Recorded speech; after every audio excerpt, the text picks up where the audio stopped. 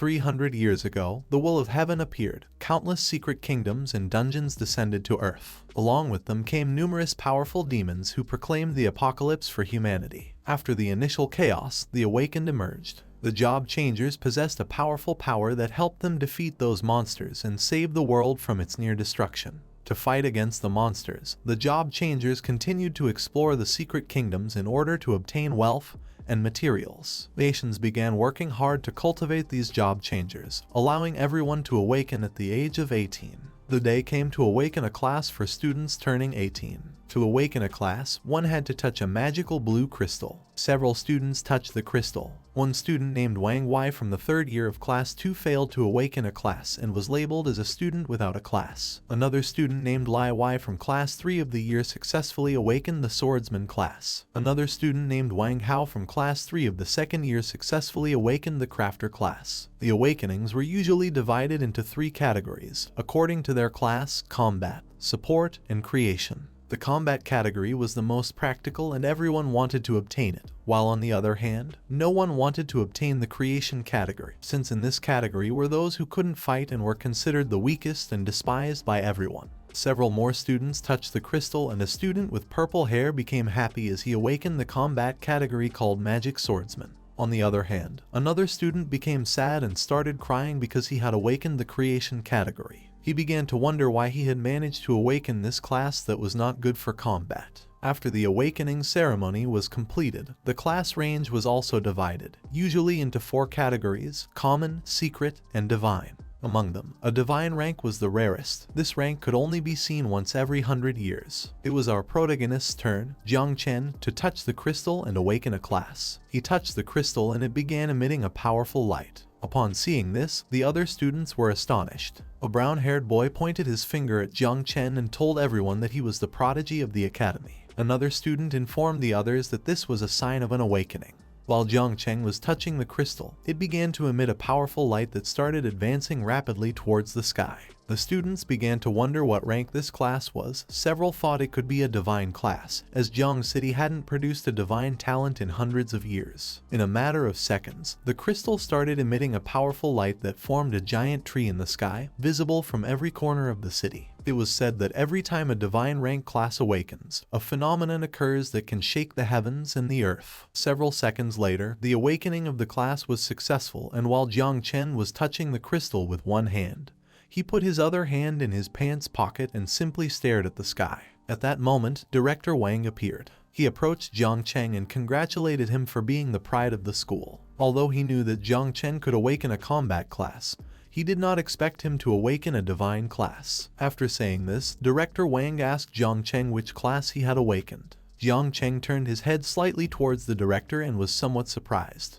With a smile, he explained to Director Wang that the class he had awakened was not a combat class. Upon hearing this, Director Wang was shocked. With a surprised look on his face, he started looking at Jiang Chen. Seeing that Jiang hadn't awakened a combat class, he asked him if he had then awakened a support class. Jiang Chen turned his body towards Director Wang, extended his hands to the sides, and plants made of spirits appeared in the palms of his hands. He revealed to everyone that he had awakened the creation class of divine rank called Spiritual Master. He also added that this talent was meant to assist with the growth of plantations and small creatures. Upon hearing this, both the director and others were shocked. With a surprised look, he began to stare at Jiang Chen and explained that this was bad because the creation class did not have combat abilities, so even divine rank was considered useless. The professor accompanying Director Wang asked Jiang Chen not to be discouraged since even if he couldn't fight, at least he could be safe. He explained that spiritual masters were quite popular in the field of research. He also added that the recommendation he had promised was no longer possible.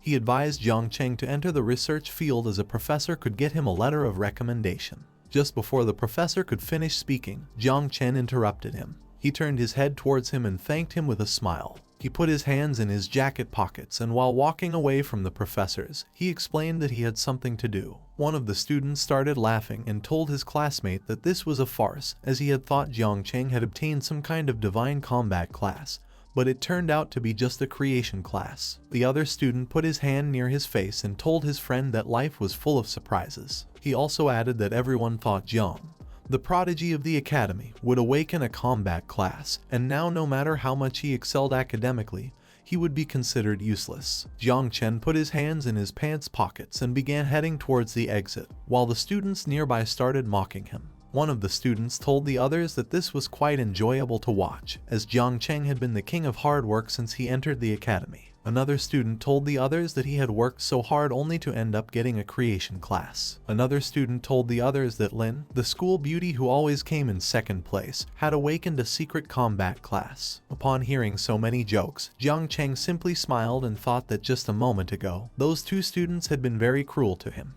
He hadn't expected that awakening up with a creation class would change things so drastically. Thinking about this, he had no doubt that in this world only strength mattered. He began to wonder what was wrong with the creation class, so he reached out his hand and a system window appeared above the palm of his hand. According to the system notification, Jiang Chen had successfully completed his class awakening. He had awakened the class called Divine Rank Spiritual Master, and the conditions for opening the Natural Calamity Insect System had also been fulfilled, with the initial Mother of Insects being unlocked. Jiang Chen turned his head to the side, and as he stared at the system window, he couldn't help but smile, thinking that this class was a perfect fit for him. The name of our protagonist was Jiang Chen. After dying, he was reborn in this awakened world. After the Dark Era ended, the whole world became filled with various monsters and dungeons. It was from that day that this world began to respect the strong. He had been reborn as an orphan to survive in this harsh world. Despite having nothing in this world, he gave it his all before turning 18.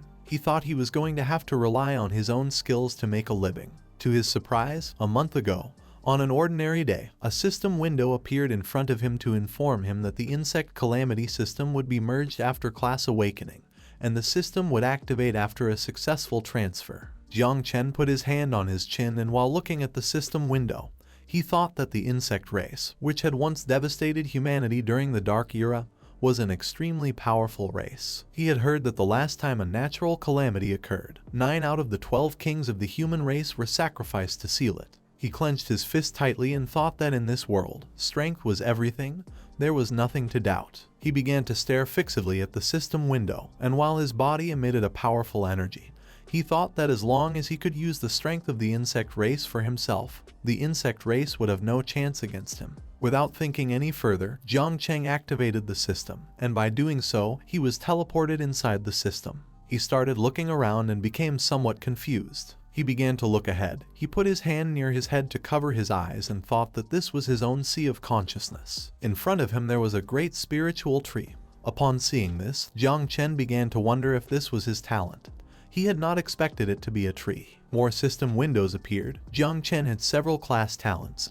These talents were evolutions of all things, and sacrifice was required. They could be used once every 10 days and were limited to 1 use per target. The first talent was called Fruits of All Things. Through sacrifice, Jiang Chen could advance the growth progress of fruits, and a special fruit could randomly fall. The second talent was called Improved Growth. This ability allowed him to increase the growth rate of living beings. Currently, this ability increased the growth rate by 10%. By using this ability, Jiang could accelerate the growth of all living beings, and the duration of cooldown was 8 hours. Jiang Chen put his hand on his chin, and while he was looking at the system window, he thought that this system was good since it had even proactively analyzed his talent. Although these talents seemed to lack combat ability, each one could be applied to his system. While he was distracted, a system window appeared asking him if he would like to start summoning the mother insect. Without hesitation, Jiang Chen asked the system to summon the mother insect. At that moment, an evil energy began to emerge from the ground, and a system notification window appeared to inform him that the mother insect was being summoned. As Jiang stared at the energy, he thought that the mother insect had a strong presence. Several seconds later, another system window appeared to inform him that the summoning of the natural calamity rank mother insect called 9 Wings of Miasma had been successfully completed. The mother of the insects was a gigantic creature. She began to stare at Jiang Chen, who took several steps back and was amazed. The status window of the mother of the insects appeared. She was called 9 Miasma Wing. From the abyss she was known as the Sovereign of Death. Once as a calamity, she caused a catastrophe as great as a natural disaster and then disappeared during the Third Era. The current devouring value of her was 0%. Jiang had a 100% affinity with the insect mother. Jiang had to proceed with the devouring and start breeding the next generation of insects to unlock abilities. The insect mother approached Jiang, who was amazed and began wondering why she was so enormous. The insect mother began to stare at Jiang and addressed him as a master. She introduced herself as Little Nine and explained that she was very hungry and wanted to devour fierce beasts. Another system window appeared to inform him that the growth rate of the insect mother had increased by 10%.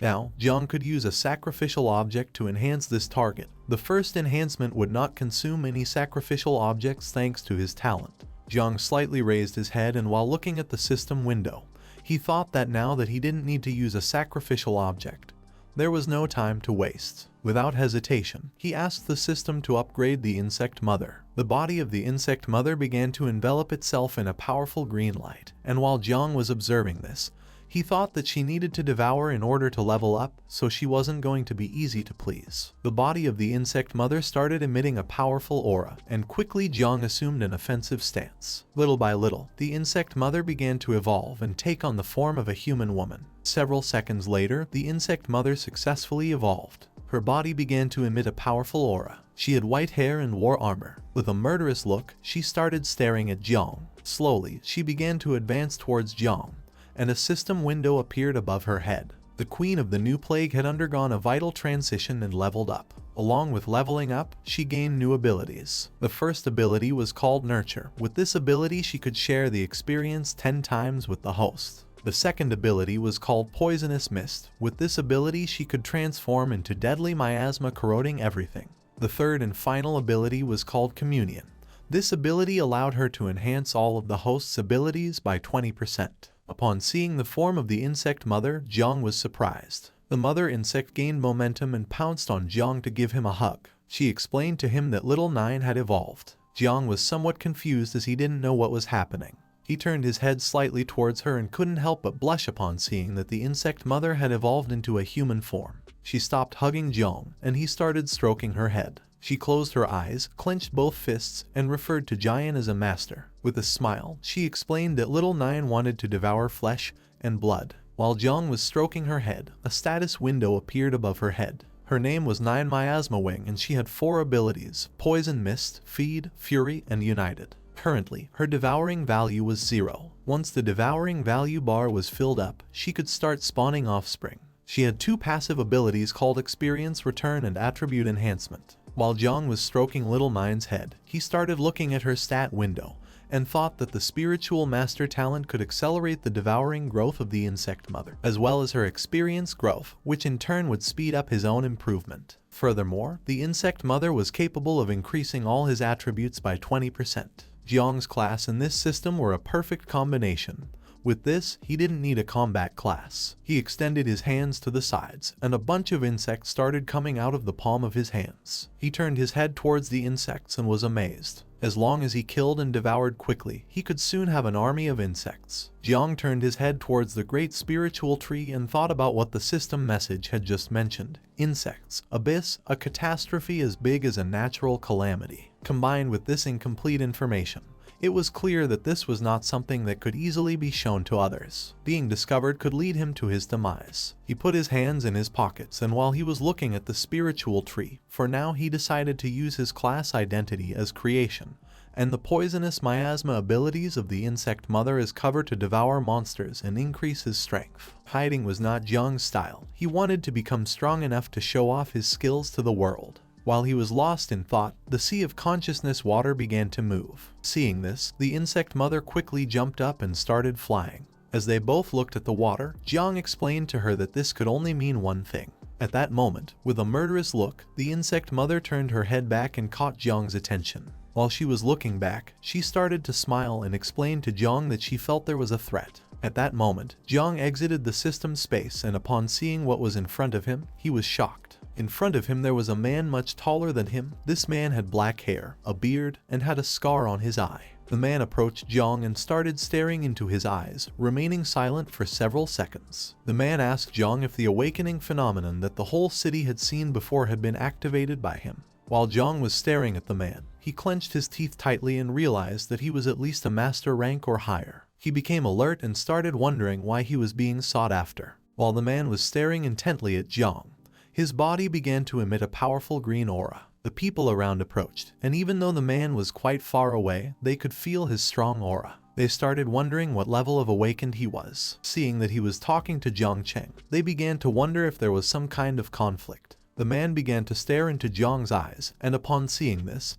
he became somewhat nervous as it was quite strange. This man had been pressuring Jiang for a while now without even saying a word, and he didn't know if the man was testing him. At that moment, the insect mother appeared. While she was licking her finger, she approached Jiang and with a murderous look in her eyes towards the man, she told Jiang that this man was a threat to him. To her, the man seemed delicious and she wanted to devour him. Jiang panicked and knew something was wrong. His suspicions were not incorrect as several warning windows from the system appeared. The insect mother had detected a threat to Jiang. The system considered that the man would provide a high value for devouring, and the insect mother was about to start devouring him. Jiang's body began to emit a powerful aura, which started spreading in all directions. He quickly realized something was wrong because now Little Nine had detected a threat, and she was going to start attacking. Jiang's powerful aura reached the students who were previously mocking him. They began covering their faces with their arms and wondering why Jiang had such a cold and sinister aura. Jiang became furious. With a murderous look, he began to stare into the man's eyes. He realized that when the devouring value was low, the aggressiveness of the insect mother increased.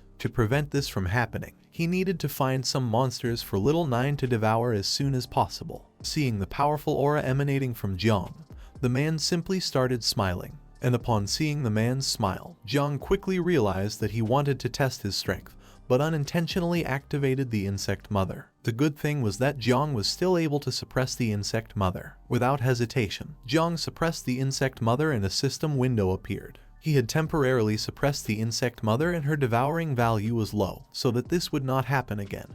Jiang had to start with the devouring and breeding of the insect mother as soon as possible. While the man had his hands in his jacket pockets, he began to stare at Jiang and couldn't help but congratulate him. Although Jiang had just finished his awakening, he was already able to face the man's tests, and even counterattack. The man told Jiang that he was worthy of a divine awakening, and he also added that his future was limitless. Jiang simply stayed silent, listening. He felt relieved as he hadn't been discovered. He approached the man and while staring into his eyes, asked him who he was. The man began to smile, then extended his hand and introduced himself as Jai Gang, the leader of the Night Watch. He admired Jiang's strength and asked if he wanted to join them. Upon hearing this, Jiang was surprised as he did not expect Jai Gang to be part of the Night Watch. The Night Watch was an organization specially tasked by Grand Zio with resisting demons and hordes of beasts. Whenever there was a wave of beasts or a new secret realm or dungeon was generated, the Night Watch would always be the first to investigate or eliminate them directly. Due to the constant fight on the front lines, the mortality rate of the Night's Watch was extraordinarily high,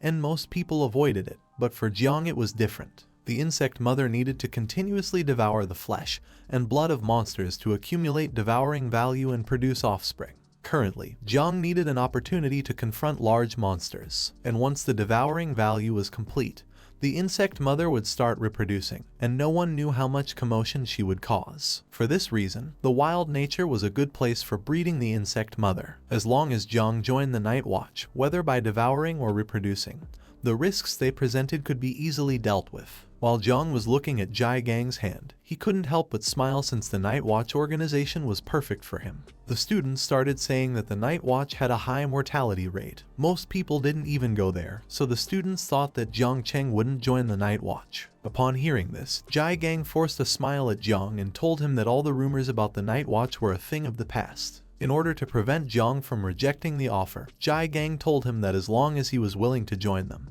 he would receive comprehensive training.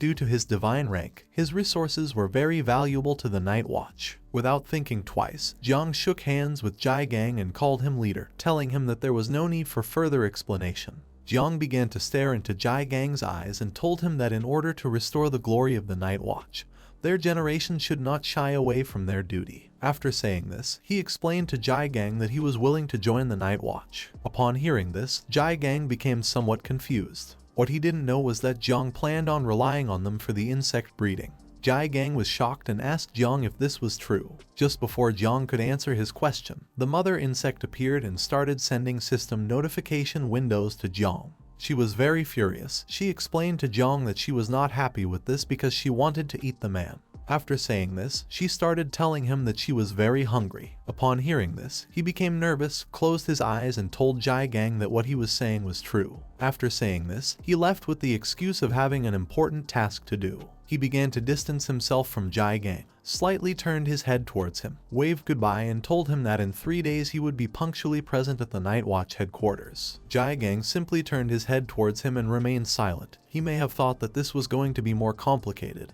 He hadn't expected it to be so simple.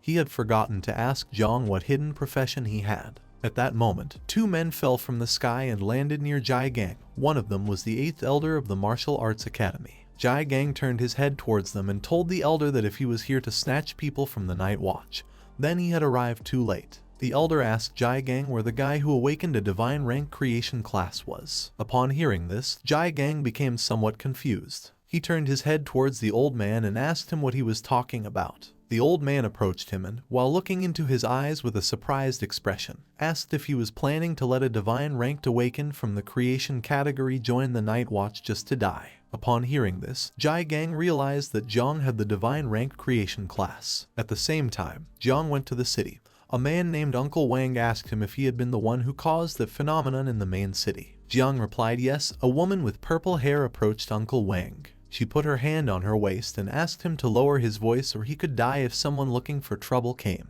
Uncle Wang put his hand behind his head, closed his eyes, and started laughing. He told her that he was always talking non-stop. Jiang approached them, closed his eyes, and with a smile he reassured Uncle Wang not to worry because this was not something embarrassing. Uncle Wang turned his head towards Jiang and told him that even though the creation category couldn't fight, he had heard that companies always cultivated spiritual plants that needed people from the creation category. He told Jiang that if his parents were here, they would be very proud of him. Throughout the years, Jiang had been able to survive thanks to the support of everyone living in the same building as him. With a smile, he told them all that he wouldn't forget them in the future. Uncle Wang asked him not to worry about these small things. He also added that Jiang had arrived at the right time as they were about to go to a beginner-level secret realm to obtain some equipment. Uncle Wang wanted Jiang to join them and level up together. Jiang accepted the proposal and thanked Uncle Wang. At that moment, a system message appeared because he had completed the team formation. Several minutes later, Jiang and the others crossed the portal and entered the secret realm.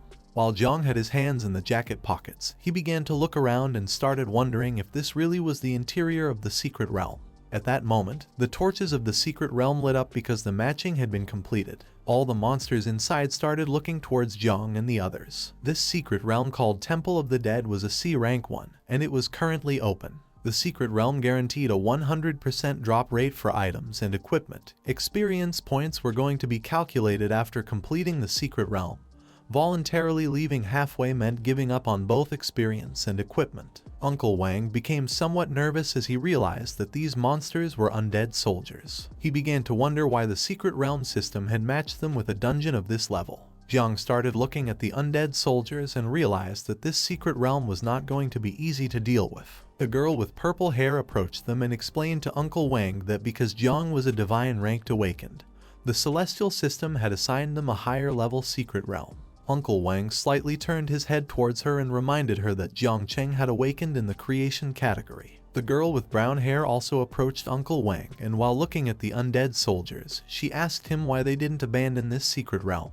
Just before she could finish speaking, Uncle Wang interrupted her. He began unsheathing his sword and told everyone that there was no problem, as they didn't come across secret realms of this level every day. He also added that this time, thanks to having Jiang with them, they would be lucky and get some great equipment drops. Seeing Uncle Wang unsheath his sword enraged the undead soldiers. Uncle Wang gathered momentum and while advancing towards the monsters, he asked Jiang to step back a bit since these undead soldiers were more dangerous than average C-rank monsters. Uncle Wang asked Jiang to stay behind while they advanced towards the core of the dungeon first. Uncle Wang attacked one of the undead soldiers with his sword, delivering a strong blow to its head. He turned his head back and asked Zio Zai to quickly improve his talent. Upon hearing this, Zio Zai clasped her hands together and activated her power, causing Uncle Wang's talent to improve. Thanks to this enhancement, Uncle Wang ended the life of the undead soldier monster. While Uncle Wang and the others were fighting, Jiang simply stood by watching from afar. He began to wonder if they fought against monsters every day just to survive. When thinking about this, he had no doubt why they always came back covered in wounder, yet Zio had always supported him.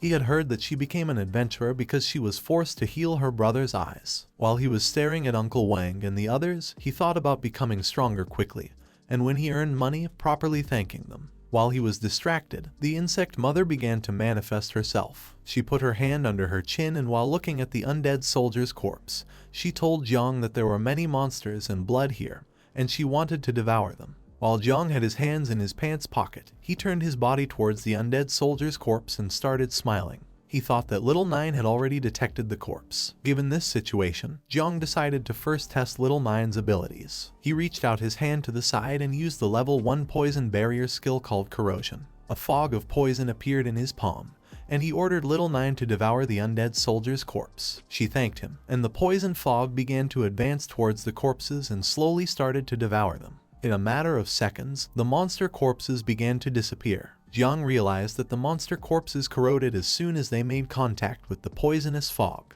After seeing this, Jiang had no doubt that Little Nine's poisonous fog was very powerful. After Little Nine devoured the corpse, the devouring value rose to 10 points. The level of the monsters was too low, causing the growth rate to be slow, so Little Nine needed to devour more monsters. While Jiang had one hand in his pocket, he slightly turned his head back and thought that Uncle Wang and the other two were truly partners who had been working together for years. In such a short time, they had already advanced to the depths of the dungeon. Since the poisonous mist was an area skill and Jiang still couldn't control it accurately, there could still be accidental injuries. To avoid this, Jiang decided to follow Uncle Wang and the others from behind and take care of the monsters' corpses. At that moment, Little Nine caught his attention. She told Jiang that she felt something. Jiang turned his head to the side and saw more monsters starting to emerge from the ground. Little Nine told him that she sensed freshness and blood in that direction. These monsters were level 10 shadow lurkers. They had a strength of 20 points, agility of 15 points, defense of 10 points,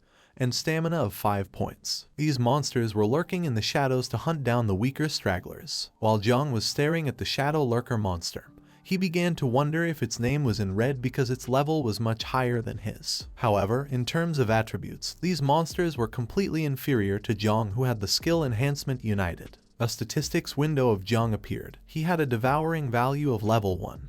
His identity was the Lord of Insects.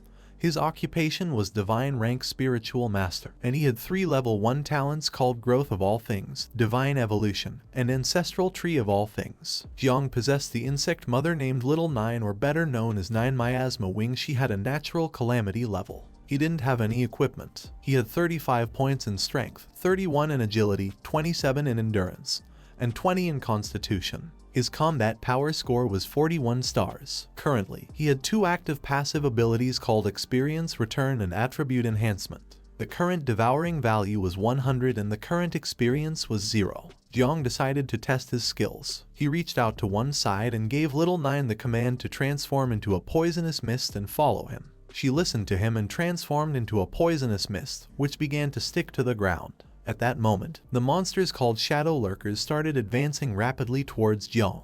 He brought his hand close to his face, and while his hand was releasing the poisonous mist from Little Nine, he started staring at the monsters. Several seconds later, he began running towards them. Upon seeing this, the monsters tried to attack Jiang, but he dodged their attacks and in the process touched their bodies with his hand, infecting them with the poisonous mist. The monsters began to look towards the body part where Jiang had touched them, and upon seeing poisonous mist, they became confused. While Jiang was staring at the monsters, he extended his hand towards them, then clenched his fist tightly and started smiling. At that moment, Little Nine's poisonous mist grew thicker and slowly began to corrode the bodies of the monsters, gradually destroying them. Jiang simply turned his head towards the monsters and remained silently watching. At that moment, several system windows appeared, and he gained 200 special price. While Jiang was looking at the corpses of the monsters, he thought that they were no match for him. He began to smile as he saw that the devouring value was also increasing rapidly. As he was lost in his thoughts, Little Nine appeared and informed him that more blood food had appeared.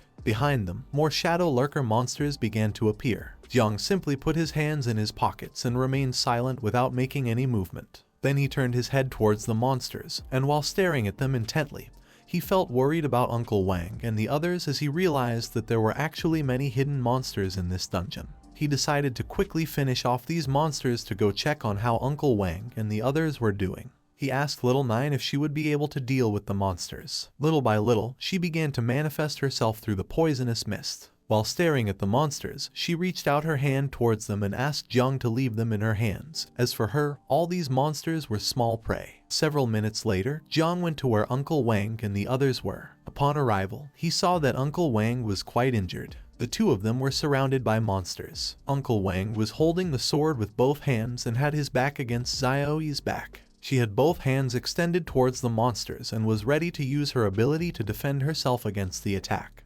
Gradually, the monsters began to advance quickly towards Uncle Wang and Zio, preparing to attack. While the blood from Uncle Wang's wound was falling onto his face, he clenched his teeth tightly, and while staring at the monsters, he explained to Zio that each time the monsters were becoming harder to defeat. Therefore, if they continued at this pace, there was no way they could defeat them and come out alive. Uncle Wang turned his head towards her and ordered her to find Jiang and leave here first. Upon hearing this, she turned her head towards him and asked what he was talking about. While he was distracted, an undead soldier gained momentum and started advancing quickly towards Uncle Wang with the intention of attacking him by surprise. While Uncle Wang held the sword with one hand and looked at Zio, he felt the presence of the undead soldier and began to wonder what was happening. Quickly, he turned his head towards the monster, and upon seeing that its sword was rapidly approaching his head, he clenched his teeth tightly and thought that this was not good. At that moment, Jiang appeared. He reached out towards the monster and used Little Nine's poisonous mist ability. Just before the undead soldier's sword could impact Uncle Wang, the poisonous mist stuck to its body and slowly began to corrode it, destroying it in the process. While little by little the body of the undead soldier was disappearing, Uncle Wang turned around, and upon seeing this, he was surprised and confused at the same time, and began to wonder what was happening. At that moment, Jiang asked Uncle Wang and the others if they were okay. Upon hearing Jiang's voice, Uncle Wang turned his head back, and upon seeing Jiang, he clenched his teeth tightly and remained speechless. As Jiang slowly approached them, he reached out his hand to one side and used Little Nine's poisonous mist, infecting the undead soldiers and destroying them in the process. While little by little all the undead soldiers were being corroded, Uncle Wang turned his body towards Jiang. While holding the sword with one hand, he stared at Jiang and asked him how a creation class awakened like him was able to do this. Jiang stopped in front of Uncle Wang, and while his body emitted a powerful energy, he turned his head towards him and explained with a smile that he had a hidden ability called Poisonous Mist. After saying this, he extended his hand to the side and used Little Nine's Poisonous Mist ability again. Seeing that Uncle Wang was injured, Jiang asked Zio and Zio to quickly take him to the portal of the secret realm. He also added that he planned to stay behind to cover them. Upon hearing this, everyone was left speechless. With a surprised look, Uncle Wang started to stare at him and told him that even though Jiang possessed a divine class, this was too dangerous. Zio also began to look at Jiang with a surprised expression and asked him to join them instead of staying here fighting against the undead soldiers. While they were talking, Zio simply put her hand near her mouth and remained silent. Jiang turned his back on them, and as his body emitted a powerful energy, he slightly turned his head towards them and reassured Uncle Wang not to worry because he wouldn't have any problems. After saying this, Jiang turned his back on Uncle Wang and the others, and as his body emitted a powerful energy, he slowly began to approach the monsters. At that moment, the system notified everyone that due to the number of people in the last level of the secret realm meeting the requirements, the boss of the secret realm was being summoned. While Uncle Wang was watching Jiang move away from them and advance towards the monsters, he tried to stop him, but just before he could speak, Zio interrupted him. She turned her head towards him and reminded him that Jiang was not a reckless person, so she asked him to trust him. After much consideration, Uncle Wang decided to trust Jiang. He threw him the sword and asked him not to forget to return it later. Upon hearing this, Jiang reached out and grabbed the sword, assuring Uncle Wang not to worry as he would return it later. This sword was called the Novice Conqueror's Sword. It had 25 speed points, 30 strength points, and a 2% attack speed bonus. It also had a passive ability that was already active. Jiang brought the sword close to his face and stared aggressively at the monsters. For him, this was great because now he could increase the attack range of the poisonous mist with Uncle Wang's sword. He activated the poisonous mist, causing it to slowly emerge on the blade of his sword. The undead soldiers gained momentum and attempted to attack Jiang, but in the blink of an eye, He evaded their attacks and using Uncle Wang's sword, cut the monsters into pieces, infecting them with the poisonous mist in the process. These monsters were no match for Jiang, as he was the best swordsman in the entire school. While Jiang was distracted fighting against the undead soldiers, a much stronger monster gained momentum and began to advance towards him at high speed. The monster unsheathed its sword, and as it slowly approached Jiang, it prepared to attack him by surprise. Although Jiang didn't initially feel the presence of the attack, once he turned his head to the side, he saw the monster approaching him at great speed. Jiang gathered momentum and made a big leap, dodging the monster's attack and causing its sword to strike the ground. The monster's attack was so strong that it even shattered the ground into pieces. Upon seeing that Jiang had dodged the attack, the monster began to stare at him with a murderous look, then tightly gripped the sword and, upon seeing that he was in the air, attacked again. Luckily, Jiang managed to block the attack in time using Uncle Wang's sword. However, due to the difference in strength, the sword that Uncle Wang had lent him broke in half, causing Jiang to be thrown backwards. Quickly, Jiang stepped on the ground and managed to stop his body in motion. Then he turned his head to the side and, upon seeing that Uncle Wang's sword had broken, he was surprised. This boss was stronger than he had imagined. Jiang was more worried about the sword than the boss, as he didn't know how to explain to Uncle Wang that his sword had broken. The boss of the secret realm was called Undead King and was level 15. The Undead King stood up and, while holding the sword in one hand, started staring at Jiang with a murderous look. At that moment, the body of the Undead King began to vibrate, and in the blink of an eye, it appeared behind Jiang and prepared to attack. Upon realizing the presence of the Undead King, Jiang became terrified and started wondering how the boss had moved at such a high speed. Jiang turned his head towards the Undead King, and while looking at it with an aggressive gaze, he called for Little Nine. Just before the Undead King's sword could strike Jiang, Little Nine appeared and grabbed hold of the blade. She began to stare fixedly at the Undead King and asked Jiang if she could eliminate him. Without hesitation, Jiang replied yes. Upon hearing this, Little Nine became happy and, using only her hand, she broke the blade of the Undead King's sword into pieces. She extended her hands to the sides and her body started emitting a powerful energy that began to move in all directions. Upon seeing this, the Undead King became alert. Now that it had lost his sword, it decided to attack using its fists. Taking advantage of Little Nine's distraction, the Undead King began to advance quickly towards her with the intention of attacking her by surprise. At that moment, Little Nine opened her eyes and her body changed drastically. With a killer look in her eyes, she started staring directly at the Undead King and used the tentacles to defend herself. She adopted an offensive stance and, using her tentacles, she began to attack the Undead King with a series of blows. Her tentacles were as sharp as swords. Little by little, her sharp tentacles started to destroy the body of the Undead King. First, she cut off its left arm and then its right arm, and finally she cut off its head. She impaled the tentacle into the head of the Undead King, then turned around, and the boss's body fell to the ground. She took the head of the Undead King in her hand, and while her body was emitting a powerful energy, she began to approach Jiang. Seeing how powerful she was, Jiang couldn't help but smile. He couldn't believe that Little Nine was so calm in front of a secret realm boss. He thought that now that the boss had been defeated, the portal would open. Little Nine gained momentum and landed near Jiang. At that moment, an energy crystal appeared in front of him. While he stared at the crystal, he started to wonder what it was. The energy crystal began to rise in the sky and slowly started extracting magic from the corpses of the monsters. Upon seeing this, Jiang was amazed. Several seconds later, the energy crystal began to glow, causing a giant monster to appear. This monster was called Undead Tyrant, and it was 20 times bigger than Little Nine and Jiang. With a killer look, the Undead Tyrant began to stare at Jiang and Little Nine. Seeing that the crystal had transformed into a monster, he started to wonder if the energy crystal was the true boss of this secret realm.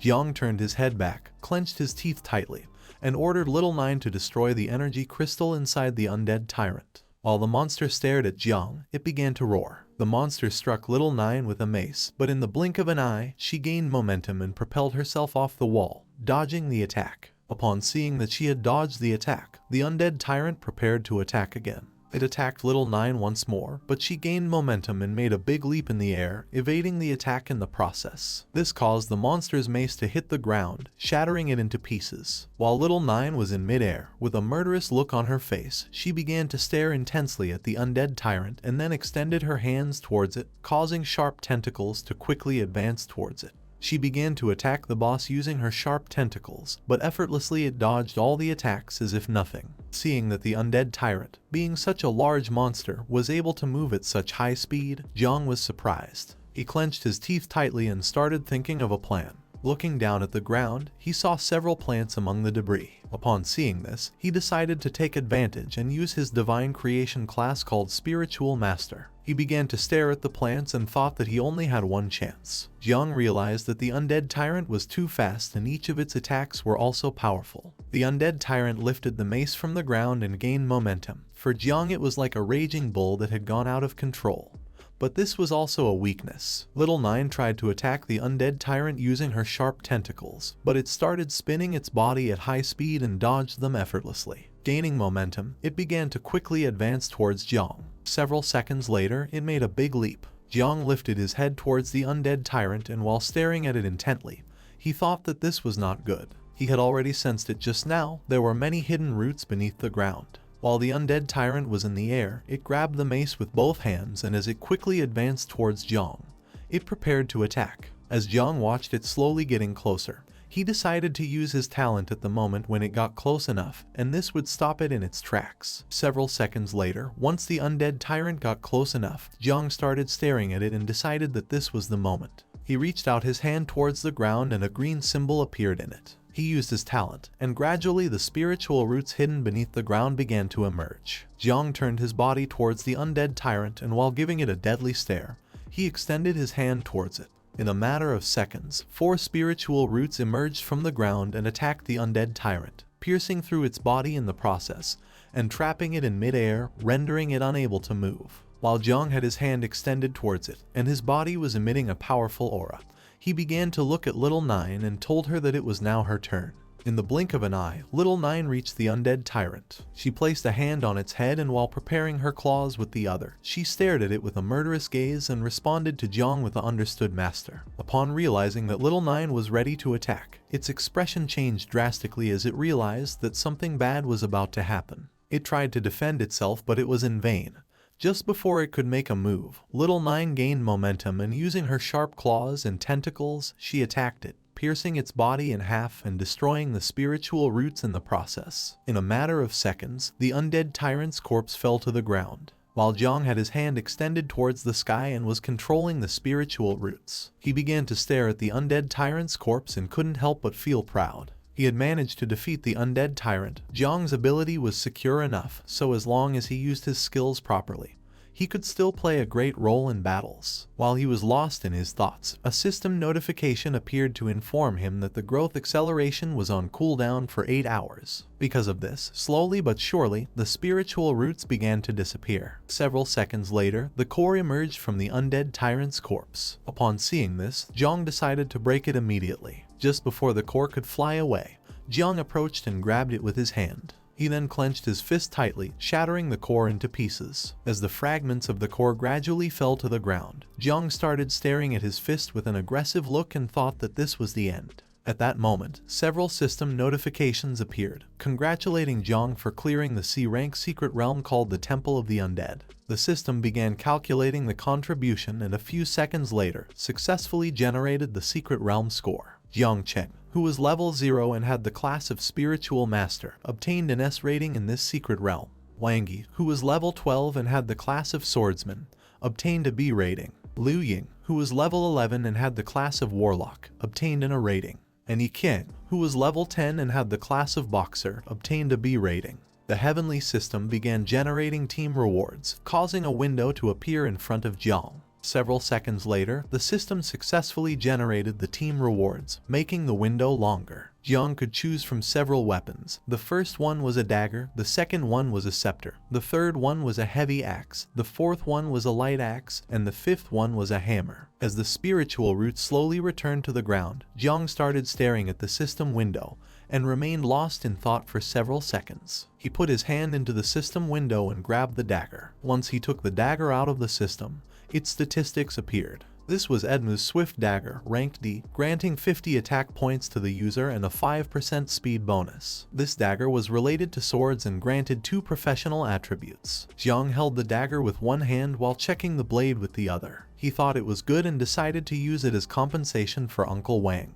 He turned his head to one side and while looking at the system window, he thought there was a lot of equipment. It didn't take him long to realize that all of the equipment was geared towards combat. He wasn't sure if there was anything suitable for the creation classes. He approached the system window, put his hand inside the system, and decided to take a look at the attributes of each equipment. He grabbed the hammer from the system window, and once he pulled it out, the hammer hit the ground because it was very heavy. This hammer was called Call of the King, granting 100 strength points to the user and deducting 100 agility points due to its weight. The attribute of this weapon was that the user had a 10% chance to trigger 5 times more critical damage. While Jiang was trying to lift the hammer from the ground, he began to feel a new sensation. A notification window appeared to inform him that the experience was being rewarded. Upon seeing this, he quickly realized that the system was giving him the experience points he had obtained from this secret realm.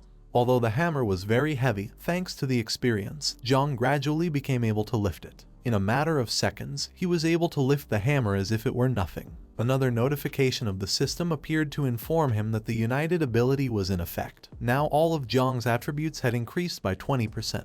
While his body was surrounded by a powerful energy, and with one hand he was lifting the hammer, he put the other hand in his pants pocket and turned his head towards the hammer. Under the passive ability of the Insect Mother, he had reached level 6. In this way, the effect of United was also more prominent. He also realized that the physical combat ability increased along with the level. While he was lost in his thoughts, Little Nine approached him. She grabbed his shirt and got his attention. Upon hearing her voice, Jiang snapped out of his trance. She turned her head towards him and while pointing at the system window with her finger, she asked if she could eat all this as a reward. He put the hammer on the ground, turned his head towards her and while looking into her eyes, he pondered for several seconds. He turned his head towards her and told her that Little Nine couldn't eat the equipment, as it was for Uncle Wang and the others to exchange for money. He also added that if Little Nine ate it, then she would have a stomachache. Upon hearing this, she placed one hand behind her back and while touching her lips with the other, she began to look at Jiang with a sad expression.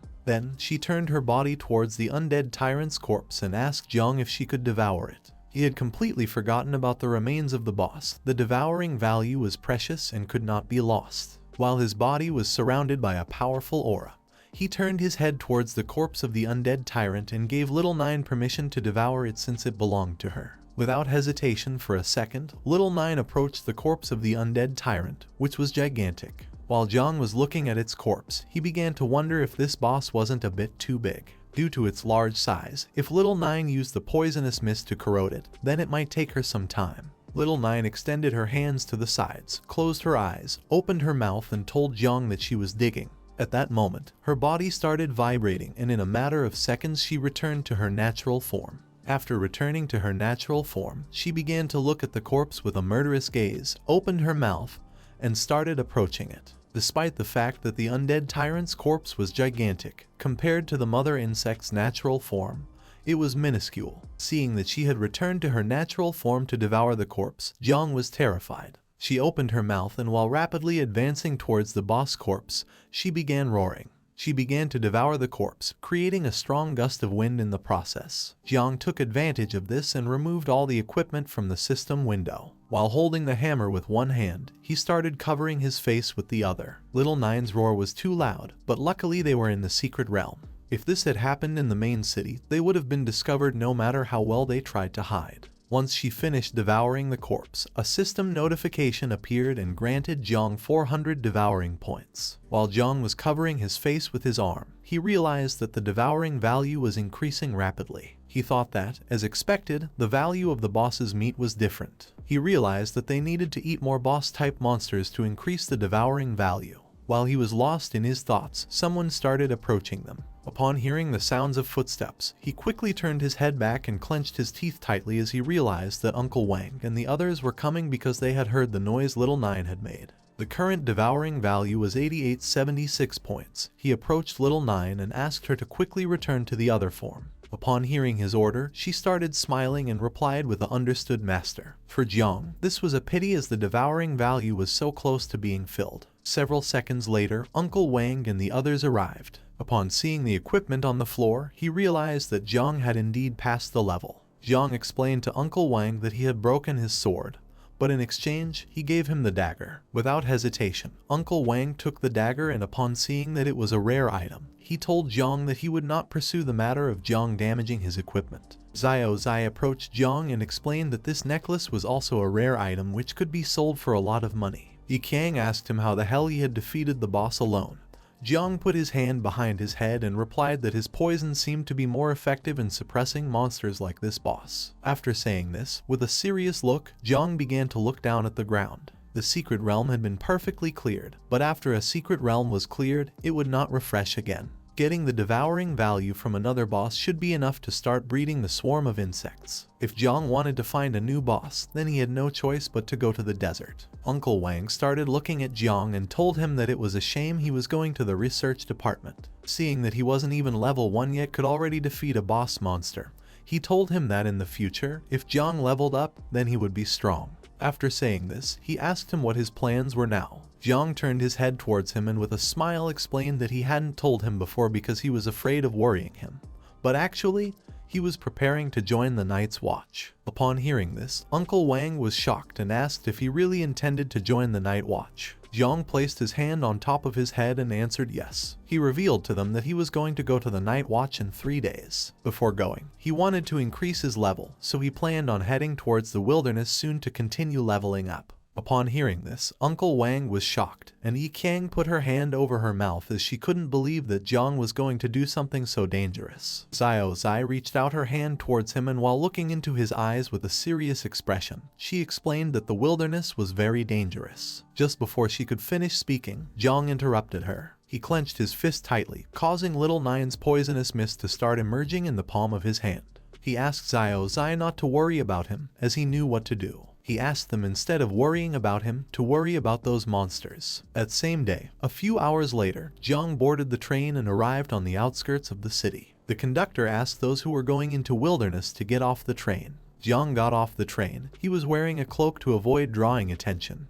He started looking to one side and stood still for several seconds. In front of him there was a bridge which was full of awakeners. After awakening the system, Jiang's appetite had increased. What was even more scandalous is that despite not being very stable, there was actually a slight increase in his devouring value when eating. He took out a loaf of bread, and while he was eating it, his devouring value increased by 2 points. Little Nine manifested herself, put her hand near her mouth, and while she looked at the bread with an unpleasant expression, she told Jiang that his food wasn't tasty. Upon hearing this, Jiang decided to find something to eat for Little Nine, so he reached out his hand and made a map appear. He opened the map and started looking at it with Little Nine. He didn't expect Uncle Wang to give him most of the equipment. Not only did he give him the map, but he also gave him an important storage ring and a map after knowing that he was going to the desert. These things were really helpful for Jiang. He began walking across the bridge. According to Uncle Wang, the wilderness was influenced by the power of Heavenly Way, and all electronic devices would be disrupted. It was almost like an apocalyptic scenario where monsters constantly migrated to their nests. These maps had an extremely short usage time. Without the latest intelligence, it was difficult to find groups of monsters, let alone the bosses. Firebird and Thunder Rhinoceros were the most common ones and were easy to spot when they moved. It was said that this place marked with a question mark should be avoided as it was a very dangerous nest with higher risk. According to Uncle Wang, this goblin dungeon was the most suitable for him since it had a low level, enough monsters, and fewer people. While Jiang was looking at the map, he clenched his fist and with a smile decided to go, since with a map in hand, he would be able to find it quickly. While he was lost in his thoughts, someone caught his attention and ordered him to stop. Upon hearing this, Jiang became alert and turned his head back to see who it was. A man wearing a cloak placed his hand on Jiang's shoulder, then he stared at Jiang aggressively. He had been calling for him all this time, so he asked why he pretended not to hear him. He just wanted to ask him something. He asked Jiang if he had seen a girl with golden hair around here. Jiang turned his head towards him and with a murderous look replied that he hadn't, and also advised him to watch his mouth. At that moment, the poisonous mist from Little Nine started emanating from his shoulder and stuck to the man's hand. He quickly moved his hand away from Jiang's shoulder and became somewhat confused. While he was looking at his hand, he clenched his teeth tightly and began to wonder if this was poison.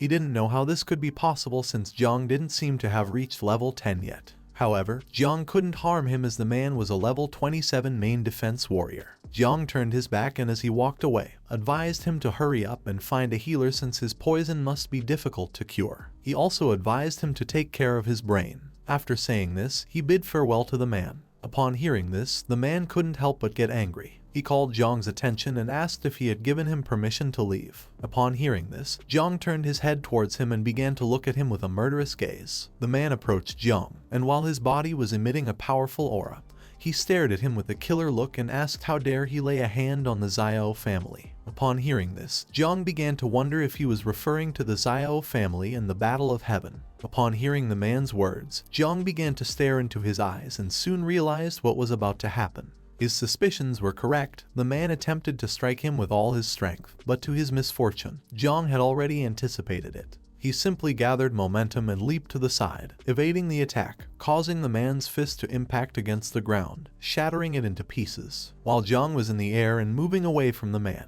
he put his hand in front of his face and with an aggressive look, began to stare at the man and wonder what the Zio family was. Seeing the man's attitude, Jiang realized that he wasn't normal. The man was very angry. He clenched his teeth tightly and while staring at Jiang with a murderous look, he began to approach him at high speed. He unsheathed his sword and couldn't help but praise him for being quite fast. Upon seeing that things had reached this point, Jiang removed his hood and extended his hand to the side, causing Little Nine's poisonous mist to appear. He began staring at the man intently and told Little Nine that it was no longer necessary to hold back. Upon hearing this, she manifested herself through the poisonous mist and while staring at the man with a murderous look, responded with an understood. Upon seeing the poisonous mist, the man became even more aggressive. He started shouting and asking Jiang if he really believed he would scare him again with the same trick. Just before Jiang could teach this bastard a good lesson, someone appeared and addressed the man as Zheng Tai, reminding him once again that they had to act discreetly. Upon hearing the voice, Zheng Tai's expression changed drastically. He clenched his teeth tightly and as he slowly turned his head back,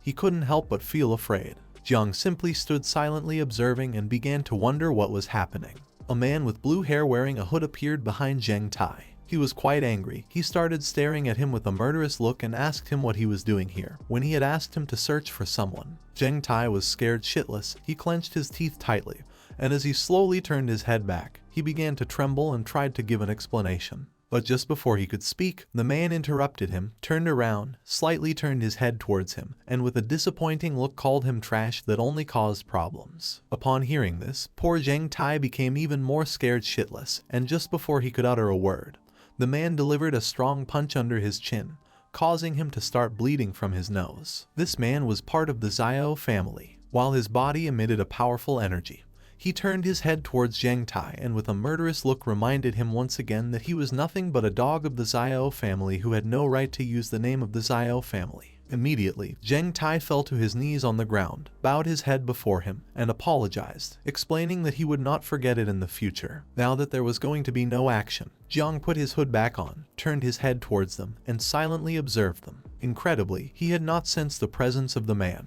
It didn't take long for him to realize that this guy was more dangerous than the previous warrior. While Zheng Tai was getting up, the man began to approach Jiang and apologized, explaining that his dog tended to bite things. He was willing to compensate the protagonist for this. Jiang simply asked him not to worry as it wasn't necessary. Upon hearing this, the man approached him and with a smile asked if he was going to go to the desert. The man approached him and while his body was emanating a powerful energy, he began to stare into his eyes and asked if he wanted to go to the desert together. Jiang simply started staring into his eyes and remained silent for several seconds. Then he turned his back on them and as he slowly distanced himself from them, he refused to go with him as he preferred to go alone. Upon hearing this, the man simply watched as Jiang walked away and remained silent. He thought that he was quite an interesting person. He knew that Jiang had awakened the divine class of creation called Spiritual Master. Once Jiang had distanced himself enough from them, Zheng Tai stood up, approached the man, and asked him if he should continue searching for the person he had been entrusted with. The man slightly turned his head towards him and while looking into his eyes,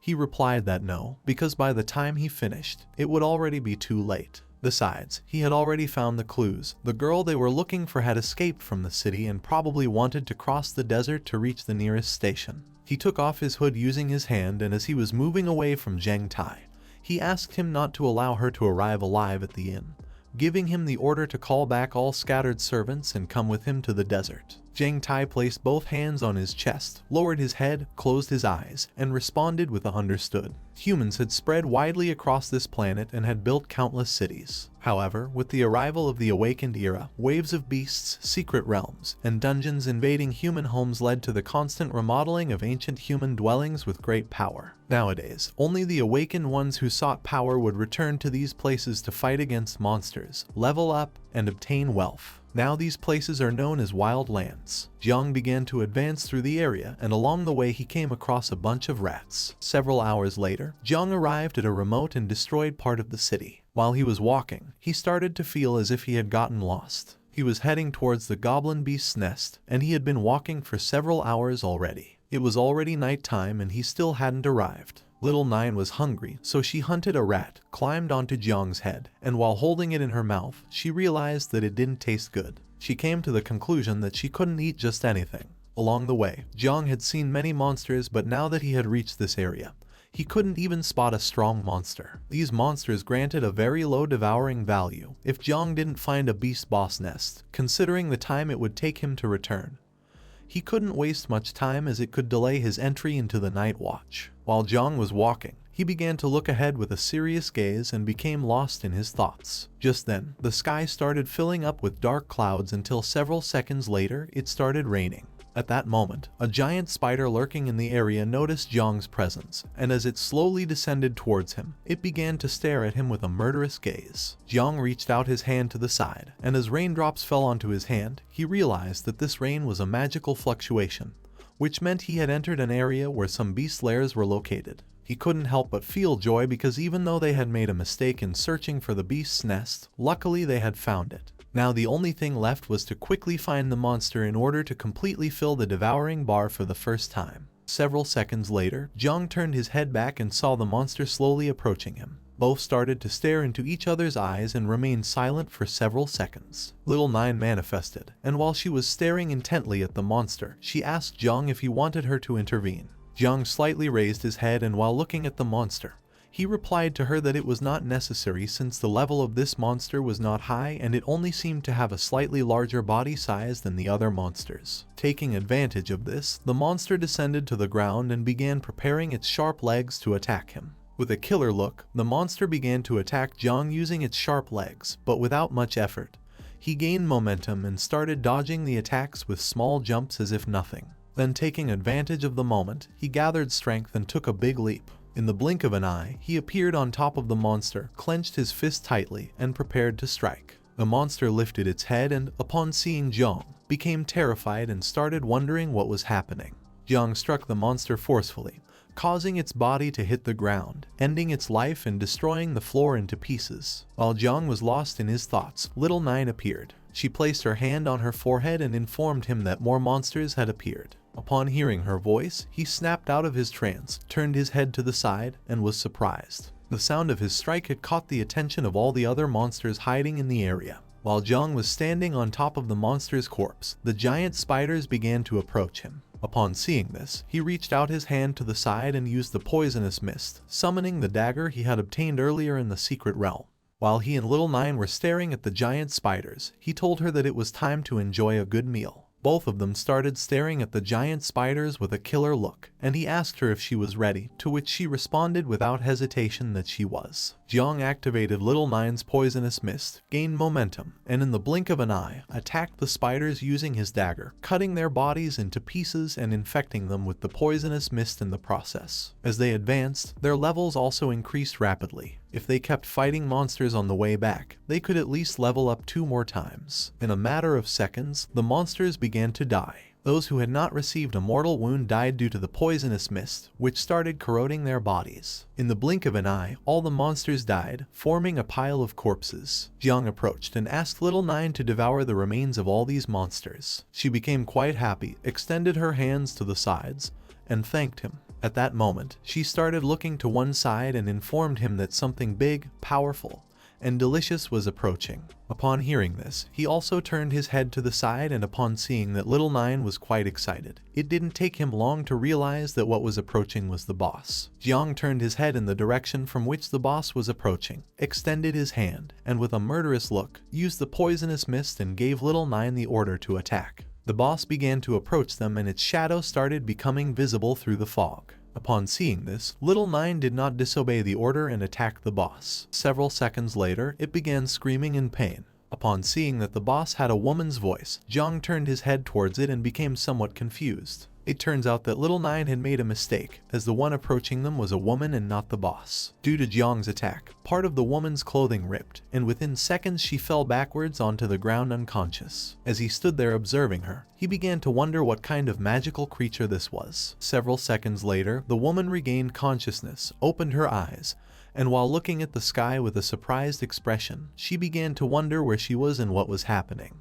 She started to sit up with the help of one hand, placed the other on her head, and as she gradually regained consciousness, she began to wonder what kind of place this was. She remembered not having come here, while she had her hand on her head, and slowly was trying to understand the situation. Jiang approached her, sat down next to her, rested his elbows on his knees, closed his eyes, and with a pleasant smile, asked if she was awake. Upon hearing Jiang's voice, she became alert and began to wonder who he was. Without wasting a second, she stood up and hopped away from him. She adopted an offensive stance, and while looking at Jiang, she asked him who he was and also requested that he not approach her. He stood up, turned his body towards her, and with a calm voice, he asked her not to worry since he was just a job changer who had come to the desert to fight monsters. He also added that he hadn't come to harm her. Upon looking more closely, she remembered who Jiang was. She placed a hand on her chest, began pointing at Jiang with the other, and while staring at him intently, she told him that she knew he was the one who had attacked her before. Upon hearing this, Jiang became somewhat nervous, closed his eyes, and with a smile apologized to her, explaining that he had mistaken her for a monster. Upon seeing that Jiang was quite attractive, she couldn't help but blush. She turned her head towards him and asked how anyone could say that beautiful girls like her resembled monsters. She couldn't help but call him presumptuous. She entered into panic. Quickly she started touching her head and face to see if her nose and ears were still where they should be.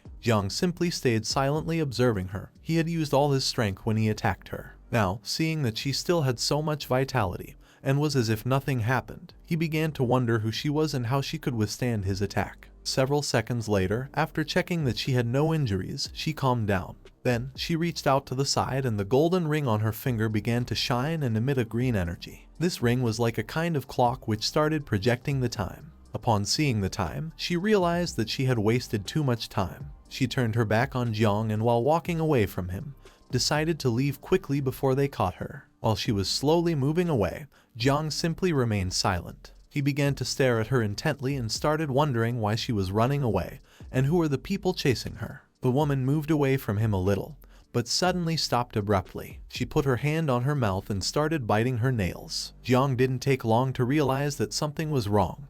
He approached the woman and seeing that she was very nervous, asked if there was any problem. As terror started to take hold of her, she slightly turned her head back, closed her eyes, and forced a smile at him. She replied that there were some monsters ahead and since she wasn't very good at fighting, she decided to retreat and let Jiang deal with the monsters. In a matter of seconds, she stopped being nervous, turned her back to him again, waved goodbye and told him that this was it and decided to leave. Upon seeing this, Jiang's expression changed drastically. With a confused look, he started looking at the woman and thought that her acting skills were truly a pity. At that moment, it started to rain and the woman left. Jiang began walking around the area and thought that if there were monsters ahead, it was good because this was exactly what he wanted since these monsters were not opponents for him. Although they gave him devouring points, there was a problem. Jiang slightly turned his head to one side and with a serious look, he thought that dealing with other job changers was going to be difficult. The desert had always been a lawless place where many people dedicated themselves to killing and stealing goods. He began to question whether it was a good idea to capture the woman from before and ask her again.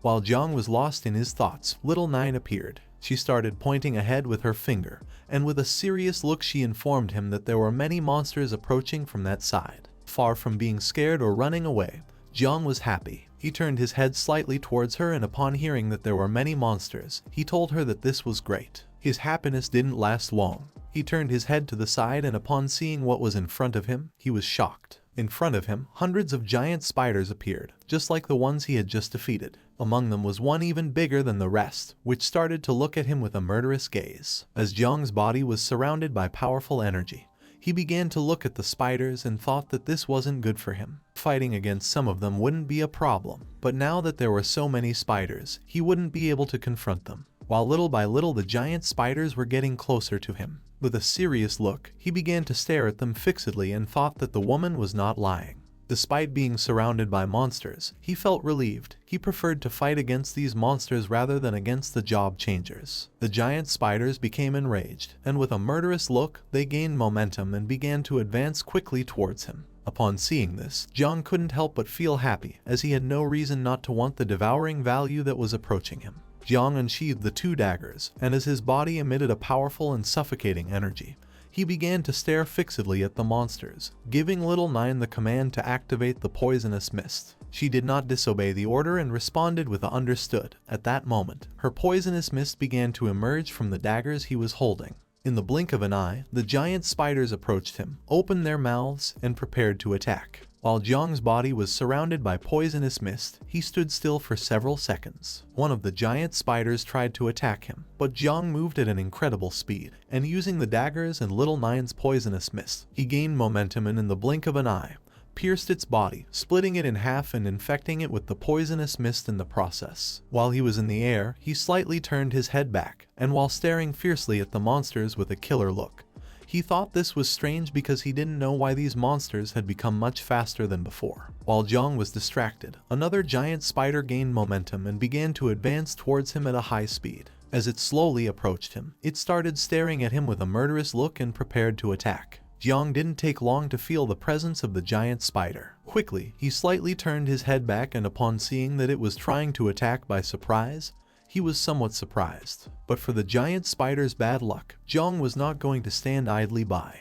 Just before it could make a move, in the blink of an eye, Jiang cut its body into pieces using the daggers. The pieces of its body fell to the ground, and several seconds later Jiang landed on the ground. While he was holding the 2 daggers with both hands, and his body was releasing the poisonous mist of Little Nine. With a murderous look, he began to stare at its corpse and realized that this wasn't right. Although he had reacted in time to the attack, and had ended its life in the blink of an eye, he had received a small cut on his abdomen in the process. At that moment, the small spiders began to advance rapidly towards him, and he didn't take long to realize that these monsters were actually cooperating with each other. Upon closer inspection, Jiang saw a spider that was very different from the rest. This spider had 6 eyes and was much larger, so he quickly came to the conclusion that this spider was the boss. Upon seeing this, he began to question whether this boss was commanding the others. In the blink of an eye, thousands of spiders appeared and surrounded Jiang. While his body was releasing Little Nine's poisonous mist, he started staring at the boss, and instead of running away,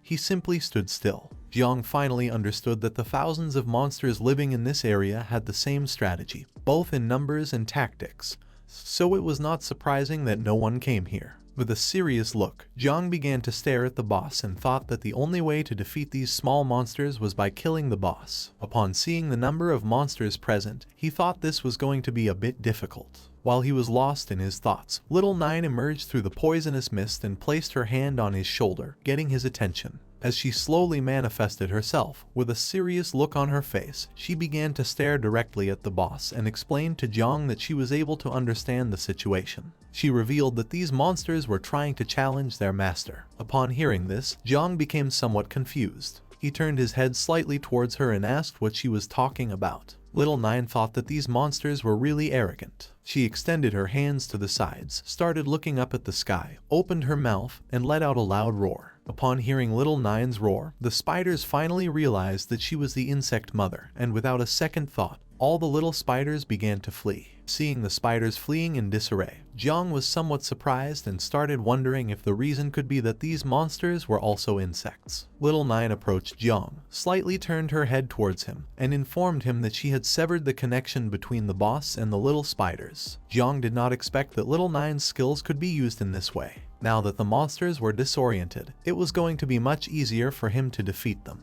He extended the 2 daggers to the sides, and while staring at the boss with a murderous look, he praised Little Nine for doing a good job and decided that it was time to finish off the boss once and for all. Upon hearing this, Little Nine began to return to her original form. She started staring at the boss with a murderous look and replied with a "Understood, master." While Jiang's body was releasing the poisonous mist from Little Nine, he gathered momentum, took a big leap, and ordered her to follow closely. In the blink of an eye, using his daggers, he ended the lives of several monsters, cutting their bodies into pieces. He no longer had to worry about anything since without the boss's control, these monsters were in disarray. Jiang began to move at a high speed towards the monsters, and using his daggers, he started cutting their bodies into pieces. Now that the monsters were scattered and disorganized, they no longer posed a threat to him, so he didn't need to waste any more time. In a matter of seconds, Jiang finished off several monsters. Then, he gathered momentum, took a big leap, and as he was advancing quickly towards the boss, he thought that now there was only one objective left. The boss opened its mouth, and with a murderous look, it began to stare at Jiang and roar. Jiang decided not to back down and return the gaze. He prepared himself to attack and thought that the boss was the one who could provide the highest devouring value. The boss tried to defend itself, but it was in vain. Just before it could make a move, Jiang descended upon it and swiftly attacked its head with both daggers, infecting it with Little Nine's poisonous mist in the process. Despite the difference in size, within seconds, it lost its life and fell to the ground. Jiang landed on top of the boss's corpse. As he held both daggers in his hands, his body began to emit the venomous mist of Little Nine. He stared fixedly at its lifeless body and decided that it was time to breed the swarm of insects. Jiang approached the boss's corpse, started staring at it intently. He couldn't believe that he had finally defeated it. At that moment, a system window appeared to congratulate him for leveling up. Now he was level 14, had a power evaluation of 127 stars, and the passive abilities and level up effects were still in effect. Jiang clenched his fist, and it began to glow. He slightly lowered his head towards it, and with a smile he thought that as the level increased, the strength also continued to increase. He had 127 stars, which meant that his individual combat power was already almost equivalent to that of a level 25 professional in the combat class. He began to turn his head back, and thought that now he only had to devour the corpses of the monsters and obtain devouring points. Seeing how powerful Jiang was, and feeling the power of the mother insect, the small spiders started fleeing from the area. They were intelligent monsters and were fully aware that they had no chance of winning against Jiang. He turned his head back, and upon seeing the little spiders fleeing, he thought there was no longer any threat. It didn't take him long to realize that these spiders had understood the situation and were therefore escaping. Despite wanting to kill these monsters to earn points, he decided not to do so, as the most important thing now was to start breeding insects. He began walking towards the corpses of the monsters, and little by little, Little Nine started manifesting through the poisonous mist. With a killer look, Jiang began to stare at the boss's corpse, clenched his fist tightly, extended the other one towards the sky, and told Little Nine that now it belonged to her. Upon hearing this, she thanked him and then returned to her natural form. She then opened her mouth, took a leap, and started moving towards the boss's corpse. She began to devour the corpse, and a system window appeared to grant him 600 devouring points. While Little Nine was enjoying her meal, Jiang turned his body to the side, and with a serious look, he thought that elite monsters like this boss were different from the others since they could provide a high devouring value. He didn't take long to come to the conclusion that hunting and quickly breeding the swarm of insects was a good way to become stronger and hunt more elite monsters. Several seconds later, another system window appeared in front of him to inform him that the devouring value was full. The system asked him if he wanted to start the insect breeding. Jiang began to look at the system window, and upon seeing how quickly the devouring value had filled up, he was amazed. He soon realized that elite monsters gave much more points than normal monsters. Several seconds later, Little Nine returned to her human form, knelt before him, placing one hand on her knee and the other on the ground. Then she bowed her head before him and informed him that Little Nine was already ready to reproduce. She asked him to allow her to continue following him with a much stronger power. While Jiang's body was emanating a powerful aura, he turned his head to the side and remained silent for several seconds, lost in his thoughts. He slightly turned his head towards her, and with a smile, he decided it was time to start breeding the insects. At that moment, a system window appeared to inform him that Little Nine had already started the first generation of mass insect breeding. Jiang's body and Little Nine's body began to emit a wave of energy, and the system informed him that the accelerated growth of talents and the blessing of the growth of all things were in effect. With a serious look, Jiang started to gaze at Little Nine, and thought to himself that his passive skills were more effective for accelerating the insect breeding. Several seconds later, the mark of Little Nine appeared on his hand. Upon seeing this, he didn't take long to realize that this was a new ability. His assumption was correct as a system window appeared to grant him 2 new exclusive abilities called Insect Nest and Dominion. Then, another system window appeared to inform him that the insect breeding had been accelerated, and there were 8 seconds remaining. Seeing this, Jiang thought that the insect breeding was almost complete. Jiang lifted his head towards the sky, and upon seeing what was in front of him, he was shocked. He couldn't help but be amazed and wonder if this was a colony of insects. In front of him stood Little Nine, with both hands extended to the sides and reproducing itself. In the blink of an eye, thousands of insects appeared and started flying around them. The system congratulated Jiang for successfully completing the breeding of the first swarm of insects. According to the system, there were a total of 2,300 insects. Jiang turned his head to one side, and while he was observing the insects, he started to smile and thought that the quantity was truly impressive. He couldn't believe that the first breeding cycle of the insects could reach over 2,000 offspring.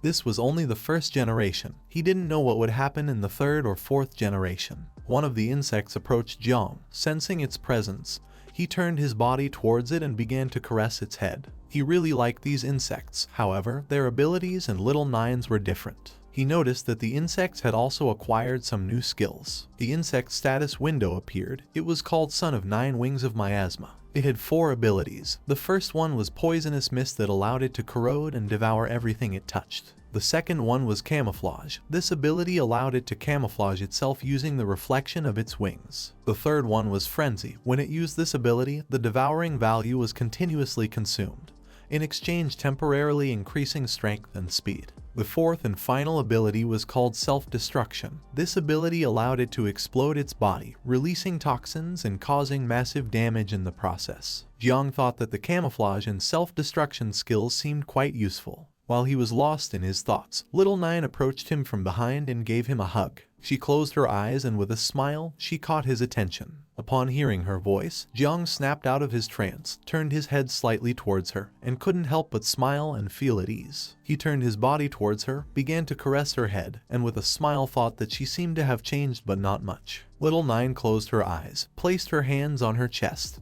and with a joyful smile informed him that she had finished the process of breeding the insects. Then, she took Jiang's arm with both hands and told him that she wanted to rest. Upon hearing this, he asked her what she meant by resting. At that moment, her body began to disappear. Jiang slightly turned his head towards his hand, and upon seeing this, he became somewhat confused. He started wondering where she had gone. And at that moment, a system window appeared to inform him that Little Nine had returned to the insect nest. Jiang started looking at his hand and couldn't help but smile and feel relieved. The system space was incredible. It was a space that could accommodate swarms of insects. Now it didn't matter how many swarms there were. They could all hide within the system, so Jiang would no longer be afraid of being discovered by anyone. The insect nest was a new ability that he had acquired. It was an ability that was granted at maximum level, which meant that it couldn't be leveled up. Jiang activated Little Nine's mark, started looking at his hand and saw that she was sleeping peacefully. He realized that after reproduction, insects needed to sleep. Jiang remembered that he had just acquired a new ability called Dominion, so he decided to test it out and see how it worked. He extended his hand to the side and activated the skill. As he did this, his body began to emit a powerful and suffocating energy, and his eyes started to shine.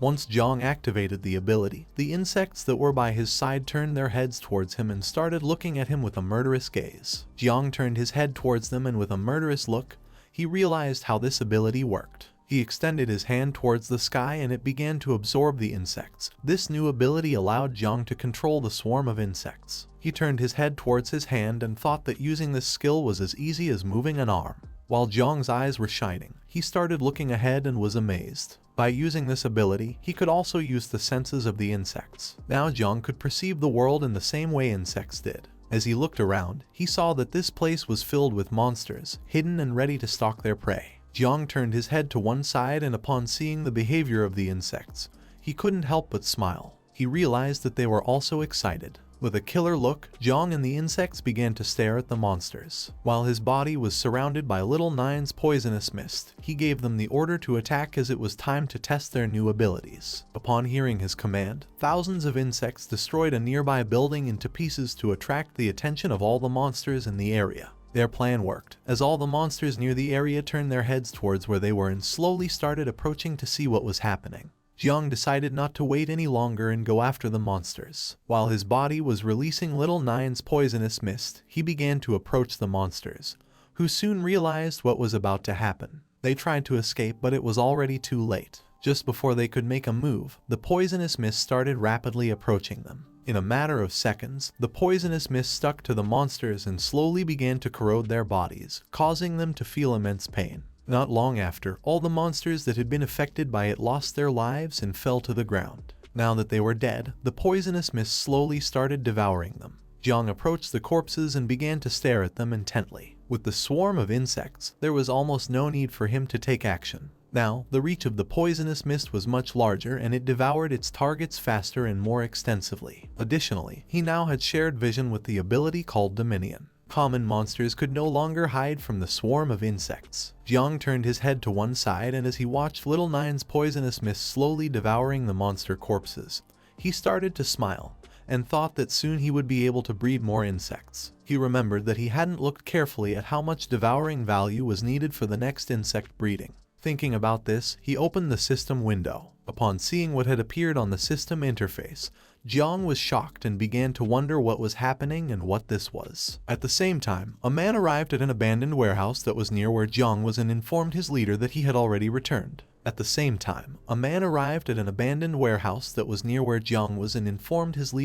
already returned. Upon seeing that he had come back, the leader asked him why he had taken so long and also gave him the order to quickly report on what was really happening in the spider's nest. This man was wearing a hood, had green hair, and was quite scared. He informed his leader that the spider's nest had been annihilated by someone mysterious and unknown, with a crushing annihilation that left not a single monster alive. His superior, who was a tall man with braids, couldn't believe what his ears had just heard. He turned his head towards his subordinate and with a surprised look asked if this was some kind of joke. He couldn't believe that someone had completely annihilated the spider's nest. Another man who was by their side approached them, and upon hearing this, he was shocked. The man with green hair approached them, and with a serious look, he replied that this was true, adding that the city of monsters was in ruins. Upon hearing this, their leader put his hand on his chin, began to look towards the ground. He was unable to believe that the nest had been razed to ashes. This was too terrifying to hear. Although at first he questioned if the culprit could be a member of the Night Watch, he later dismissed this idea as it was not the style of the Night Watch. He came to the conclusion that the responsible party must be some secret operation from a hidden family or a powerful assault group. He decided that it was best for them to retreat now. For them, this was a shame. They had been entrusted with the mission of filling a bottle with the venom of a wolf spider. Now that they had failed, he decided to make up for the losses on the way back by robbing some unfortunate ones. Upon hearing this, the man next to him turned his head towards him and couldn't help but sweat and panic. While they were talking, someone opened the door of the abandoned warehouse. Upon hearing the sound of the door opening, the three turned their heads back, and the man with green hair revealed to the other two that they had an unexpected visitor. Upon hearing this, they couldn't help but wonder who this person could be. A man put his hand on the door and as he slowly opened it, told them that he had finally found other professionals. Upon hearing this, the leader asked him who he was. This person was Jiang. He entered the warehouse, started walking towards them, dropped an arm, extended his hand towards them, and with a calm look asked them not to worry since he had only come here to level up. He also added that he had come to exchange some food with them. Upon hearing this, their leader felt relieved as Jiang had come alone. He turned his head towards him, started looking into his eyes, and with a smile agreed to exchange some food with him, adding that food in the desert wasn't cheap. After saying this, he asked Jiang what he wanted to exchange. The expression of the man next to him changed drastically. He adopted an offensive stance and began to stare at Jiang. Jiang approached the leader, started looking into his eyes, and with a smile asked him not to worry, adding that he had some very good items to exchange. Upon hearing this, the man's expression changed drastically once again. He began to look at Jiang and couldn't help but smile and feel curious about what he wanted to exchange. The leader ordered Jiang to show him what objects he had. At that moment, the two men surrounded Jiang, and with a smile, they started unsheathing their swords. He simply turned his head slightly towards them and couldn't help but smile. From the beginning, he knew he couldn't trust them, so without thinking twice, he activated the ring and extended his hand towards them. In the blink of an eye, several spiders came out of the ring, and with a piercing gaze they started looking at the men. Jiang turned his back on them and with a mocking voice asked if his products were good. Upon seeing the spiders, the men sheathed their swords again, took a few steps back, and went on high alert. The men began to look at the spiders and couldn't help but sweat and feel fear. They were aware that these were wolf spiders. They started to question if they had not been annihilated along with the spider nest. Thinking this, they began to wonder if Jiang was the person who had killed all the spiders. The current level of Jiang Chen was 17. He slightly turned his head towards them, started looking at them with an overwhelming gaze, and with a smile, he asked them not to think that he didn't know what they wanted to do. After saying this, Jiang sat on a rock, slightly turned his head towards them and calmly revealed that he was very angry now. So he advised them to grab their weapons and leave right away from here. Upon hearing this, the three men grabbed their belongings, turned their backs to Jiang, started running, and apologized for bothering him, adding that they were leaving right away. Several minutes later, once the men had fled from the warehouse, Jiang extended his hand to the side, releasing Little Nine's poisonous mist. He gave the order for the insects to come out. While Jiang was sitting on the rock, with one arm resting on his knee, he reached up and used the poisonous mist to release 2 insects. They began flying around him, with a murderous look in their eyes, searching for any hidden threat. Jiang began to drink a little bit of soup that the men had left. He was getting hungrier and thought he should have known better when he first obtained Little Nine. He didn't expect leading the swarm of insects to have such side effects. When drinking the soup, a system window appeared and Jiang's devouring value increased. Now he had 2768 points out of 1 million. The system advised him to increase the value as soon as possible. Originally, he had thought that the devouring value would increase faster after the insect swarm doubled, but he did not expect that the devouring value of the next reproduction would also double. This complicated things a lot for Jiang, since now the devouring value that a boss could provide was just a drop in the bucket. Even if he eliminated all the beast nests outside the city, it wouldn't be enough to fill up the devouring value for the next reproduction. Jiang started looking down at the ground and sank into his thoughts. He had heard that the beast nests and secret realms controlled by Nightwatch were not going to be made public,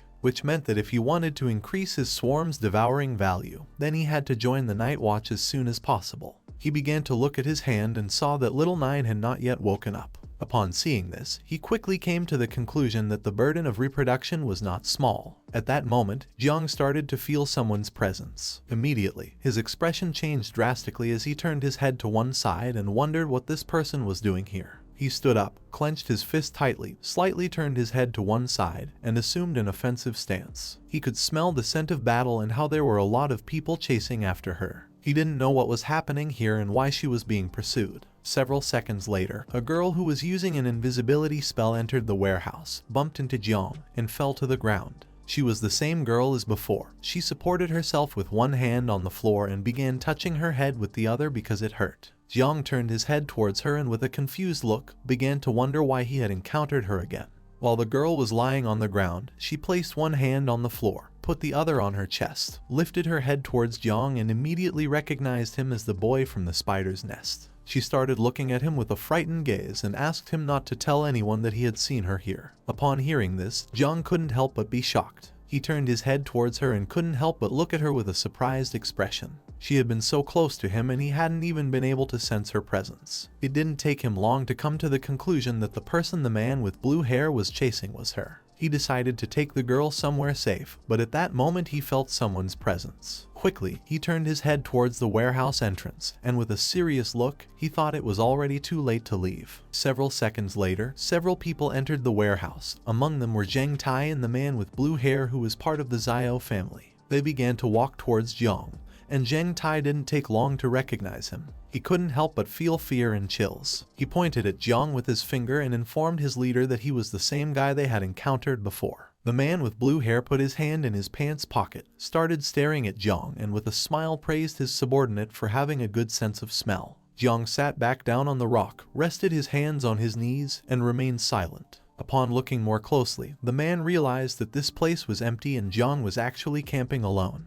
With a gaze filled with anger, Zheng Tai began to look at Jiang and asked him if a girl had entered the warehouse a moment ago. He ordered him to respond immediately or else this time he was going to kill him. The man with blue hair started looking at Jiang, put his hand in front of Zheng Tai, and with a smile asked him to wait. He approached him, began to sit on the rock in front of Jiang. He knew that he was from the spiritual master class. He noticed that Jiang had leveled up very quickly. It had been less than a day since they last saw each other, and he was already level 16. The man became more and more interested in Jiang. He decided to set this topic aside and explained that he now had something urgent to do. While he was sitting on the rock, Jiang simply remained silent. He sat on the rock, rested an arm on his knee, drew his sword, began aiming at Jiang's neck, and with a serious look asked him if he had seen a girl with black hair around here. His subordinates approached, stood behind him, and remained silent. Jiang simply remained calm, started looking into the man's eyes, and quickly concluded that based on the aura emanating from his body,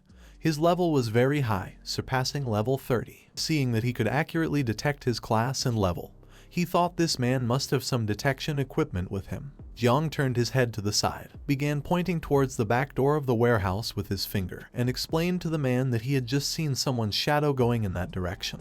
He also added that because he wasn't of the perceptive class, he wasn't sure if that was the person they were looking for. Upon hearing this, the man started to stand up and tentatively decided to believe him. He also advised Jiang to be more honest. Upon hearing this, Jiang turned his head towards him and was somewhat surprised. He stood up, turned his back to Jiang, slightly turned his head towards him, began to look into his eyes, and with a murderous gaze warned him that if he found out that he had helped that girl, then the Zio family wouldn't let him go. Upon hearing this, Zheng Tai also turned his head slightly towards him and couldn't help but smile. Several seconds later, the man and his subordinates began to leave the warehouse. Jiang turned his body towards them, and as he watched them gradually move away, he remembered that the Zio family was the most powerful family in Zhenguo. With a penetrating gaze, he started to look at the man with blue hair and thought that the clans in the city had a long history and all of them were feudal officials. They were also extremely mysterious and rarely entered the world unless a great disaster occurred. Some powerful men in the family could even split the heavens and the earth. This guy was more powerful than Jiang had thought. For him, it wasn't good to be remembered by someone like that. Several seconds later, Jiang slightly turned his head towards the warehouse exit, and seeing that the men had already left,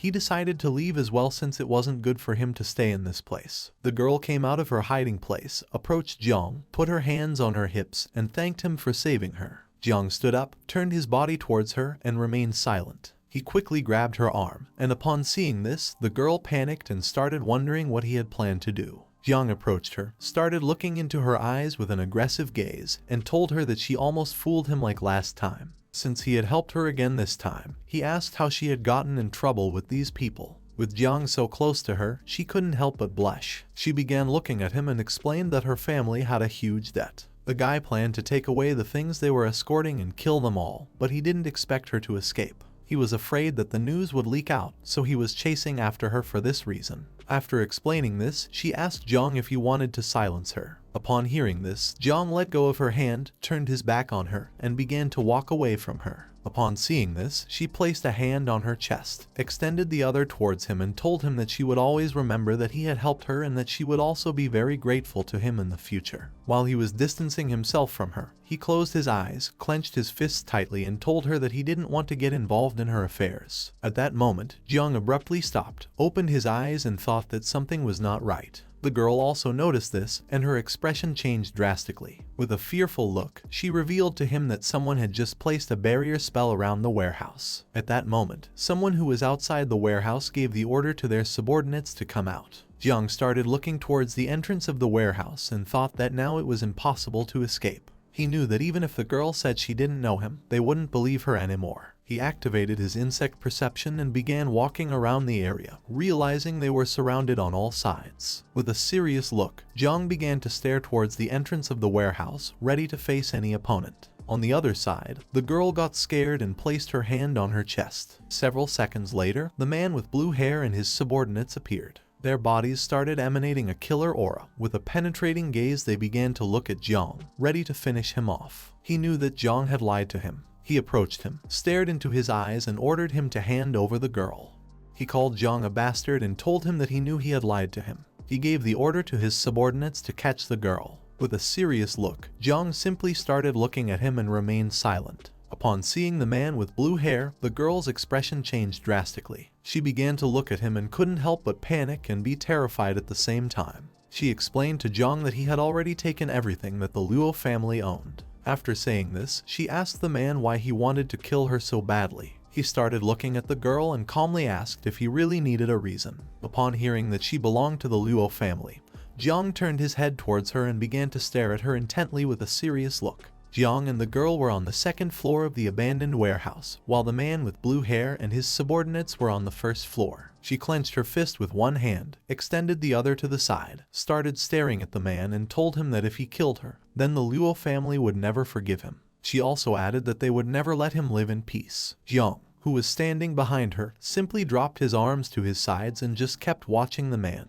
Upon hearing this, the man with blue hair couldn't help but burst into laughter. He asked her if she truly believed that a family like the Luo family was capable of doing this. At that moment, his subordinates began to look at the girl and couldn't help but smile. While he had one hand on his waist, he lowered his head, put the other hand over his face, and couldn't help but laugh at the thought that a second-rate family with a little money really took themselves seriously. He revealed to the girl that without the protection of the Zio family ancestors 100 years ago, the Luo family would have been annihilated long ago. Upon hearing this, one of his subordinates unsheathed his sword and the others started laughing. Zheng Tai crossed his arms, stared at Jiang intently, and couldn't help but smile. After saying this, he removed his hand from his face, lifted his head, and with a serious look, he told her that in the eyes of the Zio family, they were no different from humble peasants. He also added that for him, they were just cattle that the Zio family could slaughter. Upon hearing this, Jiang turned his head towards him and with a look filled with hatred,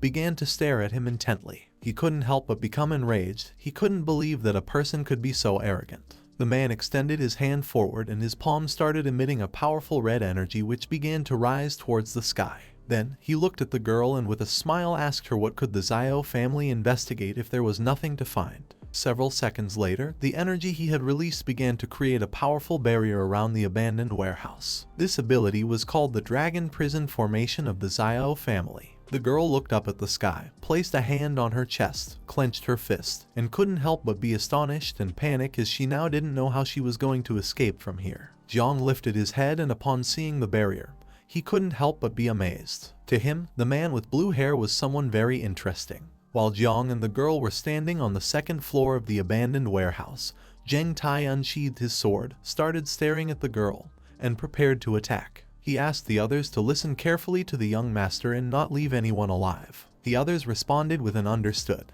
The man with blue hair, who was standing next to Zheng Tai, simply remained silent. Several seconds later, Zheng Tai prepared to attack, but at that moment, the man with blue hair stood in front of him and put his hand up to indicate for him to stop. Then, he began staring at Jiang and with a smile told him that the girl from the Luo family must die today. He remained interested in Jiang as he was fully aware that he possessed the divine rank creation class. After saying this, while he was still looking at Jiang, he explained to Zheng Tai that the creation class called Spiritual Master was a very rare profession. He wasn't like other people who didn't know what it was. Then, he reached out his hand to the side and with a smile decided to give Jiang the opportunity to obtain everything under the sky today. He extended his hand towards Jiang and gave him the order to capture the girl, in exchange for sparing his life so that he could serve the Zio family. After saying this, he asked Jiang what he thought. Upon hearing this, the girl who had her hands on her waist couldn't help but be shocked. On the other hand, Jiang dropped his arms to his sides and remained silent for several seconds. Jiang began to look down at the ground and couldn't help but smile and praise him, as the bastards of the Zio family were really good at making suggestions. The girl turned her head towards him and upon seeing this, she couldn't help but panic, wondering if Jiang was really going to accept his proposal. With a murderous look, Jiang stared at the man with blue hair and rejected his offer, mocking him by telling him that the Zio family could go to hell. After saying this, he tightly clenched his fists, and while his body was releasing the poisonous mist of Little Nine, with a serious look he told him that he refused. He also asked him if he could come for him if he was looking for a fight. The girl turned her body towards Jiang, brought her hands close to her chest, and upon seeing that his body was surrounded by the poisonous mist, she couldn't help but take a few steps back and become terrified. She began to wonder what was happening. Upon hearing that Jiang had rejected his proposal, the man with blue hair couldn't help but become enraged as this was a dishonor to him. He gave the order to his subordinates to finish him off. Upon hearing the order, they unsheathed their swords, gained momentum, took a big leap, and began advancing quickly towards Jiang. While in midair, Zheng Tai started looking at him and asked the others to be careful as Jiang wasn't easy. While little by little they were getting closer, Jiang simply stayed silently observing them without making any movement. Several seconds later, they approached the second floor, and Zhang Tai, upon seeing that Jiang's body was surrounded by poisonous mist, revealed to the others that he could use poison and advised them not to attack directly. Upon seeing that they were ready to attack, the girl hid behind Jiang. At that moment, Jiang deactivated the poisonous mist, extended his hand towards them, and while his body was surrounded by a green energy, he began to stare at Zhang Tai with a serious look and revealed to him that not only could he use poison but also the talent ability of his. Upon seeing this, the girl took several steps back, placed her hand on her chest, turned her head towards Jiang, and couldn't help but feel somewhat confused as she didn't know what this power was. In the blink of an eye, several green spiritual roots began to emerge from the ground. Zhang Tai approached Jiang, grabbed the sword with both hands, and prepared to attack. But at that moment, he looked down at the ground and upon seeing the spiritual roots, he was shocked and couldn't help but wonder what this ability was. The spiritual roots grew enormous and in an instant, they entangled around Zhang Tai's and the others' bodies, rendering them immobile. They panicked as they didn't know what was happening.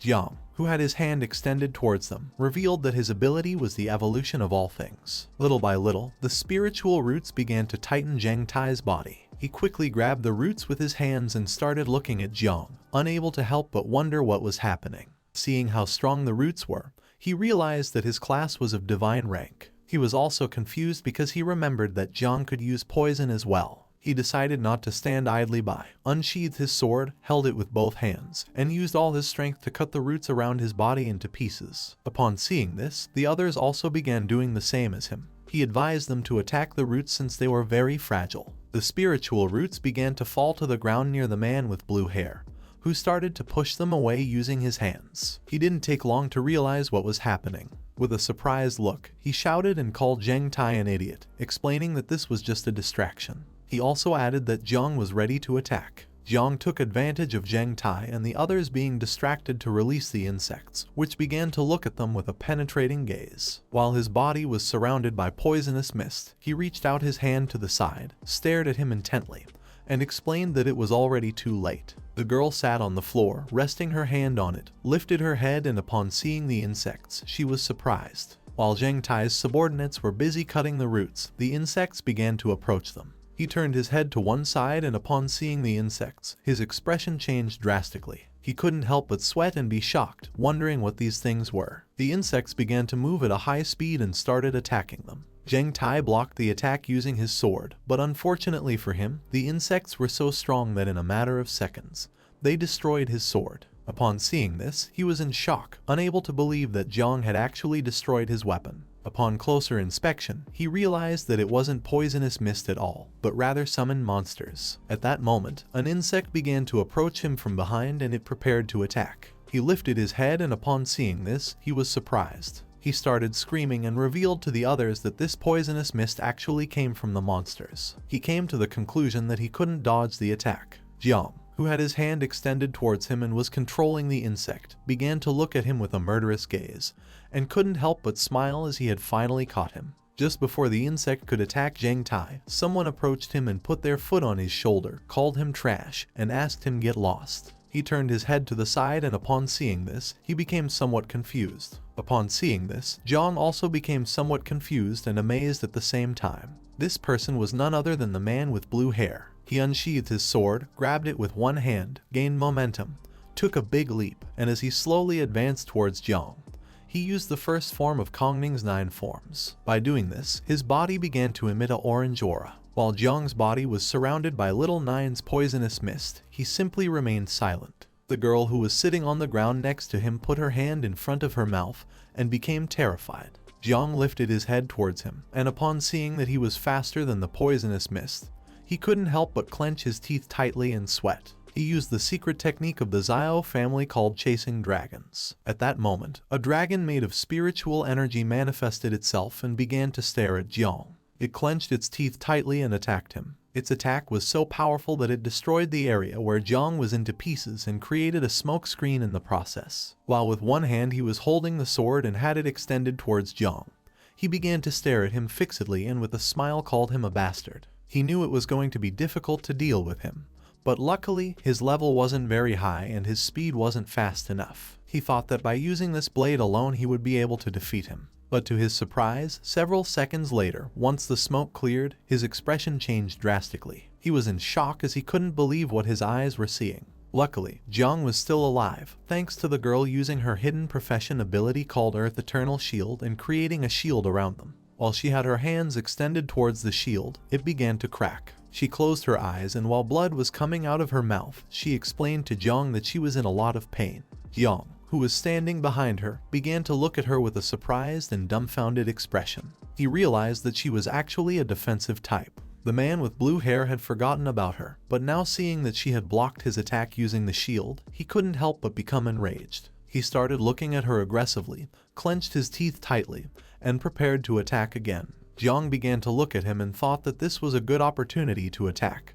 He extended his hand to one side, releasing the poisonous mist. Several seconds later, he landed on the ground. At that moment, several insects began to approach him quickly from behind. One of his subordinates, who was lying on the ground, reached out towards him and caught his attention to ask him to be careful. While holding the sword with one hand, he turned his head back, and upon seeing the insects approaching quickly, he became alert. At that moment, he grabbed one of his subordinates by the hood. Upon seeing this, the subordinate became somewhat confused as he didn't know what was happening. While with one hand he was holding the sword, with the other he grabbed his subordinate by the hood and placed him in front of himself to use him as a shield. Since the insects were not very smart, they attacked his subordinate instead of him. The insects' attack was so powerful that their bodies were thrown backwards. His subordinate was seriously injured. While his body lay beside him, he placed a knee on the ground, leaned the sword against the ground, rested his arm on the other knee, and began to look down at the ground and cough. Jiang came down from the second floor, started approaching him, and couldn't help but think that he was a nasty bastard for using one of his own men to block the attack.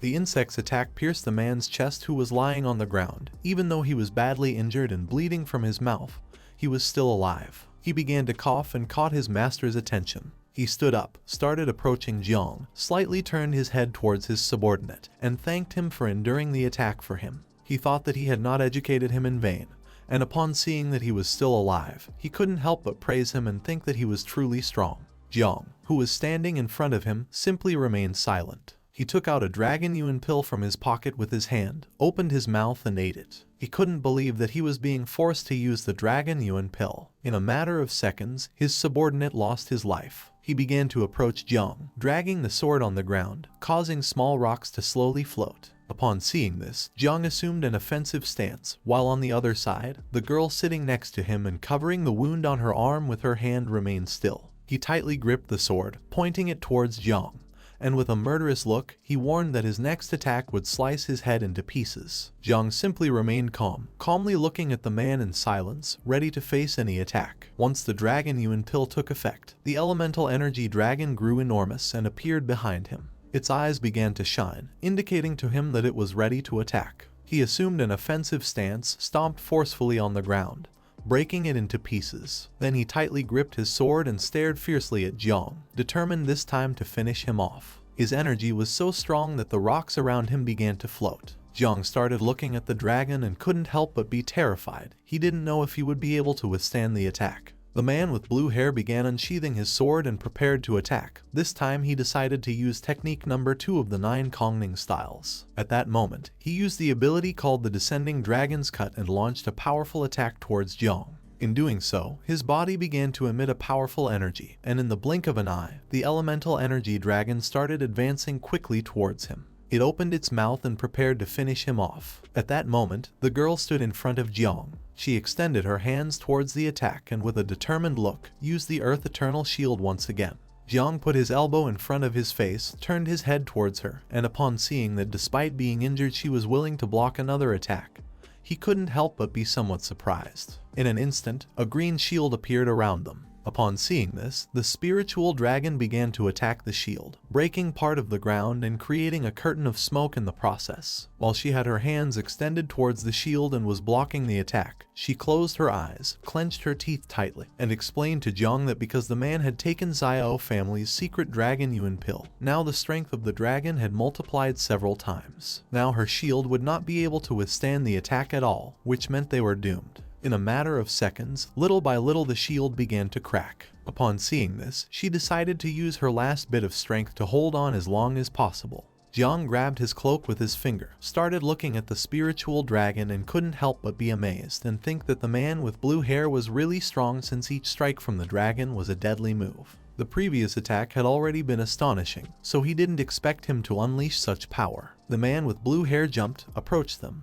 and began to stare at Jiang. When he saw that the shield was starting to crack, he couldn't help but smile. He used the descending dragon's cut several times, launching powerful slashes towards the shield. Jiang returned his gaze and reached out his hand towards the sky, activating the swarm of insects mark. Seeing that he was a ruthless and powerful person, he decided not to show any mercy. Several seconds later, once the girl's shield broke, several thousand insects began to emerge from Jiang's hand and appeared in the sky. The man with blue hair looked up, and upon seeing so many insects, he couldn't help but be shocked. He clenched his teeth tightly and started wondering what was happening.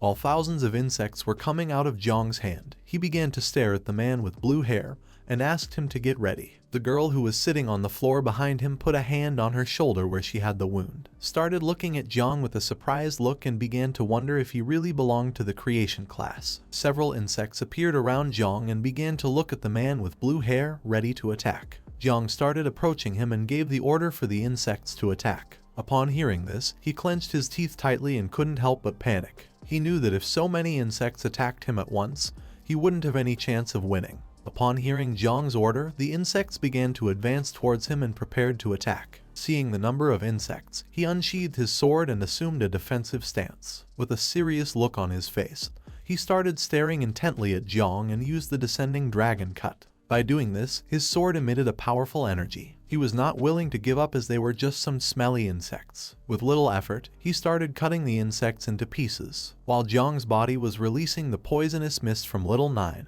With a penetrating look, he reached out his hand towards him and asked if he truly believed this. The bodies of the injured insects began to regenerate. Seeing that the insects could regenerate, he couldn't help but be shocked and wonder how this was possible. Several seconds later, they started advancing towards him and began attacking again. He began to defend himself from the attack using his sword, in the process cutting the bodies of several insects in half, which quickly started to regenerate again. Upon seeing this, he couldn't help but panic as he couldn't believe that he truly couldn't kill them. While the insects were emerging from Jiang's body, with a serious look on his face, he began to stare at him intently and decided to see how long he could endure. The girl who was behind him turned her head towards him and with a surprised look, she couldn't help but be shocked and wonder how powerful he was. Upon hearing Jiang's mockery, he became furious, swinging the sword forcefully and using once again the skill descending dragon cut, cutting the body of an insect that was in front of him in half. The spiritual dragon manifested again, opened its mouth, and began devouring the insects. He had used this attack because the dragon could continue devouring the insects without allowing them to regenerate. While he had his guard down, one of the insects approached him from behind and gave him a strong bite on the arm, poisoning him and causing him to drop his sword in the process. Upon feeling the bite, he turned his head to the side and upon seeing the insect, clenched his teeth tightly and thought that this was not good at all. Now that his right hand was poisoned, he couldn't use the sword. Now that he had no other choice, he put his hand into his clothes and pulled out a red object. The insects took advantage of this opportunity and began to approach him quickly, but he took the object out of his clothes, raised it to the sky, and used the technique called Jade Protection of Life. At that moment, a powerful red energy started to appear around his body. He mocked Jiang by asking if he believed he could kill the great Zio Yuanwu with a few insignificant insects. Jiang simply stood there silently observing him without saying a word. He reached out his hand towards Yuanwu, began to stare at him intently with a serious look and asked him what kind of treasure this was and how it had such power. After saying this, he ordered the insects to devour him. The object had created a shield around Yuanwu's body. The insects followed Jiang's order and started attacking the shield, but no matter how hard they tried, it was in vain. Seeing this, he quickly realized that the attack hadn't even made a scratch on the shield. While Yuanwu was covering the wound from the insect bite on his arm with his hand, he turned his head towards Jiang and advised him not to waste his energy since it was the inherited treasure of the Zio family called Jade Treasure, which had divine powers. Jiang refused and ordered the insects to attack again. Yuanwu stared at him and explained that once the Jade Treasure was activated, the shield could block all external attacks. With this shield, Jiang would not be able to harm him anymore. Jiang simply remained silent. While the insects continued to attack the shield, Yuanwu began to approach them. Upon seeing that he was able to control the insects and bring him to the point of using the ancestral treasure, he couldn't help but praise him for being amazing. He also added that even if Jiang used all his cards up his sleeve, he wouldn't be able to harm him. Seeing the man approaching, the girl stood up and grabbed Jiang by his clothes. Within seconds, he started bleeding from his mouth and approached Jiang. With a smile, he decided to make him an offer one last time. As long as Jiang was willing to follow and obey him, he could allow him to join the Zio family and grant him the Zio surname, something many dreamed of achieving. After saying this, he asked Jiang to think it over carefully and not miss out on this opportunity. Jiang began to look at him with a calm gaze and remained silent, thinking for several seconds. He started to stare fixedly at Yuanwu and couldn't help but get angry when he saw that he had become accustomed to being conceited, to the point where he couldn't even see the situation he was in. Upon hearing this, the girl turned her head towards him and with a confused look, began to wonder what Jiang was up to. He approached Jiang, extended his hand to the side, and with a smile asked him to stop bragging. It didn't matter to him if Jiang accepted or not, because even if he couldn't kill him today, he could do it any other day. With the influence of the Zio family throughout the country, he wouldn't be able to hide or confront them. Jiang began to stare at Yuanwu intently, and with a smile, he reminded him of his own words that one couldn't investigate if there was nothing to find. After saying this, he asked him what could happen if he died without leaving any trace. At that moment, a giant tentacle struck the ground. Upon hearing this sound, Yuanwu slightly turned his head back, and with a gaze filled with terror, he started wondering what was happening. This tentacle belonged to the insect mother. She emerged from the swarm of insects and appeared behind them. Upon seeing how enormous she was, the girl fell to the ground. Yuanwu looked up, and upon seeing how huge and terrifying she was, he started sweating. At that moment, Jiang gave her the order to devour him. Upon hearing his command, Little Nine began to approach Yuanwu and thank Jiang as she was very hungry. Upon hearing this, Yuanwu's expression changed drastically. He started feeling a fear that he had never felt before in his life. Little Nine began to smile, and using her tentacle, she attacked Yuanwu's shield. Due to her enormous strength, his body was sent flying and crashed into the wall, breaking it into pieces. He started screaming in agony, unable to believe that a monster like Little Nine actually existed. He asked Jiang what kind of monster she was. With a calm look, Jiang explained to him that Little Nine had just finished reproducing herself, so he and the jade were exactly what she needed to satisfy her hunger. Little Nine began to repeatedly hit Yuanwu using her tentacle, creating a large curtain of smoke in the process. In a matter of seconds, the shield started breaking into pieces. He opened his mouth and started screaming in pain, questioning why the shield had broken so easily. He began to bleed from his mouth and fell to the ground. He couldn't believe that this was happening. Now the fate of the Zio family and the jade were going to disappear. Now that the shield had been broken, Little Nine started to stare at him intently. She began to bring her tentacle closer to him and decided to deliver the final blow. With a cold expression, Jiang remained silently observing this. Little Nine attacked Yuanwu, destroying the ground into pieces in the process. Her attack had been so powerful that all that was left of Yuanwu was a pool of blood. She began to lift the tentacle from the ground, and Jiang thought that no one should find out about this since Yuanwu was now dead.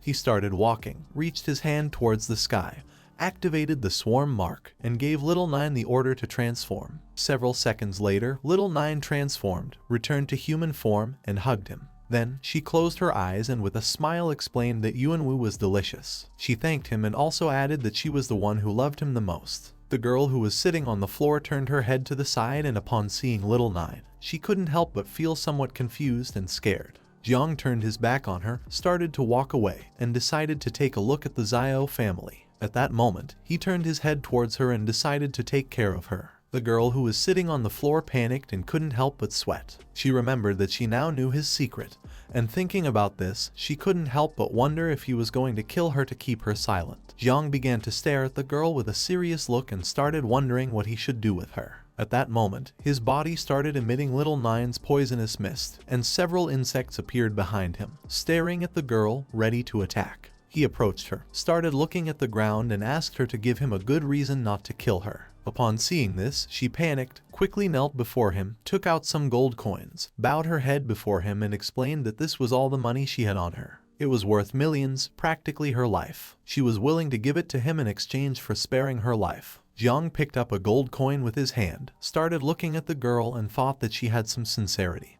But since she knew too much and also lied, he decided that it was best to eliminate her. She stood up, closed her eyes, raised one hand towards the sky, and swore by her name Luo Sandow that if she lied to him, then the heavens could punish her with 5 thunders. Jiang was somewhat confused as he didn't know whether to believe that her name was Luo Sandao, since she always told lies without thinking about the consequences. Luo Sandao approached him, handed him her identification card, and looked at him with a sincere gaze. She explained to him that what she was saying was true. She didn't know what her parents were thinking when they gave her this name, but she really wasn't deceiving him. She also added that if he still didn't believe her, then he could look at her identification card. Jiang took her identification card, brought it closer, and upon looking more closely, he saw a chubby girl. Upon seeing this, he asked Luo Sandao if she was sure that she was the same person as in the photo. She grabbed strands of her hair, started pretending to have 2 ponytails, closed her eyes, puffed up her cheeks, and explained that the photo had been taken 2 years ago when she hadn't grown yet and hadn't lost weight.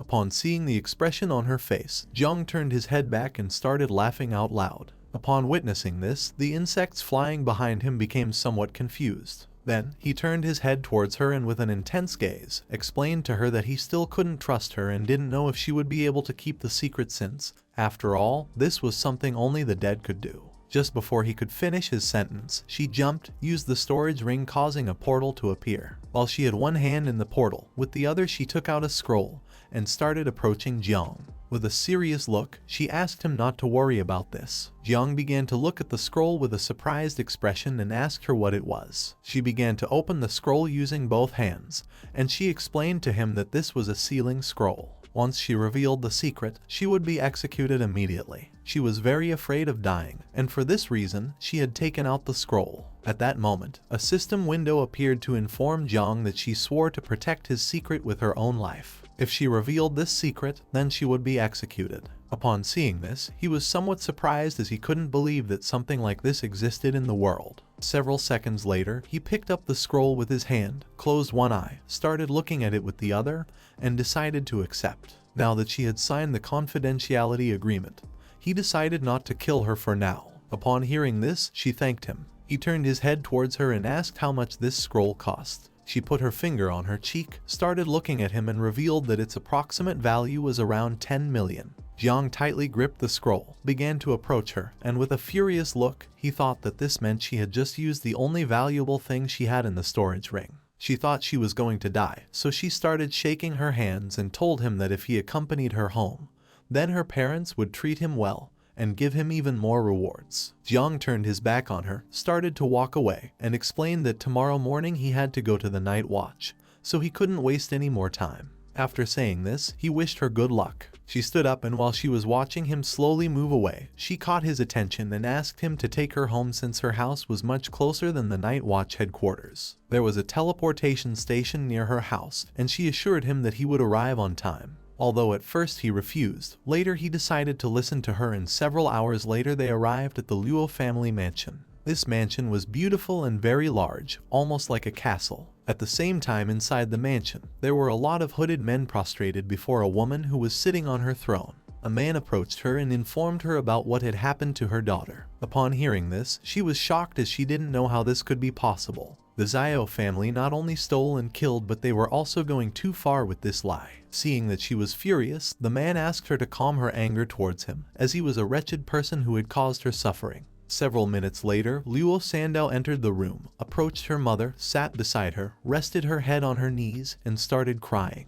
Her mother placed her hand on her head and then began to look at her subordinates with a furious gaze. She decided definitively to do something against the Zio family. Her husband approached her, looked at her intently, extended his hands to the sides, and in a serious voice asked her to calm down, since the most important thing was that Luo Sandao had returned safe and sound. He also added that the Zio family was a powerful family in the country, and they couldn't mess with them being simple merchants. Jiang stayed silently observing and thought that her real name was Luo Sandao. Her father turned his body towards Jiang, handed him a black card, closed his eyes, and with a smile thanked him for saving their daughter. He also asked him not to get rid of this black card. The mother turned her head towards him, closed her eyes, and with a pleasant smile told him that he was their benefactor. She had prepared a meal for him so that he could eat peacefully and then leave using their teleportation, which was very fast. Jiang took the black card, closed his eyes, and with a smile told them that he wasn't going to eat. But at that moment, his stomach started growling. He turned red, put his hand behind his head, and with a smile decided to eat a little. Upon seeing this, her father pointed out the place where the food was and decided to organize it immediately, while on the other side her mother put her hand near her face, closed her eyes, and began to smile. The best chefs in the Luo family prepared the food. In several minutes, Jiang ate several dishes until he stacked them one on top of another to form a column. One of the waiters who was bringing another dish approached him and upon seeing this, became somewhat confused and surprised at the same time. While Jiang had one hand resting on the table and with the other was holding a piece of meat thigh, he thought that as the number of insects increased, his appetite also became greater. Beside him, Luo Sandao was sitting. She turned her head towards him and with a smile asked him not to rush and eat slowly. Next to her were seated her mother and father, who simply closed their eyes and with a joyful smile, silently watched Jiang. Jiang started eating even more. She began to look at him and couldn't help but blush and be somewhat surprised. Her mother, who was enjoying a cup of tea, explained to her father that their daughter said Jiang belonged to the creation class and had divine rank. For her, he was very strange because she didn't know how he had been able to save their daughter from the hands of the Zio family. Her father put his hand under his chin, started looking at Jiang, and explained to her that although their daughter didn't want to say it, he was sure that Jiang had hidden abilities and wasn't as useless as he seemed. He also added that he was handsome. Both began to look into each other's eyes and with a smile, they thought that if he could help them fight against the Zio family and protect their daughter for her entire life, then he could be the perfect person. Her mother approached Jiang and with a pleasant smile asked him if he had a girlfriend. She also added that in their family, Sandao also didn't have a boyfriend. Her hidden profession was also quite good. Besides being an expert in business, she could also be a financial manager. Her father stood behind him, gave him a thumbs up, and explained that Sandao's body was also very sexy because she had measurements of 36, 24, 36. He also added that they made a perfect couple, and he had even thought of names for their future children. Jiang, who was drinking a glass of water, left it on the table, spit out the water, and was shocked. Upon hearing her parents' proposal, she began to blush like a tomato and wonder what was happening. Without thinking for a second, Jiang ran out and thanked them for their hospitality. He left with the excuse that he was full and still had something urgent to do. Seeing this, her father asked him to wait a little longer as they wanted to talk to him. Sandao approached her father, put her hand over his mouth, and asked him to be quiet. Her mother turned her head towards her and started looking at her with a disappointed look. She sat on the chair. Her father approached her and said that their son-in-law had left. He also added that as his wife, she should go say goodbye to him. Her mother approached them and asked her not to worry since her father had the location of the black card. Wherever he went, they would follow him. Upon hearing this, she grabbed her knees with both hands, closed her eyes, and with a scream asked them to be quiet. She began to look down and started imagining Jiang. She thought that although he was handsome and strong, he was also terrifying. And even though he was truly terrifying, there was no doubt that he was handsome and strong. At the same time, in the Zio family, Zio Chen, the head of the family, learned that his grandson Qianwu had died. Upon hearing this news, he couldn't help but become furious. With an angry look on his face, he ordered his subordinates to thoroughly investigate the murder. He didn't know who had done it and believed that Zio Zhangguo was responsible. So he ordered his other grandson to immediately send someone to investigate him. While a man was prostrated before him, another man named Zio Bahan, who had one hand in his pants pocket, began to approach his grandfather. He extended his other hand to the side and explained that Yuanwu was already over 20 years old and had only reached level 30 of the second transformation, so he was useless. After saying this, he asked him what was lamentable about the death of a useless person and told his grandfather that it wasn't worth getting so angry about it. Zio Chen, who was sitting in his chair with both hands resting on his knees, started looking at Zio Bahan and told him that Yuanwu was truly mediocre, nothing compared to him. Therefore, it wasn't a pity that he was dead. He also added that in the end, he was the grandson of him. Even to hit a dog, you had to look at who its owner was. He would like to know who in the country had enough courage to kill someone from the Zio family. Upon hearing this, Zio Bahan began to smile, extended his hand forward, and his hand started emitting an evil energy. He asked his grandfather not to worry about this trivial matter since after finishing the Tango Camp issue, it didn't matter who was guilty.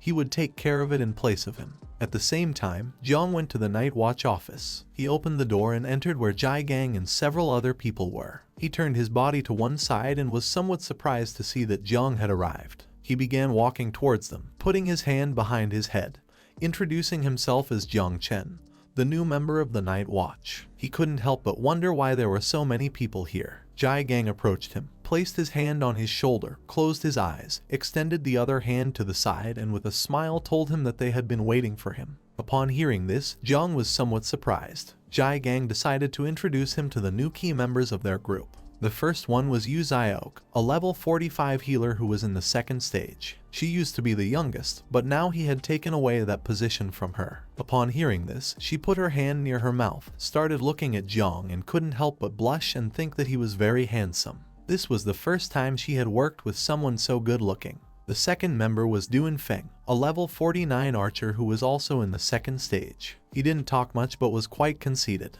He put his hand on his hip, placed the other one near his forehead, and with a smile told him that he was delighted to meet him. The third member was Chu Jong, a level 49 warrior. Although his body was small, he was strong and a great talker. He approached Jiang, stood in front of him, closed his eyes, and with a smile explained to him that having a professional member of divine level was an achievement enough to boast about for a lifetime. The fourth member was a woman named Jang Chen, a master who was in the third stage. She was level 61 and belonged to the fire class. She was also a sub-commander. She approached them, placed her hands on Chu Jong and Jiang's heads, began to caress them, and with a pleasant smile asked them to call her Aunt Tang in the future. She assured them that they would have meat to eat every day. With a pleasant smile, Jiang introduced himself as a humble awakened from the creation class. He asked how he could deserve so much enthusiasm from them. Deep down, he knew that even if it was clear, even if it was of divine level, the spiritual master's creation class was not well regarded by people. Jiang put one hand in his pocket,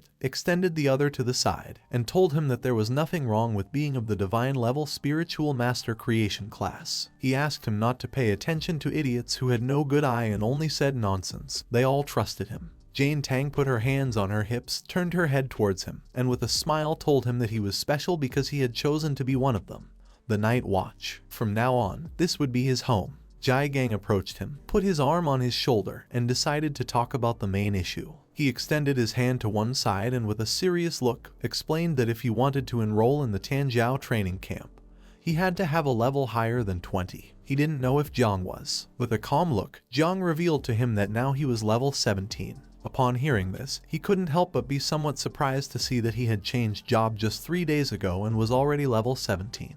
He grabbed Jiang by the shoulders, closed his eyes, started laughing out loud, and thought that he had not made a mistake in choosing him. He believed that Jiang truly had divine talent and it wouldn't be difficult for him to advance 3 levels in 3 days. He decided to enroll him in the Tango Genius Camp right away. Jiang opened his eyes, turned his head to the side, and saw everyone else staring at him with a serious expression. He put his hand in his pocket, turned his body towards Jiang, and with a serious look asked him if he had gotten into trouble with someone very dangerous in the last 3 days, as there was an unknown 3rd grade master investigating his whereabouts using their divine class. He turned his head to the side, started looking at the ground, and upon hearing that a 3rd grade master was investigating him, he couldn't help but wonder if it could be a member of the Zio family. Jiang crossed his arms and told Zio that he was leaving the rest in her hands. Upon hearing this, she responded with a understood. Then, she raised her hands towards the sky, causing a green energy to emanate and form a barrier. She turned her head to the side and explained to everyone that she had placed a protective barrier against espionage around the headquarters so that they could all speak freely without worrying about being spied on. Jiang simply stood still, began to look at her, and couldn't help but wonder what kind of power this was. In a matter of seconds, her power started expanding in all directions, causing the protective barrier to become increasingly larger. Jiang approached Jiang, placed his hand on his shoulder, closed his eyes, and with a pleasant smile asked him if there was something he was hiding, adding that they were all here to help him. The others listened attentively in silence. Jiang lowered his head, began to touch his head with his hand, and with a sad look revealed to everyone that yesterday he had killed Zio Yuanwu from the Zio family. Although he had completely eliminated the traces and the body of him, he wasn't sure if the Zio family had other methods of investigation and tracking.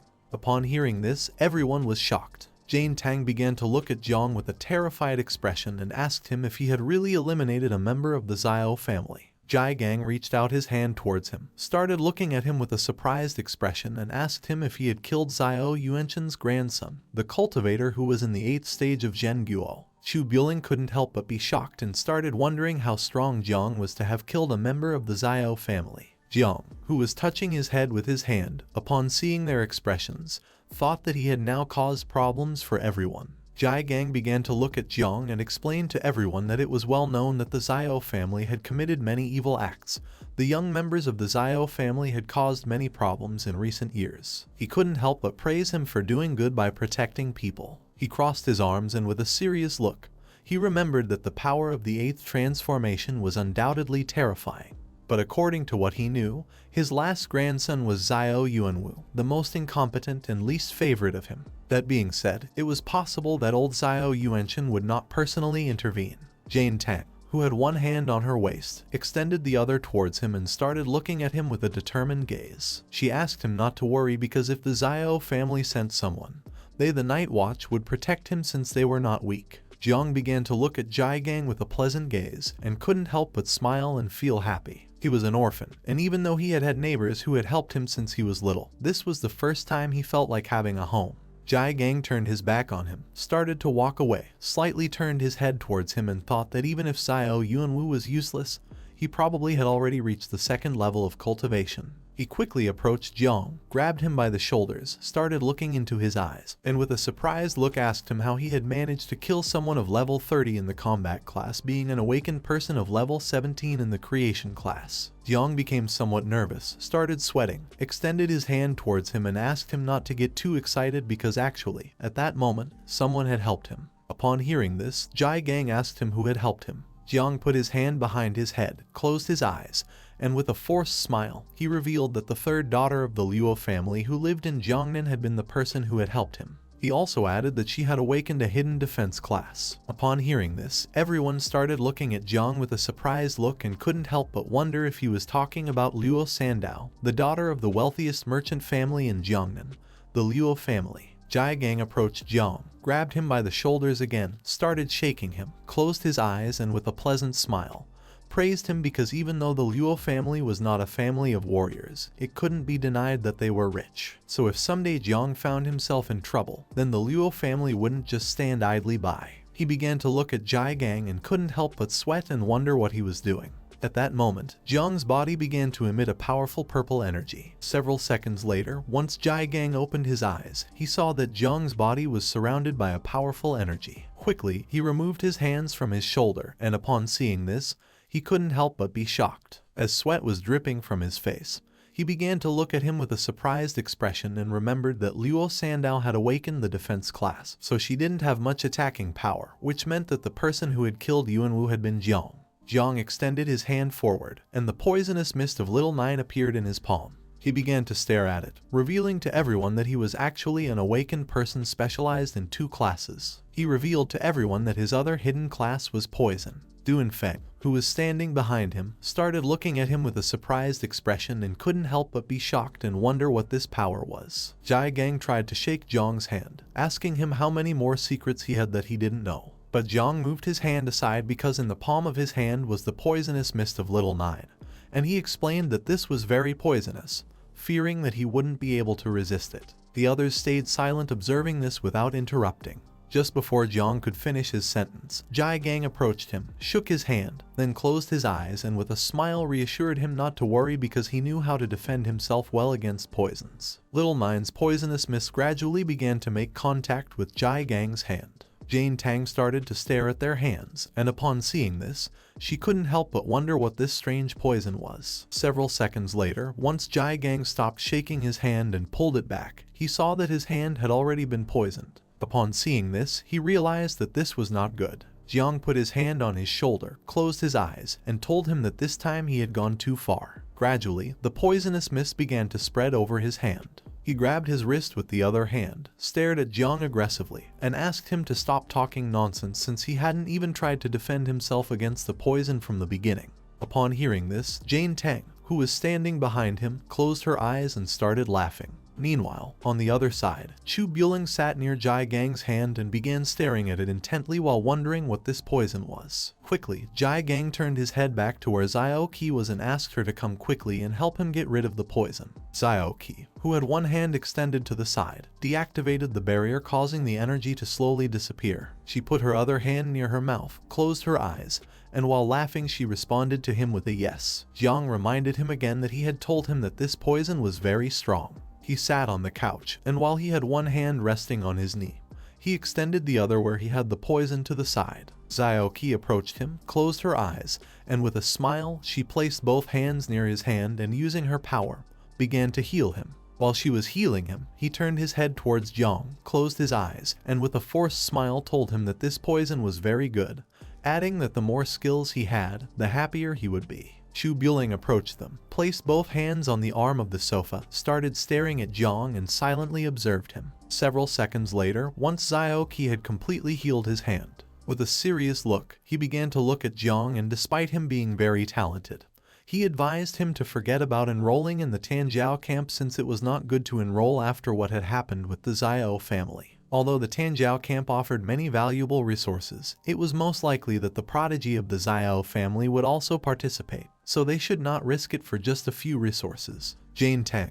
who was standing behind him, put a hand on her waist, closed her eyes and began nodding to indicate to him that Jai Gang was right. Jiang started looking at Jai Gang with a confused look and asked what he meant by resources. While he had his eyes closed, he explained to him that resources referred to the blood of fierce beasts, equipment, and other things. If one could be among the first, then they would also receive rewards such as mysterious fruits and secrets realms scrolls. Upon hearing this, Jiang couldn't help but be shocked and wonder if what Jai Gang was saying was true. He began to imagine the insects and thought that those resources were much better than going out to hunt fierce beasts oneself. No one knew, perhaps the insects could reproduce again at that moment. While his body was surrounded by the poisonous mist, he began to stare at Jai Gang with a serious look and asked him to let him enroll in the camp, as he was not afraid of danger. He had confidence and knew that he would be able to protect himself. Upon hearing this, Jai Gang asked him to wait as he needed to think about it. At the same time, somewhere on the west lake belonging to the Zio family, there was a temple in the middle of the lake. Someone entered the water and using their power moved it aside, creating a large crack in the ground. This person started approaching the temple. This person was Zio Jiatanjiao's son named Zio Bahan.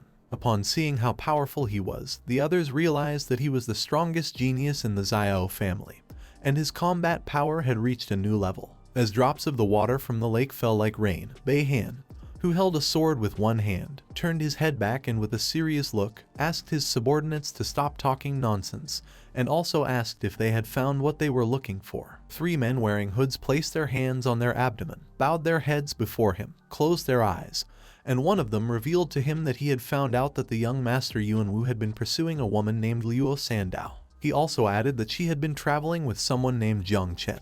Bahan slightly turned his head back and with a serious look remembered that the girl from the Luo family was not from the combat class. He asked his subordinate who this guy called Jiang Chen was. The man revealed that Jiang Chen had awakened a creation class of divine rank. The last thing they knew was that he had gone to the Night Watch headquarters. One of the men placed a hand on his chest, bowed his head before him, closed his eyes and revealed that they had discovered that he and Luo Sandao had enrolled in the camp. He also added that however these 2 people were only suspects and there was still no concrete evidence. Upon hearing this, Bahan couldn't help but smile. With a penetrating gaze, he began to look to the side and thought that they were indeed suspects in this crime. A person who had awakened a creation class of divine rank was very interesting to him. Knowing that they had enrolled in the camp, he couldn't help but feel relieved as now he wouldn't have any need to make a special trip and search for them. After 3 days, he simply decided to kill them at the camp. At the same time, at the Night Watch headquarters, Jai Gang and Jiang went to his office and sat on the sofa. Jai Gang, who had one arm resting on his knee, extended his other hand to the side, began staring intently at Jiang, and explained that even though he had already enrolled him in the Tango Camp, he was still very worried. He had already found a powerful ally among the people registered for him. This person was the little princess muuh from the Muuh family, who had cultivation at the 7th level of transformation and was known as the Sealing Queen. Before going to camp, Jiang had to accompany her to explore a secret realm, in which he would not only be able to improve his level but also establish relationships with his companions in advance. Jiang, who was sitting in front of him with his elbows resting on the arms of the sofa, simply remained silently listening. Jai Gang approached him, took his hand, started looking at him and with a smile explained to him that he had heard that muuh was not only extremely beautiful but also the same age as him. She would be arriving soon, so he asked Jiang to use his charms to win her over. Upon hearing this, Jiang couldn't help but start sweating and become somewhat confused. He forced a smile at Jai Gang and replied that he was going to give it a try. At the same time, someone began knocking on the office door and Jai Gang gave them permission to enter. Muuh and a man opened the door and began to enter inside. She rested her elbow on one hand, supported her head on the other hand, and started looking at Jiang. She told them that Jai Gang had asked her to accompany someone to a secret realm. The man put his hand behind his head, closed his eyes, and started smiling. She asked Jai Gang if he had changed his mind. Jai Gang told her that it was an honor for them to meet her in person. Muuh crossed her arms and began to look at the ground, feeling somewhat confused. The man started touching his head and smiling. Seeing this, Jiang couldn't help but wonder what was happening. Both stood up. Jai Gang rested his arm on Jiang's shoulder, put the other one on his waist, started looking at her and explained that he hadn't answered them yesterday because he was angry with her grandfather. But today he was willing to accept this, but with a special condition. That condition was that she had to take Jang Chen with her. Upon hearing this, Jiang's expression changed drastically. He couldn't help but be somewhat surprised and start wondering what was happening. Muuh placed her hand on her hip, and as she walked towards them, she told him that she had already given him the level 30 secret realm scroll. After saying this, she asked if he still wanted to impose more conditions. Jai Gang, who had his hand resting on Jiang's shoulder, told her that everyone had their own conditions. Upon hearing this, she thought that he was looking for someone reliable to level up with since Jiang couldn't enter a secret realm lower than level 50. She came to the conclusion that they were looking for her for this reason. The man put his arms behind his back, and with a smile, he began to walk towards them in silence. She approached Jiang, started looking into his eyes, and asked him what level he was and what class he had awakened. He began to look at her, and with a calm voice, he explained that he was level 17 and had awakened the creation class. Upon hearing this, she placed a hand on her waist, started pointing at Jiang with the other hand, looked at him disdainfully, and upon seeing that he was a level 17 novice of the creation class, she called him trash. Jiang couldn't help but get angry and think that she was a spoiled brat. Jai Gang exploded with rage, clenched his fist tightly, and with a hateful look, he prepared to teach her a good lesson. He called her an empty-headed brat and asked her to show more respect since Jiang had awakened a hidden divine rank. Seeing this, the other man grabbed him by the hip, closed his eyes, and with a forced smile asked him to calm down, explaining that Muuh's boyfriend had just left her and that's why she was behaving this way. She turned her head back, and upon seeing this, she couldn't help but start to feel scared. She thought that this time she had gone too far. Jiang turned his head towards Jai Gang, and upon seeing his attitude, he couldn't help but be somewhat surprised and confused at the same time. She became nervous, turned her body towards him, closed her eyes, extended her hands towards him, apologized to him and asked him to calm down. Jiang started touching his head with his hand and thought that this situation was strange. To the secret realm they were going to was called the Village of Light. It was level 30, and the entry requirements were that only a maximum of 5 people below level 50 could enter. The conditions to complete this secret realm were to eliminate all the monsters, kill the boss, or destroy the sacrifice altar. Several hours later, they arrived at the portal. Duan Fang, who had one hand on his waist, turned his head towards them and with a serious look asked everyone to listen carefully. This time he was going to be the leader. He asked everyone to remember that if they accidentally separated or found themselves in danger, then they should immediately return to this teleportation point. Although the probability of this secret realm becoming unstable was low, caution had to be taken. In case of any eventuality, everyone had to return here immediately and leave the secret realm. Muuh, who had her arms crossed, began looking at him with a smile as she silently listened. Chu Jong approached Jiang, reached out his hand towards the portal, closed his eyes, and with a smile told him that a level 30 secret realm scroll cost at least 1 billion. Zio, who was holding onto her elbow with her other hand, also stayed silent listening. Muuh, who had her arms crossed, turned her head back and started looking at Jiang. She called him a newbie and asked him not to start crying like a baby after entering the secret realm because it would only hold them back. Jiang simply started staring at her and remained silent. Everyone entered the portal. Chu Jong turned his head back and with a smile, asked him not to worry as he would take care of protecting him. Jiang began walking towards the portal, and despite this secret realm being only level 30, he had a strange feeling. Several minutes later, everyone entered the secret realm. Its interior was a green mountain, full of trees and grass. In the middle, there was a mysterious village, surrounded by snowy mountains. Everyone approached the summit, and Chu Jong, who was at the back of the group, thought that this village was truly beautiful. He also asked why they couldn't see any monsters. Jiang simply stood silently observing the beautiful village. Duan Fang, who had his hand resting on his waist, began to look towards the village and explained to the others that it was likely that the monsters were hiding in the villagers' houses. He decided to search each one individually. Some time later, everyone descended from the mountain and arrived at the village. While they were walking, Duan Fang asked the others not to worry and assigned Chu Jong the task of attracting the enemy's attention and facing them, while he himself would take care of dealing damage. Little Qi would be in charge of healing, and Jiang Chen and muuh would follow behind them. He asked the two not to lag behind. Upon hearing this, everyone responded with understood. Somewhere in the village there was a rock on which was written the Shining World, emitting a strong and evil aura. Duan Fang, Zio Qi, and Jiang approached the stone. Duan Fang raised his hand to the sky, signaling them to stop. He realized that this stone was suspicious, so he asked them to be careful. Zio Qi, who was standing beside him and holding the magical staff with both hands, explained that she disliked the atmosphere of this village a lot. She concluded that it had a dark nature. Jiang simply remained still and didn't say a single word. Zio Qi decided to first apply a purification buff to the village. She closed her eyes, extended her hand towards the sky, and her hand began releasing blue magic. The buff she had applied started spreading throughout the entire village. Jiang brought his hand closer to his face, started looking at the magical dust, and with a surprised look thought that this buff was incredibly powerful since it not only cleared people's minds but also significantly increased their attributes and energy. At that moment, the wind started to blow and a cloud of smoke began to form. The sky changed color and turned red. The lights of the town turned on, and an evil energy began to gather in the sky. They approached and couldn't help but be shocked and alert at the same time. This evil energy came from the stone. Duan Fang quickly realized this and thought it was not good. He turned his head back and with a serious look, he ordered the others to run. Just before he could finish the sentence, the stone started absorbing him. Just before disappearing, he asked the others to stay away from the stone and also gave them the order to call for reinforcements immediately since this was a mutation. A brilliant light descended to the ground just above the town, creating a magical barrier around it to prevent them from escaping. Several system windows appeared, warning everyone that this secret realm of level 30, called the Beautiful Town, had undergone a mutation and was now called the Village of the Dead. This secret realm was nightmare level, and the conditions to complete it were either to eliminate all the undead in the Village of Light or kill the final boss. The system left them a note: the light fades away, darkness flourishes, and that's when the door to the Kingdom of Death will finally open. The smoke dispersed everyone. Jiang was teleported inside a house. As he read the system information, he realized that the secret realm had just mutated directly from normal level to nightmare level,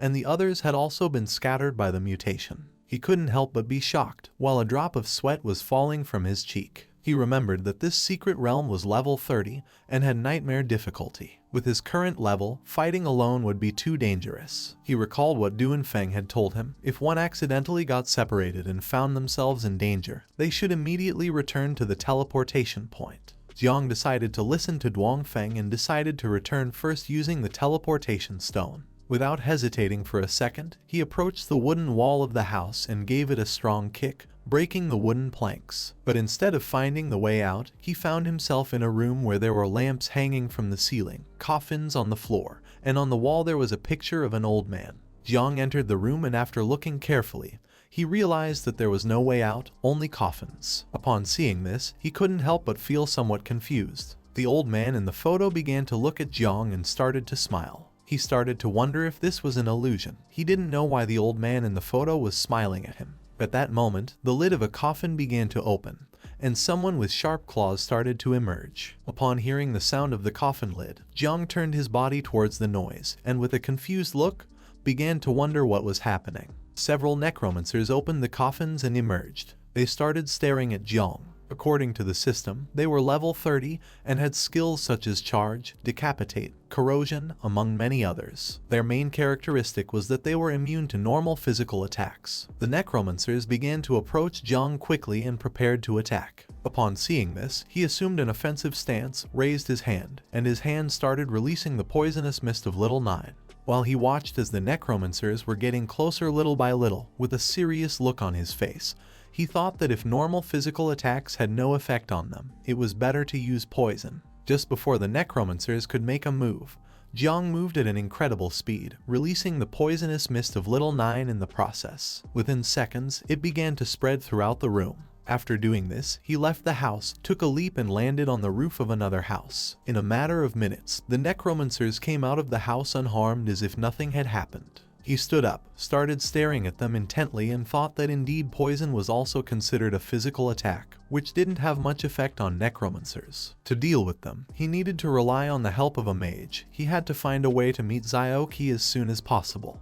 While he was lost in his thoughts, Little Nine manifested herself. She clenched her fists and brought them close to her chest. She began to look at the necromancers with a hungry gaze, opened her mouth, and as drool was dripping from it, she asked him if she could devour them. Upon seeing that she had appeared and wanted to eat the necromancers, he couldn't help but be somewhat surprised. With a confused look, he asked her if she would be able to devour the necromancers. He also added that devouring was also considered a physical attack. The necromancers began to approach the house. While Little Nine's body was surrounded by a powerful aura, she started looking at them and explained to Jiang that she was going to be able to eat them. For her, they were delicious. Jiang started looking at the necromancers and gave her permission to go ahead and try eating them.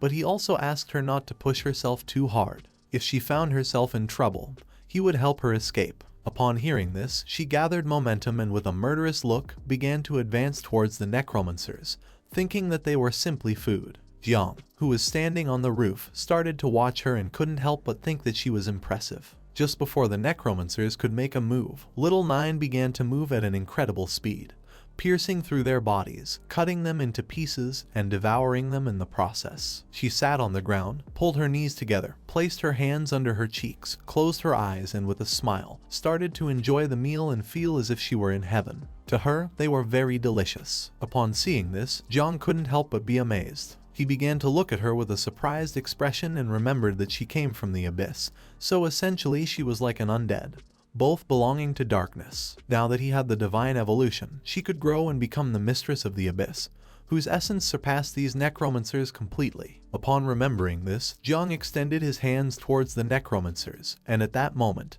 his body began to emit Little Nine's poisonous mist. He started looking at her and smiled because she was capable of devouring the necromancers. He decided it was time for the other insects to also come out and enjoy a good meal. Jiang's body began to emit a powerful energy, releasing the swarm of insects. He gave them all the order to separate and also asked them to be careful not to be discovered by his companions. In the blink of an eye, thousands of insects emerged from his body and started attacking the necromancers. The insects began to attack and devour the necromancers. A system window appeared to inform him that his spiritual pets had killed 3 low-level necromancers, granting him 15,021 points. Little Nine also started devouring them, obtaining 4,602 points. As the insects were slowly devouring the necromancers, another system window appeared and congratulated Jiang for leveling up. He went from level 17 to level 18, gaining 1 point in each attribute and 10 potential points. Jiang entered the house again, extended one hand to the side, clenched his other fist, started looking at it and couldn't help but smile when he saw that this was too fast. In just a few seconds, he had obtained over 500,000 experience points and leveled up.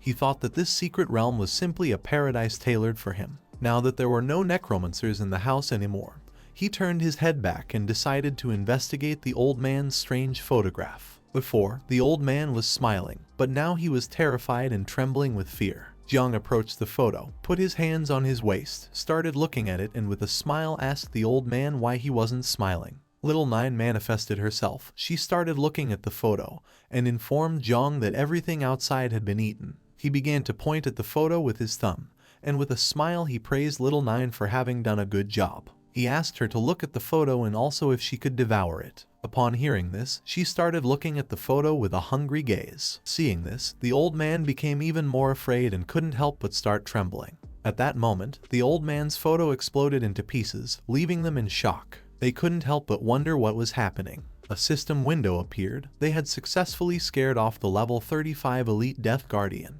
As a reward, the system granted them 8701 experience points. The pieces of the photo fell to the ground. Jiang and Little Nine started looking at the pieces and felt a little depressed. At the same time, somewhere else in the village, someone hit a necromancer in the face with a bow. This person was none other than Duan Fang. Several necromancers surrounded him, but he drew his bow, held it with both hands, clenched his teeth tightly, and with a determined look began to swing it forcefully, hitting one of the necromancers in the process. Another necromancer tried to attack him by surprise, but he reacted in time and using the sharp string of the bow, he cut its hand. He couldn't help but feel fortunate since he had a longbow as a weapon. Otherwise, he wouldn't have been able to deal with these undead creatures. He began to worry about the others, especially Jiang Chen, who was not even level 30. If something really bad were to happen, he didn't know how he would explain it to his boss. While he was lost in his thoughts, a system window appeared in the sky to inform him that his teammate had killed a lower level Spectre and an elite rank Guardian of level 35.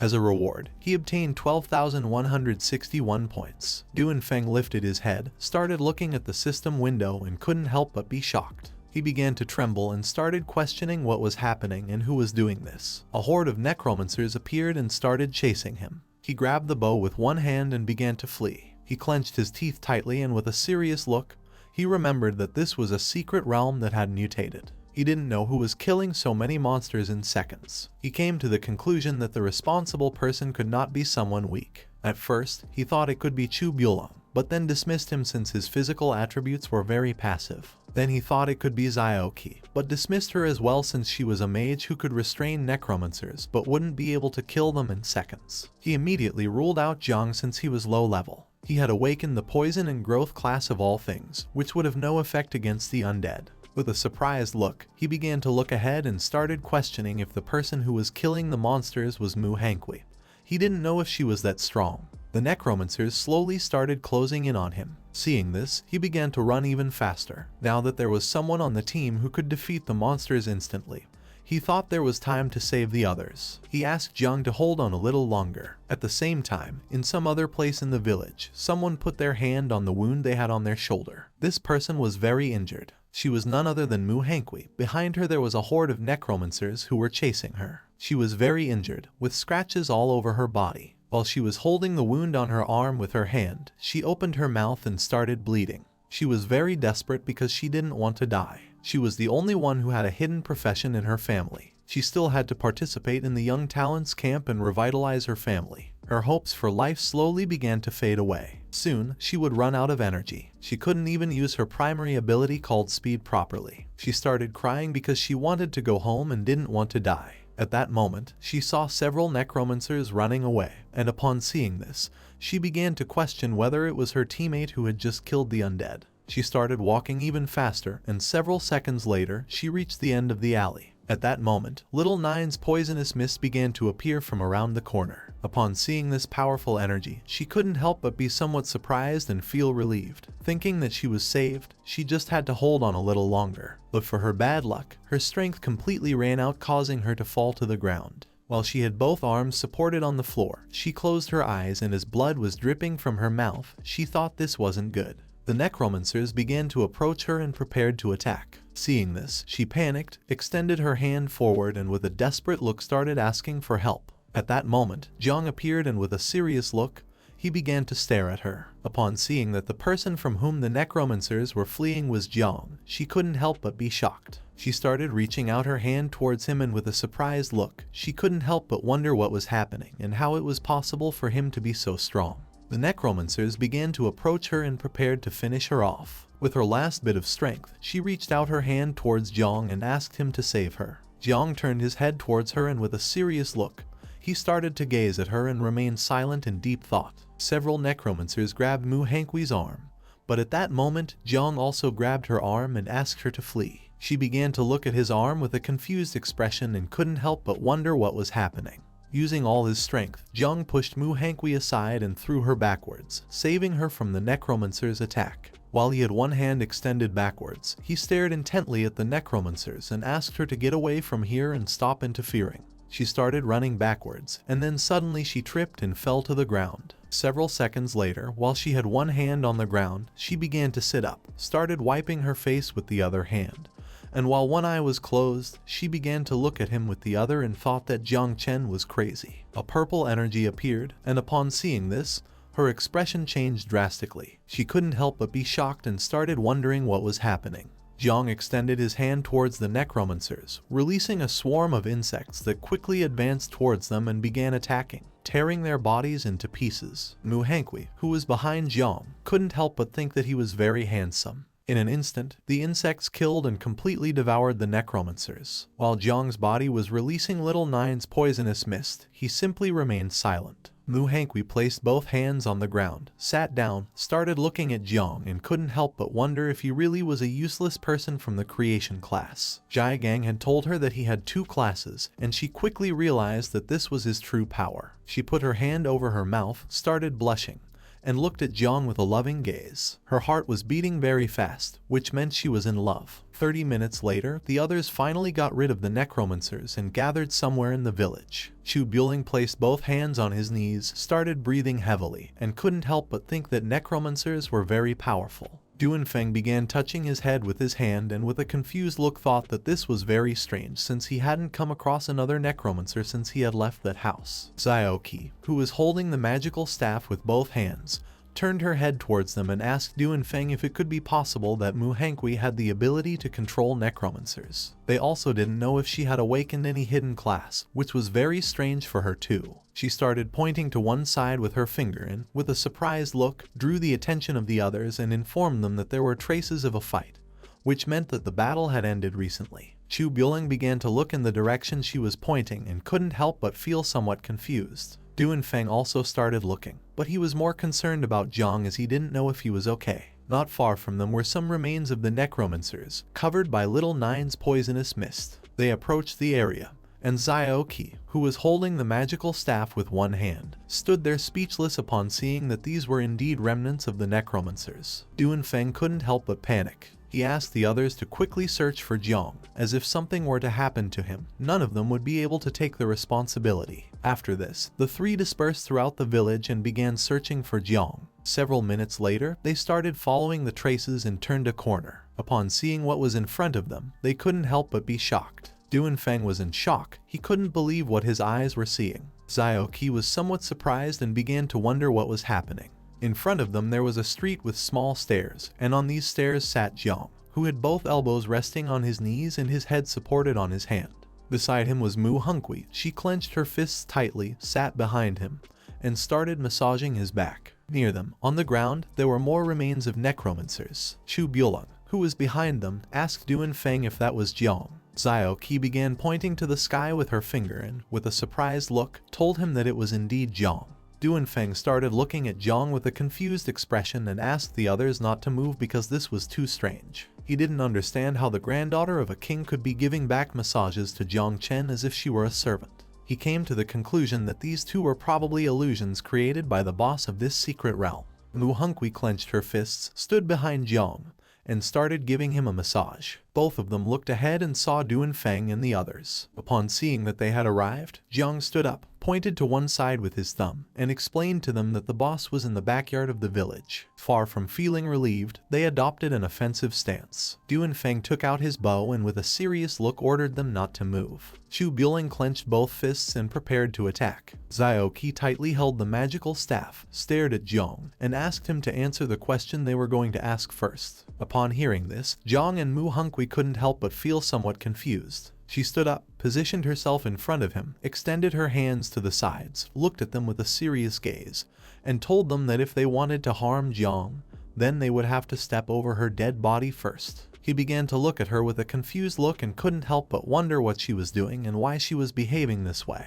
Jiang put his hand on her face, pushed her aside, stood in front of her, closed his eyes, placed the other hand on his chest, and with a smile explained to Duan Fang that he knew what they were thinking. He revealed to everyone that he wasn't any monster, he just had a little more charm. They didn't respond, and upon seeing this, he told them that their boss was named Jai Gang and Aunt Tang cooked very well. Zio approached him, placed both hands on his chest, and asked if he was injured. He started touching his head with his hand, closed his eyes, and began to smile. Chu Jong couldn't help but feel relieved to see that he really was Jiang and wasn't hurt. On the other hand, Duan Fang remained somewhat confused. Muuh, who was hiding behind Jiang, grabbed his cloak with one hand and, while blushing like a tomato, asked the others not to be angry with her because she was just being obedient. Jiang turned his head towards her and with an angry look asked her to tell the truth and stop lying. Upon hearing this, Zio was somewhat surprised as she did not expect this from him. Duan Fang began to smile and thought that he really had the skills to conquer women. Chu Jong also started to smile and thought that he was hopeless. Jiang began to feel overwhelmed and with a shout told them that it was enough already. He also asked if they didn't want to defeat the boss. In response, the others started to smile and changed the subject by saying yes. Some time later, they arrived at the backyard of the village. With a determined look, Jiang gave a strong kick to the door while the others simply remained silent. They opened the door and started entering the backyard. In front of them stood the boss of this secret realm, who was giant and had a murderous gaze. It slightly lowered its head and began staring fixedly at Jiang. A system window appeared and informed everyone that this boss was called the God of the Undead, had a boss rank, and was level 40. Jiang raised his head and began to stare at the boss, silently contemplating. Everyone started looking at the boss and couldn't help but be shocked. With a serious and determined look, Duan Fang revealed to them that this was the level 40 boss. He also asked them to be careful as he would attract its attention first. He assigned muuh with the task of protecting Jiang. He also asked Zio not to forget to use the buff and advised her to be careful with the boss's attacks. They couldn't be reckless, they had to try to ensure their own safety while attacking. They had to be very careful because this was no game. The boss simply started looking at them and remained silent, and several seconds later it began to move. Seeing this, Duan Fang asked the others to be careful as it was moving, and also ordered them to separate. But to everyone's surprise, instead of attacking, the boss crouched down, rested its elbow on the ground, and prostrated itself before them, leaving everyone in shock. The boss's body began to tremble. Duan Fang was dumbfounded and with a surprised look he started wondering what was happening. Chu Jong was also astonished. He was surprised because he didn't know why the boss was begging for forgiveness. Jiang took a step forward, extended his hand towards the boss, and his body began to emit little Nine's poisonous mist. They were all injured, so he decided to take care of the boss. He knew this was a good opportunity, so he called Little Nine and told her it was time to eat. In the blink of an eye, Little Nine manifested in the form of the insect mother. She opened her mouth and prepared to devour the boss. It lifted its head, looked to one side, and upon seeing this, it couldn't help but be shocked. Little Nine began to devour the boss while Jiang simply remained silent and started smiling. Several system windows appeared. He had killed the boss called God of the Undead, and as a reward, the system granted him 76,690 experience points. Little Nine also transferred her 31,224 experience points to him. Thanks to the experience points, he went from level 25 to level 26. Each of his attribute points improved and he also obtained 10 potential points. In the blink of an eye, she completely devoured the boss, and her poisonous mist began to return to Jiang's body. Another system window appeared and congratulated everyone for defeating the boss and completing the secret realm called Village of the Undead.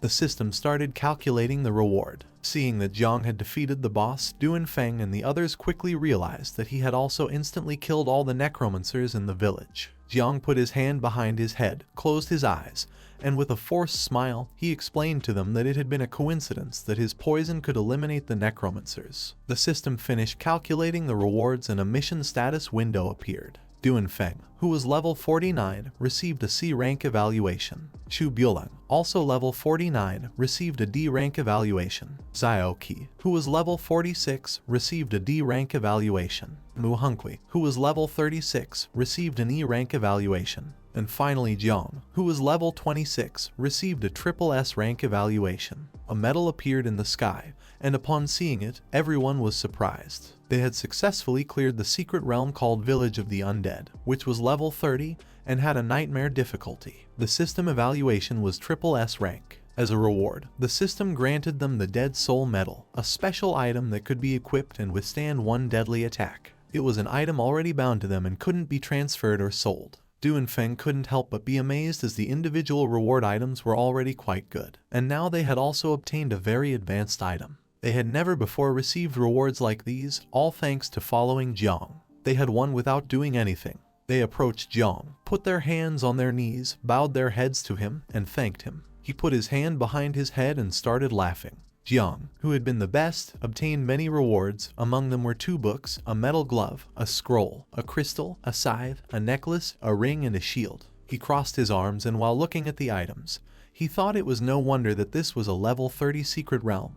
The death rate was too high. He quickly came to the conclusion that these items must be worth billions. Among the items there was one item that caught his attention quite strongly. This item was called Invisibility Cape. It was of platinum quality and could grant 80 agility points and 50 energy points to the user. By using this cape, one could become invisible for 3 minutes with a cooldown time of 2 hours. Jiang extended his hand towards the invisibility cape and with a surprised look, he decided to keep it. For him, this cape was practical, useful, and fashionable. The other items were not going to be of much use to him, so he decided to sell them when he returned and buy pure blood for the insects. A portal appeared in the sky, along with a system window. Due to the mutation in the secret realm and having completed the challenge, this secret realm was about to disappear, so the system asked everyone to leave as soon as possible. This time the devour value had increased a lot, so if the insects drank a little more blood, they would be able to reproduce for a second time. Night fell, and they went back to the Night's Watch headquarters. They informed Jiang that the secret realm had mutated. Jiang had conquered muuh, and he was also the one who had cleaned up the secret realm.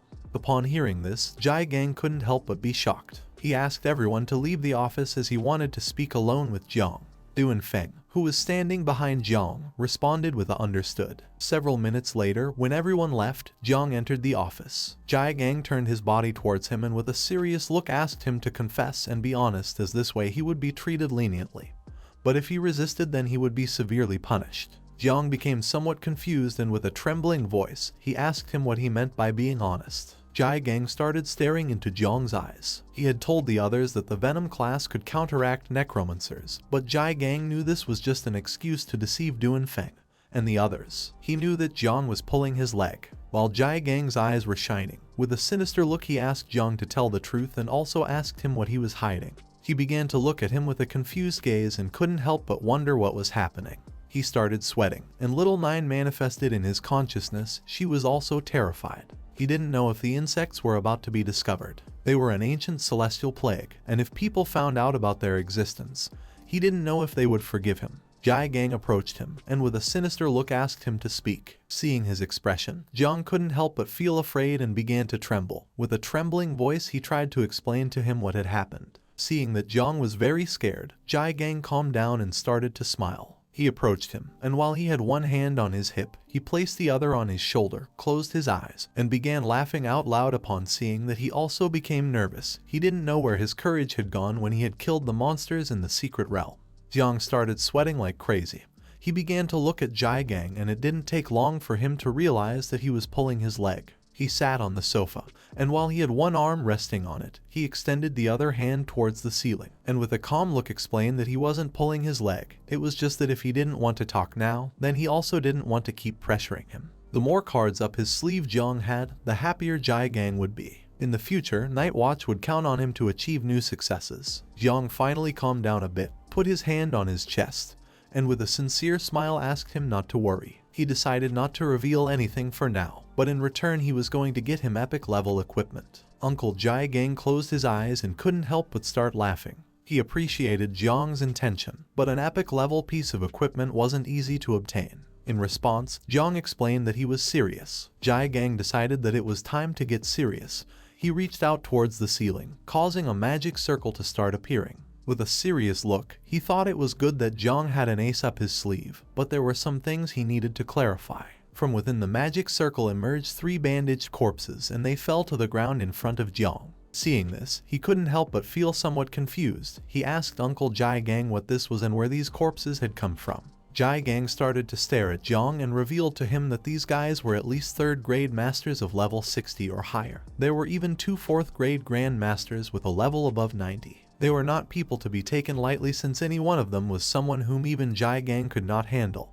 He was just a corpse collector. Jiang became somewhat nervous, and as a drop of sweat was falling from his cheek, he began to look at the corpses and with a terrified look asked Jiang if all these guys wanted to kill him. With a calm look, Jiang asked him to stop talking nonsense, as these guys had gone to kill muuh, but they had all been secretly eliminated by her protectors. Jiang turned towards him and with a confused look asked why these guys wanted to murder muuh. In response, he took out a scroll, and while holding it in his hand, asked him to read the content. Jiang took the scroll with both hands, opened it and began to read. This scroll was a great summer hunting classification. The first on the list was someone of level 46 named Jiang Chen, an invincible descendant, who was in the war zone of the capital. Killing him would grant 3 celestial rewards. The second on the list was someone of level 46 named Jiang Chen, an invincible descendant, who was in the Madu war zone called Shanghai. Killing him would grant 3 celestial rewards. The third on the list was someone of level 45 named Jiang Chen, an invincible descendant.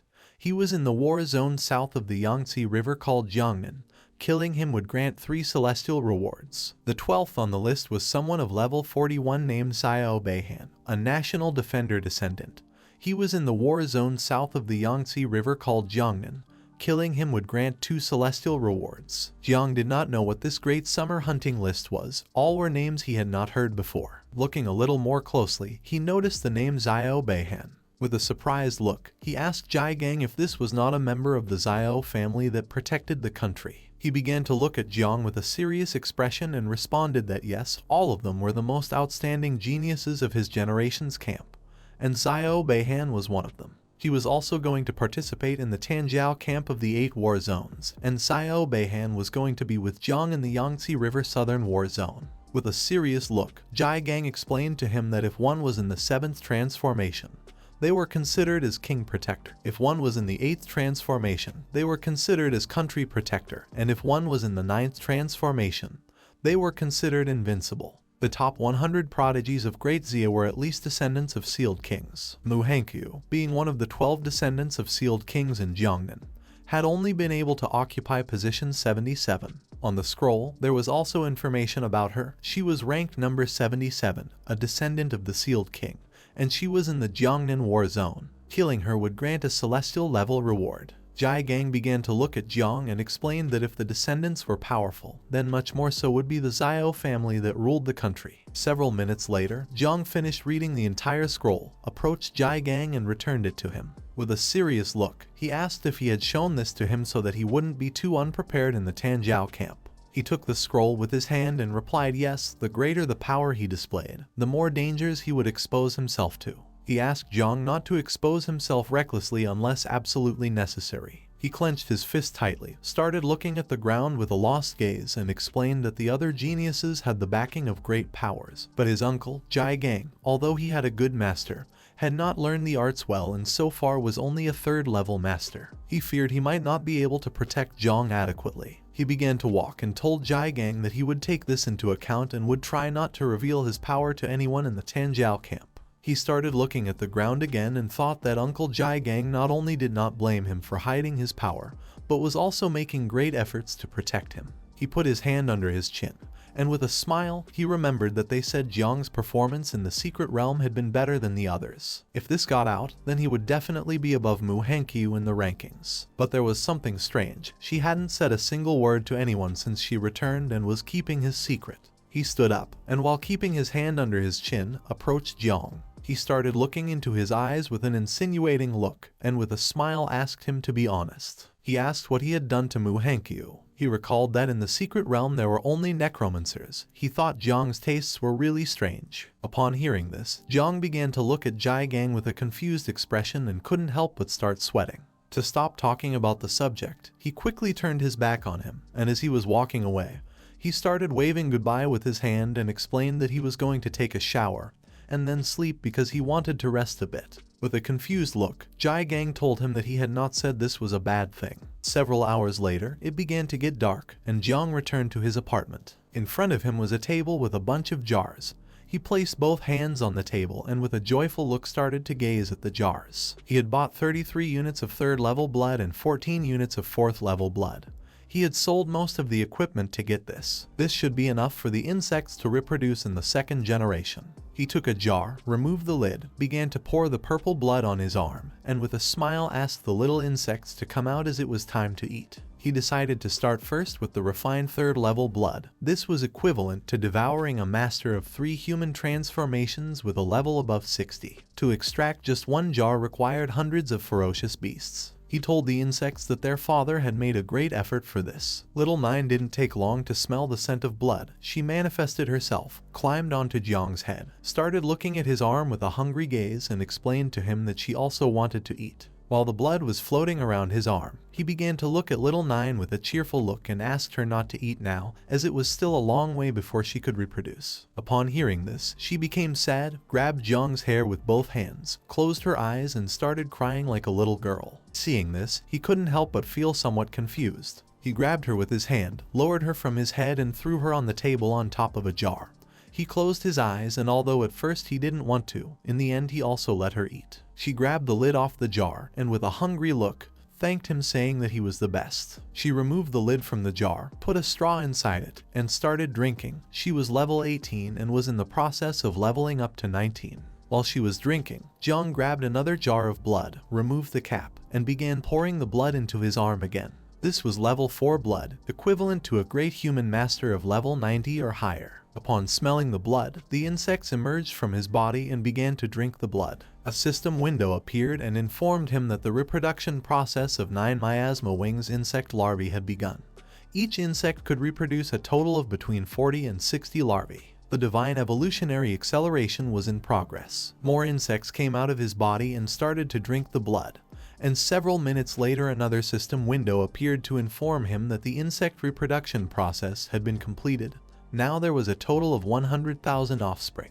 At that moment, Jiang's hand began to release little Nine's poisonous mist, which was made of insects. He started looking at his hand, and upon seeing this, he couldn't help but feel somewhat confused. With a surprised look, he went on alert and began to wonder what was happening. Several seconds later, the insect larvae began to emerge through his hand. He grabbed his hand to prevent the insects from coming out, but it was in vain. The 100,000 insect larvae emerged and started flying around his apartment, devouring everything in their path. Jiang began to look at the ceiling, and upon seeing this, he couldn't help but panic and thought that the insects were rebelling. He clenched his fist tightly, extended it towards the ceiling, gritted his teeth forcefully and gave the order to all the insects to return to the insect nest and stay still, as he had not asked them to come out. The insects began entering his arm and started returning to the insect nest. When looking to one side, he saw that the insects had begun devouring everything. They had devoured the painting and part of the table. He did not take long to realize that the insects were terrifying, and it was dangerous to let them out while at home since they were capable of destroying it. On the table lay little Nine. She was licking a jar of blood and enjoying every drop. With an angry look, Jiang scolded her for thinking only about eating instead of taking care of her mischievous offspring. He turned his head to the side and his statistics window appeared. Currently, he was level 26, had the identity of Sovereign of Insects, had the profession of Divine Rank Creation, and his talents were Growth of All Things level 1, Divine Evolution level 1, and Ancestral Tree. Little Nine's statistics window also appeared. She was a level 21 insect mother, or also known as 9 Wings of Miasma. She was disaster level. She had an offspring count of 100,000 units and her combat power evaluation was 197 stars. Upon seeing that she had a combat power of 197 stars, Jiang couldn't help but feel joyful and start to smile. This had improved too quickly. She was almost at the level of a 3rd level master. While his body was surrounded by powerful energy, he clenched his fist tightly and thought that everything was ready. Now it only remained to wait and go to the Tango Camp tomorrow, reach level 30 all at once, and complete little Nine's second reproduction. Jiang started to imagine the sexy little Nine, and with a joyful look he thought that at that moment, he was going to be able to obtain a new mother insect. At the same time, Jane Tang returned to the headquarters of the Night's Watch. With a surprised look, she asked Jai Gang if he wanted her to seek out Tian Dao Wang for him to intervene. She didn't know if it was necessary to make such a fuss over Jiang Chen's matter. Jai Gang was sitting in front of her on the sofa. While he had one hand resting on the arm of the sofa, he put the other under his chin and explained to her that he was doing this just in case. He knew that in the war zone south of the river, Jiang would meet with the prodigy of the Zio family, Zio Bahan. The most dangerous thing was that there were no secrets that could be hidden in Tango Camp. He started looking at the floor and with a sincere look explained to her that there was something in Jiang that terrified him. He was worried about Jiang's poison. He knew he was hiding many secrets from them. With a serious look, she began to stare at Jai Gang. She couldn't believe that this was possible and also asked him not to scare her. She began to remember what had happened a long time ago. 600 years ago, the Devourer caused disturbances and Great Zia created the Forbidden Professions. Once discovered, users of Forbidden Professions were eliminated directly. She stood up, and with a look full of terror, she explained to him that if Jiang Chen really had a Forbidden Profession, Then it would be revealed at the moment of awakening. She believed that Jiang was just being paranoid. Jiang clasped his hand with the other hand, started looking at the ground with a look full of terror, and thought that he hoped it was as she was saying, that only he was being paranoid. The next day, Jiang left his apartment and went to a forest. Then he took out a map, held it with both hands, and while looking at it, began to question which way was the right one. He wasn't sure if he had gotten lost again. At that moment, someone shouted loudly for help. Jiang, who was trying to find the way, started looking back and with a confused look began to wonder who was shouting. Behind him there was a giant tree. On the ground beside it there was a sword. At the top of the tree, there was a man with white hair holding onto a branch. He was asking for help because he was afraid of heights. Jiang turned around, started looking up, and upon seeing the man, he remained silently thinking. He decided to help him. He extended his hand towards him and used the ability called Growth of All Things, Vine. By doing this, several branches emerged from the ground and began to advance towards the man. Just before he let go of the trunk and fell from the tree, the branches wrapped around his body, preventing him from falling. Several seconds later, the man finally landed on the ground. He placed both hands and both knees on the ground, and while panting heavily he explained to Jiang that he had been quite scared. He just wanted to save a bird's nest. He had thought that nest didn't seem high up, but upon climbing realized it was really very high. Jiang approached him, started looking at him, and while a drop of sweat was falling from his cheek, remained somewhat confused seeing that the man was afraid of heights yet still decided to climb the tree to save a bird's nest. He didn't know if this man was an idiot. The man stood up. He was an older man. He extended his hand towards Jiang and with a pleasant look thanked him for saving him and also asked what he wanted in return. Jiang, who was lost, asked the man if he knew how to get to the Tango Camp. The man turned his back on Jiang, and as he was walking away from him, closed his eyes and with a smile began to ask him to follow since he too was going to the Tango Camp because he had a task there. He put his hand behind his head, thanked him, and decided to follow him. Jiang started to follow the man, extended his hand towards him and decided to ask a bit about him. He asked him if he was also a job changer. He was somewhat confused since the man carried his sword behind his back instead of storing it in the system inventory. He started walking in front of Jiang and explained that he actually wasn't a job changer but just an enthusiast who liked practicing with the sword. He turned his head towards Jiang, started looking him in the eyes and with a cheerful smile, explained that when he was young, he didn't have the talent, and after failing to change job, he fought and struggled for almost 10 years and still wasn't even able to afford buying a bathroom in the city. At that moment he was completely desperate and ran to the mountains, found a small abandoned cabin, climbed on top of a table and prepared to hang himself. But when he looked to one side he saw a sword. Seeing this sword, the will to continue living returned in him. Since then, he began practicing with the sword every day on the mountain. Practiced drawing the sword for 20 years and fencing for 30 years, and then suddenly he had a revelation.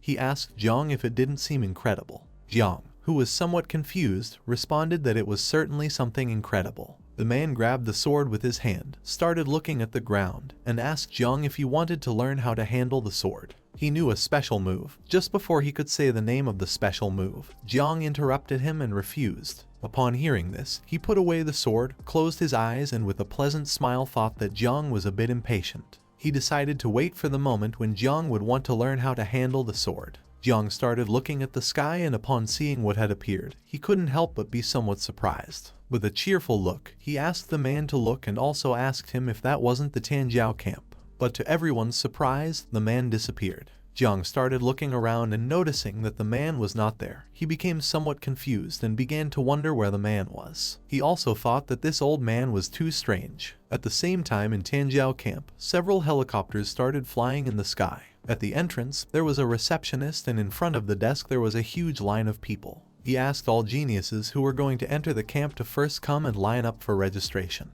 Each one would receive an identification bracelet which could not be removed unless one was eliminated. A man with black hair began to approach the entrance. A while later, it was Jiang's turn from Chu City. He received the identification bracelet and started putting it on his wrist. In this camp, Hanyu and Luo Sandao were also present. They brought their hands to their chests, started looking at Jiang with a loving gaze, and couldn't help but start blushing upon seeing that he had also come to the camp.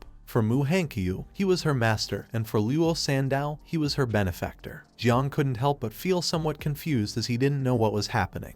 Being a benefactor was fine for him, but being her master wasn't. They too started to fight among themselves. With an aggressive look they began to insult each other. Luo Sandow did not know why Muuh was calling Jiang love. She had advised her many times to read fewer romance novels so that she would not fantasize senselessly like men. Muuh responded that she was right. Now she really knew what true love was. According to her, Luo Sandow was nothing. While the two of them were fighting, Little Nine manifested herself. She took out a piece of watermelon, closed her eyes, and while she was eating it, explained to Jiang that she was enjoying watching the two of them fight. Jiang remained silent as this information was overwhelming for him. Lu Sandow began pointing at her with her finger and asked why she was so close to Jiang without any reason. Muuh approached him, grabbed his arm, started mocking Lu Sandow, and asked her to stop being so narcissistic since she wasn't following him. According to her, Jiang had the final say. Jiang did not say a single word. Upon seeing this, Lu Sandow began to point at her with her finger and with a mocking smile told her that she had said this a long time ago, and now it had come true. Muuh started touching the tips of her fingers. She began to look at the ground and explained to her that Jiang was very handsome. Luo Sandow approached her, put a hand on her shoulder, closed her eyes, and while laughing asked her if they were good friends again now. Muuh started to look at her and explained that she felt they were now both better friends and rivals in love. They could only be considered friend-enemies. Seeing this, Jiang began to sweat and thought that girls were very strange. At that moment, a loud bang was heard not far from them. Everyone started looking towards the direction of the bang and saw a curtain of smoke.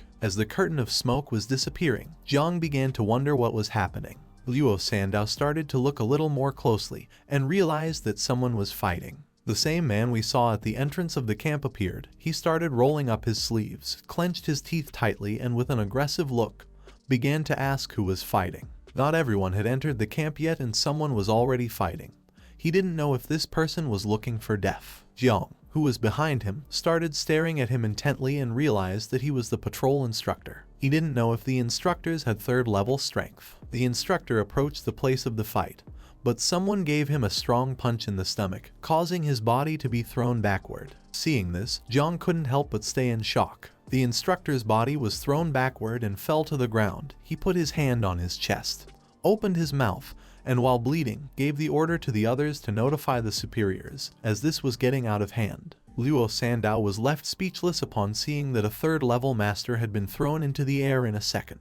With a surprised look, she began to wonder who had hit the instructor. With a serious look, Muuh revealed to her that they were the standouts from Jiangnan's war zone. A woman with red eyes, who was wearing assassin clothes, appeared. She put her hand on her hip, started staring at the instructor and remained silent. Her name was Tang Ying. She was an assassin. Her strength was extremely terrifying. She was the youngest assassin of Tianjilu. It was said that recently she had assassinated a great level 4 master in Sakura country. Another man who had red hair appeared, his body surrounded by powerful energy. He began to look at him and couldn't help but start smiling. His name was Bai Feng and he was known as the Little God of Death. He was a disciple of the chief commander of the East Sea Defense Line. He was the brightest and most promising seed in the military district but had psychological problems. He tended to lose control easily and turn into a demon. Another blue-haired man appeared. He extended the sword into the sky, began to stare at Jiang and started to smile. His name was Zio Bahan. His grandfather was one of the 7 guardians of Great Zia. He had the profession of Blue Lotus Immortal Swordsman, comparable to a divine-level profession. Luo Sandow began to look at Zio Bahan with a terrified gaze and told Jiang that she knew this damn dog. The epic sword he had in his hand had been stolen from her house. Jiang began to look at him with a calm gaze, and upon seeing that he was Zio Bahan, there was no longer any doubt in him that he was a prodigy since his strength far surpassed that of Zio Yuanwu. The people did not know who was being attacked by the 3 together. In the middle of them there was a shirtless man with orange hair.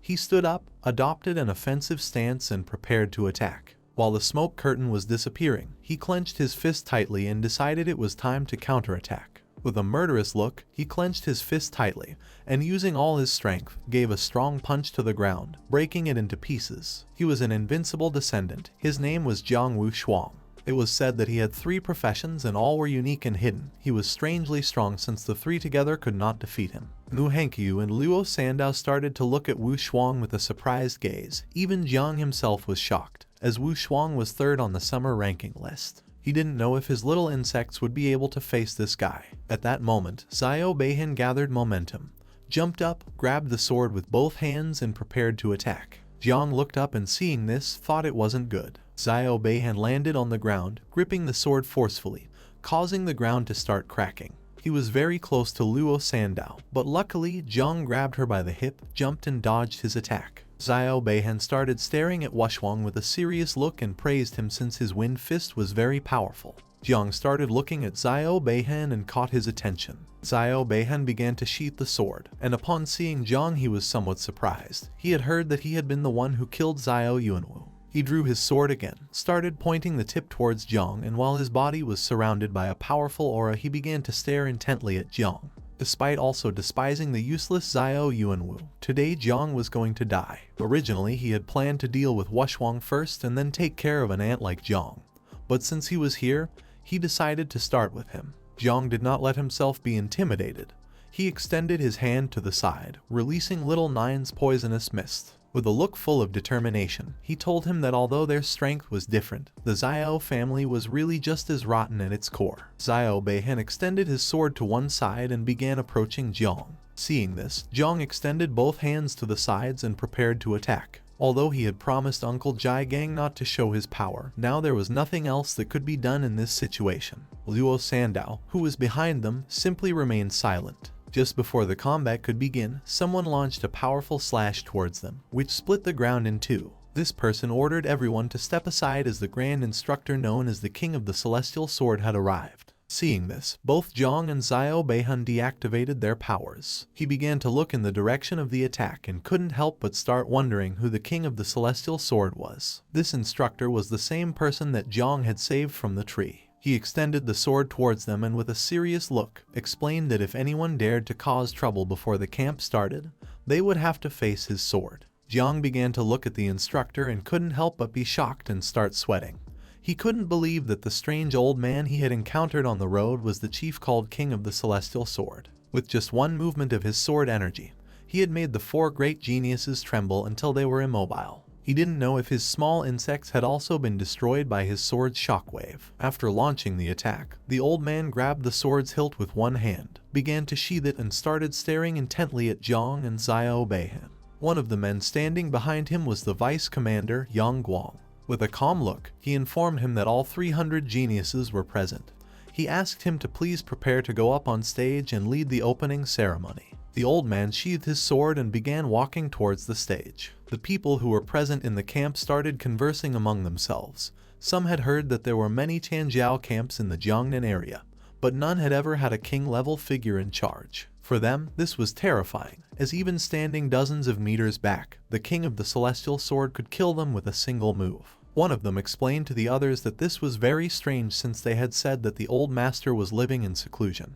He didn't know why he was coming out now. Some of them just heard the instructors talking privately that it seemed like the old master was going to take the initiative to ask for this. They didn't know if he wanted to recruit a disciple. If this were the case, then they should do well. Although some knew well that people like them should stop dreaming about it because if he really were recruiting, then he would only recruit the best. Tang Ying started to stare at the old man and couldn't help but be shocked to see that the old celestial had come. Bai Feng, who was standing next to her, began to look at the old man with a surprised gaze and couldn't help but feel excited as he had finally met the living legend in person. Zio Bahan started to look at the old man with a determined gaze and decided to defeat Jiang Wushwang once the camp began in order to leave a good impression on the old master. Wushwang cracked his fingers and couldn't help but feel excited since he had thought they wouldn't be able to invite the old man. He decided to make him his master. Hanyu clenched her fists tightly, brought them close to her face, and couldn't help but be left open-mouthed and astonished at the same time. Jiang started pointing at the old man with his finger and with a confused look asked Luo Sandao if they recognized that powerful old master. She got very excited, approached Jiang, clenched her fists, and with a joyful look responded yes, she had been hearing about his legends since she was young. She began to recall the old man's incredible feats. One day a powerful red dragon appeared, but the old man jumped on its head and using all his strength drove the sword into its skull, causing it to open its mouth and start screaming in pain. She explained to Jiang that the old man was not an awakener but could suppress a group of 7th transfer seal kings and become number 1 under the Zhen Empire. His skills were even comparable to those of an 8th transfer from the Zhen Empire. Once he had killed a dragon with a single blow. Hanyu put her hand under her chin, closed her eyes and began to think. She explained to them that although both were at the level of a Seal King, the senior Celestial Leaf King was the most respected existence by her grandfather. Her grandfather once asked her to become his disciple, but he rejected her. At first she was very frustrated, but then heard that many descendants of the Zhen Empire and Invincibles had also been rejected. Jiang started looking at the old man and with a confused look asked them if they were sure it was very difficult to become his disciple. Hanyu approached Jiang and with a sincere look asked him if he was joking. As far as she knew, Jiang Wushuang and Bai Feng had been rejected by the sword god before. Jiang had seen Jiang Wushuang and the rest of their abilities. It was unimaginable how difficult it was to become a disciple of the old man. Upon hearing this, Jiang began to look at her with a shocked expression and started to wonder if it was really that difficult to become the old man's disciple. Luo Sandao approached them. She began pointing towards the sky with her finger, and with a serious look explained to them that they might not know it, but the old master had only accepted 2 disciples in his entire life, and that had been more than 20 years ago. Jiang began to recall how the old man had been hugging the tree like a lunatic. He also remembered how when he was putting away the sword he had asked him if he was willing to learn from him. Jiang closed his eyes and began to question whether the strange old man who climbed trees was the king of the celestial sword that everyone was really talking about. According to him, they did not seem like the same person. While a drop of sweat was falling from his cheek, with a forced smile he responded that now he understood everything. The old man got on stage and coughed to get everyone's attention. With a serious look, he introduced himself as Gu Kaishan, the chief instructor of Tango Camp. He put both hands on the table and reminded everyone that, as they all already knew, the Tango Camp in their Jiangnan area had been performing below average in recent years because the fights here were just a farce. If one did not dare to give it their all here, in a real battlefield with real dangers, they would only end up dead and without burial. He revealed to everyone that there were more and more monsters in this world. He grabbed the microphone tightly and with a smile told them that they needed more capable geniuses. Therefore, to better showcase and unleash their geniuses' abilities and make a better selection. This year he had established a new rule for the Tango Camp in the Jiangnan area. He called this rule Death Quota. Upon hearing this, Yang Guang, who was standing behind him, couldn't help but be shocked. With a look full of fear, he interrupted Gu Kaishan and tried to stop him. But he put his hand in front of him indicating that he should not speak anymore and with a smile explained to everyone that here he was the one who had the last word. Therefore if something happened, he was going to take all the responsibility. Yang Guang started sweating like crazy and with a confused look began to wonder what death rate Gu Kaishan was talking about. His superiors had not mentioned this before and there hadn't been one before in the history of Tango camps. There were many powerful geniuses down there, so he didn't know if this was going to create chaos. Gu Kaishan took the microphone, brought it close to his mouth, and with a serious look told them that today 10 of them were going to die for him in each round of the test. He also added that if anyone wanted to withdraw, they could do so now. Many of the participants panicked. A boy started looking at his friend with a look full of fear and explained to him that although this was terrible, he couldn't withdraw because otherwise his whole family would be shamed. His friend swallowed hard and with a trembling voice told him that he didn't want to die. Wu Shuang, who was standing in front of them with crossed arms, remained calm, began to smile and thought that this was expected from the senior Celestial Blade King. According to him, the Tango Camp and Jiangnan area should have done this years ago. Zio Bahan turned his head back, started staring at Jiang and with a smile came to the conclusion that this rule had been made especially for him. When the camp starts later, he was going to be able to fulfill 2 of the old master's quota. Jiang started looking at Zio Bahan and began wondering what this guy was plotting. With a calm look, he concluded that with this quota, even if the conflict escalated later and he killed Zio Bahan, Uncle Jai Gang and the others wouldn't have to worry too much. Several minutes passed and no one withdrew. Seeing this, Gu Kaishan, who was holding the microphone in one hand, put his other hand on his waist and couldn't help but start smiling since according to him it seemed like everyone had some pride. Behind him stood the 4 vice commanders. He extended his hand to one side and with a shout, announced that the entrance evaluation to the camp had officially begun. There were 300 people in the first round, half of them were going to be eliminated. He grabbed the hilt of his sword, and while unsheathing it, with a serious look he explained to them that within the camp, 150 advancement flags had been randomly hidden. He also added that he didn't care what methods they used to get the flags. The round was going to end at dawn on the second day, and those who had the flags would advance to the next round. He unsheathed his sword, began pointing its blade at them, and while his eyes were shining, asked them to fight confidently and kill confidently. They could fight alone or form alliances. They were even allowed to destroy the entire camp if they wished. In short, he wanted to see their bloodlust. After saying this, he raised the sword to the sky and gave everyone the order to disperse as the test had begun.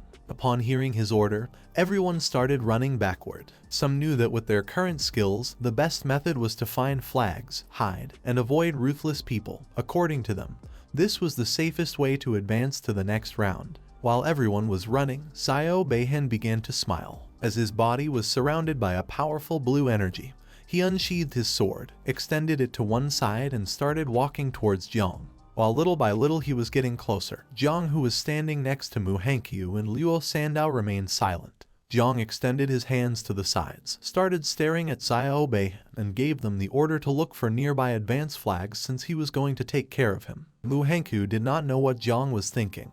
With a panicked look, she asked him if he was sure. Just before she could finish the sentence, he extended his hand to one side, adopted a defensive pose, and told her that this was an order. Upon hearing this, muuh and Luo Sandao turned their backs on him and started running. While Zio Bahan's body was surrounded by powerful blue mana, he began to laugh and mocked him by asking if a rookie like him who hadn't even made a second transfer wanted to be a hero. Jiang extended his hand to one side, causing it to start releasing the poisonous mist of Little Nine. Although Zio Bahan's sword energy was truly astonishing, it was much inferior compared to Zio Yuanwu's. Even though he was now much stronger than before, he didn't know if it would be possible for him to deal with Zio Bahan using only poison without exposing the existence of the mother insect. With a calm look, he asked him to stop talking nonsense. Zio Bahan listened and decided not to waste more words on a dead corpse. Using all his strength, he launched a powerful slash towards Jiang. While Jiang's body was surrounded by Little Nine's poisonous mist, he prepared himself for defense. But just before Zio Bahan's attack could reach him, someone asked him to stop and threw some small knives at his attack, shattering it into pieces. This person was none other than Tang Ying.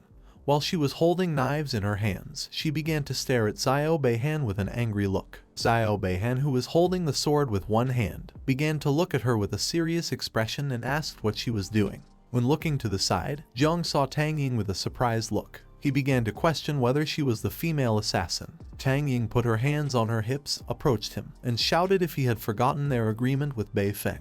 They had agreed to kill Wu Shuang once the camp started, yet he constantly went off to deal with insignificant matters. She didn't know if he was using these excuses deliberately because he was actually afraid of Wu Shuang. Zio Bahan clenched his fist tightly and with an angry look asked her who had said that he was afraid. Both turned their backs on Jiang and started walking towards the area where Wu Shuang was. Zio Bahan, who was furious, asked her where he was. He decided to deal with him first since it wasn't too late to handle the trash afterward. Tang Ying began pointing in the direction where Wu Shuang was and explained that he had headed towards the forest and Bei Feng was chasing him now. Jiang deactivated Little Nine's poisonous mist, started looking at them and felt relieved since things had really taken a turn. He didn't know who Tang Ying was but felt that she was intentionally helping him. Once they moved away a bit, Tang Ying turned back, put her finger near her mouth and winked at him. Seeing this, he realized that she was indeed helping him. But he didn't know why since they didn't even know each other. She began to look down with a sad expression. She was the niece of Tang Jin. His aunt had asked her to secretly take care of Jiang Chen in the Tango Camp. But with her current abilities, she couldn't fight Zio Bahan directly. She could only use Wu Shuang's name to try to delay his movements. A man with black hair who was carrying a bow on his back and holding several flags in his hands approached them, knelt before him, and explained that his father was the subordinate of his grandfather. These 3 advancement flags he had were a sign of his dedication to him. He was the 6th venerable transfer descendant named Huang Yongchao. Zio Bahan approached him and with a serious look told him that he did not need the flags. He also added that if he really wanted to show his loyalty, then he could help him do something. Tang Ying crossed her arms and remained silent. Huang Yongchao, who was kneeling before him, explained that his subordinate would serve him with the utmost loyalty. Tang Ying began to look at Zio Bahan and thought that this was not good since now Jiang would have to take care of this himself. But she hoped that muuh and Luo Sandao could protect him. At the same time, Luo Sandao obtained 2 advancement flags. While she was holding them in her hand, she closed her eyes and with a joyful smile explained to Jiang that she had just found 2 flags. She arrived at the area where Jiang was and placed the flags on the table. Jiang, who had one hand resting on his waist, with a calm voice asked them both to take the flags first since he was going to another place to take a look. She rested both hands on it and told him that they were going to help him find it together, and Hanyu, who was standing next to her, crossed her arms and remained silent. At that moment, someone shot an arrow, which began to move at great speed towards them. Jiang didn't take long to sense this. He put his hand under the table and asked them to be careful. Just before the arrow could get close, Jiang threw the table into the sky with all his strength, causing it to collide directly with the arrow. The attack was so powerful that the table was shattered into pieces. Luo Sandao started looking up, and upon seeing this, she couldn't help but panic and start feeling scared as she didn't know what was happening. She quickly hid behind Jiang, placed both hands on his arm, and peeked out a little to see what was happening. He went on alert and with a serious look, shouted and asked who was attacking and if they wanted to steal their flags. Hanyu drew the two daggers, held them in both hands, and adopted a defensive stance. The person who had launched the attack was none other than Huang Yangchao. He jumped, drew his bow, started aiming at Jiang, and while the arrow was surrounded by a powerful energy, he began to stare at him and revealed that he did not want the flag but wanted to take his life. He prepared to shoot the arrow towards Jiang, causing the arrow to start emitting even more energy. They looked up at the sky, and upon seeing that it was Huang Yangchao, they revealed to Jiang that he had the hidden profession called Extreme Archer of the Sun Chaser. He was level 39 and his father was a venerable of 6th transfer. He was a subordinate of Zio from the Zhang Empire. Luo Sandao did not know if her Eternal Earth Shield would be able to stop the attack. With a penetrating gaze, Huang Yangchao launched the arrow towards them. It began advancing at great speed towards them.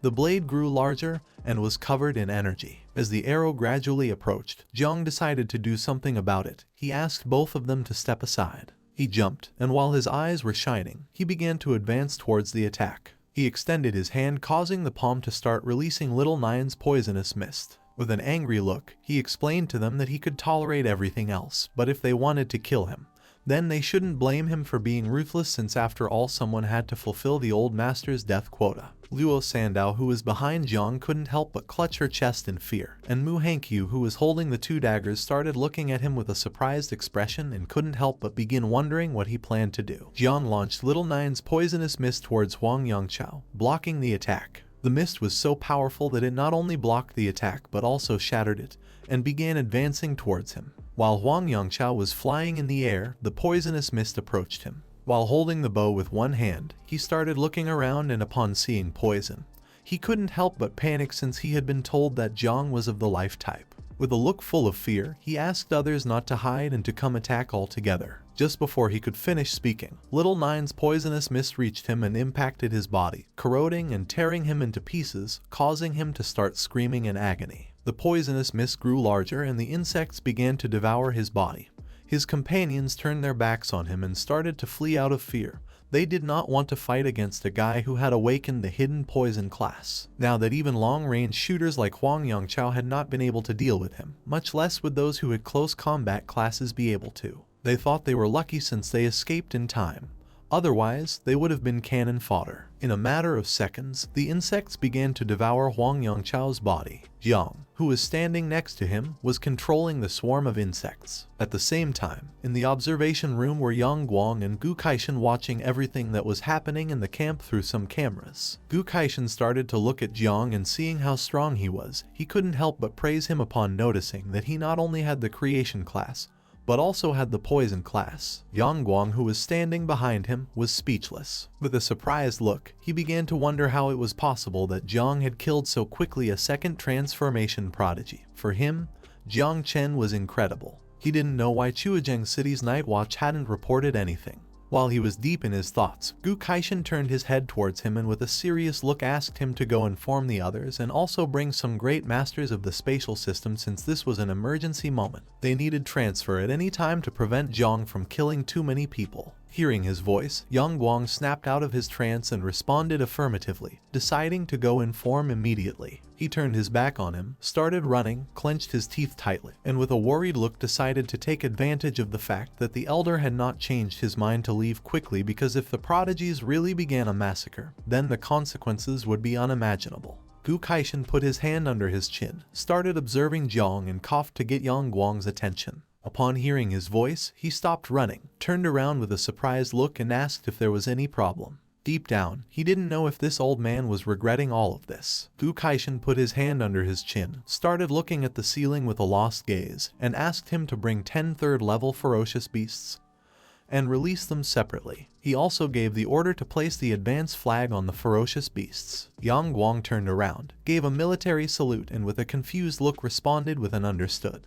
He couldn't help but be somewhat impressed, since the move the old man had just made was astonishing, because in this way, those demons could go first to fight for the advance flag and avoid harming others. At the same time, Tang Ying, Bai Feng, and Zio Bahan surrounded Wu Shuang. The three drew their weapons and prepared to attack, while on the other side he crossed his arms. Bai Feng had been fighting against him for several minutes and was quite tired. He put his hand on his chest where he had the wound and began to pant heavily. Wu Shuang started looking at him and reminded them again that even if they joined forces, they wouldn't be able to defeat him. He didn't know if they really wanted to die. He mocked them by asking if they would feel proud after winning in a 1-against-3 fight. Zio Bahan gripped the sword tightly, causing the blade to start emitting a powerful blue energy. He began to stare intently at him and explained that although it was dishonorable to win with superior numbers, he couldn't avoid fighting people who weren't boring. At that moment, the loudspeaker started to sound and notified everyone that Huang Yangchao had been eliminated by Jiang Chen. Upon hearing this, everyone was in shock, as they couldn't believe Jiang had made the first kill. Unlike the others, Wu Shuang remained calm. With a worried look, Zio Bahan thought that although Huang Yangchao had average strength, at least he was good and was in the second transformation. In this camp full of geniuses, he was among the top 50.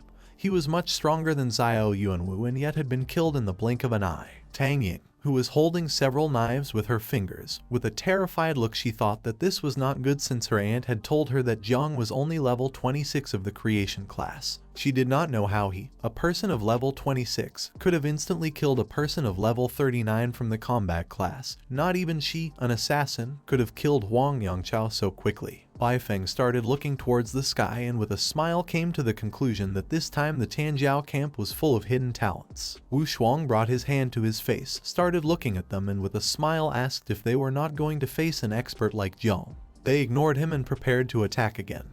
But just before they could make a move, the camp notified everyone that 10 third-level fierce beasts were going to be released, and each one was going to have an advancement flag. Everyone who possessed the advancement flag would get an additional score in the ranking. All those who were among the top 10 would receive a reward, with the first place reward being 100 million. Upon hearing this, Zio Bahan and the others jumped and moved away from the area. Wu Shuang, who had his arms crossed, began to smile. Once everyone left, he stood still and thought that the King of Celestial Sword had given them new toys. He thought this was fine and decided to compete for and seize the blue flag. At the same time, Jiang started to look to one side and couldn't help but be surprised when he remembered that they had just entered the camp and the first place was already going to receive a reward of 100 million. For him, this prodigy camp was too generous. If he took first place and obtained the rewards and resources, the insects would be able to reproduce faster again. At that moment, something giant began to fall from the sky. Jiang, who wasn't far away, went on alert and started wondering what this was. A giant mutant beast in the shape of a wolf fell from the sky and landed near Jiang. Liu Sandao, who was next to him, explained that the first fierce beast had fallen beside them. Jiang began to look at the beast with a confused gaze and realized that this was a third-level beast. Muuh, who was nearby, panicked and asked everyone to be careful, since the strength of this beast was equivalent to a level 90 awakened. Little by little, the beast started to stand up. Liu Sandao looked with some attention and she realized that it was in a state of paralysis. She asked him if they should take advantage of this situation. While little by little the beast was getting to its feet and regaining consciousness, Jiang began to advance towards it and prepared to attack, making his hands start to release the poisonous mist. He decided to take advantage of this and asked the others to move away. He prepared to attack, but at that moment someone launched a powerful slash towards him. However, he reacted in time, jumped and dodged the attack at the last second. He couldn't help but feel somewhat confused as he didn't know who had launched this attack. Several seconds later, he landed on the ground, clenched his fist tightly and began to wonder what was happening. The person who had launched the attack was Zio Bahan. He was standing on top of the beast's head and holding the sword with one hand. He began to stare at Jiang and with a smile thought that not only had he killed Huang Yangchao in a second, but now he dared to steal the advance flag. Jiang extended his hand towards him, releasing Little Nine's poisonous mist, and asked him if he was going to fight, then stop all this talk. Zio Bahan jumped and used the technique called Heaven and Earth Wind Dragon Slash. He launched a powerful slash towards him which started destroying everything in its path. His attack collided with Jiang's, causing the poisonous mist to start disappearing. He positioned himself on top of the beast's head, and while his sword was surrounded by a powerful energy, he thought it was no wonder that Jiang was so arrogant, since it turned out that he had the hidden poison type. It was said that the poison type was difficult to handle, but in front of his sword's wind, it amounted to nothing. Hanyu clashed her fist with her palm, started looking at him, and with a serious look thought that Jiang was in danger since the wind could face and defeat the poison type. She thought they should help him as soon as possible. Lu Sandao, who was next to her, started looking at her with a surprised look and explained to her that Jiang's poison wasn't an ordinary poison. If they went to help, all they would do is cause more problems. Jiang adopted an offensive stance, and while his body was surrounded by poison, he began to stare intently at Zio Bahan and decided it was time to end this. He used the technique called Poisonous Mist Dragon, causing a giant dragon made of poison to appear. It opened its mouth and prepared to attack. Seeing the size of the dragon, Zio Bahan couldn't help but panic and think that this wasn't good. He decided not to stand idly by, grabbed the sword firmly, brought his fingers close to the blade of the sword, and realizing that this poisonous mist was not going to disperse with a strike, decided to absorb it. The dragon opened its mouth and prepared to attack. He extended the sword towards the sky and used the technique Forbidden Spell, called Immortal Swordsman of Blue Lotus, causing a giant flower to appear behind him. The giant flower began to absorb the poison dragon. He asked him to watch how his sword's energy was going to consume all of his poisonous mist. While Jiang's eyes were shining, he started to smile and asked if he was serious. With his sword energy blocking the view, it was even easier to swallow. Little Nine manifested herself. She closed her eyes, opened her mouth, and began to consume the flower that Zio Bahan had created. For her, this sword energy was very delicious. Thanks to this, Jiang gained 2,000 devouring value. He started looking at Little Nine and thought she was eating the whole flower. He reached out his hand towards the sky, and in the blink of an eye, the flower that Zio Bahan had created broke into pieces, releasing poisonous mist. The poisonous mist attacked Zio Bahan, causing his body to be thrown backward and crash into the ground. He opened his mouth and began to scream in pain. Jiang clenched both fists tightly, and now that Little Nine had consumed the energy of the flower, the poison dragon became even bigger and more terrifying. Zio Bahan fell to the ground, grabbed the sword with one hand, and thought this was not possible. He did not know what kind of poison could annihilate a sword's energy. Jiang attacked him using the poison dragon, but just before the attack could impact against him, he hugged himself and used the life gem, causing a barrier to appear around his body. He took the sword, stood up, and seeing that his poison couldn't break through the life gem's shield, he thought Jiang was doomed to die. He started looking at him and thought that the Zio family really had second chances, but it was a pity because in this battlefield there were cameras everywhere, and he couldn't let the insects reveal their true form.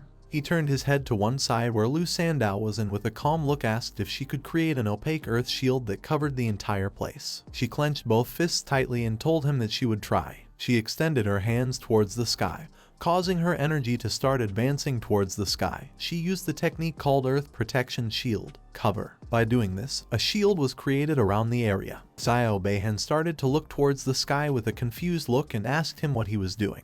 Lu Sandao put both hands on her knees, lowered her head, and began to pant heavily as she had used a lot of energy to create the shield. While Jiang's hand was releasing the poisonous mist from Little Nine, he started looking at him and asked if he could guess how while Zio Bahan's body was surrounded by the magical barrier. He extended the sword to one side and with an angry look asked Jiang if he was really comparing the worthless power of that piece of trash with his. According to him, Jiang was naive. Jiang simply remained calm and silent for several seconds. At that moment, Little Nine reappeared. She began to stare at Zio Bahan with a sinister look and started to smile. While Jiang's body was surrounded by Little Nine's poisonous mist, with a calm look he asked him if he was really comparing the current him to the past him. Thinking this way was indeed naive, he began to get tired of him and ordered Little Nine to manifest and give him a beating. She extended her hands to the sides and while her body was releasing a powerful energy, she began to advance towards Zio Bahan and decided to follow Jiang's order. Zio Bahan put the sword in front of his face to defend himself from the attack, and with a confused look he began to wonder who she was. Little Nine started moving at high speed and began attacking him, but he started blocking the attacks using the sword, no matter from which direction she attacked. He managed to block all the attacks. Upon seeing this, Jiang was surprised. With a perplexed look, he began to wonder if he was using the energy of the protective sword. He did not expect Zio Bahan to have this kind of ability at a moment like this. Luckily for Zio Bahan, the beast appeared. It gave a great leap, opened its mouth, and prepared to attack Little Nine. She and he started looking to one side, and upon seeing this they went on alert. Jiang didn't take long to realize what was going to happen.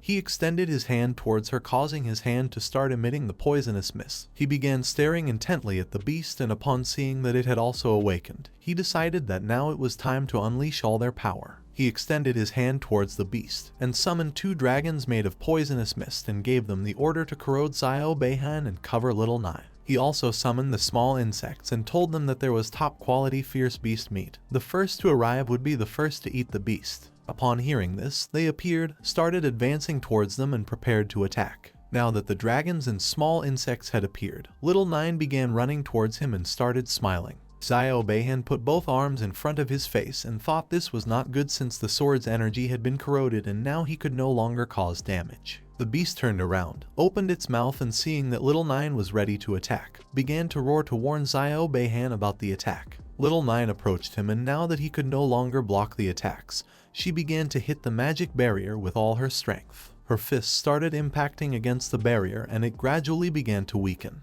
Jiang, who was nearby, started watching them and realized that Zio Zhenguo favored some grandchildren over others, and for this reason it was much more difficult to defeat Zio Bahan than Zio Yuanwu. She began to hit even harder, and little by little the barrier started to crack. While her eyes were shining, she started staring at him. Zio Bahan, who was inside the barrier, couldn't help but start sweating and panicking. Even though the barrier was strong, Little Nine was going to break it with blows. It was only a matter of time. If before she had needed 3 seconds, now she would need at most 3 minutes. At the same time, in the surveillance room, Yuan Guang began to observe the fight. According to the screen, it could be seen that there was a blue magical barrier in the area which prevented people outside from seeing inside. Upon seeing this, he realized that Zio Bahan was at a disadvantage now that Jiang had blocked the surveillance. He gave Fang Chengyuan the order to conduct a manual investigation, and if the situation was not good, to stop the combat immediately. He was Fang Chengyuan, the great master of the 4th level of the spatial system.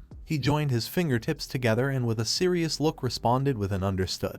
Behind him sat Gu Kaishan, who had his legs crossed and his head resting on his hand. He remained somewhat confused as he couldn't believe that their superiors didn't want Zhang Guo's grandson to be injured or end up dead. Yuan Guang turned around, put his arms behind his back, and with a calm voice explained to him that although that was true, no one knew what would happen if he got injured or ended up dead. He didn't know if he was really prepared for a battle with Zio Zhenguo. He also asked him if Commander Duan from the Jiangnan War District knew about this. Gu Kaishan started looking at him and remained silently thinking. Feeling his gaze, Yuan Guang couldn't help but panic. With a confused look, he told him that although he had ordered the prohibition of leaking any information within the Tango Camp, once it ended, the superiors would know what had really happened. Gu Kaishan, who had his head resting on his fist, began to look at the ceiling with a lost gaze and sank into his thoughts. He knew that Zio Bahan's strength was also considered outstanding.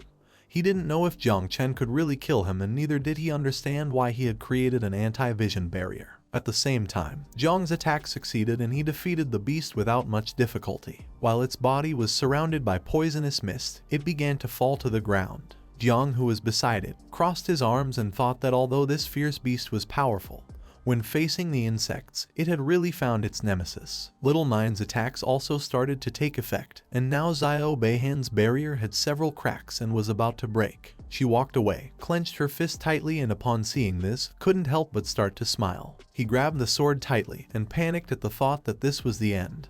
He didn't know how it was possible that the life jade was starting to break. In the barrier there was a crack much larger and deeper than the others. Jiang began to look at the barrier and with a calm voice asked Little Nine to attack from this part since this was the weak point. At that moment, the voice of someone entered his head and asked him not to play too much since the great master of the space system named Fang Chengyuan had arrived. Upon hearing this, Jiang's expression changed drastically.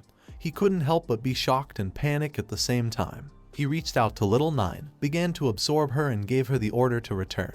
Little Nine, who had a clenched fist and was hitting the barrier, couldn't help but be somewhat confused as she didn't know what was happening.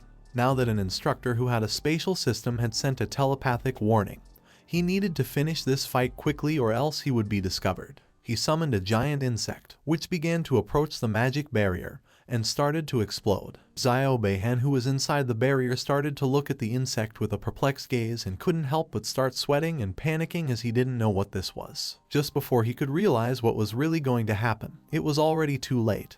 The insect that Jiang had summoned exploded, causing the energy to start entering inside the barrier. Because of this, a great explosion began to generate inside. The energy that was inside the barrier was so great that once it broke, it created a great explosion with the same force as a nuclear explosion. The explosion also broke the barrier that Luo Sandao had created. She put both hands on her belly and started falling to the ground. Lu Hankyu, who was next to her, started running towards her, reached out her hand to grab her, and she asked her if she was okay. The explosion also created a large curtain of smoke. Several seconds later, once the curtain of smoke began to disappear, it could be seen that part of the ground was broken.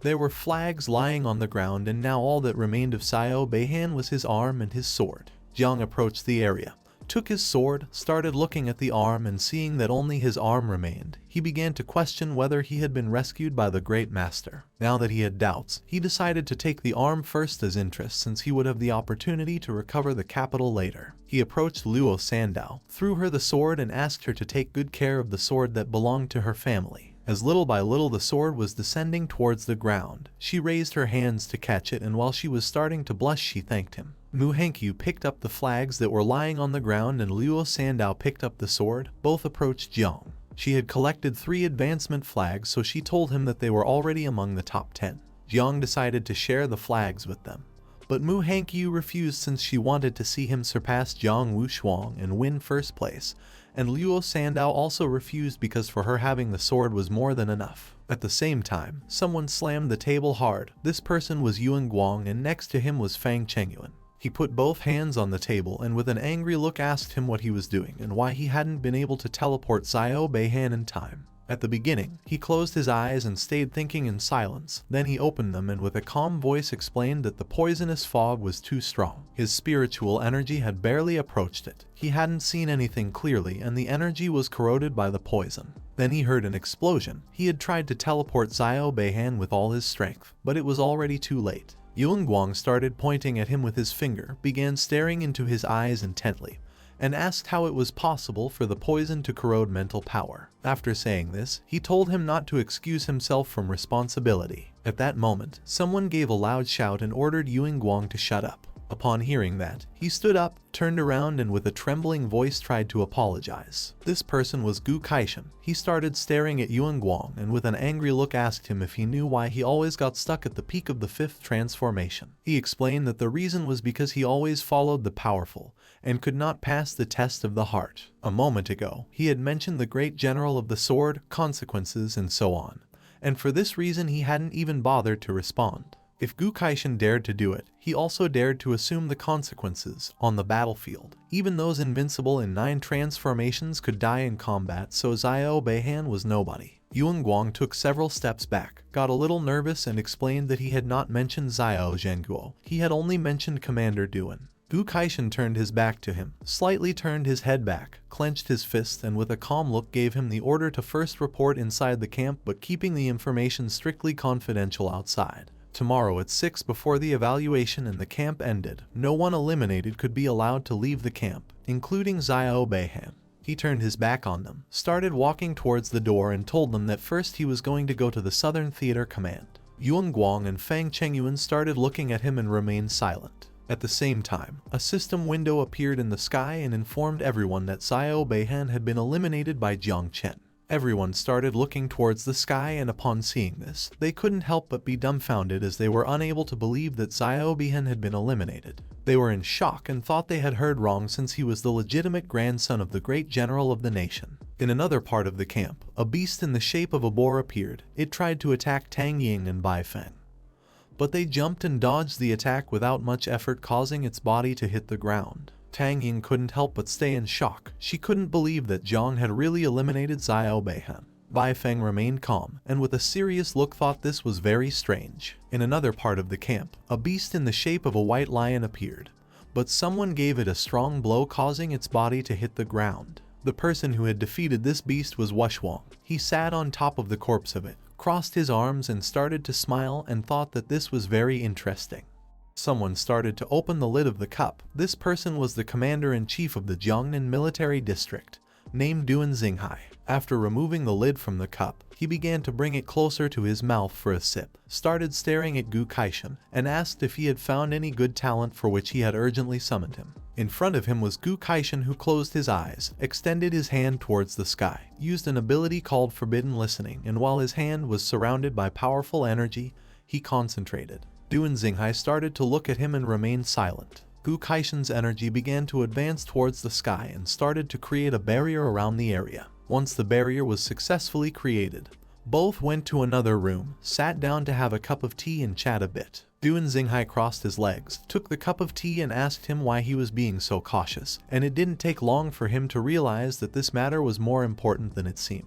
Gu Kaishan, who had one hand resting on the chair, placed the other on the table, and remembering that old Duan had extensive knowledge and was theoretical, he decided to ask him something. He began to stare at Duan and with a serious look asked if poison could corrode mental strength. Duan took the teacup, started bringing it closer to his mouth, closed his eyes and with a smile explained that theoretically it was possible, but it was very difficult, adding that poisonous mist and miasma affected the physical body, but mental strength was different. Mental strength consisted of the source of the soul which belonged to thoughts, forming a kind of intention energy. To corrode this energy, Duan could not estimate the intensity of poison needed. Gu Kaishan started to look at Duan and with a serene gaze asked him if he had seen anyone manage to do this. Duan put his hand under his chin, began to look at the ground and with a thoughtful look replied that no, adding that he knew a poison king who was at the pinnacle of the fourth transformation. But even so he could not do it. Duan raised his head and with an insinuating look asked him if perhaps in the Tango Camp there had emerged a poison prodigy with terrifying power. If someone could really corrode spiritual strength, then it was a lethal weapon. Gu Kaishan crossed his arms, started shaking his head, closed his eyes and revealed that a conclusion could not yet be reached. Duan remained calm. Since Gu Kaishan had volunteered for the Tango Camp, he hadn't asked anything out of respect.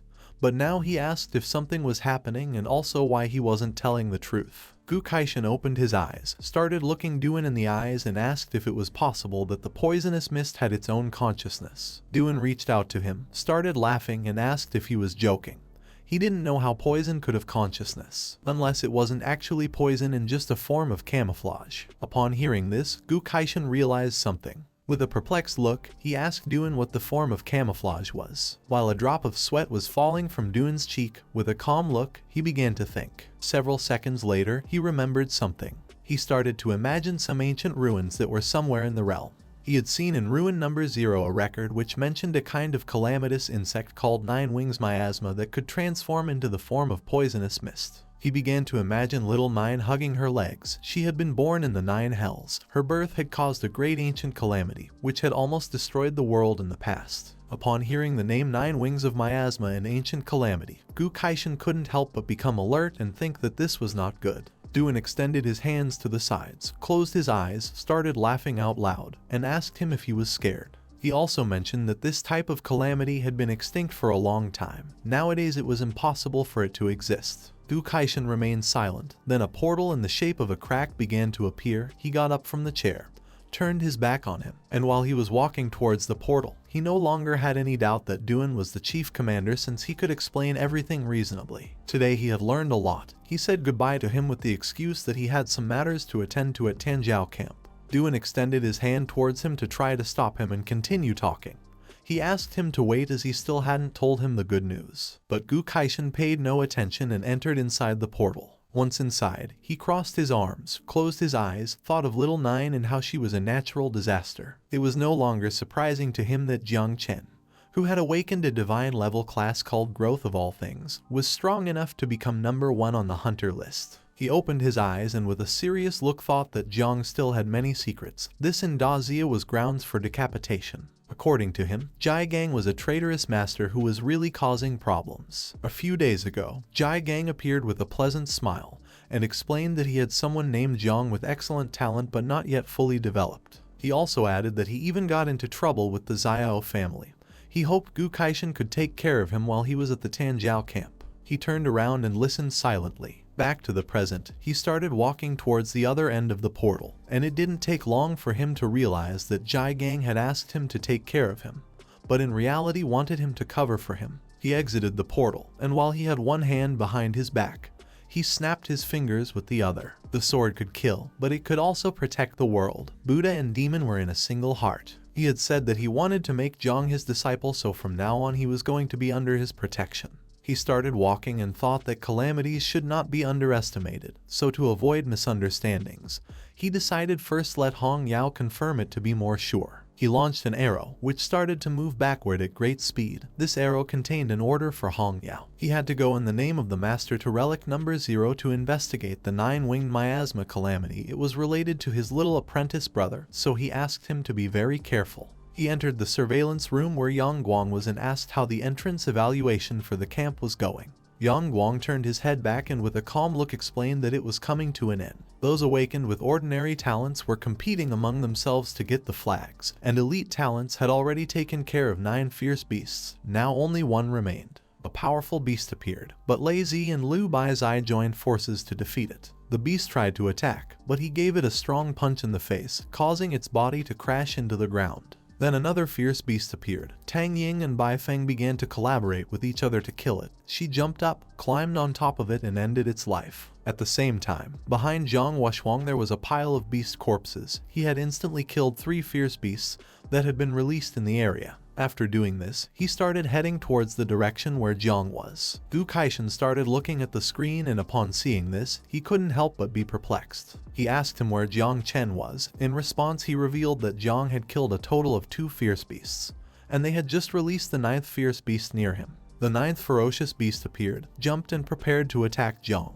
He and the others started looking towards the sky, and upon seeing the beast, he couldn't help but feel happy as now he was going to get another flag. As the beast was slowly approaching, Jiang extended his hand, and while his eyes were shining, he began to smile and told Little Nine that it was time to eat again. Just before the beast could approach and attack, Jiang extended his hand towards it, releasing Little Nine's poisonous mist in the process, which quickly started advancing towards it. Little Nine manifested, and without much effort began to devour the beast. Thanks to this, he obtained 2,000 devouring value. The body of the beast fell to the ground, and Little Nine slowly began to devour it. Jiang, who was standing beside, simply remained silent. While Little Nine was devouring the beast, she ascended from level 21 to level 22, and upon doing so, she couldn't help but start smiling. Upon seeing that she had leveled up, Jiang couldn't help but start smiling with joy. His joy didn't last long as a fist made of spiritual energy appeared in the sky and began to descend towards them.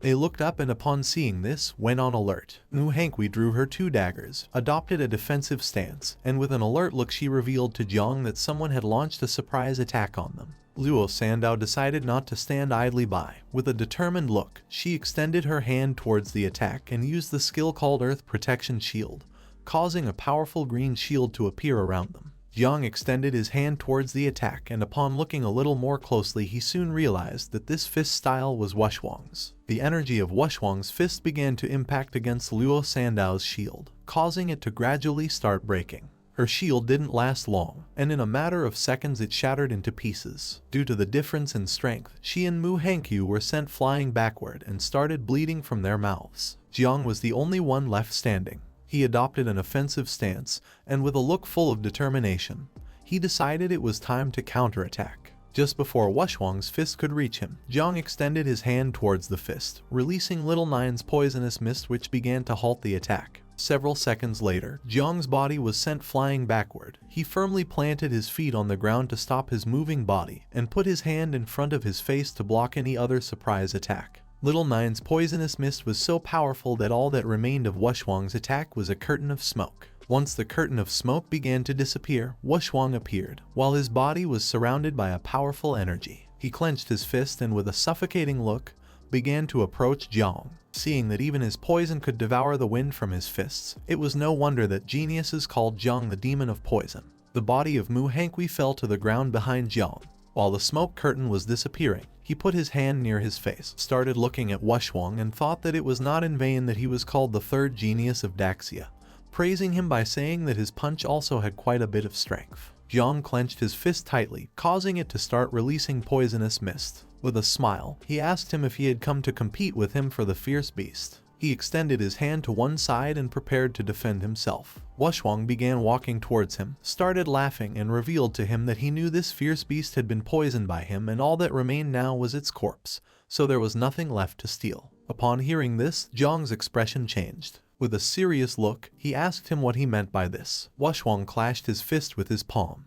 and while his body was surrounded by a red energy, he began to smile, and with an arrogant look asked Jiang not to misunderstand him, as in reality he was just curious and wanted to get to know. Jiang extended his hand towards the sky, and while it was surrounded by little Nine's poisonous mist, he began to stare at Wushwang and asked him if he was willing to bet his life just to satisfy his curiosity. Wushwang clenched his fist tightly, and with a smile replied yes, adding that one must be at least willing to bet their life. Upon seeing this, Jiang decided it was time to get down to business. He extended his hand towards him and threw the poisonous mist at him. Wushwang began to stare intently at Jiang and with a smile, started to move his fist with great speed, creating powerful energy around his fist in the process. Just before the poisonous mist that Jiang had released could hit Wushwang, he opened his legs, used the skill called 1,000 Feet Walls, and launched a powerful blow towards the attack, creating a powerful barrier in front of him. Then, he launched another powerful blow towards Jiang, and the energy of the blow was so strong that it began to shatter his poisonous mist and started to rapidly advance towards him. Upon seeing this, Jiang, who had his hand extended towards him,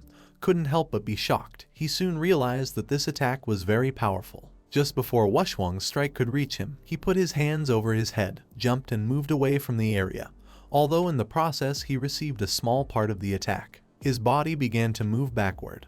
He firmly placed his feet on the ground, lowered his head and thought that his boxing style was too fierce and fast, and his poison was not so strong and was very slow. Little Nine put her hands near her face and with a worried look she began to worry about him. Now Jiang had his face and clothes full of scratches. He put his hand near his mouth, started looking at him and with a smile asked Little Nine if she would be able to level up several times if she devoured Wushwang, who had a huge amount of meat and blood. He appeared in his consciousness, and Little Nine manifested herself. She placed her hands on her chest and explained that although she had leveled up many times, she was not going to be able to defeat Wushwang, but still she was willing to die instead of Jiang.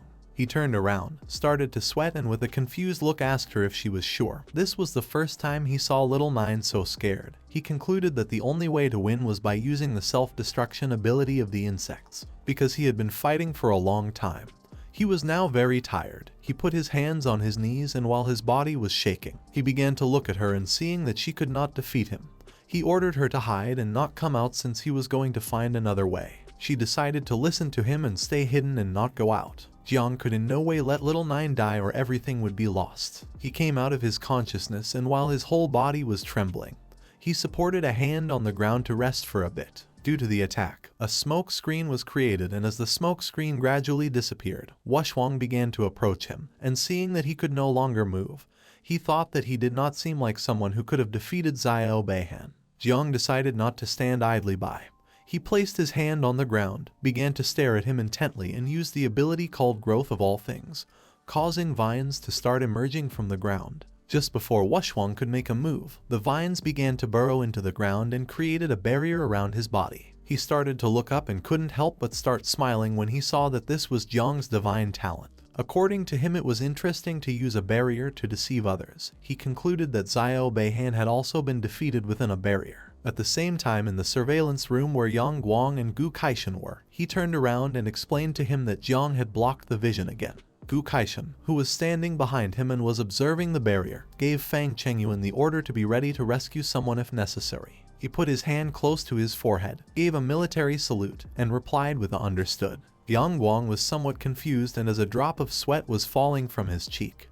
He explained to him that according to the situation of the battle just now, Jiang Wushwang should be fine and he did not need to be rescued. Gu Kaishan began to stare at the screen and told Yang Guang that he had said this to save Jiang Chen. Yang Guang turned around and was even more confused. He asked him if he wasn't being a bit hypocritical. Gu Kaishan approached him and asked him to stop talking nonsense since Jiang Wushwang was level 46 while Jiang Chen was level 26.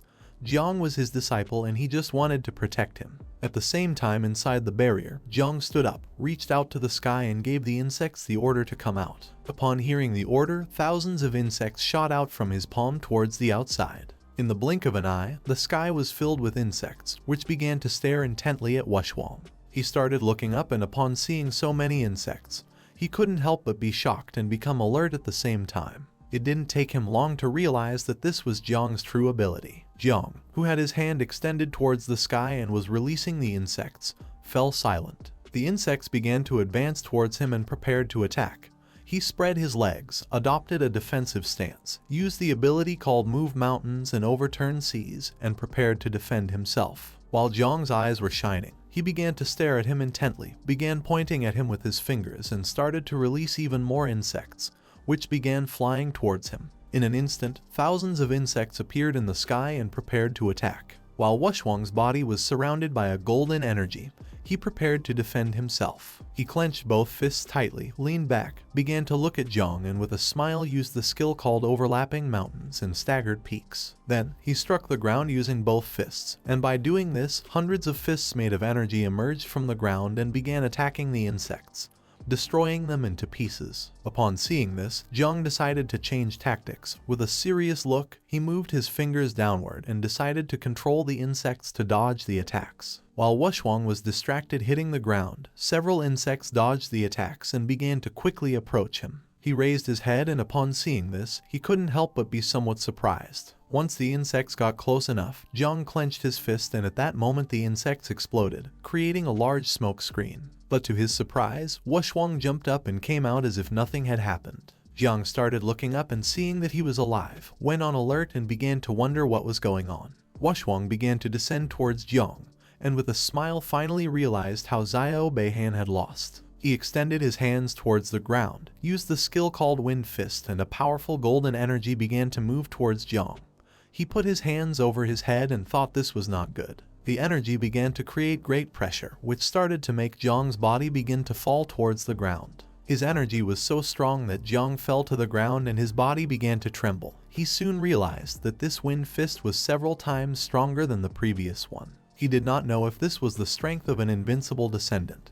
2 insects had exploded near him and had not even scratched him. Little by little, Jiang began to run out of strength. With a tired look, he began to look at Wushwang and concluded that to finish him off it was necessary to make dozens or hundreds of insects self-destruct. For him this was very difficult since it had been very complicated for him to raise these insects. He had no other choice. Near Wushwang a large explosion was created and then more began to be created. He did not fall into the trap and quickly stepped back. But to his surprise, this was what Jiang had planned. While he had one hand supported on the ground, he extended the other towards Wushwang, causing several vines to emerge from the ground. Just before the vines could get close, using only one hand, Wushwang blocked the attack and asked him not to exert himself since the fight had ended. Jiang couldn't help but be shocked. He couldn't believe that Wushwang no longer wanted to continue fighting.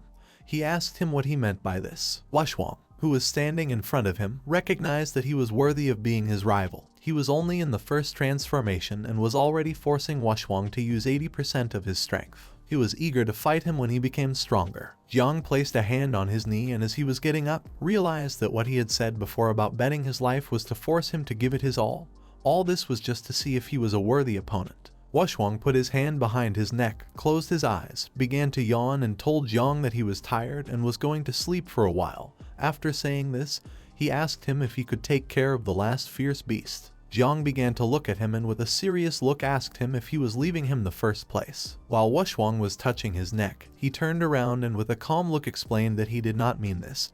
He was just tired. He wanted to leave since he needed to find a good place to sleep for a while. Upon hearing this, Jiang felt a mix of frustration and anger at the same time. He clenched his fist, began to shout and asked him to stop lying, as he was not one of those fools who were affected by pride. Wushwang turned his back on him, and as he was walking away, he closed his eyes and couldn't help but smile, since he knew that he had not been mistaken and that Jiang really was an interesting opponent. At the same time, in the surveillance room, Gu Kaishan crossed his arms, and while watching the screen, told them that one should not rely on strength to oppress the weak. According to him, Wushwang was truly an invincible descendant, and today he had indeed made Gu Kaishan look at him with new eyes. Fang Chengyuan was poisoned again and his mouth filled with foam. Yang Guang approached him, placed both hands on his back and began to help him. Gu Kaishan gave them the order to release the 10th fierce beast on Jiang Chen to let him win first place. A fierce beast with the shape of a centipede and a scorpion's tail began to descend from the sky. It opened its mouth and prepared to attack. Jiang, who was standing on the ground, began to look up, extended his hand and prepared for battle. In a secret realm called Heritage Zero,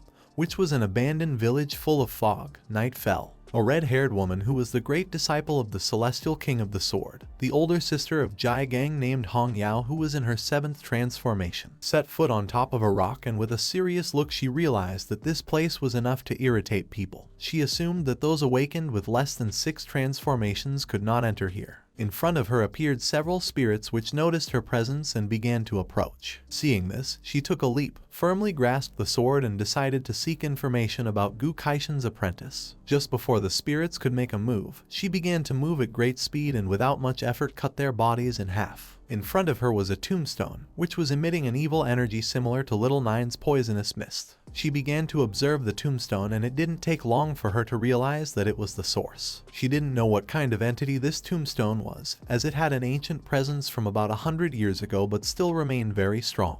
The tombstone had several cracks. She approached and decided to use the information database on relics to search for some information about this tombstone. While her eyes were shining and with one hand she was holding the sword, she landed near the tombstone and gave the system the order to activate divine consciousness. Several system windows with information began to unfold around her. She started to stare at the tombstone and used the total awareness skill called speed reading. Several seconds later, the system fully loaded the information, making a photo of an insect appear. The photo began to fall to the ground, but at that moment, she caught it with her hand. She approached the photo, began to look at it and couldn't help but be shocked and start sweating, as this insect belonged to the mother insect called Nine Miasma Wings, an ancient monster, a strange species born in the extremely dark Jiu realm, who once caused a great catastrophe which almost led to the end of the world in the 4th century. Luckily now this species was extinct. The entire body of this insect was pure black-purple color with 9 wings on its back. It had a strong venom that could transform into poisonous mist. Its toxicity could corrode everything in the world, including spiritual voids. While the tombstone was surrounded by a powerful evil energy, the moon came out, and she thought this was not good since Jiang had a hidden calamity. She decided to tell Master about this as soon as possible.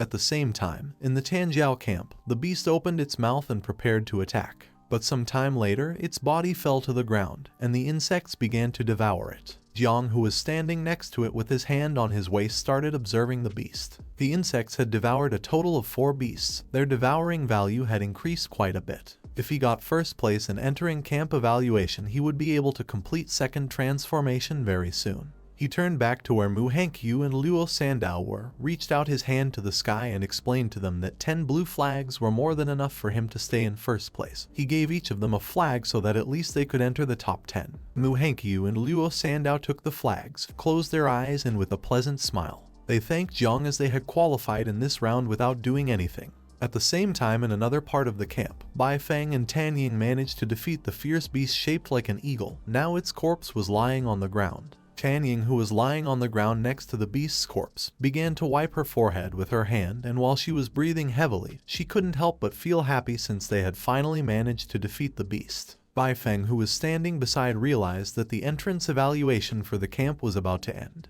He thought that Jiang Wuxuang would definitely come in first place. At that moment, the speaker began to sound because the camp entrance evaluation had ended. Those who had advanced to the next round could gather in the square, and those eliminated had to leave the camp within the next 3 minutes, and offenders were going to be punished with death. Jiang began looking at the sky and was somewhat surprised. Seeing that the first round had ended, he didn't take long to realize that the 10 fierce beasts that had been released into the camp had been killed. While his body was giving off Little Nine's poisonous mist, he thought that leftovers from beasts were also food. He decided to let out the insects and gave them an order to go look for other fierce beasts and eat everything they could while avoiding people as much as possible. At the same time, the nurses arrived at the camp and began to take away the participants who were injured. On one of the stretchers was Zio Bahan, who had lost an arm and had it bandaged. He hadn't died. He was conscious and very angry. He started looking up at the sky, clenched his teeth, and felt relieved as he was finally going to be able to leave the camp.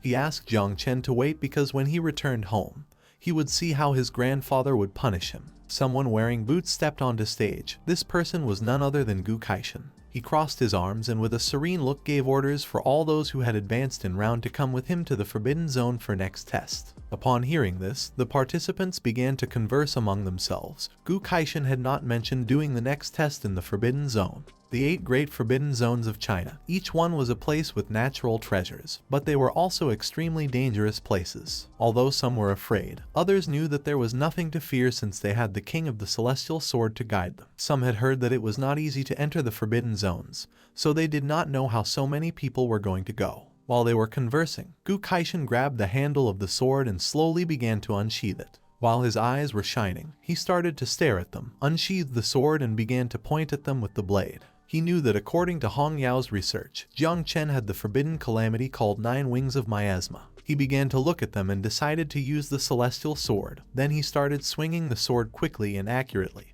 Dawn was almost upon them and the person who was supposed to come would arrive soon. He put his knee on the ground, bent down, threw the sword towards the sky, put his other hand near his face and lowered his head. The participants began looking up at the sky and witnessing this, they couldn't help but be shocked and start wondering what was happening. At that moment, the ground began to shake and several seconds later, it started to break. In the area where they were, it detached from the ground and began to fly.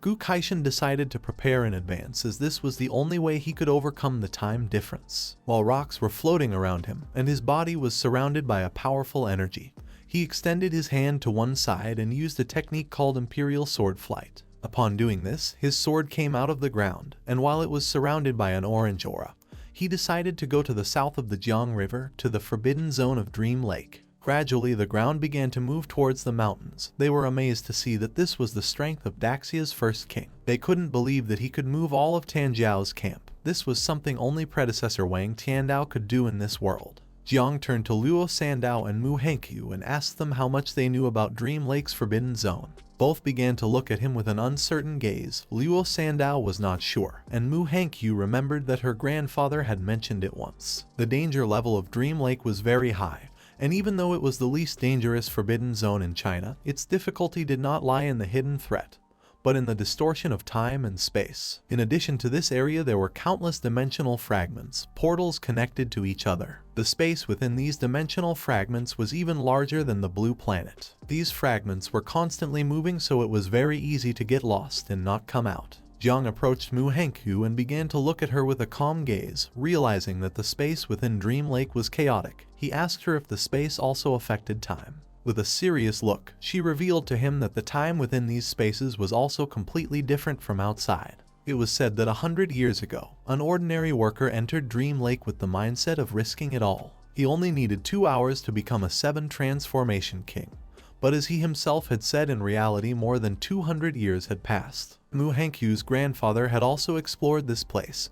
He had been lost for 3 days after entering, but in reality more than 3 years had already passed in the outside world. Jiang was somewhat surprised, and while a drop of sweat was falling from his cheek, he came to the conclusion that the chances of winning or losing at Dream Lake were random. Luo Sandao began to look at him and she asked him not to worry, since if old man Wang Tiandao dared to take them inside, they could be sure that he already knew a safe route. Jiang began to smile and thought that he wished it was as she was saying.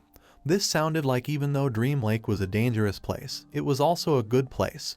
For some strange reason, he felt that Gu Kaishan was doing this because of him. While the sky was starry, Gu Kaishan crossed his arms. Now that Hong Yao had found the calamity of the 9 wings, it was likely that Zio Zhenguo would soon surpass him, and then this secret would not be able to be hidden. He hoped to gain enough time in Dream Lake to go look for allies. The next day several men arrived at the area where the Tanjiao camp used to be, but now all that remained was a large hole in the ground. They stood on top of a rock and started observing the area. Realizing that the King of Celestial Sword had taken away all of Tanjiao's camp, which is considered as best upcoming generation's camp in their southern war zone, they thought he might have rebelled against them. They didn't know why Commander Duan hadn't arrived yet. At that moment, someone jumped. Commander Duan, who had his arms behind his back, began to quickly move towards them and thought that Gu Kaishan was an old fool.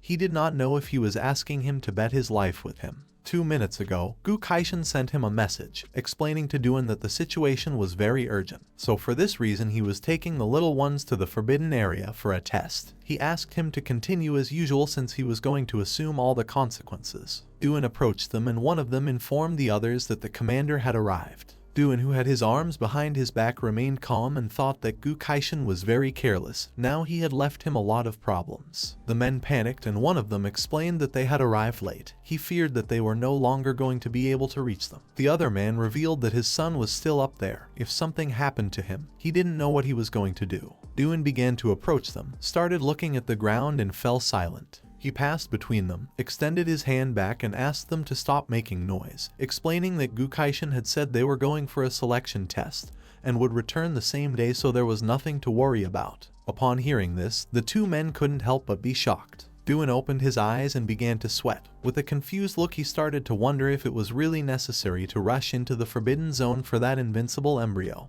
He didn't know if he was trying to hide or run away from something. He began to remember what Gu Kaishan had told him and his expression changed. He couldn't help but be shocked and start wondering if this was about the 9 miasma wings. The arrow that Gu Kaishan had launched reached the city and began to descend towards the headquarters of the Night Watch. The arrow contained a secret message for Uncle Jai Gang. Gu Kaishan revealed to him that Jiang Chen was hiding a major calamity. As his master, he would take him to a forbidden area to hide temporarily. Jai Gang should try to find allies from the Sealed Kings while he was away, since when he returned, he feared there would be a fierce battle. Upon reading the message, Jai Gang could not help but be shocked and become alert at the same time, as he did not know what was happening. A few hours later, he met with Jane Tang, sat on the sofa, bowed his head, put his fist on his forehead, closed his eyes and remembered that Jiang had killed a member of the Huang family, had cut off Zio Bahan's arm and now carried with him a calamity. He feared this was going to be a difficult challenge. Jane Tang sat next to him, and she tried to comfort him by saying that no challenge was easy, but they were going to overcome all challenges since he had decided to protect Jiang Chen no matter what happened. She advised him that it was better to focus on the path ahead and stop worrying about the past, adding that she had spoken with her father who was willing to support them. She began to imagine her father, Duan, Hong Yao, and Gu Kaishan. Now they had the Celestial Sword King, Jai Gang's elder sister, her father, and Commander Duan. With 4 Sealed King powers, they were going to be able to handle any storm that came their way. Jai Gang stood up, started walking towards the door and thought she was right. His elder sister had already gone to meet the master. Now he decided to visit the Sealed King of the Muuh family and Merchant Luo family. Even if he had to lie, he was willing to fight for more allies for Jiang. Jane Tang began observing him and she remained silent. He turned his head back, started looking at her with a serious gaze and decided that if things went from bad to worse, he would use the same energy he had when he burst into Zio family and give it his all. Upon hearing this, Jane Tang, who had a cheerful look, began to smile since it had been years since she last saw Jai Gang so excited. Several hours later, day broke, and Gu Kaishan's sword grew huge and positioned itself under the island. He began to use his power, and they started heading towards the Forbidden Zone. He asked Hong Yao what she thought they should do after returning. Hong Yao, who was chewing gum, blew a bubble and with a calm look thought that Jiang's 9 miasma wings were cool. She wished she could raise one herself. Gu Kaishan quickly moved his finger back and launched a small arrow which destroyed Hong Yao's bubblegum bubble.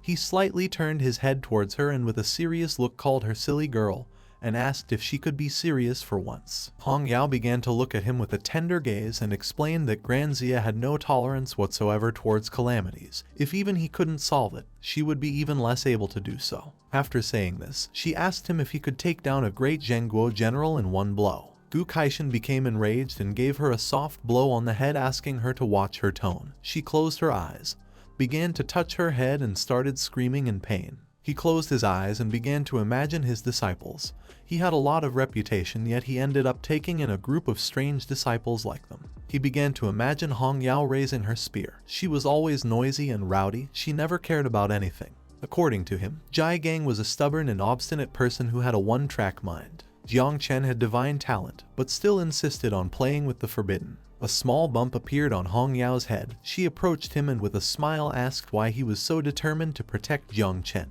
He turned his back on her, opened his eyes, and while observing the landscape, he asked her if she really wanted to know the reason. Then, he raised his head, began to look towards the sky and explained to her that when he had taken her as a disciple, it had only been because she was wearing red armor and he thought it looked cheerful. As for taking Jai Gang, it had been even more random. He had mistaken Gu Kaishan for a regular client outside of a club. At that time, when the heir of the Zio family tried to forcefully marry Tang Jin, Jai Gang went to stop him, and Gu Kaishan was willing to give his life to protect him. The men from the Zio family pounced on Gu Kaishan and the battle began. Jai Gang took advantage of the commotion, grabbed Tang Jin in his arms and fled from the area. Not everything needed a reason. He was doing this because he cared about Jiang. He began to look down with a sad gaze since now Jiang Chen was the same. At the moment he had met him, he had known that they were going to get along well, so he simply had accepted Jai Gang's wishes. If Jiang was his disciple, then there was no reason not to protect him. Hong Yao approached him and thought that he was the best master in the world. He acted tough, but in reality,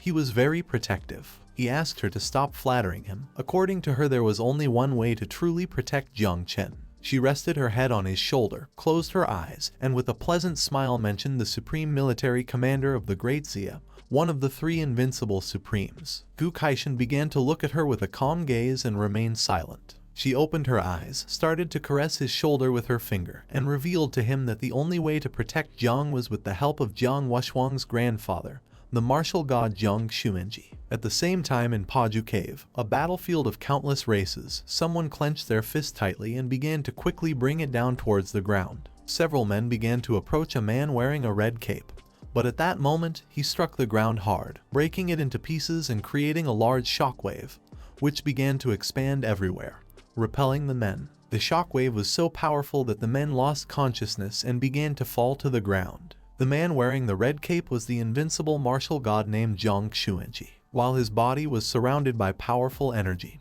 he clenched his fist tightly, stood up, started walking around the area, and seeing that countless races had dared to invade Great Zia, he decided to kill them all mercilessly. His blow was so powerful that it created a large hole in the cave floor. Standing in front of him were several more men. He began to walk towards them and concluded that after this battle, the countless races should calm down for a while.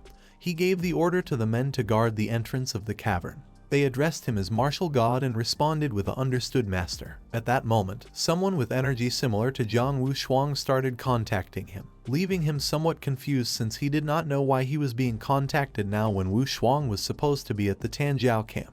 But to his surprise, Gu Kaishan began appearing in front of him, addressed him as martial god and told him it had been a long time since they last saw each other. Xuanji began to stare at him and couldn't help but clench his teeth tightly and go on alert. Seeing that the Celestial Sword King had contacted him through Wuxuang, he thought he had encountered problems in the camp, so he asked Gu Kaishan to speak clearly. He reached out his hand towards the sky and with a calm look replied not entirely, adding that he was doing very well. He wanted to make a deal with him. He began to imagine Jiang Chen surrounded by the poisonous mist of Little Nine and revealed to him that he had taken a new disciple named Jiang Chen, who had a divine level creation class, but possessed the calamity called 9 miasma wings.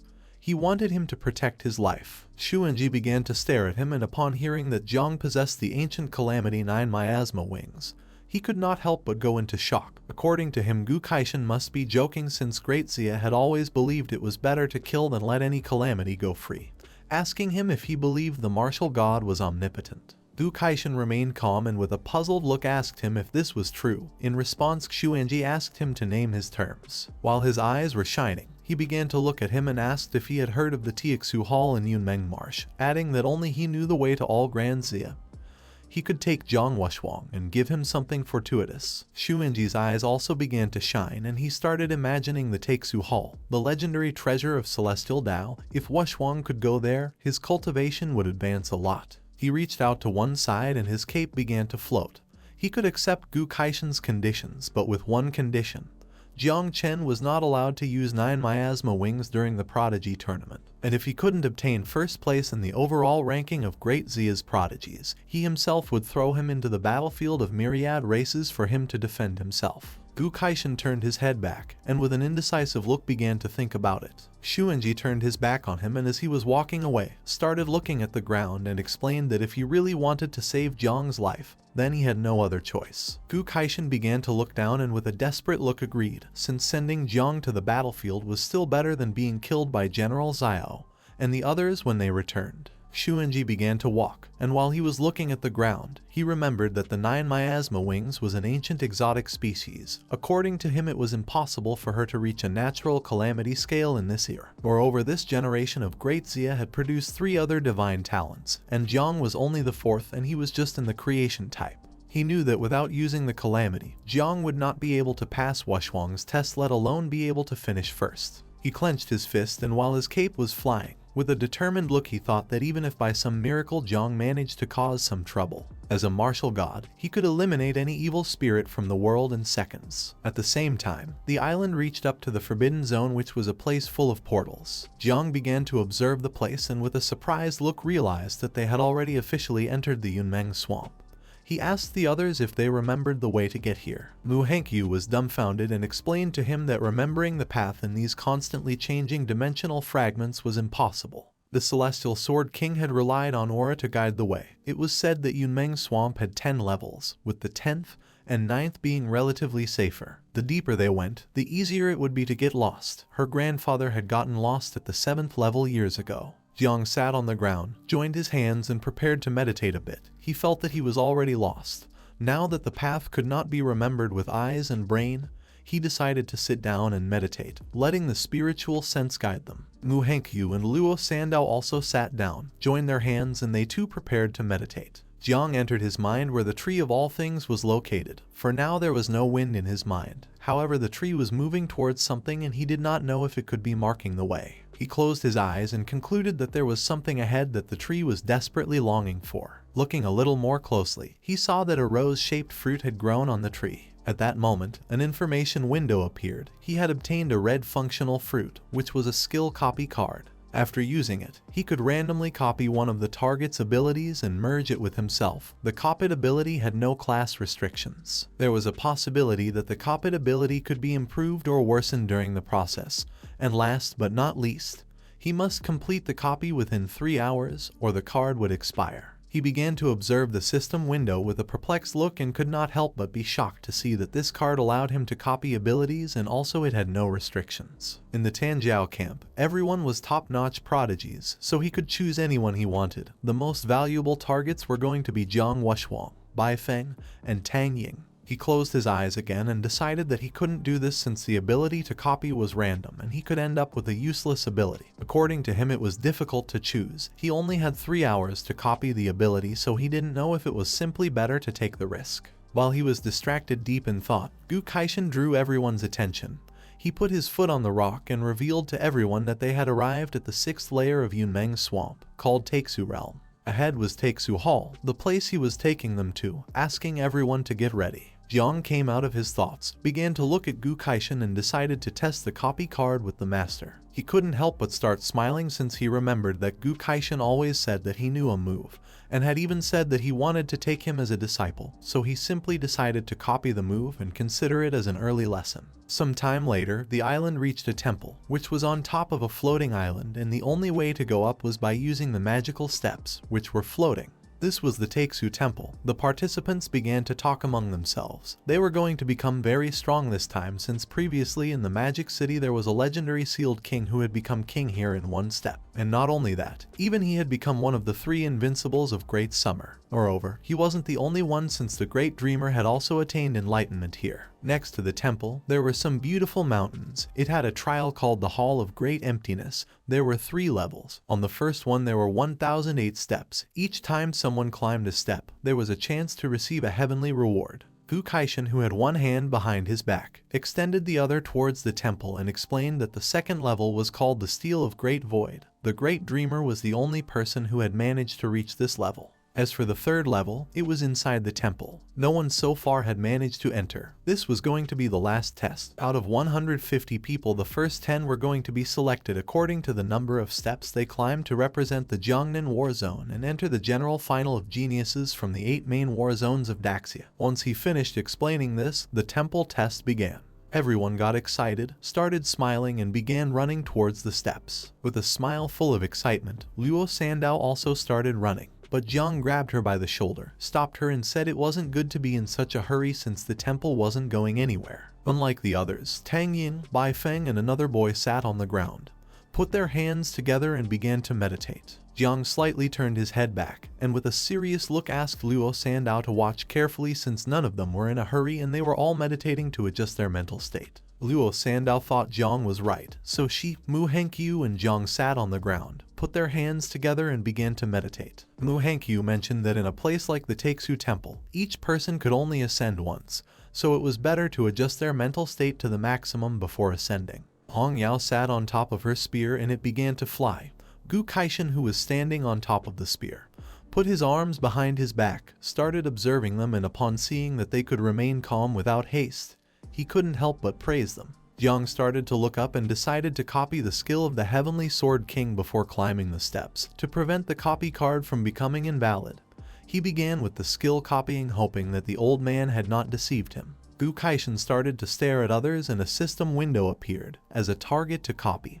Jiang selected Gu Kaishan. The system warned him that there was a possibility that the copied skill could degrade or improve during the process. After this warning, it asked him if he wished to start copying a random skill. Jiang began to stare at Gu Kaishan and responded with a yes, thinking that it was time to start with this. He hoped to have a little more luck. He did not ask to improve his skills, he just wanted them not to degrade. Another system window appeared to inform him that the skill he was copying was called Opening of the Sky.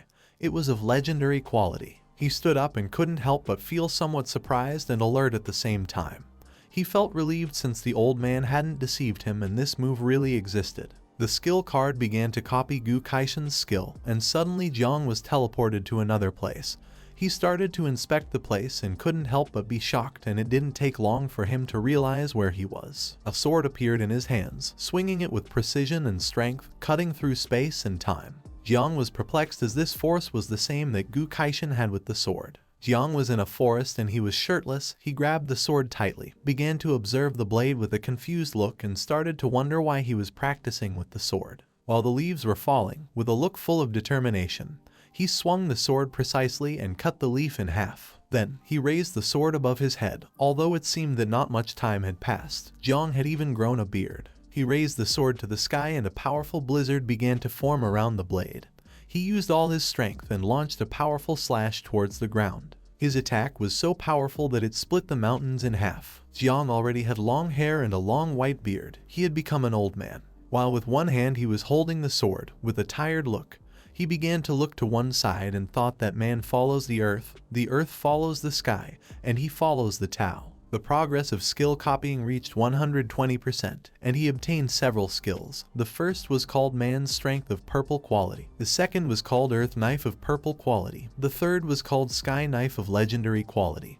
And the last was called Great Path Power of Shadow Knife Quality. Jiang, who was sitting on the ground and was meditating, was somewhat surprised. He had incredible luck since not only had he copied everything, he had also broken down the celestial sword into 4 styles. With a calm look, Hong Yao explained to Gu Kaishan that Jiang Wushuang and the others had already started climbing and only Jiang remained here, adding that at the beginning of the test is when benefits were given. She did not know what had happened to Jiang and if he had fallen asleep. Gu Kaishan started to look at Jiang and remained thinking in silence. Several minutes passed, and Jiang, Luo Sandao, and Mu Hankyu continued meditating without moving. Seeing this, Gu Kaishan thought that this was a bit strange since adjusting the state did not take so much time. Hong Yao's spear began to tremble. Witnessing this, she couldn't help but be shocked and go on alert. She asked the master why her spear's heart was resonating. Gu Kaishan's eyes filled with surprise and he began to look at Jiang.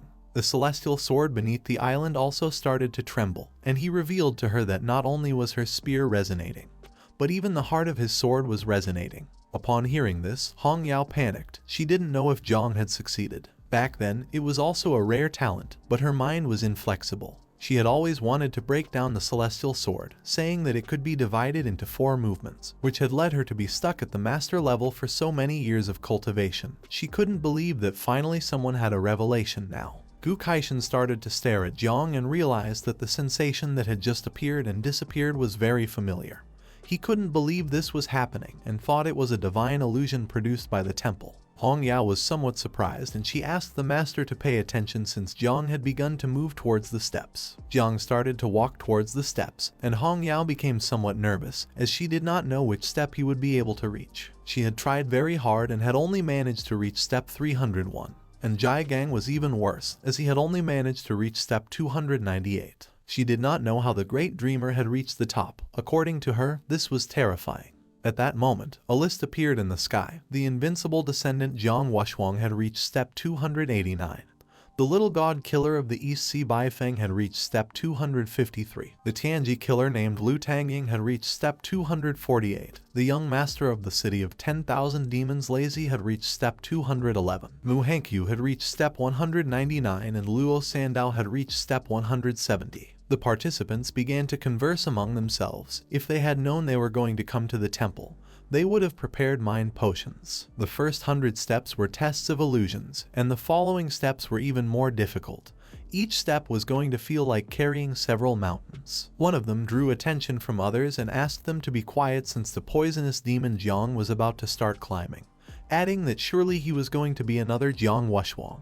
Jiang started to look at the ground and remained silent. Then he approached the step, lifted his foot and with a determined look thought that if the first steps were tests of illusions, with his mental strength there should be no problem. Once he stepped on the first step, his eyes filled with surprise and he couldn't help but be shocked and go on alert. At that moment, Zio Bahan's grandfather appeared. While his eyes were shining, he began to unsheathe the sword with one hand, and with a suffocating look decided to finish him off without leaving him a place to be buried, since he couldn't believe that he had dared to mess with the legitimate grandson of the Zio family. Jiang panicked and began to wonder if he was Zio Zhenguo. He unsheathed the sword, leaped forward and prepared to attack. Seeing this, Jiang started covering his head with his arms and prepared to defend himself. Due to the difference in strength, Jiang's body was sent flying backward, and he fell on his butt against the ground. At that moment, Jai Gang and the others appeared in front of him to protect him. Jiang, who was behind them, panicked and asked them to flee from here. In the blink of an eye, Zio Zhenguo moved at an incredible speed and using the sword, cut their bodies into pieces, approached Jiang and with a look full of hatred decided to finish off anyone who stood in his way.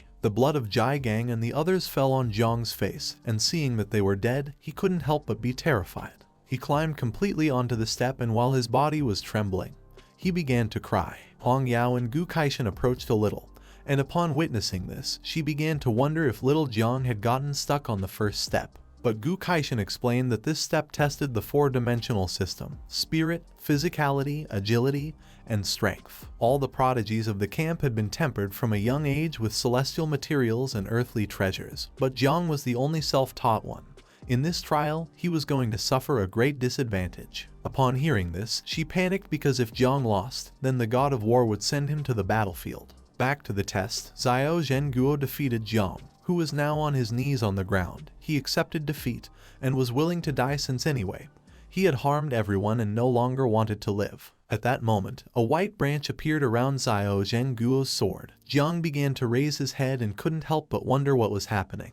A white branch pierced through Zio Zhenguo's body, causing him to gradually begin to disappear. Jiang, who was kneeling, started observing this and couldn't help but wonder if this was the illusory world. Now that Zio Zhenguo had been defeated, Jiang left the illusory world. He couldn't believe that he had just fallen into an illusion, but it felt too real. But then he thought that it couldn't be real. Uncle Jai Gang and the others had been killed, and instead of fighting for his life, he had been seeking death. He clenched his fist tightly and while blushing, prepared to step onto the next step. Seeing this illusory world mocking him, he called upon the spiritual tree and decided to give it a good beating. Jiang prepared to put his foot on the next step, and then 2 system windows appeared in front of him, causing him to go on alert. He obtained 5 Star Wish fragments. 1,000 fragments could be combined into a complete Star Wish fragment if the user had a skill level between level 1 and level 3. Consuming 10 star fragments could increase by 1 level, and if the user had a skill level between level 4 and level 6, it would require 100 star fragments to improve. Jiang began to observe the system windows and he couldn't help but start smiling upon seeing that he had obtained 5 Star Wish fragments. The market price of 1 fragment was millions. He had just started and the system had already given him such a generous reward.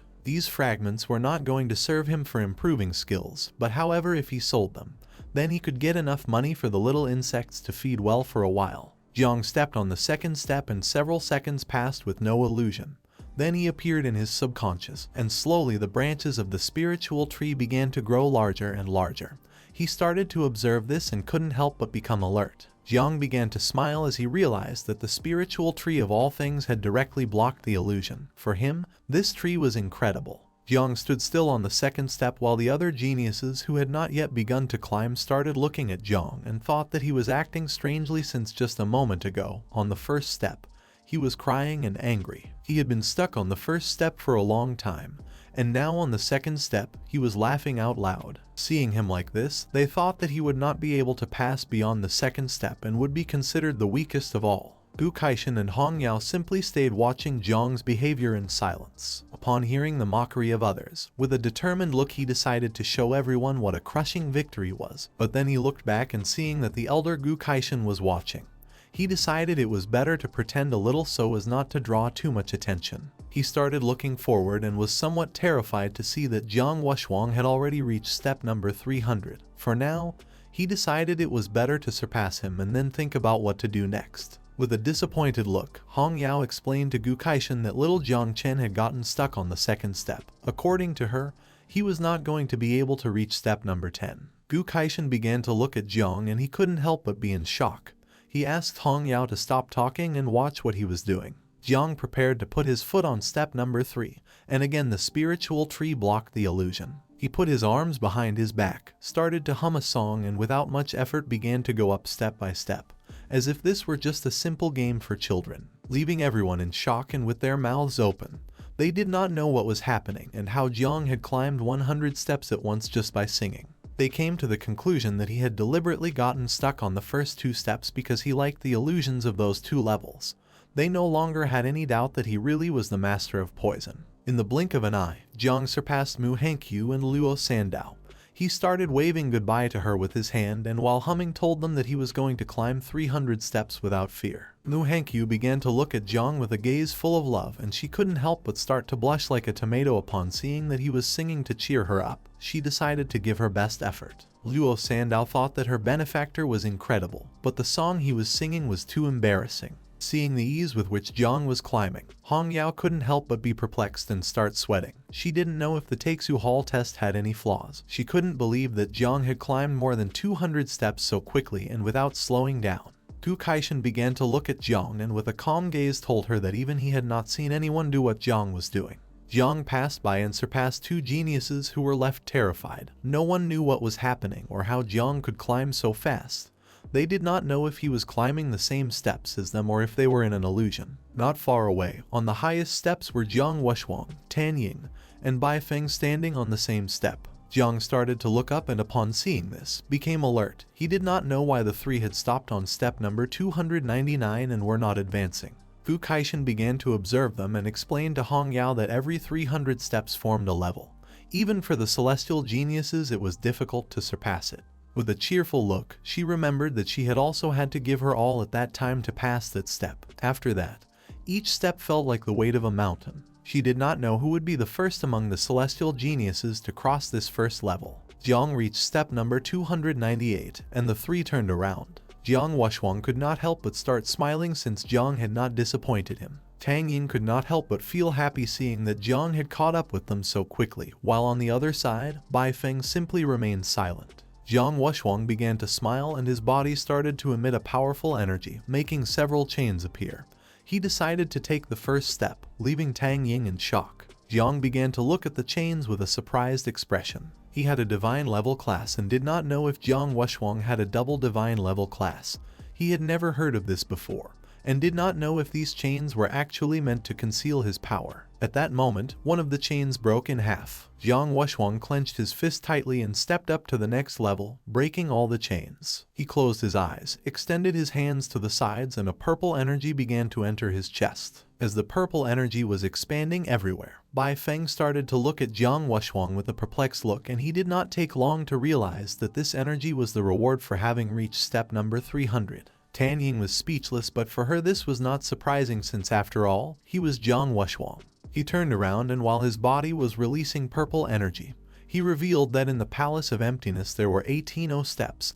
The last step every 300 steps was the most difficult. By climbing it they would be able to obtain rewards. This step seemed to be testing willpower, but in reality it was a review of soul strength. He started to look at Jiang with a lost gaze and mentioned that his origin was not good, since as a child he had not been purified by the treasures of heaven and earth. Compared to them, his foundations were somewhat deficient. He suggested to him to proceed with caution and not rush into breaking barriers. He should slowly seek a way among them. While he was explaining this, Jiang took a small leap and climbed to step 300, leaving everyone speechless. Jiang approached him and with a confused look asked if it was really so difficult to climb this step and also if he was acting just like him. Jiang Wushwang was somewhat shocked and angry at the same time. He was unable to believe that Jiang had climbed this step so easily. A system window appeared, and for having climbed 300 steps of the Taeksu Hall, he obtained a origin crystal as a reward. A green crystal appeared in Jiang's hand. He started to look at it and couldn't help but feel happy since this was an incredible reward. Although the insects could not use it. He had heard that Uncle Jai Gang had been in the third transformation for many years, but thanks to this, he had been able to ascend to the fourth transformation. This crystal was much more powerful than the reward that Jiang Wuhusang had obtained. Little Nine manifested, and with a hungry look asked Jiang to climb faster since she wanted to eat the trail. Jiang started to look at the Taeksu Hall and with a confused look asked her if she was referring to the trail that was on top of the hall, to which she replied with a yes. At that moment, Little Nine's stomach began to growl, leaving Jiang somewhat confused. She started forcing Jiang to climb faster. He asked her to wait since even though she really wanted to eat, it wasn't necessary to push him. Tang Ying and Bai Feng turned around and upon seeing this, they were left speechless, while on the other side, Jiang Wushwang became furious. He clenched his teeth tightly and began to look at him with a gaze full of rage. He could not allow Jiang to surpass him. He started to shake his fists, and 8 hands appeared behind him and he began to climb like crazy so as not to let Jiang surpass him. Bai Feng was somewhat surprised to see that the war god Jiang Wushwang had refined his body. His eyes filled with rage and he could not help but become furious, letting out a suffocating energy. For him, people like them were truly annoying. According to him, they should die. He extended his hands towards the sky and used the technique Blood of Gods and Demons called Dye the Sky Blue. His body began to release ghosts. He decided not to let them surpass him, and also started to climb quickly. Several seconds later, 2 geniuses arrived at them, and upon seeing that Tang Ying was standing and not competing with them, they thought this was very strange. She turned to them and with a serene look, explained that she was an assassin and could not be compared to those ogres. One of the men felt relieved to hear this, but at that moment, Tang Ying began to smile and little by little her body started to transform. She transformed into a snake and with a murderous look, she also began to climb quickly. The 2 men were left speechless and then hugged and thought that Mr. Tiger had not deceived them and that people were really too terrifying. For them, the 4 were admirable geniuses, but Jiang, who was climbing as if nothing, was the most terrifying. Hong Yao was surprised to see that Jiang Wushwang had made 8 hands appear. Bai Feng had gone crazy and Tang Ying had transformed into a snake. According to her, Jiang was really impressive since with his own strength he had caused everyone to lose their composure. Gu Kaishin closed his eyes and started laughing out loud, and told her that it was no wonder that he was his favorite disciple. In the blink of an eye, Jiang reached the top. He was the second in history to have achieved this. Now that he had reached the top, he could not help but feel somewhat relieved and relaxed. Hong Yao noticed something and her eyes filled with terror. She did not know what Jiang was going to do. Jiang extended his hand towards the sky, letting out the insects. He decided to let them out voluntarily so they could do whatever they wanted. All the insects slowly began to advance towards the Taeksu steel.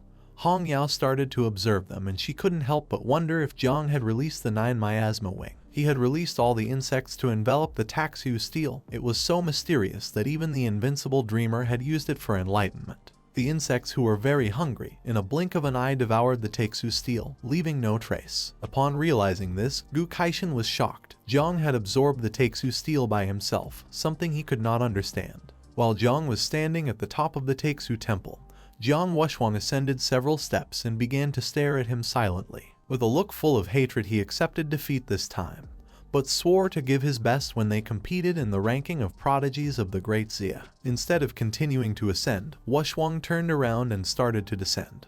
Bai Feng and Tang Ying looked up, and upon witnessing that even Jiang Wushwang had given up, he thought it was better to withdraw. According to her, this was no longer worth it since climbing up here had almost cost them their lives, and advancing further would harm their essence. Realizing that Jiang had reached the Taeksu temple, Mu Hankyu and Luo Sandao began to smile and could not help but feel happy. According to them, the master was incredible, and fortunately they too had completed their mission. A ranking window of the system appeared in the sky. The first on the list was Jiang Chen with 1008 stages. The second was Jiang Wushwang with 623 stages. The third was Bai Feng with 609 stages. Fifth was Tang Ying with 600 stages. Sixth were Lei Zi and Liu Bijai with 304 stages, and the last were Luo Sando and Mu Hankyu with 300 stages. Gu Kaishan, who had his arms crossed, began to smile, since without Jiang Chen, the others would not have been able to get this far. Hong Yao started looking at Jiang with a tender look. For her, he was incredible, and this new generation was much stronger than they were back then. Several minutes passed and Jiang stood still doing nothing. And upon realizing this, Hong Yao became somewhat confused and with a surprised look began to wonder why he continued standing there in a trance when everyone else had already come down. Jiang was in his subconscious. The Taku steel was teleported to the insect nest, and Little Nine hugged it, and her level rose from 22 to 25, obtaining several thousand devouring value. When she had said that she wanted to eat the steel, she meant to take it back to the insect nest. Now she was enjoying it and even had leveled up several times. While she was hugging the Taku steel like a baby, Jiang, who was on the ground, put his hands on his hips, started observing her, and couldn't help but start smiling since the devouring values of the insects had also increased drastically. At this rate, they were going to be able to breed a third generation soon. He didn't know if the steel and 9 miasma wings were connected in some way. The statistics window of the Taku steel appeared. It was originally an abyssal anchor stone. Located at the bottom of the abyss, it was a compact artifact and one of the fundamental essences of the abyss. The Taku steel came from the abyss, and given that Little Nine was the ruler of the abyss, it was not surprising that she wanted the steel more than anyone. Jiang emerged from the insect nest and returned to reality, and at that moment, in the place where the Taku steel had been, poisonous mist began to appear. Upon noticing this, Jiang went on alert and became confused at the same time. While his body was surrounded by poisonous mist, he was transported to another place. He had been recognized as the master of the Taku realm. No matter where he found himself, with a single thought, he could teleport back to the Taku realm at any moment. No one except the master could open the doors of the Taku hall. Jiang was somewhat surprised and realized that the Taku steel was the key to the Taku realm. Only he could teleport here at any time and no one else could open it. He could use the Taku hall as his final trump card. He left the realm, jumped, and decided that it was better to leave now. There were too many eyes watching right now. He wanted to avoid entering the hall for now to check it later. While he was in the air, Hong Yao and Gu Kaishan appeared and took him by both arms. He asked Jiang to come with him for a moment. They began to fly high and disappeared from sight. All the participants of the camp started to look at the sky and thought that the Celestial King of the Sword had captured Jiang, thinking that it must be related to the Taku steel. Some thought that this was happening to him for being too arrogant. Not far from the area there were snow-capped mountains. They went to another remote area. Gu Kaishan began to stare at him. One of the 3 invincible figures of Great Zia, the Dreamer. Only he could observe the Taku steel in search of enlightenment. He wanted to know how Jiang had used the 9 miasma wings to absorb the Taku steel. With a serious look, Jiang stayed thinking in silence, and upon seeing that Gu Kaishan knew about the 9 miasma wings, he thought that he had summoned him to this place to kill him. With a cheerful look, Gu Kaishan asked him if he really thought he would be able to turn the 9 miasma wings into a poisonous mist and deceive everyone. Hong Yao, who was next to him, closed her eyes and started laughing since Jiang's expression was very cute. Jiang calmed down as, judging by their appearance, they did not want to kill him. He decided it was better to tell the truth. With a serious look, he revealed that the 9 miasma wings and the Taku steel came from the abyss, sharing the same origin. Or rather, that the Taku steel originally belonged to the 9 miasma wings. Far from becoming alarmed, Gu Kaishan remained calm and told him that he should be aware of the Great Zia's stance on Calamity.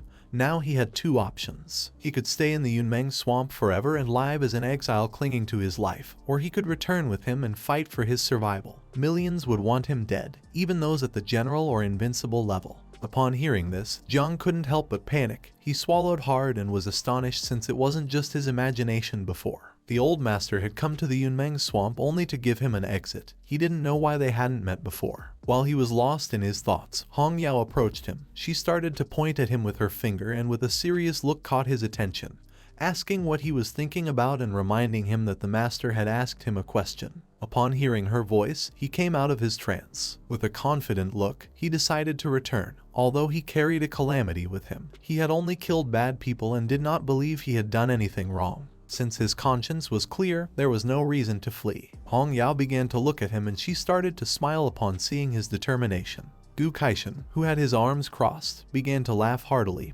He expected nothing less from his disciple. Even though he did not want to admit it, even Jai Gang was not as good as him back then. Jiang was somewhat confused since he did not know what Uncle Jai Gang had to do with this. She closed her eyes, rested her fist on his shoulder, and asked him to remember that she was his older sister and Uncle Jai Gang was the second older brother. She explained that back then, Jai Gang had almost died at the hands of General Zio when he had assaulted the Zio family to steal Aunt Tang. The master had told him to hold his position, but he did not want to drag the master in, and as a consequence, in the end, he was exiled to Chu Jong city. Jiang realized that Uncle Jai Gang also held a grudge against the Zio family. Gu Kaishan turned his back on them and mentioned that old grudges no longer mattered, whether they were invincible or generals. As long as Jiang's will was firm, they as master and disciple would face them together. When they returned to Jiangnan, his sword would open a path for Jiang. These words were more than enough to make Jiang excited. While he had his arms crossed, Jiang knelt before him asking him to accept the reverence of his disciple. At the same time in the city, the sun rose and in a skyscraper, a meeting among generals took place. The supreme commander of the war zone of Jiangnan named Duan Xinghai intertwined his hands and with a calm look mentioned that since all 12 titled kings of Jiangnan had gathered except Gu Kaishan and Nian Hongya, he decided to get straight to the point. Everyone started to pay attention and he explained that based on their research, the poisonous mist of Jiang Chen was actually the 9 miasma wings. According to the Great Zia's taboo ordinance, anyone who awakened a type of calamity or controlled a taboo object must be killed mercilessly. Asking for others' opinions on this, Mu Hankyu's grandfather, a red-haired man named Muhinian, raised his hand and with a smile said that although the 9 miasma wings had caused great catastrophe in past eras, it was almost impossible for it to grow to that scale in the present.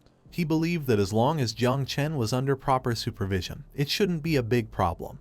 And in the worst case they could simply take the 9 miasma wings and destroy it. There was no need to kill Jiang. Tang Jing's father, a man named Tang Wangchuan, raised his hand and he agreed with his assessment since the Great Zia's taboo ordinance had been issued 500 years ago. Back then, Great Zia was incredibly weak, but today, Great Zia was strong and they could negotiate taboo matters more flexibly. Two of the generals started to talk among themselves to see who had been connected with Jiang Chen from the beginning. They had heard that Muhinian's granddaughter had gotten quite close to Jiang in the prodigy camp. Jiang Chen belonged to Jai Gang, and Tang Wangchuan's daughter, Tang Jin, was also getting involved with Jai Gang.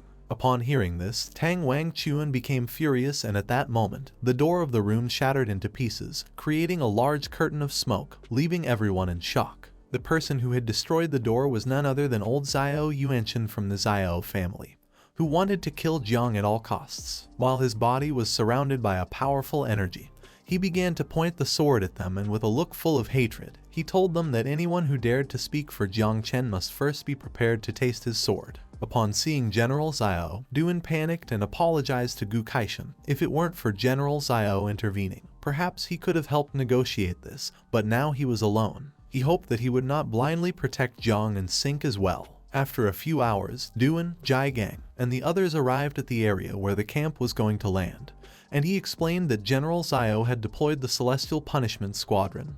They were all hidden in the nearby mountains. According to Jai Gang, this was a grand scenario and he also realized that Jiang Chen and the others had to return soon. With an angry look, he grabbed the sword's hilt. If a fight broke out, he and Tang Jing were going to draw their swords. The old grudges and the new ones were going to be resolved together. He told Duan Fang that the night watch of Chu Jong was now in his hands. Duan panicked and began shaking his hands. When he had intervened in the wedding, Duan had been with him, and now he was willing to cause trouble again. Yun Xiaoke, who had her eyes closed, put a hand on her waist and told them not to look at her, asking if they needed a healer. Fang, who was next to her, asked her to get lost since he enjoyed a good brawl and there was no way he would miss this. With a smile, Tan Jing asked old Jai not to be so formal since they were family. She started to point at the sky and saw a bright light, wondering if that was not Jiang Chen and the others in the distance. Not far away on a mountain was old Zio's squadron, who located their target. He began to point towards the sky with his finger and gave the order to the Heavenly Punishment Squad to prepare, and also asked the Divine Crossbows to get ready to shoot. Upon hearing his order, the men took out their crossbows and began aiming at the sky. At the same time, the Tanjiao camp began to approach the area quickly. Hong Yao started to look down and upon seeing so many people she began to smile. Since this situation was similar to when Jai Gang had gone to the wedding, this was perfect for her as last time she hadn't vented enough. Gu Kaishan remained calm and asked her what she was doing. With so many people watching, at least they should pretend that there was first courtesy. and then take action. Otherwise, people would think that their whole family were brutes. Gu Kaishan's body began to emit an orange energy. Hong Yao noticed that his killing intent was even stronger, thinking that where there was a master there must be a disciple. Behind them was Jiang. She turned her head back and with a cheerful smile, asked what his opinion on this was, but he didn't even respond as he was once again lost in his thoughts. He was in the insect nest and around him were thousands of insects. A system window appeared informing that the reproduction of the 9 miasma wings had finished. The mother insect was level 27 and she had an offspring of 5.11 million. Seeing that the reproduction of the 3rd generation had been a success before the war, he felt happy. And although it wasn't enough to defeat the nation, it was more than enough. Hong Yao touched his shoulder and asked him not to be afraid since although he was not very strong, he had the master in her, making him come out of his trance. With a surprised look, he began to wonder what was happening. He started pointing at the mountain with his finger and explained that he was not afraid. He had just seen Uncle Jai Gang and the others on the mountain. First, he wanted to go see them and give them a gift. Gu Kaishan gave him permission since they were going to pass by there later anyway. Upon hearing this, he began to smile, and while his body was surrounded by poisonous mist, he jumped and started descending. Wushwang began to observe Zhong and with a surprised look asked that he not die since he had not yet played enough with him. Tang Ying realized that he had a calamity and it was no longer surprising to him that he had been able to kill Zio Bahan in an instant. Bai Feng felt somewhat worried about him as she did not want the second person in all of the history of the Great Xia who had completed the Ladder of Emptiness to die. Jiang began to distance himself from them. Mu Hankyu started looking at him. Her master did not know if her grandfather was going to come help or not. Luo Sandao, who was next to her, told her that worrying now was useless. This level of war was something they could not help with. Causing no problems was more than enough. Some time later, Jiang landed in the area where Jai Gang and the others were, and seeing that they had come, he couldn't help but feel happy. He approached Uncle Jai Gang, took out a green crystal from his inventory, extended his hand towards him and reminded him that at first he had said he was going to gift him a set of epic equipment, but he hadn't been able to obtain it but now believed that this was equivalent to it. Jai Gang extended his hand towards the crystal, began to observe it, and couldn't help but be shocked as it was an origin crystal. This was equivalent to having the key to enter the 7th realm. Jiang took out several more items. Among them there was equipment and weapons. To Aunt Tang he gave a silk scarf, to Duong a bow, to Chu Bueling a dagger, and to Han Ki platinum level equipment. At the same time old Zio and the Heavenly Punishment Squad arrived at a cliff. He was furious and his eyes were filled with rage. Upon seeing that Jiang Chen had descended, he ordered them to prepare. At that moment, Duan Fang appeared, and using his hand began to signal him to stop. He asked him to wait a moment since more than 100 days had passed since the Tango Camp had disappeared. It was being taken care of by Gu Kaishan so they could not be careless. The old Zio turned his head back, started to stare at him and began to think, then he started to look down, and with a serious look decided to kill Gu Kaishan along with Jiang if he did not know how to appreciate what he had. After several minutes, the camp arrived near the area. Duan Fang began to observe it, and asked Gu Kaishan to surrender and hand over Jiang Chen. He and Zio Yuanchen were great fighters from Jiangnan. Once the battle began, the city was going to suffer great losses. According to him, it was better to sacrifice Jiang. Gu Kaishan, who was standing on top of the camp, refused to give up as in this life he had nothing to be ashamed of in Jiangnan, nor in the Great Xia. He had brought back 150 heroes from the district, and not only this, but he had also taken them on a visit to the Palace of Emptiness. The parents of the participants remembered that the Palace of Emptiness was a place of miracles, where many great ones sought power without success. They did not expect that the King of Celestial Sword would have a way to enter. Now their children were going to succeed. They could not just stand by doing nothing, and although they could not save Jiang Chen, they were not going to join the Zio family. Duan turned around, extended his hand to one side and with a smile explained that with these 150 heroes, the reputation of Jiangnan was going to rise like the tide. At that moment, the old Zio Yuanchen appeared, and while his eyes were shining, he used his power, making 2 giant blocks of water appear. He was so powerful that the water from the rivers and the sea began to concentrate in the sky, creating a huge block of water. As his body was surrounded by water, he revealed that Jang Chen could control a calamity. According to the law of Great Xia, he should be executed, and as for Gu Kaishan, he was acting against the rules, protecting those who could control the forbidden. He had sealed off Tianjia's camp and all the examiners. According to him, Gu Kaishan had put the camp in danger. Everyone started to look up and saw that the water was slowly approaching the camp. Zio Yuanchen could control the sea, Both he and Gu Kaishan were strong, so the others decided to be neutral and not join any side. With a calm look, Gu Kaishan asked Jiang to return and ordered Hong Yao to take care of the flight of the Tango Camp. Upon hearing this order, she began to use her powers and started controlling the camp. Jiang created a barrier around Jai Gang and the others so they would not intervene in the battle. He jumped up and using the poisonous mist began to fly. He apologized to them and also asked them to stay in the barrier watching without intervening. Upon seeing the barrier, Jai Gang was somewhat confused as he did not know when he had invoked the spell. He turned his head back and explained that he could not handle the spell, it would only dissipate once the battle ended. Gu Kaishan began to control his sword, making its blade emit a powerful golden energy. Old Yuansen started flying, extending his sword sideways, causing a large tornado made of water to appear behind him. He couldn't believe that Gu Kaishan really wanted to draw his sword against him. He leaned the sword on his shoulder. Yuan Chen had a power superior to the 8th level and also possessed more than 10 forbidden water spells. And Gu Kaishan only knew how to use a sword, he did not know what he was afraid of. Both prepared to fight, but at that moment, someone invoked an ice barrier which appeared between the two, preventing them from starting to fight. The person who had created the barrier was General Duan. While he was controlling the barrier using his fingers, with a sincere look he asked both of them to calm down since if they were really going to fight, not only would the camp suffer but even the Jiangnan base next door would also suffer the consequences. For everyone's sake, he asked them not to fight. At that moment, Zio Bahan appeared and told them that for the good of the people it was better for him and Jiang Chen to have a duel to the death. Upon hearing his voice, Duan turned around and seeing that he had appeared, he couldn't help but be somewhat surprised. Now he had a new arm. Using the sword, he began to fly. He started to observe his arm and couldn't help but start smiling. Jiang had cut off his arm that day, and today he was determined to kill him with his own hands. Zio Bahan began to advance towards them. Duan Fang extended his hand towards him asking him to stop. According to him, Zio Bahan's idea was better since the grievances of the young should be resolved by the young and the old generation should not intervene. Jiang also started to fly. He began to stare at Zio Bahan. He knew that he was not good enough to have a 1 versus 1 death match, so he asked what his conditions were. He started to smile and thought that he was a very smart boy. His 2 conditions were that he could not use Little Nine nor her poison. Zio Yuanchen began to fly and could not help but laugh out loud, as it was no surprise that he was his grandson. They were doing this for the peace of Jiangnan and for the well-being of the people. Gu Kaishan unsheathed the sword and with an aggressive look, he began to point the blade at them, and told them to stop saying nonsense. Just because they were on a high moral ground they could not do what they wanted. He prepared to fight and mocked Yuanchen saying that if he had guts then he should stop harassing the children and come fight him.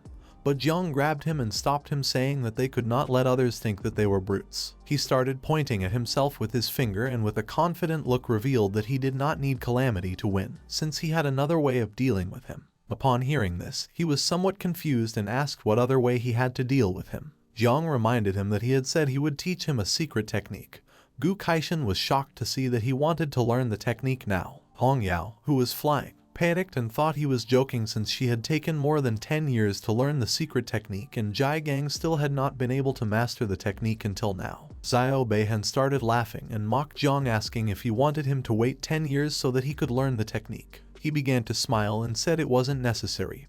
Just 5 minutes were more than enough. Gu Kaishan got angry and started shouting, explaining that the sword style was not something that could be learned so quickly. Zio Bahan began to laugh even more, while on the other side, Yuanchen remained silent. Jiang took Gu Kaishan's sword, clenched his other fist, and with a confident smile asked him to teach him the technique. He started looking at the sword and fell silent. At that moment, the sword began to resonate and upon realizing this, he was shocked. He started to look at Jiang with a confused look and did not take long to realize that he had been the one who had caused the resonance of the heart of the sword in the space of the void.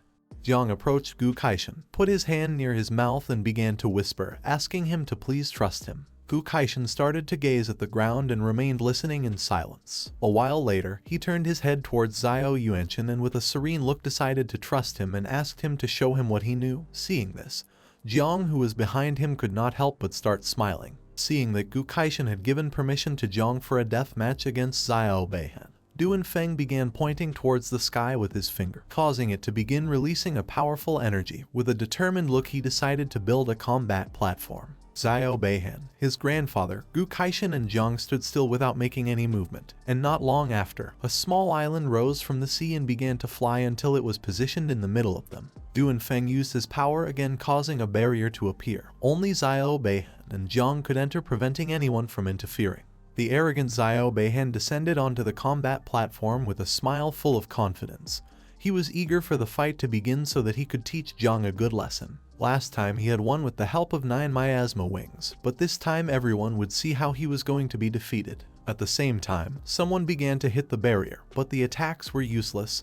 This person was none other than Jiang Chen. He drew his sword and started launching powerful attacks with the intention of breaking through the barrier. He was very furious and ordered Jiang Chen not to participate in the fight. He did not understand how Gu Kaishan could allow this. He began to despair as his eyes filled with guilt, since if he had not let Jiang enter the camp, none of this would have happened.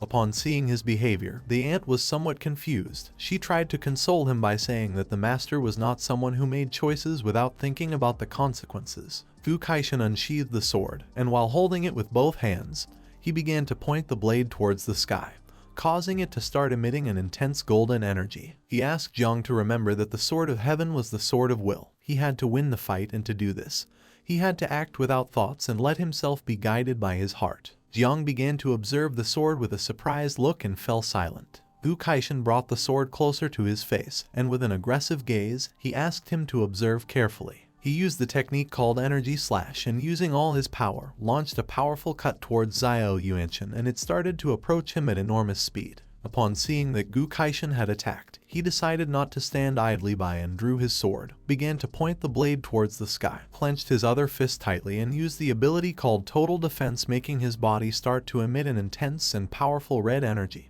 He could not believe that the old man was thinking that his attack could have any effect. Duan Fang began to look up, and upon witnessing this, he could not help but start sweating and panicking. His eyes filled with confusion as he did not know what was happening, and thought that this made no sense since both had agreed to let Jiang and Zio Bahan have a fight. Zio Bahan prepared to defend himself from the attack, but to his surprise the attack was not directed at him, as it passed by with great speed on the side, leaving him in shock and somewhat confused. The attack began to move quickly towards the sky, until several seconds later it impacted against a barrier that was in the sky, causing it to break into pieces. The reality was that hidden in this barrier was a giant dragon. Gu Kaishan's attack impacted against the dragon, cutting its tail in half. The dragon's eyes began to shine, and with a murderous look, it started to stare at Gu Kaishan. Zio Bahan began to look up at the sky and saw how the dragon's tail was falling to the ground. The dragon began to disappear into a crack, and with a look full of hatred called Gu Kaishan bastard, and it decided to come back for him. Several seconds later, the crack began to close and the dragon disappeared completely. Duan Fang started to look at the crack and was shocked, since this dragon was called Black Dragon, who lived under the Yangtze River. It was very dangerous. Everyone's attention had been fixed on the duel, and Gu Kaishan had been the only one who could perceive its presence. He rested his sword on his shoulder, and with a calm look revealed that this dragon was trying to have a chance to obtain the 9 miasma wings. This dragon has an 8th grade cultivation, half that of the 9 miasma wings. Zio Bahan's eyes filled with surprise upon seeing that this old thief was indeed skilled. Gu Kaishan, who had the sword resting on his shoulder, turned around, closed his eyes, and began to laugh heartily, asking Jiang if it wasn't impressive to see the master wielding the sword for the first time. Jiang approached him, clenched both fists, and was impressed. Seeing this, Gu Kaishan asked him if he had learned something. Jiang began to smile and with a look full of confidence, extended his hand towards the ground, making green energy appear. He started to use his power and decided to borrow Uncle Jiang's sword. A root appeared and Uncle Jiang, who was somewhat confused, handed over the sword, causing the root to wrap around it. Jiang borrowed his sword, began to observe it, and couldn't help but start smiling. Gu Kaishan, who was behind him, was somewhat confused and with a surprised look asked why he didn't want to use his master's sword and why he had borrowed Jiang's sword, to which Jiang replied that soon he would understand why. He jumped up, got on the combat platform, and decided to wield the sword just like his master to look cool. Gu Kaishan, who was watching all this, thought that he was a very strange kid. Ong Yao descended to the island and was shocked, her eyes filled with worry, as she did not know how the master could allow this. According to her, this was equivalent to sending Jiang to death. She remembered that Duan Fang was receiving benefits, and seeing that he still did nothing, she began to wonder what kind of invincible he was. She could not allow this to happen, so she decided to take Jiang away from here. Gu Kaishan, who was observing Jiang, remained silent in thought. She decided to intervene, but at that moment, her body stopped and she lost control. She became somewhat confused as now she could not move. Gu Kaishan crossed his arms and with a sincere look explained that in this arena of life and death, only Jiang and Zio Bahan could enter. He knew that Jiang was strong.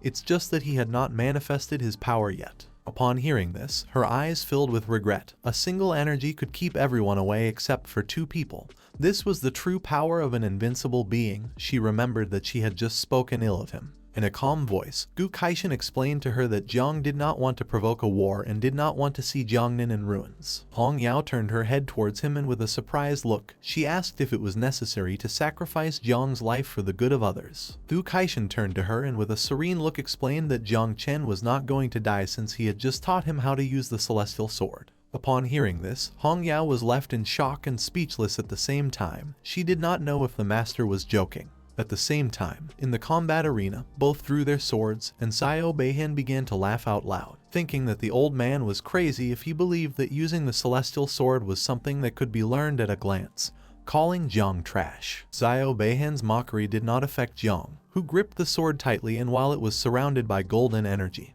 he began to show a confident smile, and decided to teach him if he really was trash. Zio Bahan clenched his fist tightly and his body began to emit a suffocating malevolent energy. He wanted to see if he had the courage to fight against him without using the 9 miasma wings. Bai Feng and Jiang Wushuang were also observing this. Bai Feng asked him his opinion on who was going to be the winner. With an uncertain look he replied that if Jiang used the poisonous mist, then he was going to be the winner. The tension in the atmosphere began to heat up, and Bai Feng reminded him that according to the rules, Jiang was not allowed to use this. Jiang Wushuang explained that then he was going to die since Zio Bahan had experienced defeat, and had gotten back up and focused his heart on martial arts, becoming stronger than before. Zio Bahan began to look at Jiang with a gaze full of hatred, and the sword began to emit a green energy. The sword he had in his hand was ranked 20th on the list of divine weapons of Great Zia. Jiang put the sword close to his face and adopted an offensive stance. Zio Bahan began to point the sword at Jiang and with a smile praised him for having initiative. With his broken sword, dying under the glow of the moon was going to be an honor for him. Jiang started to look at him and with a smile asked him to stop talking so much. Then he raised the sword into the sky and it began to emit a purple energy. He placed his other hand in front and asked Gu Kaishan to watch closely and try to correct him if he had any mistakes. He used the technique sky knife called the Sword of Humanity and using all his strength launched a powerful cut towards Zio Bahan, causing him to go on alert and be surprised at the same time. The energy of the attack was so strong that the others began to cover their faces with their arms and close their eyes. No one knew what this was or why their eyes hurt. At that moment, Hong Yao appeared and using her power, created a red barrier around them, and ordered the people with weak souls to close their eyes. She couldn't believe that little Jiang had so much power. Gu Kaishan's eyes filled with surprise and he couldn't help but be shocked. He couldn't believe that Jiang had really learned it, although it could only attack the soul. Just before the attack could hit, Zio Bahan accurately swung the sword and deflected the attack without much effort. He began to feel excited and with a smile mocked him asking if this was the famous sword of the sky that he had been talking about so much. According to him it had no abilities. Upon seeing that the attack could target the soul, he revealed that the Zio family was recognized for its powerful soul. He gripped the sword tightly, raised it into the sky, causing a golden moon to appear behind him. He used the ability called Star and Moon Cut and launched a powerful attack towards Jiang.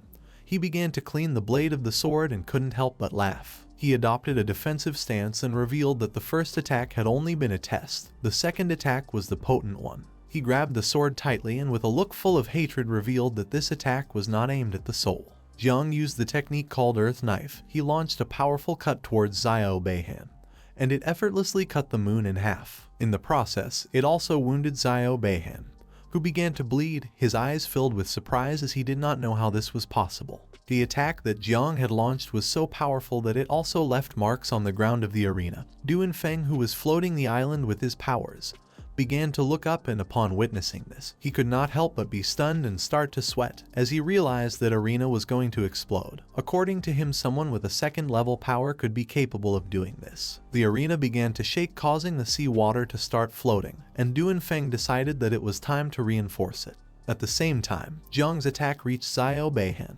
who quickly drove the sword into the ground, creating a small golden barrier around his body, blocking the attack in the process. He was aware that he had to block the attack because otherwise he would lose his life. Due to how powerful the attack was, Zio Bahan began to sweat, and with a look full of rage he mentioned that one must lift their head and look towards the northwest where the floating clouds were. He had to lean on the sword that was longer than 1,000 miles. Without hesitating for a second, he used the forbidden spell called the Maximum Essence. At that moment, the swords of the participants of the Tango Camp began to fly, leaving everyone somewhat confused. Some even raised their hands in order to control their swords.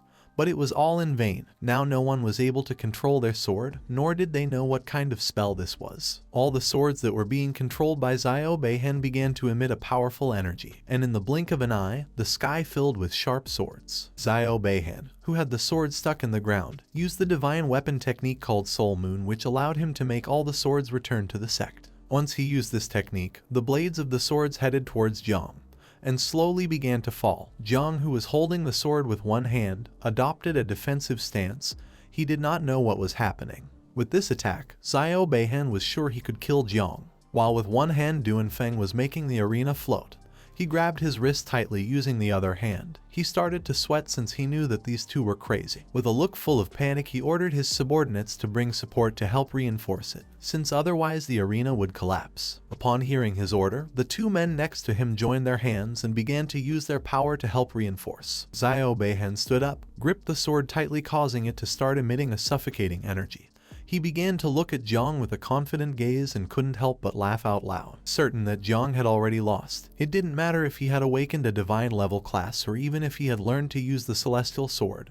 Without the help of the mother insect, he was nothing. This spell was going to break down his body into 1,000 pieces. The swords began to advance towards him at great speed. Jang adopted a defensive stance and asked Zio Bahan why he was underestimating his opponent. He started to swing the sword and couldn't help but smile, and upon seeing that the attack was approaching him, he had no other option. He used the celestial sword technique called Curse Cutter. He launched a powerful counterattack, which impacted against the swords, creating a huge explosion in the sky that blinded everyone. Zio Bahan was no match for Jang. His attack began to slowly disintegrate Zio Bahan's body. His eyes filled with tears and fear. He didn't know how it was possible for Jang to be so strong. In a matter of seconds, the explosion disintegrated his body until only ashes were left. Zio Chen, who was flying nearby and observing the battle, was terrified to see that his grandson had been massacred. Even Uncle Jiang was shocked and his eyes filled with astonishment.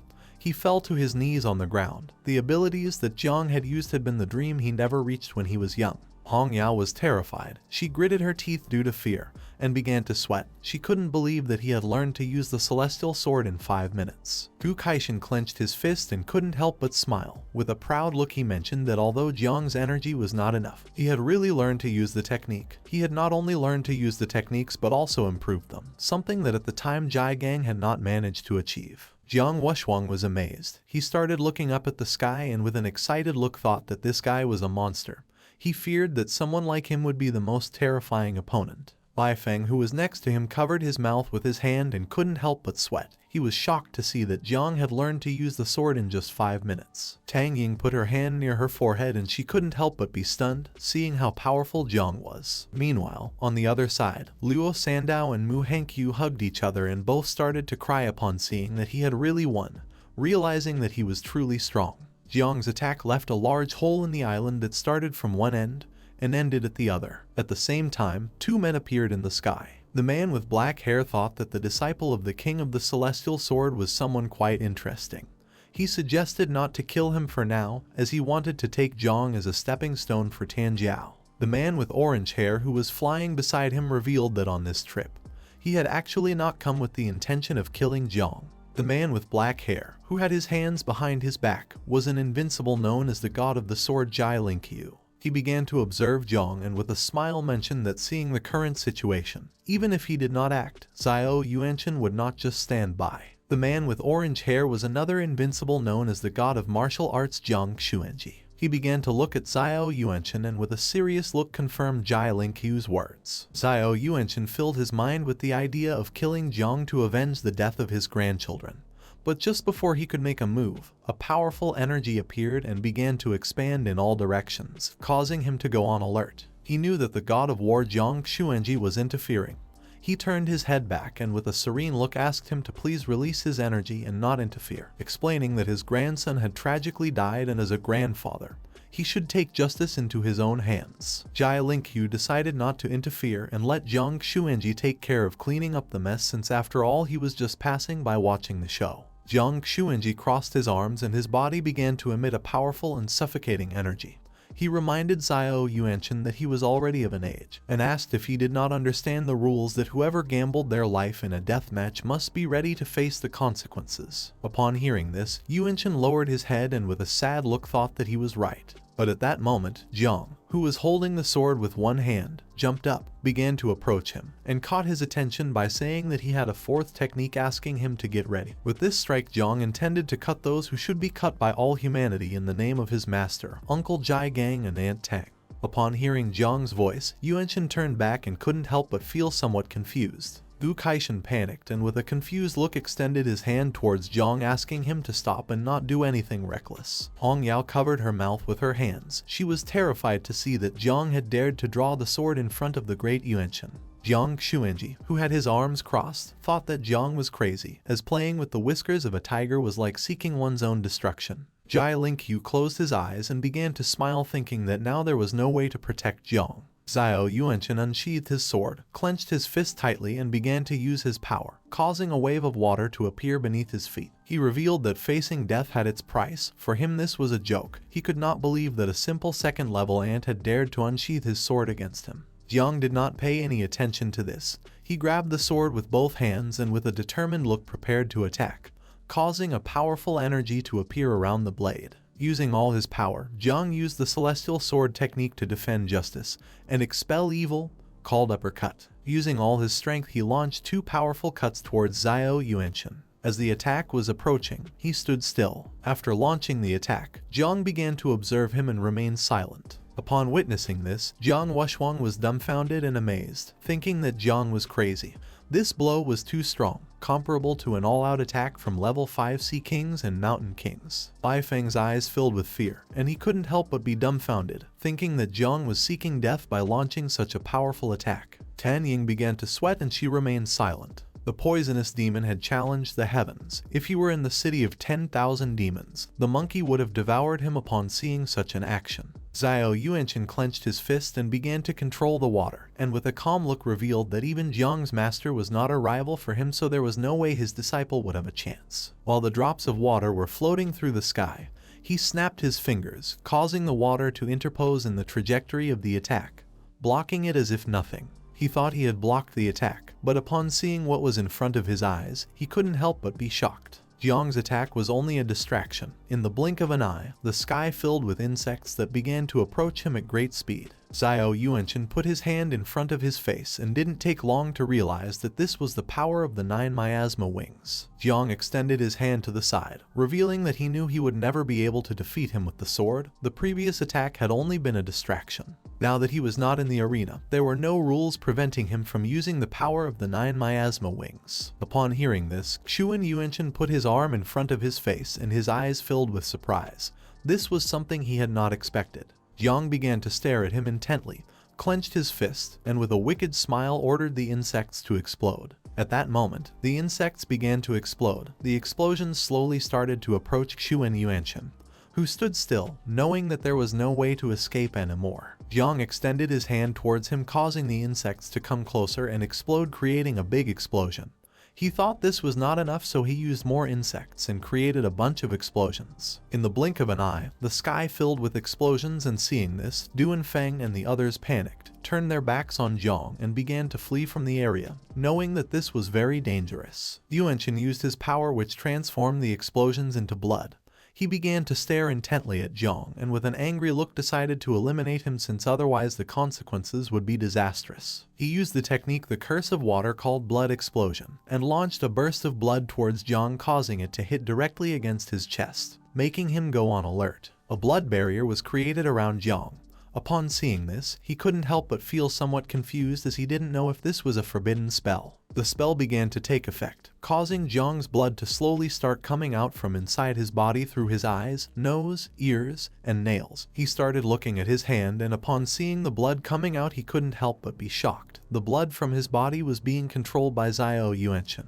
The blood barrier that was around Jiang began to become more intense, causing all of his blood to slowly start coming out of his body. He began to look at his hand and his eyes filled with confusion and fear, as he did not know what kind of spell this was. As the smoke curtain from the insect bombs was disappearing, the figure of Zio Bahan became visible. He started staring intently at Jiang with a murderous gaze, clenched his fist tightly, and used the ability called Compress Blood. At that moment, Jiang's blood began to shoot out like jets from his nose, eyes, ears, mouth, and nails. Seeing this, Jiang was shocked and his eyes filled with terror. He knew that this was not good. Uncle Jai Gang realized that if this continued like this, something bad was going to happen. He tried to act but was unable due to the barrier that Jiang had created around them. He could not help but despair and began to hit the barrier with both fists. He knew that this was his fault for having allowed Jiang to enter the Tango Camp. But fortunately, Gu Kaishan and Hanyu were not going to allow this to happen. Both jumped, drew their weapons, and prepared to intervene. Seeing this, Luo Sandao and muuh, who were worried about him, also filled with courage. Both jumped and began to advance towards Jiang as they were not going to allow him to die. But just before they could make another move, some ropes made of energy appeared and wrapped around their waists, leaving them immobile. They were somewhat confused as they did not know what was happening or where these ropes had come from. The ropes brought them back to the floating island. The man with pink hair put his hands on his hips and mentioned that jumping to rescue Jiang in a situation like this was seeking death. The other man who had summoned the ropes and was standing next to him simply remained silent. Luo Sandao, who fell on her butt on the island, realized that the gray-haired man was her father, while on the other side, muuh, who was lying next to her, turned around and realized that the other man was her grandfather. Muuh stood up, and with a desperate look asked her grandfather to please save Jiang Chen. Luo Sandao did not fall behind. She also stood up, turned around and with a firm look asked her father if they had any treasure that could save Jiang's life. Luo Sandao's father did not lose his composure in this situation and with a calm look replied that they had no treasure that could save him. Muuh's grandfather began to look at her and with a sincere expression mentioned that once the forbidden curse of blood explosion affected the opponent, all that was left was to wait for death. The one who had cast the spell was Zio Bahan, so all they could do was watch. The king of the celestial sword and the others had gone to save Jiang. Now all that remained was to see if they could negotiate with Zio Bahan to spare Jang Chen's life, something that was not going to happen since he wanted to avenge the death of his two grandsons at all costs. While Zio Bahan was flying in the sky and had his fist clenched with which he was controlling the blood spell, Gu Kaishan appeared, began to draw the sword with his hand and ordered him to stop. Hanyu, who was flying next to him, started shouting, called Zio Bahan an old bastard and ordered him to undo the spell. Of course their plan did not work. With a sincere look Zio Bahan revealed that there was no more time. As Jiang was about to explode, he was relieved as he would finally be able to avenge the death of his two grandsons. Seeing that the persuasion plan had not worked, Gu Kaishan drew his sword and launched a powerful cut towards him, thinking that he was seeking death. Upon seeing this, Hanyu decided not to stand idly by. She unsheathed the scythe, used the technique called Blade that opens the sky, and launched a powerful cut towards him. But just before the attack could hit, Zio Bahan used his power and created a powerful water barrier called Flow that softens the horde, which stopped the attack without much effort. While with one hand he was holding the sword, he turned to Gu Kaishan and admitted that his sword was good and also asked if he really believed that his sword would be a rival for him. Gu Kaishan put his hand in front of his face, started staring at him and decided not to give up. He wanted to see how many more attacks he would be able to block. Hanyu gripped the sword tightly, causing a powerful orange energy to appear around the blade. With a look full of determination, she decided to smash this guy along with her master. At the same time, the blood spell began to take effect more and slowly the energy barrier started to get smaller, causing intense pain to our boy. In a matter of seconds, Jiang lost a lot of blood. He put his hands on top of his head and began to scream in pain. Upon hearing his screams, Hong Yao's and Gu Kaishen's attention was focused on Jiang. They panicked as they realized that this was not good. Zio Yuanchen began to observe Jiang, and seeing that he had reached his limit and was about to die, he couldn't help but smile and mocked Gu Kaishen, asking if he wasn't going to hurry up to say goodbye to his dear apprentice. His eyes filled with joy. With a penetrating look, he clenched his fist tightly and used the blood explosion skill. At that moment, Jiang began to lose even more blood, which started to condense inside the barrier, causing it to begin to contract. Due to the pressure, not long after, Jiang's body began to grow larger, until several seconds later, a great explosion was created, which created a curtain of smoke in the sky. Upon seeing this, Uncle Jai Gang was shocked and could not help but start crying. Auntie's eyes filled with tears. She could not believe that Jiang had died. Gu Kaishen was left speechless and his eyes filled with terror upon seeing that his beloved apprentice had died. Hong Yao, who was next to him, could not help but start crying, even though she had not known Jiang. For her, he was like a little brother. Luo Sandao and Mu Hankyu were shocked and terrified at the same time. With a desperate look, Mu Hankyu thought this was impossible, and she came to the conclusion that Jiang was joking with them. Luo Sandao did not want to believe that he had died, so she thought she was right since Jiang always used to joke. Zio Yuanchen, who was wielding the sword with one hand, raised his head and started laughing like a madman, and told his grandson Zio Bahan that Grandpa had avenged his death. While he was enjoying this moment, Gu Kaishen began to advance quickly towards him and filled with courage. Even if he had to risk his life, he wanted to kill Zio Yuanchen at all costs. Hong Yao also began to advance towards him. She was not going to let her master act alone. She firmly believed that together they would be able to kill this bastard. Upon observing this, Duan Fang's eyes filled with fear as he realized that a death battle was about to begin. He explained to the god of war that if he did not intervene soon, the south of the Yangtze River would fear for its life. The god of war thought that he was right. In the blink of an eye, Gu Kaishen and Hong Yao reached Zio Yuanchen and prepared to attack. But at that moment, the god of war used his powers, causing a powerful energy to appear around their bodies, leaving them immobile. Hong Yao tried to move, but her body started trembling, while on the other side Gu Kaishen made no movement. Zio Yuanchen tightly grasped the sword and remained silently observing them. The god of war mentioned that although they wanted to have a decisive battle, they could not fight here, so he suggested changing places to fight. At that moment, poisonous mist began to appear, and Jiang's voice started to sound. He did not want anyone to intervene in the battle that the two of them were going to have. Upon hearing his voice, Zio Yuanchen turned back, and upon seeing the poisonous mist, his eyes filled with confusion and many questions. He did not know what was happening here. Not long after, once the poisonous mist began to dissipate, Jiang, who had previously died in the explosion, appeared and started staring at him intently. Upon seeing that Jiang was alive, Gu Kaishen and Hong Yao were shocked. They did not know how this was possible. With a serene look, Jiang asked old Zio if he really believed that he would kill him so easily, revealing that he had many more cards up his sleeve than he imagined. Zio Yuanchen began to observe Jiang with an incredulous expression. He did not know how it was possible for Jiang to be alive when he had just seen him die with his own eyes. Bai Feng started to sweat and many questions came to his mind. He did not know if Jiang had any other type of hidden power. Jiang Wushuang, who was standing next to him, was stunned and his eyes filled with surprise upon seeing that Jiang had resurrected from the dead. Luo Sandao and Mu Hankyu fell to their knees on the ground, began to hug each other and could not help but cry out of joy, and thought that Jiang had just been joking. Chu Jong was stunned and realized that Jiang had the aura of the dead, which was the effect of the undead metal. Yu Zio clenched her fists, began to observe Jiang with a joyful look, and couldn't help but smile. She confirmed Chu Jong's words, explaining that it was the metal they had obtained earlier in the village of the dead. According to her, it had an incredible effect. Jiang extended his hand towards the sky and began to release poisonous mist. Now that Zio Yuanchen hadn't been able to kill him, he decided it was his turn. He gave the order to all the insects to come out, and in the blink of an eye, the sky was filled with hundreds of thousands of them. Zio Yuanchen began to look up at the sky, and upon seeing so many insects, he realized that this was a calamity. He could not believe that Jiang had dared to use this. While the insects were flying through the sky, Linkyu, who had his arms behind his back, mentioned that the number of insects was absurd. Jiang Xuanji remembered that Jiang had just changed jobs. He did not know how it was possible to form so many insects in such a short time. He began to observe Jong and with a confident smile admitted having underestimated him before. Upon hearing this, Lin Ku's gaze also fixed on him. With a smile he realized that Jiang Xuanji had made a decision. Zio Yuanchen decided not to stand idly by and began to release energy to repel the insects. Jiang Xuanji decided to bet everything he had since he also wanted to fight against Jiang until the end. He asked him to turn Zio Yuanchen into dust. He started showing 2 fingers and with a determined look used a forbidden spell. But just before he could use the spell, the god of war used his power and a powerful energy appeared around Zio Yuanchen's body. He tried to move but was unable.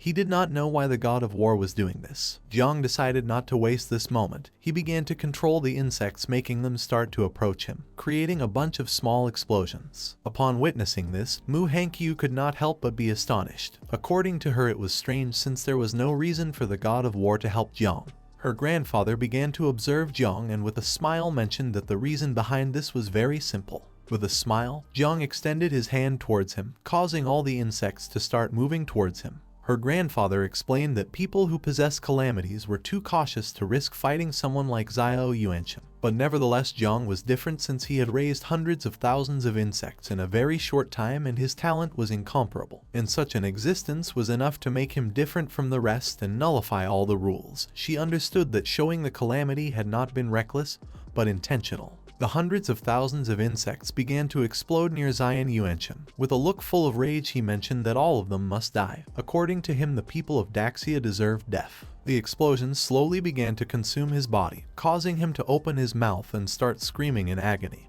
He asked Jiang not to think that he would be able to finish him off so easily, revealing that he still had an ace up his sleeve. The insects of Jiang began to explode near Zio Yuanchen, creating a bunch of explosions. In the midst of the explosions was Zio Yuanchen, who started to stare intently at Jiang Xuanji with a penetrating gaze. He knew that the technique that Jiang Xuanji had used was just an illusion. If he used all the power he had accumulated throughout his life, maybe he would be able to break the illusion. Being in a life or death situation, there was no longer any need to hold back or think about the consequences. He was determined to break the illusion and escape from Great Zia. Without wasting another second, he used the forbidden spell called the Power of Divine Soul, successfully breaking Jiang Xuanji's illusion. Zio Yuanchen's body began to emit a powerful red energy, and just before the explosions could harm him, he moved out of range of the explosions and began to advance towards Jiang. Jiang, who was flying in the air, looked down and upon seeing that Zio Yuanchen was alive and approaching, he could not help but become alert and think that this was bad. Zio Yuanchen drew the sword, and with a look full of hatred and rage asked Jiang to prepare to die. Jiang put his arm in front of his face to defend himself, and his eyes filled with fear and surprise. He did not expect that he would be able to break the seal of the god of war and escape alive from the explosions. Zio Yuanchen, who was filled with rage, approached Jiang to attack. He put his arms in front of his face to defend himself from the attack, but just at that moment, a powerful blue lightning bolt of energy appeared and pierced Zio Yuanchen's chest, leaving Jiang somewhat confused. Due to the pain, Zio Yuanchen opened his mouth and began to spit blood. His eyes were full of surprise as he did not know what was happening. The energy transformed into an arrow, leaving him immobilized. This energy was being controlled by the invincible sword god Lin Ku, who told him that it was all over. If he moved another centimeter, he would ensure that Zio Yuanchen's head fell to the ground and his soul was completely destroyed. Zio Yuanchen was shocked. He could not believe that even Lin Ku was against him. At first, Jiang remained observing in silence without interrupting, but then he realized that this was the perfect opportunity to attack. He began to look at Zio Yuanchen with a gaze full of rage, extended his hand towards him and started to release the insects. In the blink of an eye, the sky was once again filled with insects. Now that Zio Yuanchen was seriously injured and could not move anymore, Jiang ordered the insects to self-destruct. Thousands of insects began to advance towards him and started to self-destruct, creating thousands of explosions. Zio Yuanchen began to writhe in pain.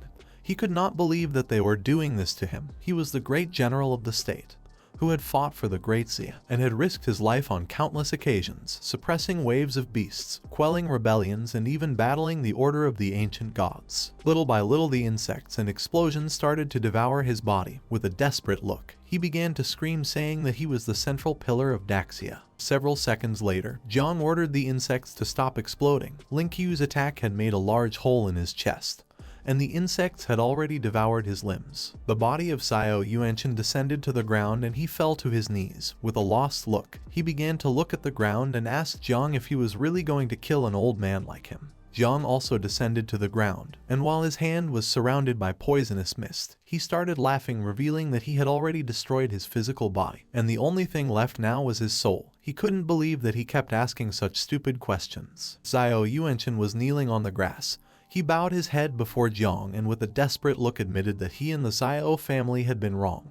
He was determined to compensate him in exchange for him forgiving his life. This was tempting for Jiang. He turned his head back and with a smile asked Master and Uncle Jai Gang what they thought about this. Behind him were Hong Yao, Gu Kaishan, and Jai Gang, who were shocked to see that Jiang wanted to spare the life of the guy who had tried to kill him. Jiang did not respond, and while the insects were devouring Zio Yuanchen's body, he raised his head and with a look full of despair called the attention of the war god Jiang, asking him to save him. If he survived, then he was willing to go to the abyss to fight. Jiang Xuanji began to observe Yuanchen and started thinking about this tempting offer. He began flying above them. Zio Yuanchen was the general of the war district of Jiangnan. Jiang Xuanji asked if he was willing to admit guilt for allowing the family forces of the Zio family to oppress the market and seize it by force. Zio Yuanchen, who was kneeling in front of Jiang, saw an opportunity to survive, and without losing another second, admitted to being guilty of everything. Jiang Xuanji began to look at him with a serious expression and explained that considering that he too had once made merits for the great Zio, after compensating the merits and faults, all properties of the Zio family were going to be confiscated, and Zio Yuanchen was going to be marked with a seal on his soul, and would be exiled to the battlefield of the abyss as a vanguard soldier, who must fight until death. While the insects were devouring Zio Yuanchen's body, his eyes filled with fear, but since he had no other option now, he accepted Jiang Xuanji's conditions. Upon hearing this, Jiang Xuanji began to point at him with his finger, and his finger started to emit a powerful golden energy. He used the ability called Soul Seal. A golden arrow made of energy shot out from his finger and pierced Zio Yuanchen's back, causing him to start screaming in pain. If he ever thought about escaping, his soul would explode and he would disintegrate into dust. Not long after, Zio Yuanchen lost consciousness and fell to the ground. Jiang, who was standing in front of him, began to observe him. He was surprised to see the power of one of the invincibles of Great Zio. He couldn't believe that just an illusion had such intimidating power. The objective of our boy had already been fulfilled, and the threat from the Zio family had been eliminated, so it was time to withdraw. While Jiang was lost in his thoughts, Jiang Xuanji, who had his arms behind his back, appeared behind him asking if this verdict had calmed the fire of anger in his heart. Upon sensing his presence, Jiang came out of his trance and his eyes filled with surprise. He did not know what was happening. He turned around and with a nervous look replied that yes, explaining that the judgment of the god of war had been wise, revealing that in reality he was not angry. He just wanted to play it cool. Jiang Xuanji thought that our boy not only had exceptional talent but also understood his own limits, knowing when to advance and when to retreat. Just for these two things, it had already been worth it for him to come today. Upon hearing this, Jiang thanked him for his appreciation. At that moment, Duan Fang approached them, began to point towards the sky with his finger and with a surprised and panicked expression explained to the god of war that if the poisonous fog did not dissipate for a long time, he feared that this place could end up becoming an abyssal contamination. Jiang Xuanji started to look at the ground and remained thinking in silence, while on the other side, Jiang looked at the sky and seeing so many insects flying freely, thought that this was not good and decided it was time to order them to return. Jiang Xuanji began to look at the sky, snapped his fingers, and decided it was time to purify the poisonous fog. A great explosion was created in the sky, eliminating all insects from the area. Upon seeing this, Jiang was left speechless and his eyes filled with surprise. He could not believe that Jiang Xuanji had dispersed the insects with a simple movement. According to him, this was somewhat terrifying. The golden arrow pierced Zio Yuanchen's body. Jiang Xuanji crossed his arms, began to fly, and explained that as everyone had seen, they now had the power to suppress everything. Therefore, he issued a new order for the country. Starting today, the rule of controlling taboos was abolished. Anyone who possessed a taboo but had a loyal heart for the country was considered a friend. Otherwise, they would be regarded as an enemy. He decided to take Zio Yuanchen as an example. After explaining this, he started staring intently at Jiang with a penetrating gaze and began to think about what to do with him. Jiang started to worry a little. He began to look at Jiang Xuanji and remained silent, waiting for his decision. At that moment, Mu Hankyu's grandfather approached Jiang, placed a hand on his shoulder, extended the other one to the side, and with a confident smile explained that the god of war was wise. Since Jang Chen had been raised with humility, he had a brave and just heart, full of purity, and although he would carry with him the taboo of 9 miasma wings, he was not going to harm Dazia. He, Mu Hainan, on behalf of the Mu family, was willing to take all responsibility as a guarantee. Jiang looked aside, and upon seeing this, he couldn't help but feel somewhat confused and surprised at the same time.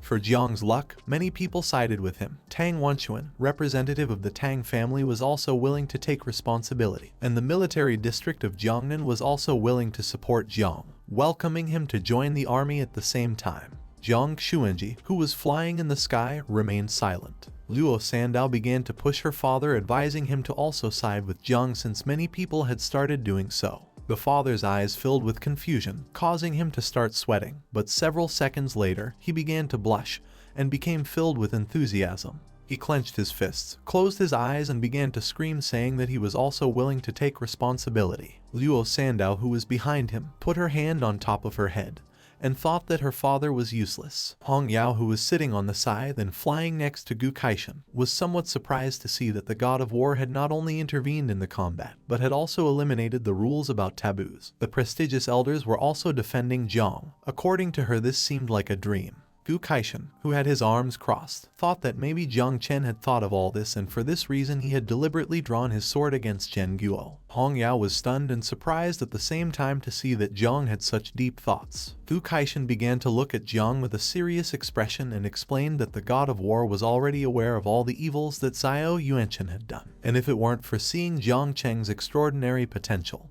he surely would not have acted so quickly. Everyone started to talk among themselves, now that the 9 miasma wings had been exposed. If Jiang kept hiding, he was going to become the target of everyone. It was better to step forward and show all his potential. After all, a type of monster like the 9 miasma wings not only scared humans but also all the races of the abyss. Some began to worry since Jiang's insects had completely exploded, but one of them mentioned that there was no need to worry since with how smart Jiang Cheng was, he surely had more insects hidden somewhere. Jiang began to observe them and couldn't help but smile, as this scene was just as he had wished. If one was going to show their hidden cards, then they had to do it with great fanfare. Jiang Xuanji, who was flying, began to look at Jiang, and seeing that everyone was willing to take responsibility for him, he explained that there was nothing more to say.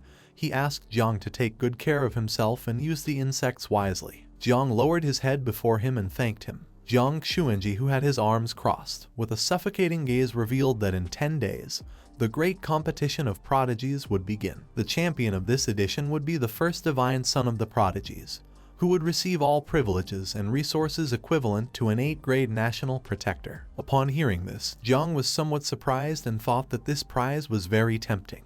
But Jiang Xuanji also added that it was not allowed to use the 9 miasma wings. Jiang began to look at him with a calm gaze and started wondering if the god of war was doing all this for Jiang Wuxuo, but then dismissed this since if it were only for him there would be no need to change the rules. He could not judge his greatness with a petty mind. With a determined look, Jiang promised not to use the 9 miasma wings in the prodigy competition. Upon hearing this, Jiang Xuanji thought that he was worthy of being his apprentice as well. Jiang's eyes filled with concern. It didn't matter if he couldn't use the insects, since while completing the mission of the second change, he would be able to obtain a new mother insect. He thought that the war god wanted to see his true potential in the prodigy competition, and for this reason had forbidden him from using the insects. If this was the case, he was determined not to disappoint him. Jiang Xuanji, who had one hand behind his back, extended the other to one side, causing a crack to begin appearing. He decided it was time to clean up pending matters. Upon hearing this, others were somewhat confused since the poisonous mist of the abyss had been eradicated, so no one knew what else remained to be cleaned.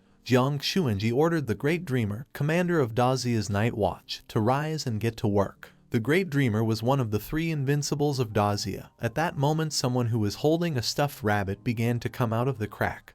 This person also wore a hood with cat ears. The Great Dreamer was a woman wearing a cat costume, while with one hand she was holding the stuffed rabbit. She brought the other to her mouth and began to yawn as she was very sleepy. She started rubbing her eyes due to the intense sleepiness and noticed that there were many people, and in addition, there were king rank stars. For her, this job was a bit too much. Everyone raised their heads and began to observe her in silence. Jiang Chen kept his composure and with a serious look explained that she only had to erase the memories about the 9 miasma wings from all the people below king level. After doing this, she could go back to sleep for another year. Upon hearing this, the great dreamer's eyes filled with excitement. She turned towards him, clenched her fist, and asked if he was being serious. Her excitement didn't last long. She brought her hand to her chin and refused, as she remembered that the commander of the night watch was too troublesome. She asked him to assign the mission to someone else since she was very sleepy and wanted to rest. Jiang Chen began observing her in silence for several seconds and then decided to think of another way to solve the problem.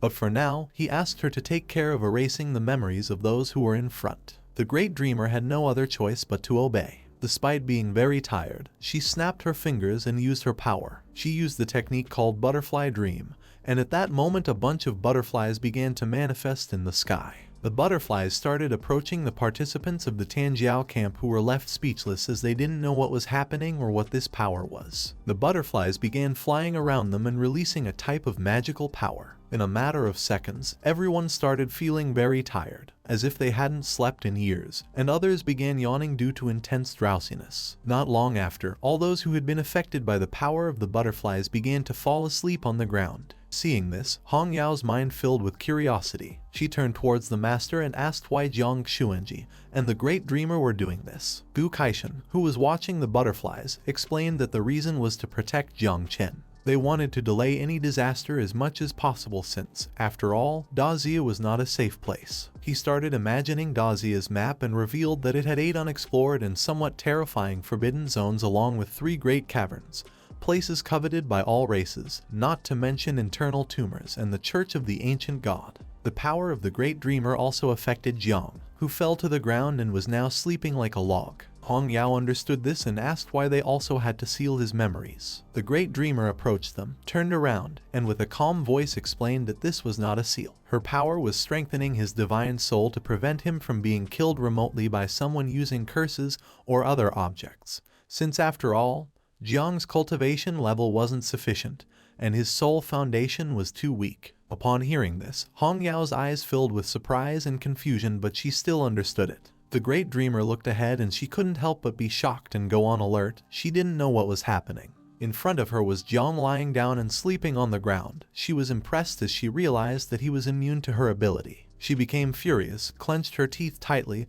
grabbed the rabbit-shaped stuffed animal, and began to move towards our boy upon seeing that he was still pretending to be asleep. When he felt her approaching, drops of sweat began to appear on Jiang's face. He knew this wasn't good. He got nervous, and within seconds, his face was covered in sweat. A moment ago, there had been an energy fluctuation that made him very sleepy, but the ancestral tree of all things had rejected it. Everyone below the king level had fallen asleep. He was pretending to show a bit of respect to the great dreamer since after all, she was Uncle Jai Gang's direct boss. Inside Jiang's consciousness was little Nine, who fell to her knees on the ground and started crying because she had lost many of her beloved insects. Seeing this, Jiang tried to calm her down by saying it was all his fault. Little Nine put one hand on her cheek and started touching her belly with the other. She closed her eyes and began smiling with joy because she wasn't too worried about it. She had reached level 30 and could now raise insects again. This sudden change in emotion even took Jiang by surprise. While Jiang was pretending to be asleep, someone approached him and asked him to stop pretending since they knew he wasn't sleeping. Upon hearing this, Jiang became alert. This was the great dreamer. She approached him and with a piercing gaze gave him the order to wake up. Having her so close made Jiang start sweating like crazy. Jiang sat up, and while he had one hand resting on the ground, he put the other behind his head and in a nervous voice began apologizing to her, calling her sister of illusions. The great dreamer, who had both hands and knees resting on the ground, was somewhat confused. She put her hand on her cheek, closed her eyes, and couldn't help but feel tenderness and asked if Jiang Chen had just heard what Jiang had just said. Jiang Chen, who had his arms crossed and was flying in the air, appeared above her, began to observe Jiang, and replied yes. Despite being 800 years old, she still had a soft heart. Even though he wanted to make a joke, he decided not to do it because the old woman could go crazy again. The great dreamer grabbed Jiang by the mouth, causing his eyes to fill with confusion since he didn't know what was happening. She approached Jiang, started looking into his eyes, and with a kind smile mentioned that from now on he was her little brother. So from now on she would protect him from all danger in Dazia. If he was ever in trouble, all he had to do was say her name in his dreams. Having her so close made Jiang start sweating like crazy, and his eyes filled with confusion. He tried to move but was unable. The great dreamer turned around, tossed a ring into the air, and she noticed that Jiang's soul was strong, so it wasn't necessary for the sister to strengthen it. She explained that this ring could isolate any type of spying, investigation, or measurement related to spirit, soul, or curses. Jiang extended his hands to catch the ring and remained silent. This was a welcome gift from his sister. She turned her head back, started to show a finger, and with a happy smile explained that she was going to sleep and asked him not to forget to come greet her in his dreams. A crack opened, she entered it and disappeared from sight. Jiang began to observe the crack. He couldn't believe that he had just become the younger brother of the great dreamer simply by calling her sister once. Hong Yao, who was next to him, was impressed and began wondering if she would become her sister if she called her sister. Jiang Xuanji began to stare at them and called Jiang's attention, mentioning that in 10 days, during the competition of the celestial geniuses, if he could obtain first place without using the 9 miasma wings, then it would show that he truly deserved to be cultivated with all of the country's resources. A new era was about to begin. A world of great disputes was approaching, and there wasn't much time left. Jiang started looking towards the sky and with a smile thanked him. Jiang Xuanji turned his back on our boy, looked over his shoulder and said there was no need for thanks since he had achieved all this by himself. A portal appeared in front of them and Linkyu, who had his arms behind his back, approached Jiang Xuanji. He had already finished watching this amusing spectacle and thought it was time to go deal with the black dragon from the Yangtze River. Both entered the portal and left. At that moment, Mu Hankyu's grandfather, Liu Senadao's father, and Tang Ying's uncle approached Jiang from behind. Tang Ying's uncle explained that she was Aunt Tang's niece and suggested to him the idea of marrying her so they could be even closer. Liu Sandao's father told Tang that he had arrived late since his daughter was Jiang's legitimate wife, and the Duabao house was willing to offer 20% of shares as a dowry. Mu Hankyu's grandfather did not fall behind, explaining that his granddaughter was pregnant with Jiang Chen. Upon hearing this, our boy became nervous and his eyes filled with surprise. He didn't know what was happening or how to react to this strange situation. At the same time, Hong Yao asked the master if he believed she still had a chance to win over Jiang. Gu Keishan became furious and with an angry look, he hit Hong Yao on the head, ordering her to stop talking nonsense, causing her to close her eyes and start feeling a bit of pain. After some time, once night had fallen, Jiang went to the house that Gu Keishan had assigned him. He closed the door, leaned his back against it, and sighed in relief as he had finally said goodbye to everyone. Now he could focus on reproducing Little Nine's second swarm. He entered his consciousness where Little Nine was pregnant. He extended his hand towards Little Nine and with a serious expression used the divine evolution ability that accelerated insect reproduction, making her start floating. She placed her hands on her belly and became very happy because she was going to have many babies. The skill succeeded, and the system reported that the reproduction of the second swarm was going to take 1 hour, with a total of 5,009 miasma wings. Jiang began navigating through the system window using his finger and used the second transformation. The system detected that he met the requirements to change class since he was a level 30 professional with a combat evaluation of 237 stars. It assigned our boy a mission for the class change, called Celestial Tower of Magic City, as an objective.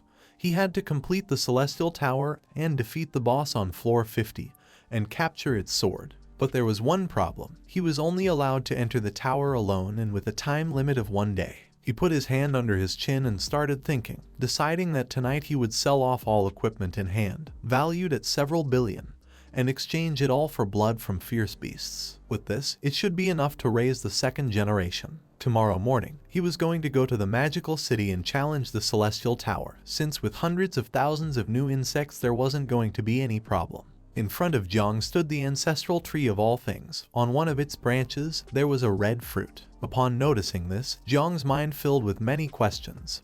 He was surprised to see that the ancestral tree was bearing fruit again. Jiang extended his hand and the red fruit began falling toward him. It was capable of granting an ability called Void Eye, which could allow him to detect and mark enemies using invisibility, illusions, or abilities. The area covered by this ability depended on the user's divine soul strength. Currently, it had a range of 10 kilometers around him. The only downside to using this ability continuously was that it consumed a lot of energy. For Jiang, this ability wasn't so bad. He turned to the side and decided it was time to test it. In the area where he was, there were several more houses. Outside, Tang Ying was walking around the area, absorbed in her mobile phone. Jiang didn't know why she was outside at that hour. At that moment, a red system window appeared showing her statistics. She had the hidden profession called Nightmare Hunter. She was level 43 with a strength of 149 stars. She was the favored daughter of the assassin system, the precious jewel of the Tang family. She felt shy because of an arranged marriage by her grandfather and didn't know how to approach her target. He looked with a bit of attention and saw that she was writing a letter to Jiang,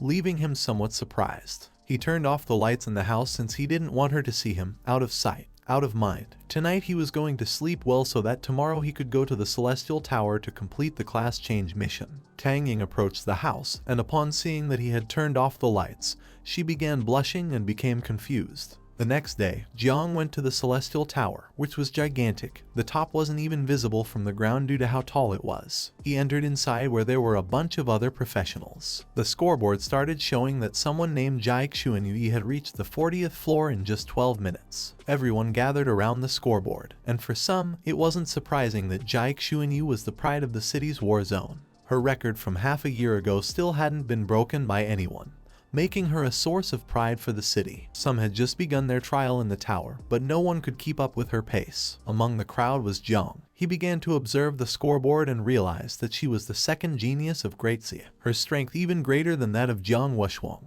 Having monopolized all the records of the second round in the Celestial Tower, our boy decided to face her when it came time to compete for the genius ranking. It was Jiang's turn to enter, and the system asked if he was ready. Seeing how quickly his turn had come, Jiang was somewhat surprised and without hesitating for a second accepted, causing a magic circle to appear beneath him. Jiang was teleported to the first floor of the Celestial Tower, which was filled with monsters. Upon sensing Jiang's presence, all attention focused on him. The strength of these monsters would automatically update according to the level of whoever entered into this tower. Jiang began to stare at the monsters and decided to explore a bit using the Void Eye ability. The status window of the monsters appeared. They were called Fallen Elf, level 40, with 790,000 health points and a combat power of 42 stars. This was only the first floor, and there were already high-level monsters with enormous combat power. When he reached the 50th floor, there would be level 90 monsters. It wasn't surprising to him that even a genius like Jiang Chen had only managed to reach up to the 40th floor. Although it was a complicated task, these monsters were all just food for insects. He extended his hands outwards and began releasing insects along with the insect mother. She started advancing toward the monsters, her mouth watering at seeing so much food. She wanted to eat meat, but Jiang asked her not to worry since this meat wasn't that good. Later on, he would make sure she got something better to eat. In a cave that had a red lake, there was a man with white hair meditating. He began to use his power, causing the water droplets to slowly start floating in the air. He closed his eyes and continued meditating in silence. He was Daxia's first genius, Ying Jan. While he was distracted, a man wearing a black suit appeared, raised a paper into the air, and started shouting, informing him that victory was assured and asking him to come take a look at the information. Ying Jan began to think and remained silent. He didn't even turn around to look at the man as he wasn't surprised at all. He continued meditating and explained to Uncle Fang that it really wasn't necessary for him to take a look at Jiang Wuxuang's and Jiang Xuanyu's information since although both possessed divine level classes, there were still great differences among divine classes too. Uncle Fang approached a little, began to observe him and with a calm voice revealed that this time it wasn't them, but Gu Kaishen's new disciple, Jiang Chen, who possessed a kind of divine level never seen before. This piqued Ying Zhang's curiosity a bit. He assumed Uncle Fang was joking since there was no way someone who had awakened the creation class could be so worthy. Uncle Fang extended his hand, and with a serious expression revealed that Jiang had killed Zio Bahan, and had also drawn his sword against the protector of the kingdom without dying in the attempt. Upon knowing this, Ying Zhang slowly began to stand up, causing the water in the cave to start falling into the lake. He took the information sheet that Uncle Fang had brought, started reading its content,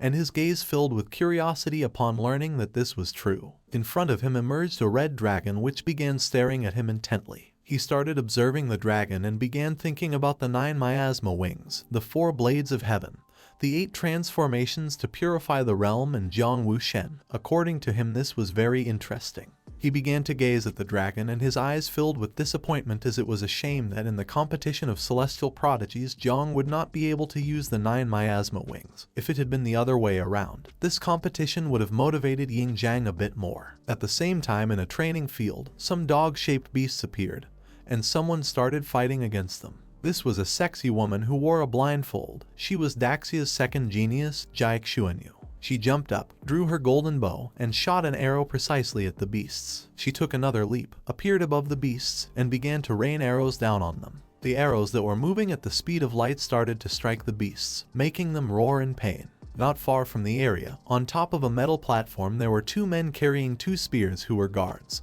They began to observe the fight, and for one of them, Jiang Chen was a terrifying person capable of comparing with a great first-level master. But the other guard told Lai that his view was too low, since Jiang Wushwang, as the third celestial genius of Daxia, had already achieved success fighting against 5 transformation masters. Jiang Chen's attack was so powerful that the beasts couldn't resist and their bodies shattered into pieces. Lai added that she was ranked 1 position above Jiang Wushwang, so at least her power should be equivalent to that of 5 transformation masters. After finishing off the beasts, she began to descend to the ground. She was almost invincible in long-range combat, and seeing that now she was practicing close combat, the guard thought she was preparing to face Jiang Wushwang.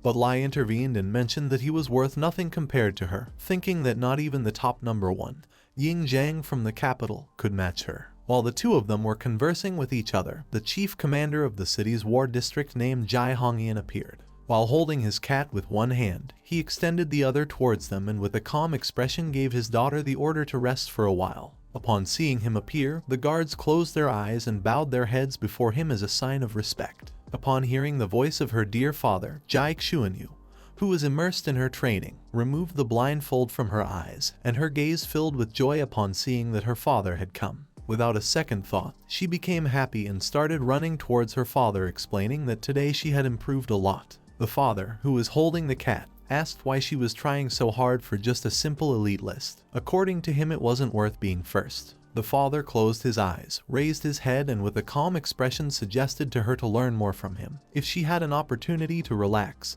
then she should do so without hesitation. This did not please her much. She puffed out her cheeks and with an annoyed gaze explained that her father had relaxed for 30 years and had become the general commander of the Madu War District and the 4th sealed king of Daxia, asking if he had managed to get here by relaxing. The father did not expect a response like this.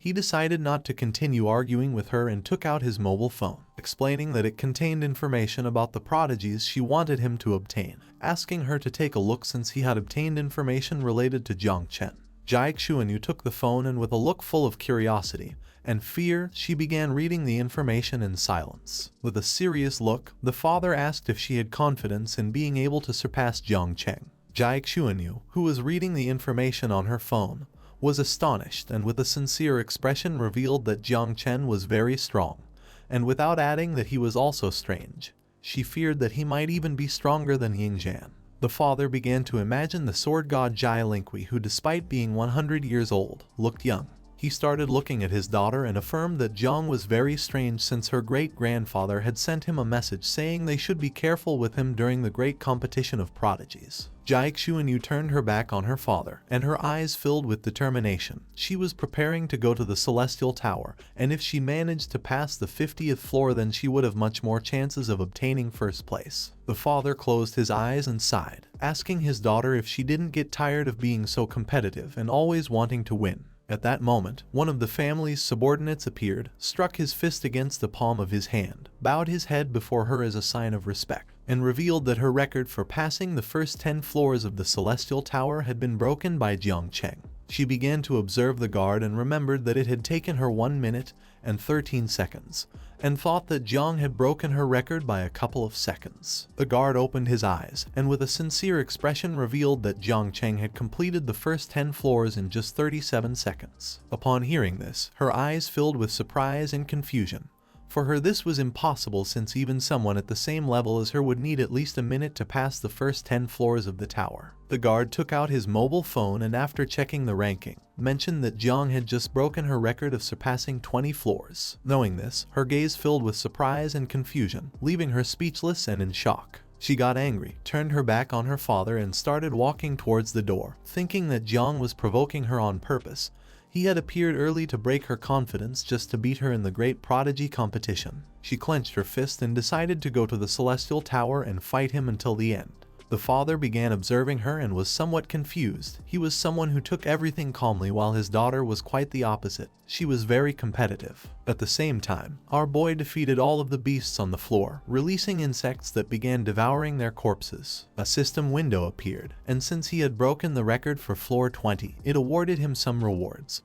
The first called Spirit Arrow, a book only available for professions starting from level 40, and a second one called Treasure Map Fragment of God Geoli. He needed to gather all 16 fragments to unlock a special item. While the insects were devouring the corpses of the beasts, Jiang put his hands on his waist, and despite the fact that the rewards from the Celestial Tower weren't so bad, most of them were useless. The only good thing he had obtained was a fragment of the treasure map.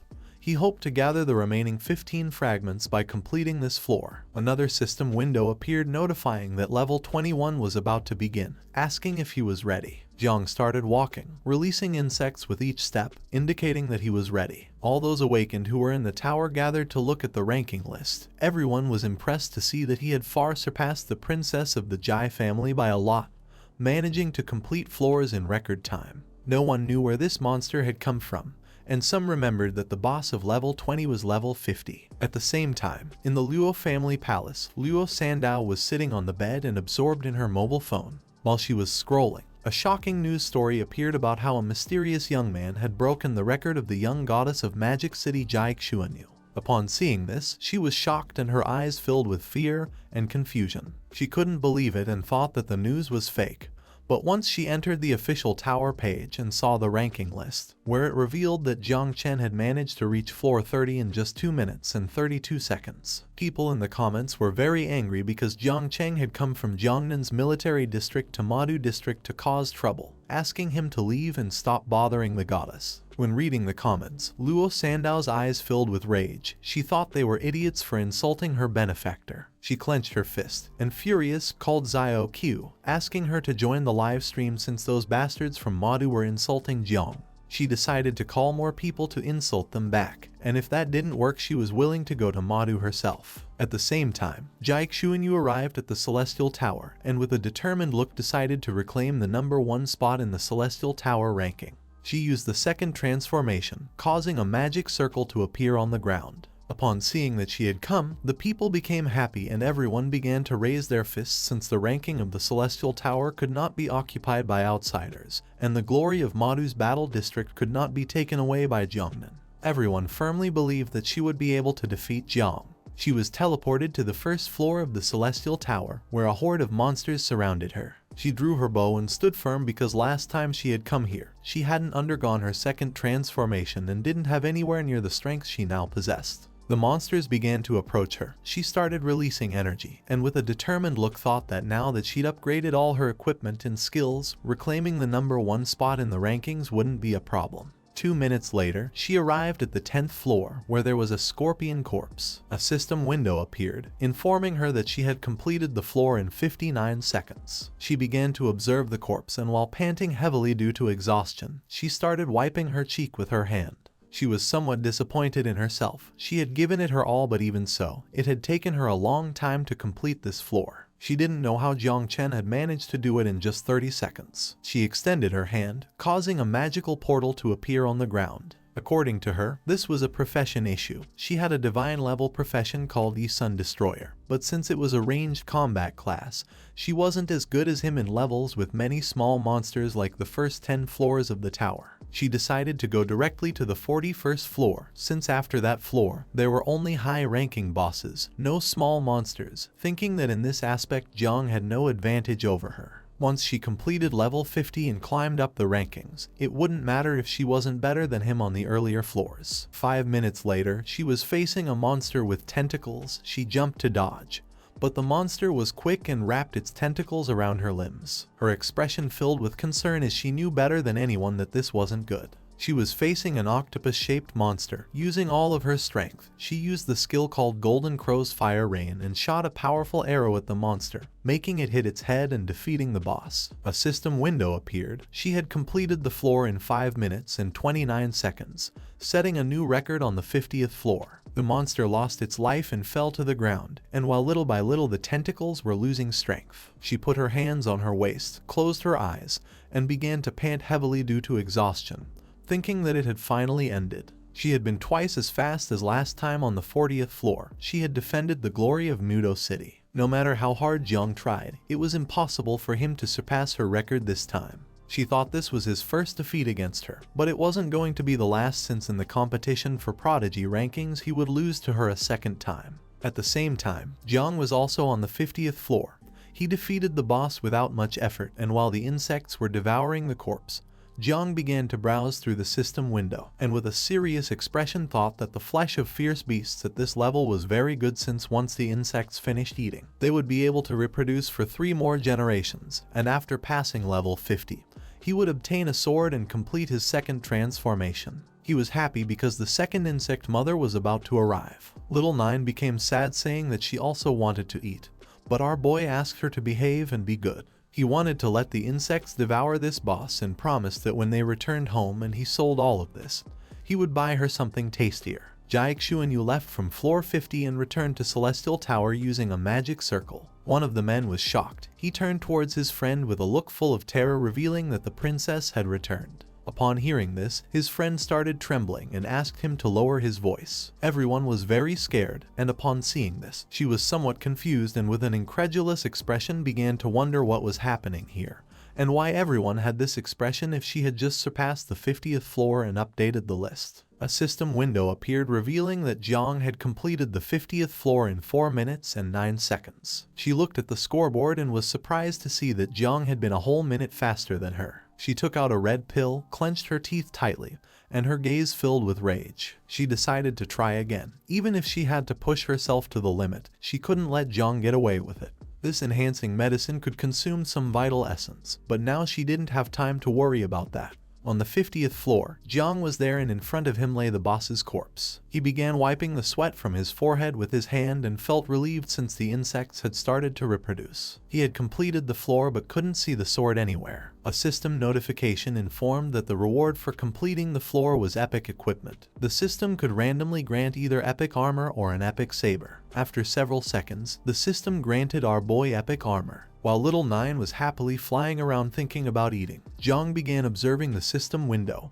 and felt somewhat angry at it. This way, he would have to go through floors 41 to 50 again to get another reward. Now that the insects had reproduced, he gave Little Nine orders to go out and eat. Jiang Chen reached the 50th floor where the boss with an octopus shape appeared. It prepared to attack, but just at that moment, Jiang Chen jumped and used the burning arrow technique, launching a powerful arrow towards the monster, which struck it right on its forehead. A system window appeared, congratulating her for completing the floor in 3 minutes and 7 seconds, successfully breaking the floor's record. Jiang Chen was somewhat tired. She began wiping her chin with her hand as she looked at the system window. With a gaze full of exhaustion, she felt relieved since she had finally reclaimed first place in the rankings. Jiang had taken 1 minute longer than her to complete this floor, so she firmly believed that no matter what he did, he wouldn't be able to surpass her. At the same time, Jiang also reached the 50th floor again, and the octopus-shaped boss reappeared. Little Nine started flying near the monster, began touching its tentacle with her finger,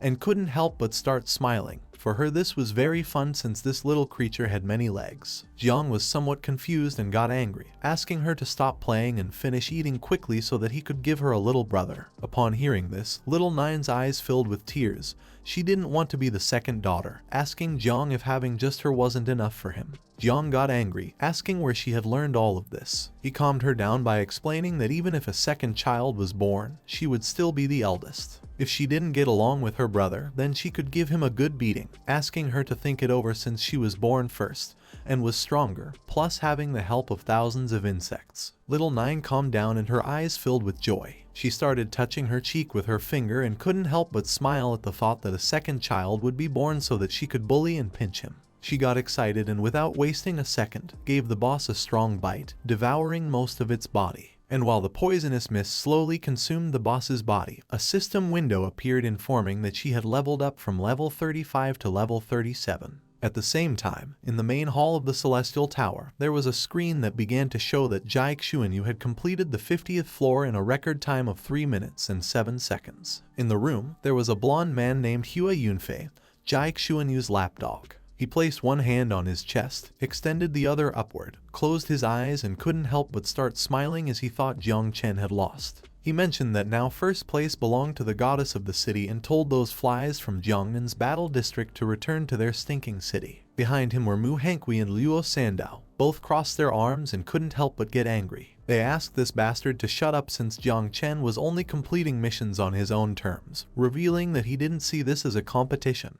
He was just playing without even trying his hardest. But then, something unexpected happened. The record of the Celestial Tower was updated and revealed that Jiang had completed the 50th floor in a time of 2 minutes and 58 seconds, leaving poor Hua Yunfei in shock. He didn't know how this was possible, while on the other hand, Luo Sandao and Mu Hankyu raised their fists in excitement and couldn't help but feel happy, explaining that this result wasn't even Jiang's limit, and crushing Jiang Chen had been a piece of cake. Upon seeing the record, Jiang Chen's gaze filled with fear and despair. She collapsed to the ground. She was stunned as she didn't know how Jiang had surpassed her once again. Despair took control of her mind. She pulled out a red pill, began to bring it closer to her mouth, and with a tired yet determined gaze, she decided to try again. But just before she could take the pill, the record updated several times, revealing that Jiang Chen had completed the 50th floor in 2 minutes and 47 seconds. Upon seeing this, Jiang Chen's eyes filled with terror. She was shocked as she didn't know how this was possible. Desperation grew. She fell to her knees on the ground, opened her mouth and began to cry like a little girl. A crowd formed around her, everyone somewhat confused by the goddess's behavior. But just then, her father, surrounded by a golden energy, landed from the sky near his daughter, leaving everyone stunned and speechless. The father was furious. With a gaze full of rage, he began asking who had made his little princess cry. Someone in the crowd mentioned that the one responsible was Jiang Chen, while Jiang Chen lay on the ground crying. Her father stood up, clenched his fist tightly, and with a vengeful expression told his daughter not to worry because once Jiang Chen came out, he would teach him a good lesson. The father's gaze fixed on the screen, and his expression filled with curiosity. He didn't know if it was necessary to keep climbing in rank to complete the second job transfer mission. At first, he thought Jiang had discovered the secret mission of the Celestial Tower, and had come for Jiulai's treasure, but then dismissed this idea since Emperor Jiulai's divine treasure consisted of 12 map pieces, each divided into several fragments, making obtaining them an impossible task. The Jai family had been trying for many years and only possessed 4 pieces of the treasure map. Therefore, it was impossible for Jiang to have obtained all of them in such a short time. At the same time, inside the Celestial Tower, Jiang managed to gather the 12 treasure map fragments, took them out, and the system began synthesizing all of the pieces. While the system was synthesizing all of the fragments, Jiang placed his hand under his chin and started observing it. To complete this treasure map, people with obsessive-compulsive disorder had no choice but to repeat the Celestial Tower several times. However, it turned out that in order to gather them all, hidden missions needed to be completed. Depending on who changed class at what level, a time limit was set for completion. The system finally synthesized the treasure map, causing it to start glowing. Jiang began examining it as his eyes filled with surprise. Several system windows appeared. This treasure map was of mythical category. It was said that the Jiulai tribe, a powerful group from ancient times, had later split off to form humanity and called themselves the Jiulai tribe. At their peak, they ranked number 53 among 10,000 races. This map was one of the 12 in existence and contained the divine weapon of the Jiulai Emperor. Upon activating the map, Jiang would obtain the secret location,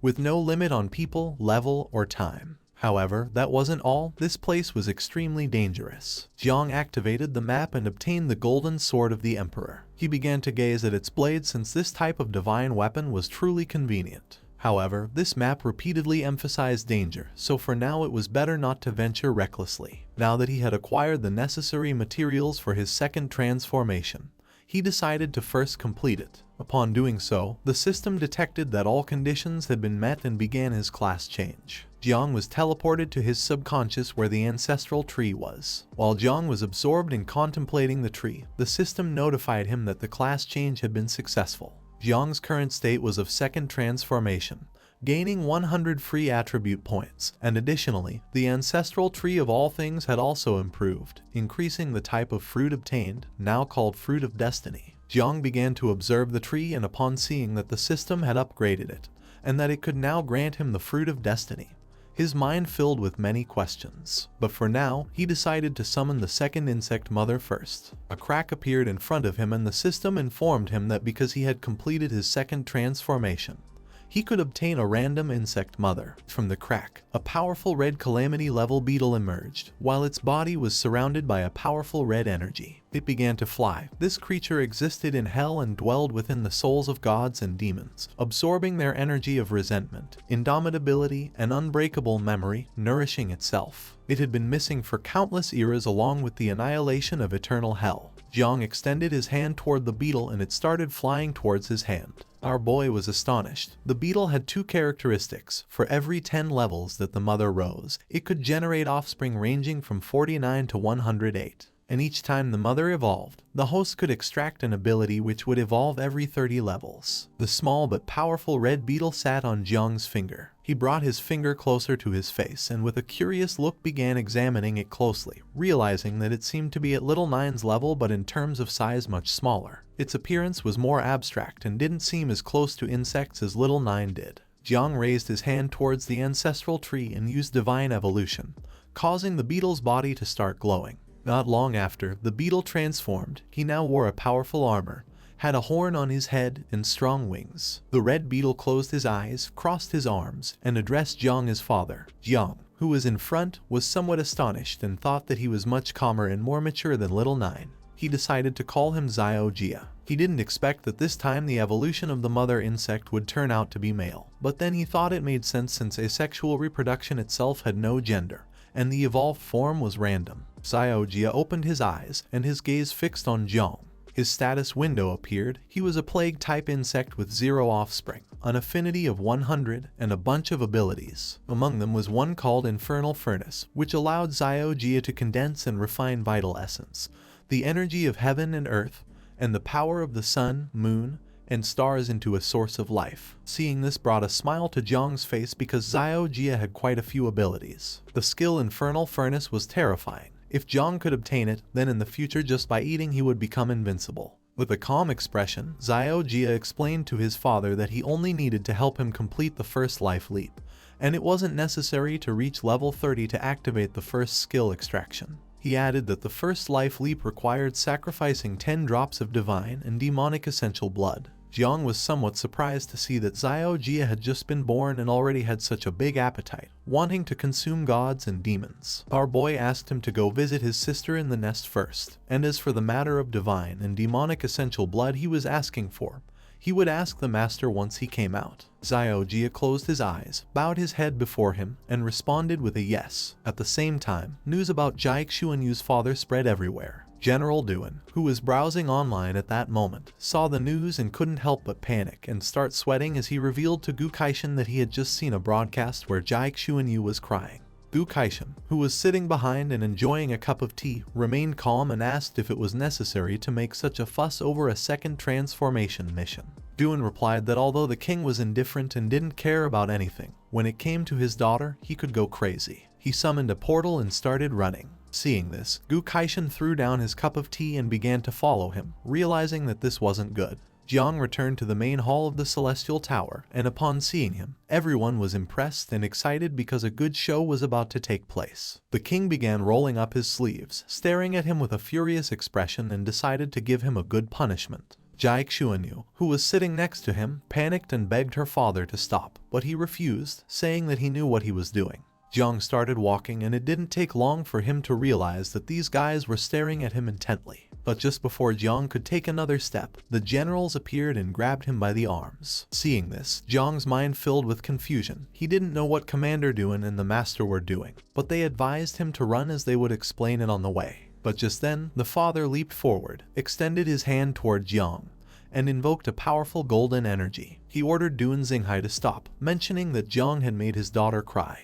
As punishment, he commanded them to cede territory from Jiangnan. He decided that the 3 great dungeons in Celestial Dragon Canyon would be assigned to Madu. Jiang and the others went on high alert upon seeing the attack. At that moment, an ice block appeared, blocking it. Duan mentioned that he wasn't going to give up anything since Jiang Chen had risen up, and this year in the overall ranking of celestial geniuses, the people of Madu would have to cede territory to Jiang Chen. The father landed on the ground and couldn't help but get angry, his gaze filled with rage upon seeing that they had fled. But he swore to go to Jiang Chen to deal with them, and even if they knelt down and begged for forgiveness, it wouldn't be enough. He thought the best thing would be to make Jiang marry his daughter so that they could humiliate him day and night. Upon hearing this, the daughter who was standing behind couldn't help but start blushing, and with a confused expression asked her father why he was saying such nonsense. A crowd gathered around them, and the father thought that as long as his daughter could be happy, she could do whatever she wanted. The daughter fell to the ground, got nervous, and after thinking it over carefully decided it was better to return home and leave Jiang Chen's name here so she could constantly motivate herself in preparation for the competition of prodigies.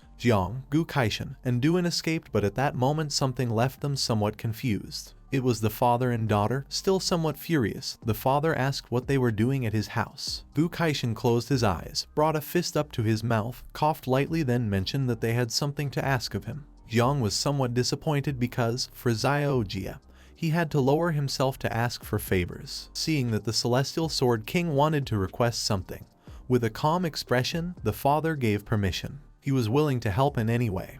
He could joke with Duan but still had to show respect to the Celestial Sword King. Gu Kaishan closed his eyes and revealed that Jiang was his disciple who needed material for his profession change mission.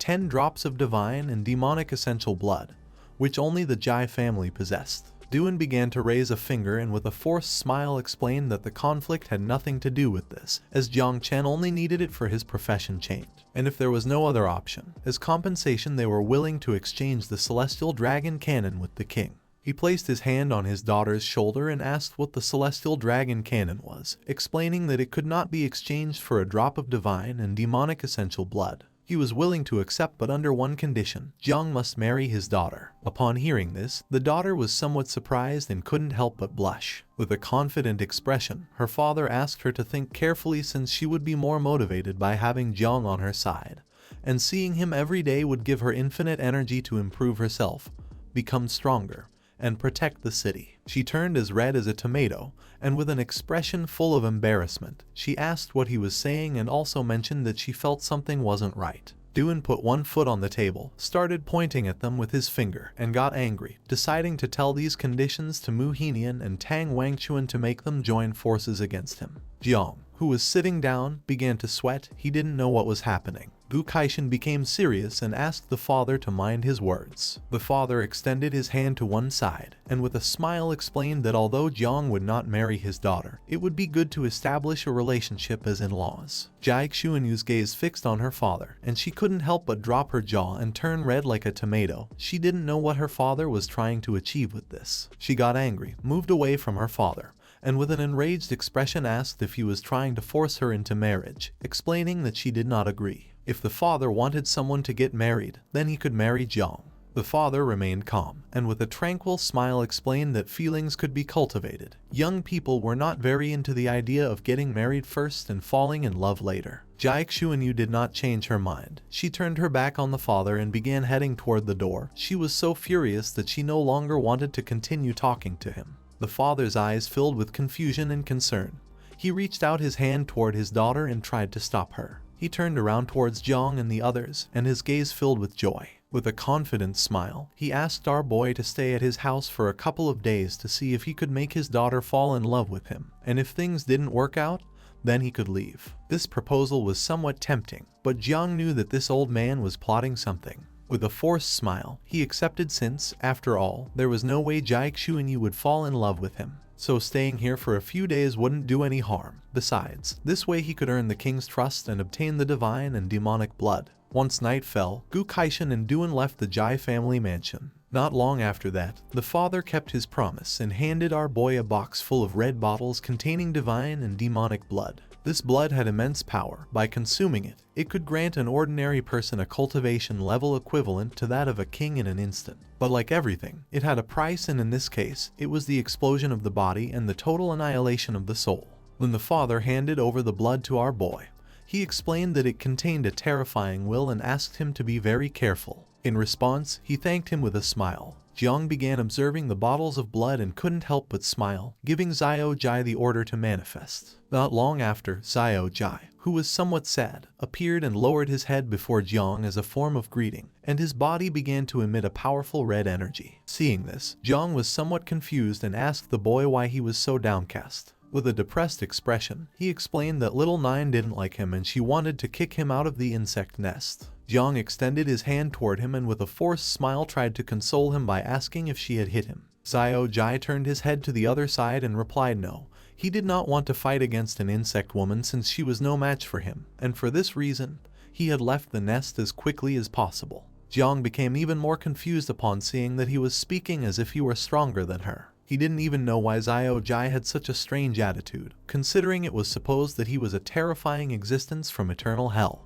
But Jiang decided to leave children's matters to children since it was better for them to resolve things on their own. He placed his hand on Zio Jai's shoulder, extended the other toward the box, and with a forced smile asked him to stop thinking about the matter and advised him to eat first. With a depressed expression, Zio Jai responded with an understood. He began to use his powers, making the bottle caps fly through the air. Little by little all the blood started to come out of the bottles, and Zio Jai, who had his eyes closed, began to drink it. Once he consumed all the blood, a powerful energy appeared around his body, and several system windows manifested. Now that the level transition had been completed, the system began to extract the abilities. Jiang clenched his fist, began to observe it, and couldn't help but smile. This was a gamble to see if he could obtain a good ability.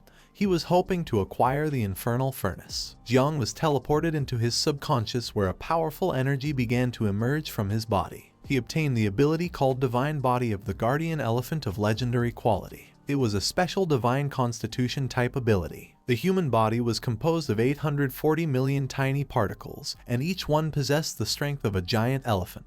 If all the particles awakened, it could compare to a divine elephant capable of stirring seas and rivers, roaring until stars fell, reaching the moon, and devouring the sun in an instant. The red beetle could transform into primordial particles and integrate himself into Jiang's body. Jiang opened his hand, began to observe his palm, and his eyes filled with surprise and confusion since he did not know if the divine body of the guardian elephant was the improved version of the Hell Furnace ability. Jiang's body began to emit the same energy as Zio Jai's. He clenched his fists and couldn't help but start smiling because now the power in his body was very strong.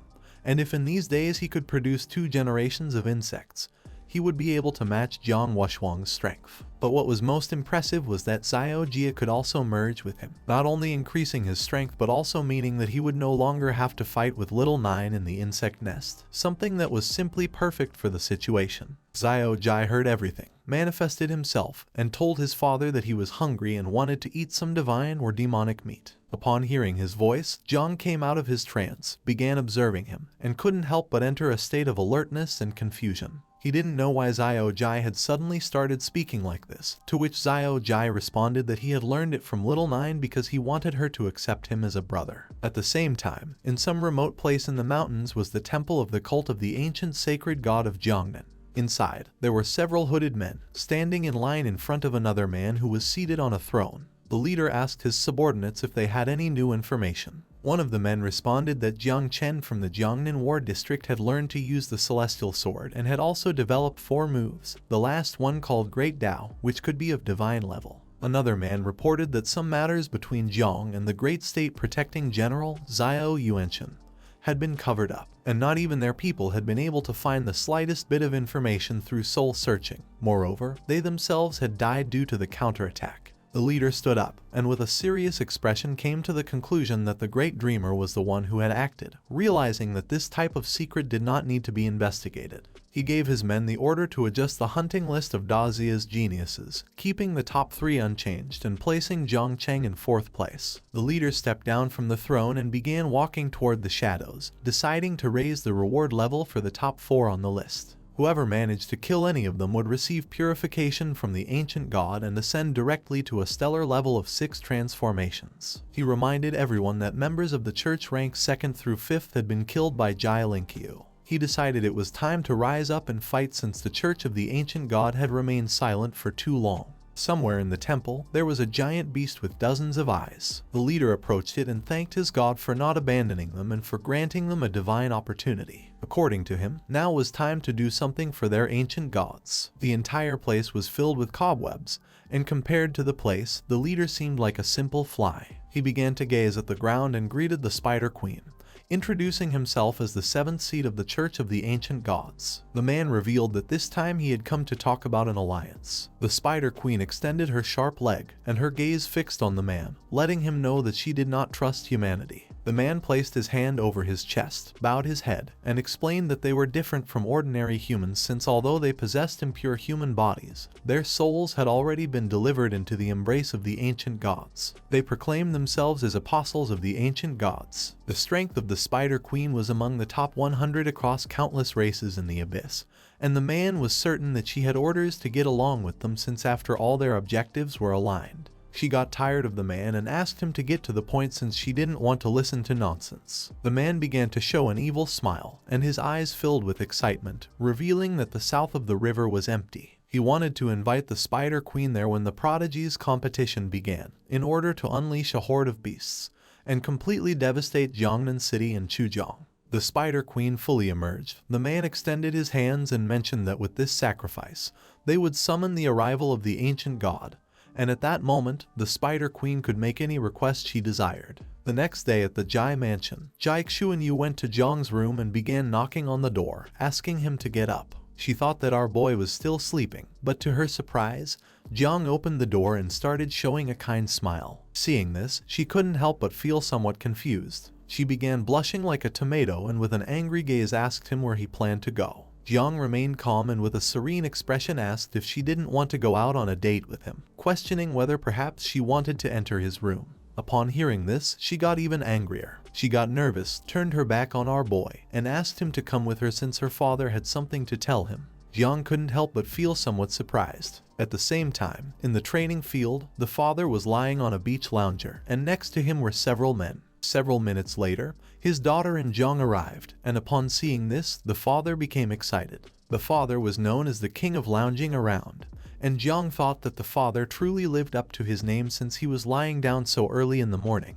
The father extended his hand towards some men and explained that they were the prodigies of the city, revealing that in a couple of days they would become his enemies. Upon seeing Jiang, the men couldn't help but feel angry and envious. Jiang began observing the men, and upon noticing their expressions, he couldn't help but feel somewhat confused. The father introduced the first one as Hua Yunfei, someone who possessed the only hidden profession of heroic spirit summoner. And just as he was about to reveal his ability, the daughter approached him and asked him not to reveal everything to their enemies since that was considered betrayal. Hua Yunfei was somewhat confused, and upon seeing that the daughter had intervened, he felt relieved. The father apologized with the excuse that he had just woken up. Jiang began to observe them and noticed that the father did not treat him as a stranger. He still had the Eye of the Void, so there was no need for introductions. The father revealed that there were 8 days left until the Great Summer Ranking competition, and in order for them to reach a higher level, he decided to open a sacred relic of Jilai so they could enter and undergo trials. Upon hearing this, everyone's attention turned to him, and they were all left speechless. The daughter's eyes filled with surprise as she realized that he was going to invest a lot in them.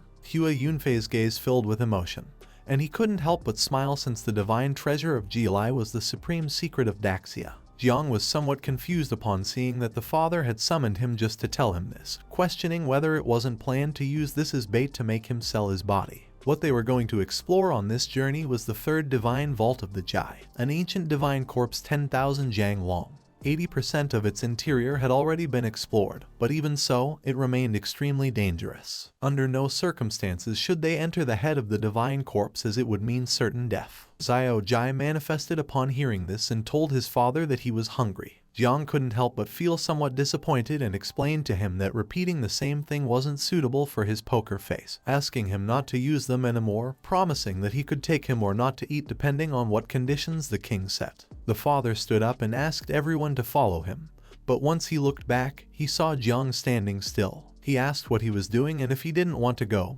Quickly, Jiang replied that yes, he did want to go. Now that the king hadn't set any conditions, Zio Jia was going to have food, something that made the little red beetle happy. With a worried expression, Hua Yunfei asked the king why Jiang Chen, an outsider, could also enter the divine treasure. The father, in a calm voice, mentioned that although Jiang was now a stranger, in the future he would be someone very close. He turned around, gave him a thumbs up, winked at our boy, and asked him to protect his daughter in the divine treasure since they both needed to support each other to be a good couple. She began to blush again and said that she did not need him to protect her. Our boy remained silent. While on the other side, Hua Yunfei got angry and started feeling envious of our boy. At the same time, somewhere in the forest where the trees had no leaves, there was a giant coffin, and in front of it stood a man holding a golden staff, who realized that this place was dangerous and asked everyone to move away quickly. Jai Xuanyu's father reached the place where the man was, placed his hand on his chest, began to walk toward him, and introduced himself as the head of the Jai family, Jai Hongyin, explaining that he had come with his apprentices, asking him to please open the door. The man who was holding the staff began pointing at the entrance with the weapon, giving them permission to enter. Jiang and the others started walking toward the entrance, and he began observing them with a serene expression. The Jai family was very powerful, and even so they needed to be cautious when it came to Jialai's divine treasure, which showed that it was not something ordinary. First, he decided to familiarize himself with this place and then investigate using Zio Jai. The man used his power, causing a portal to begin opening in the giant coffin. He struck the staff forcefully on the ground, making a powerful red energy start emerging from the ground. The father, who had his arms behind his back, remained silent, while on the other side Jiang began observing the energy and couldn't help but go into shock. A strange smell appeared in the air. The father turned around, extended his hand towards them, explaining that the recent power came from the 20% undiscovered of the divine soul of the ancient god's corpse in the sea of consciousness. The attention of Jiang and the others was fixed on the father, and they remained silently listening.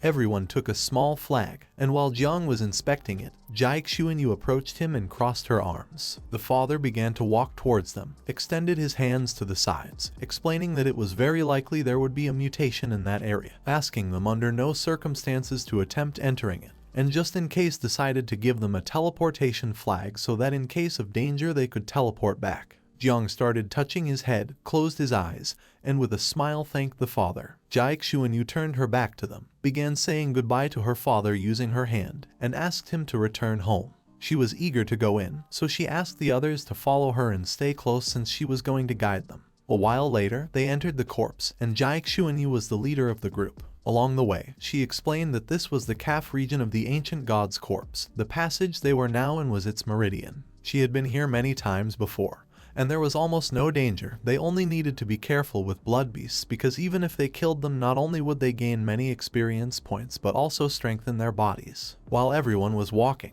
Jiang's attention was fixed on the sky. His eyes filled with amazement as it had a height of dozens of meters and a width of dozens of meters, wondering if this area was really just the meridian of the corpse. His mind was filled with many questions, not knowing how large the corpse of the ancient god was. Zio Jai appeared on our boy's shoulder. He began to observe him with a serene look and couldn't help but start smiling. Zio Jai was somewhat surprised to see that his father had brought him so he could devour the magnificent corpse of the ancient god. He was impressed because his father was the best, thinking that he had learned to flatter only for something to eat. While Jiang and the others were exploring the area, with a smile our boy gave his son permission to devour everything he could but advised him to be careful not to be discovered. Zio Jai transformed into a beetle and began moving away from them. At that moment, a six-eyed blood beast appeared and began panting heavily. A horde of beasts appeared in front of them, while some beasts stood in front to prevent them from escaping. Others jumped and prepared to attack. Seeing this, Jai Xuanyu panicked, drew her bow, turned around, and with a worried gaze asked everyone to be careful. The status window of the beasts appeared. They were level 35 and had several abilities: Illusory Blood Mist, Blood Explosion, and Blood Arrow. Hua Yunfei filled himself with enthusiasm, began to use his power, making fire appear in the palm of his hand, and with a confident smile, he started running towards the beasts with the intention of finishing them all. Instead of panicking, our boy remained calm and his gaze was filled with confusion. The blood beasts in the area were not bad food, but Zio Jai had flown directly to another place, not knowing if he wasn't interested in eating them. Hua Yunfei used his power, causing a powerful burst of energy to shoot out from his hand and strike against the beasts, making them start roaring in agony. Not long after, the beasts struck by his attack lost their lives, falling to the ground. Hua Yunfei clenched his fist and somewhat confidently mocked our boy, asking if he could instantly kill more than 10 blood beasts. Jai Xuanyu, who had her hand on her hip, began silently observing the beasts. Our boy did not fall into temptation. He gave a thumbs up saying that Hua Yunfei was impressive. He had finally seen a proud guy with mental retardation. Jai Xuanyu stood with her arms crossed and her gaze fixed on Hua Yunfei. She was somewhat annoyed by his behavior, so she asked him not to boast about something so insignificant. He placed his hand over his chest, closed his eyes, and bowed his head before her, deciding to follow the goddess's orders. Our boy began to show a forced smile, realizing that this guy was also a bootlicker. With a serious expression, she decided to lead the group to the heart section of the ancient god's corpse, explaining that there were more blood beasts there and it was also more suitable for training. She revealed that the ancient god's corpse had a structure different from the human body, having 3 hearts. But at that moment, Zio Jai began to communicate with our boy, asking him not to pay attention to her nonsense, since the ancient god of Jiulai actually had 4 hearts, and as long as one remained intact, it could revive. Jiang went into shock and his eyes filled with alertness, asking if he was saying that the ancient god was alive.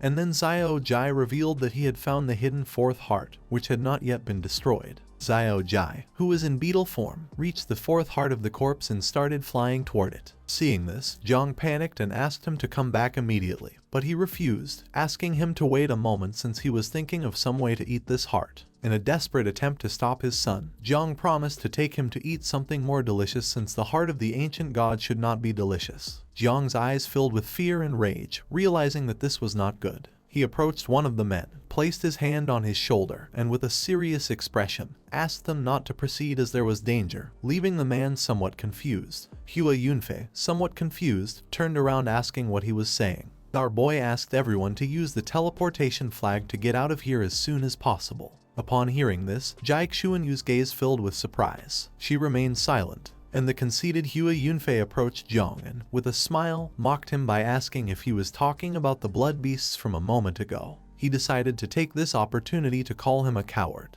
Jiang began staring at him intently and stayed silent, and upon seeing this, Hua Yunfei demanded that he respond. Our boy's eyes filled with fury, realizing that this guy was a fool, and deciding it was better to sacrifice him. Without hesitating for even a second, he delivered a strong punch to his face, sending his body flying and leaving everyone else in shock. He knew that if he hit Hua Yunfei, the others would have no choice but to agree on going out first to seek medical attention. Hua Yunfei's body flew out until it forcefully hit the ground several meters back. Jai Xuanyu, somewhat furious, turned around and her attention fixed on Jiang, asking what he was doing and why he had hit Hua Yunfei. Our boy replied that nothing in particular. He just felt hatred toward him and wanted to fight. She turned around and saw that Hua Yunfei, who now had a bruise on his cheek, sat down, placed his hand on the ground, got angry and revealed that he also felt hatred toward Jiang, and upon seeing that he had dared to strike him, believed that he was seeking death. Hua Yunfei stood up and released the heroic spirit, causing a powerful giant knight made of blue energy to emerge from his body. Despite the fact that the knight was terrifying, Jiang remained firm, began to observe it and mocked Hua Yunfei by saying that it was just an exaggeration and not so powerful. Zio Jai returned and entered Jiang's body. He opened his palm and with a joyful look, fixed his attention on Hua Yunfei, and a smile appeared on his face since Zio Jai had returned at the right moment. He extended his hands and his body began to release the energy of Zio Jai. Hua Yunfei, thirsty for revenge, decided to attack, making the knight prepare to attack using its claw. Jiang's eyes began to shine, and his hand started to emit a powerful energy. This was the perfect moment to test the power of the divine body of the guardian elephant. Just before the knight's attack could reach Jiang, he counterattacked, and his strike was so powerful that the spirit of the knight disintegrated into pieces. Jai Xuanyu and the others couldn't help but be left speechless, their eyes filled with surprise, upon seeing that with a simple move Jiang had defeated the knight's spirit. Hua Yunfei was shocked, his eyes full of fear. He didn't know how this was possible. While he was distracted, Jiang leaped, appeared above him, and prepared to attack. Just before he had time to react, Jiang delivered a strong punch, causing his body to crash forcefully against the wall. In a matter of seconds, he lost consciousness. Jai Xuanyu approached Jiang and, somewhat furious, asked why he had done this. The others were shocked to see that he had defeated Hua Yunfei with a single blow without using his sword or the help of the 9 miasma wings. Jiang closed his eyes and began to show a confident smile, explaining that Hua Yunfei's injuries were not serious. However, if not treated soon, there would be lasting effects on his body, and in this way, he would not be able to compete in the genius competition that was going to take place in a couple of days. Jiang Chen began to suspect something, and her gaze fixed on our boy. With a surprised expression, she asked if he had injured Hua Yunfei out of fear so as to escape from the corpse. Jiang turned his back on them, closed his eyes, revealing that if they wasted more time, that guy was going to die. The others began to feel fear and took out the teleportation flags, knowing they were not going to be able to fight against him. One of them said he couldn't use the flag, and upon hearing this, Jiang's eyes filled with fear and surprise. He turned around, and some members of the group tried to use the flag but were unable. Jiang's attention fixed on them, and with a serious expression he realized that when Zio Jai discovered the heart, the corpse also sensed Zio Jai's presence and immediately made arrangements. He put his hand over his face, and his gaze filled with fear, as his master had said that the power of a true god was level 9.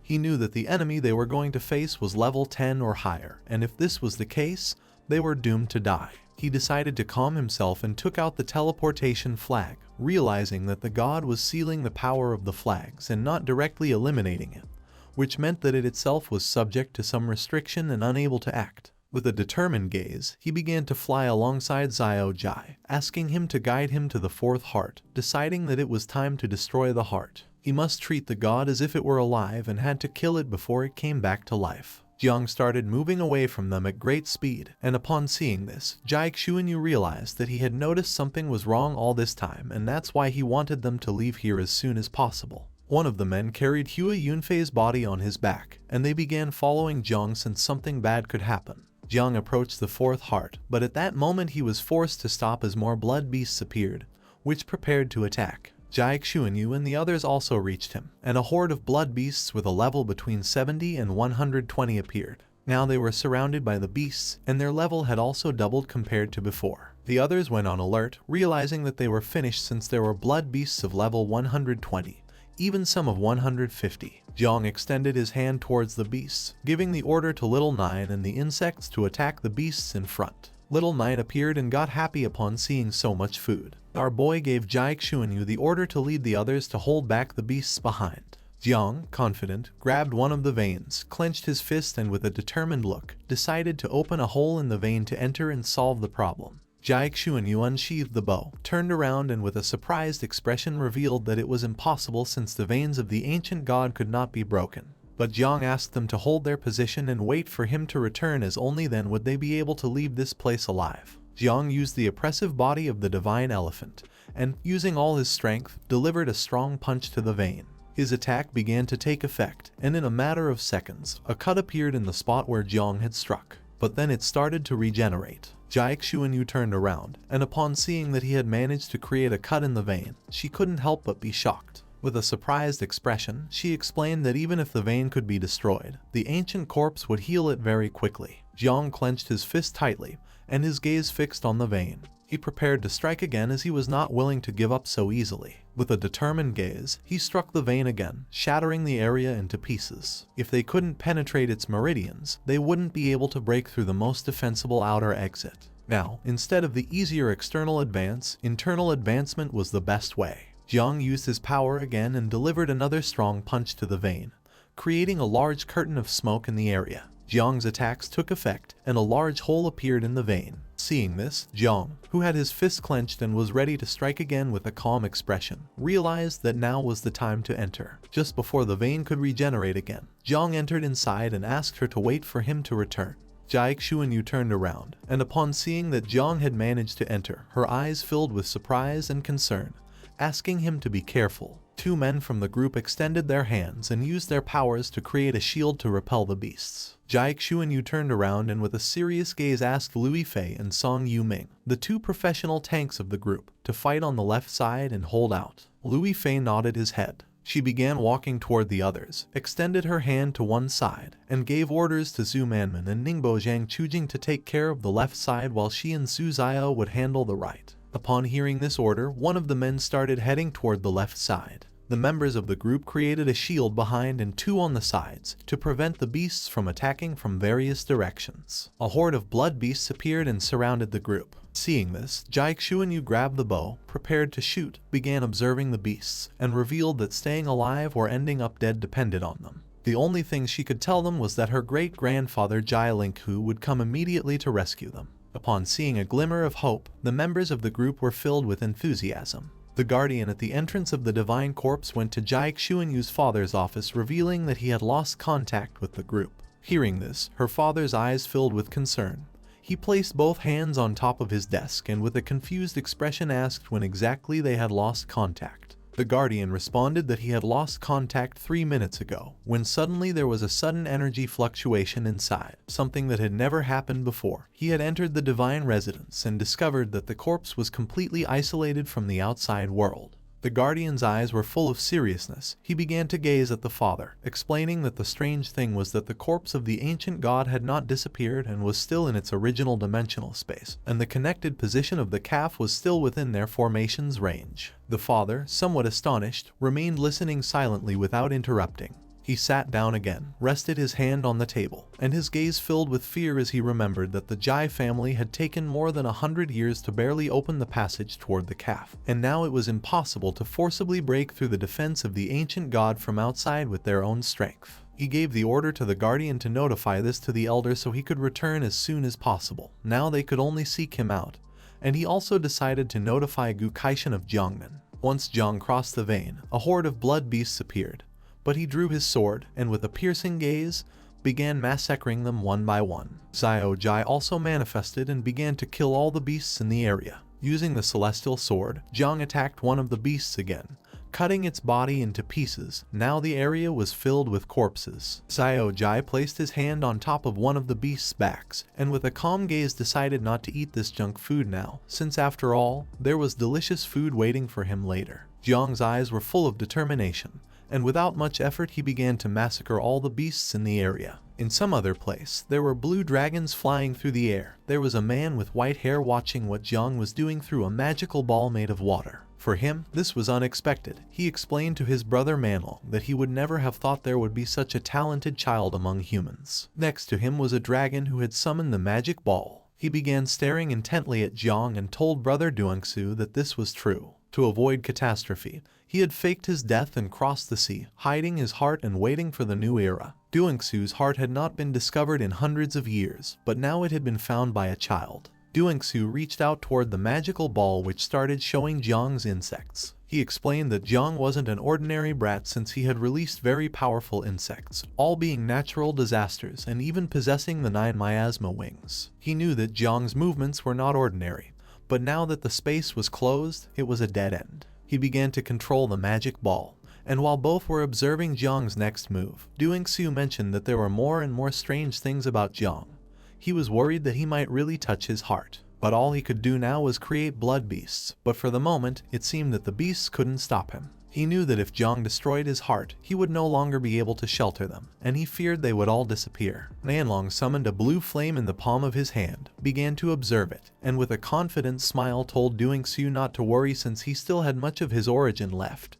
So cursing a child to death was not going to be a problem for him. Jiang finished off a horde of blood beasts, but more began to appear and seemed endless. Our boy, who was wiping his mouth with his hand, realized that the blood beasts were becoming increasingly stronger. Now there were even some at level 150. He feared that things were not going well with Jiang Chen. He needed to hurry, otherwise something bad was going to happen. Zio Jia, who was in front of him, started pointing forward with his finger and with a serious expression asked his father to pass through the intercession ahead in order to reach the heart. Upon hearing this, Jiang quickly moved forward. He knew that this ancient god could also hide himself.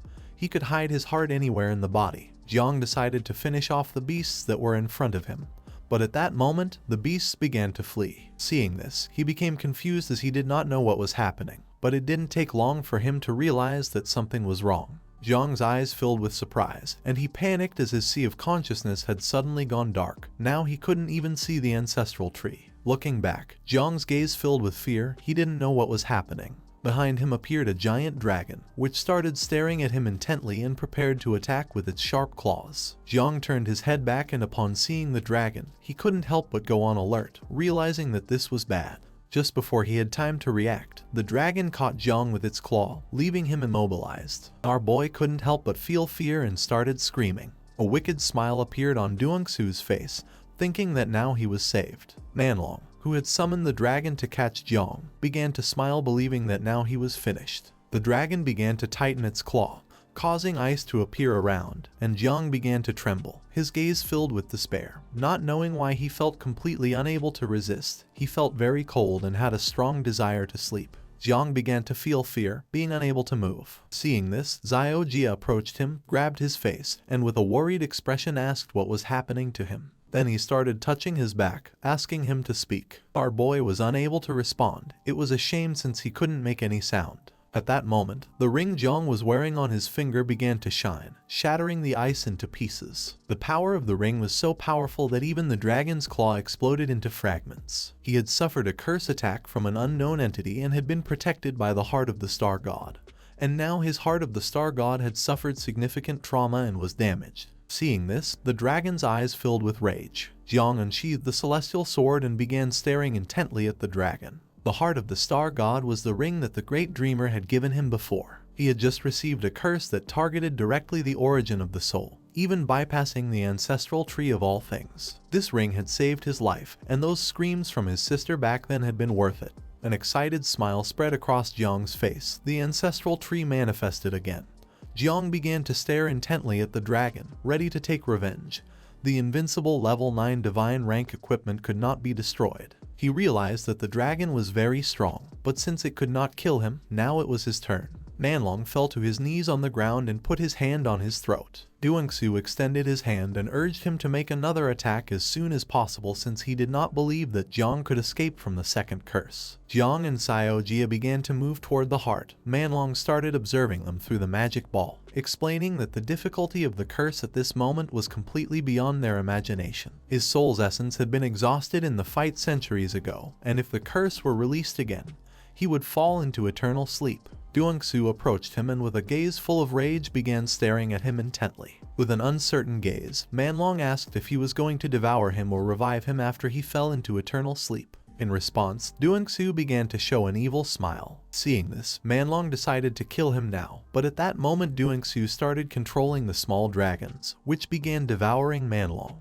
His eyes filled with despair as he did not know how he could control these monsters, begging not to be killed. Duangsu, who had his hands behind his back, began to observe him in silence, responding that it was already too late. He extended his hand and began to consume Manlong's power, and with a confident smile decided to destroy Jiang so he could not destroy his last heart. He was going to use the essence of the barbarian dragon to plant karma in Jiang's soul and force him to come here, and at that moment, Jiang was going to be him. Jiang and Zio Jia reached the fourth heart, which was gigantic. Our boy began observing it, asking how long it would take to break the restriction. Zio Jia began to fly toward the heart, explaining that for him this was very easy. He transformed into small beetles and started attacking the heart, asking his father to wait as everything would be over very soon. Jiang began to observe in silence, and little Zio Jia destroyed the blood vessels of the heart with his sharp teeth, lifting the restriction. Jiang placed his hand on his chest and began to feel a strong pain.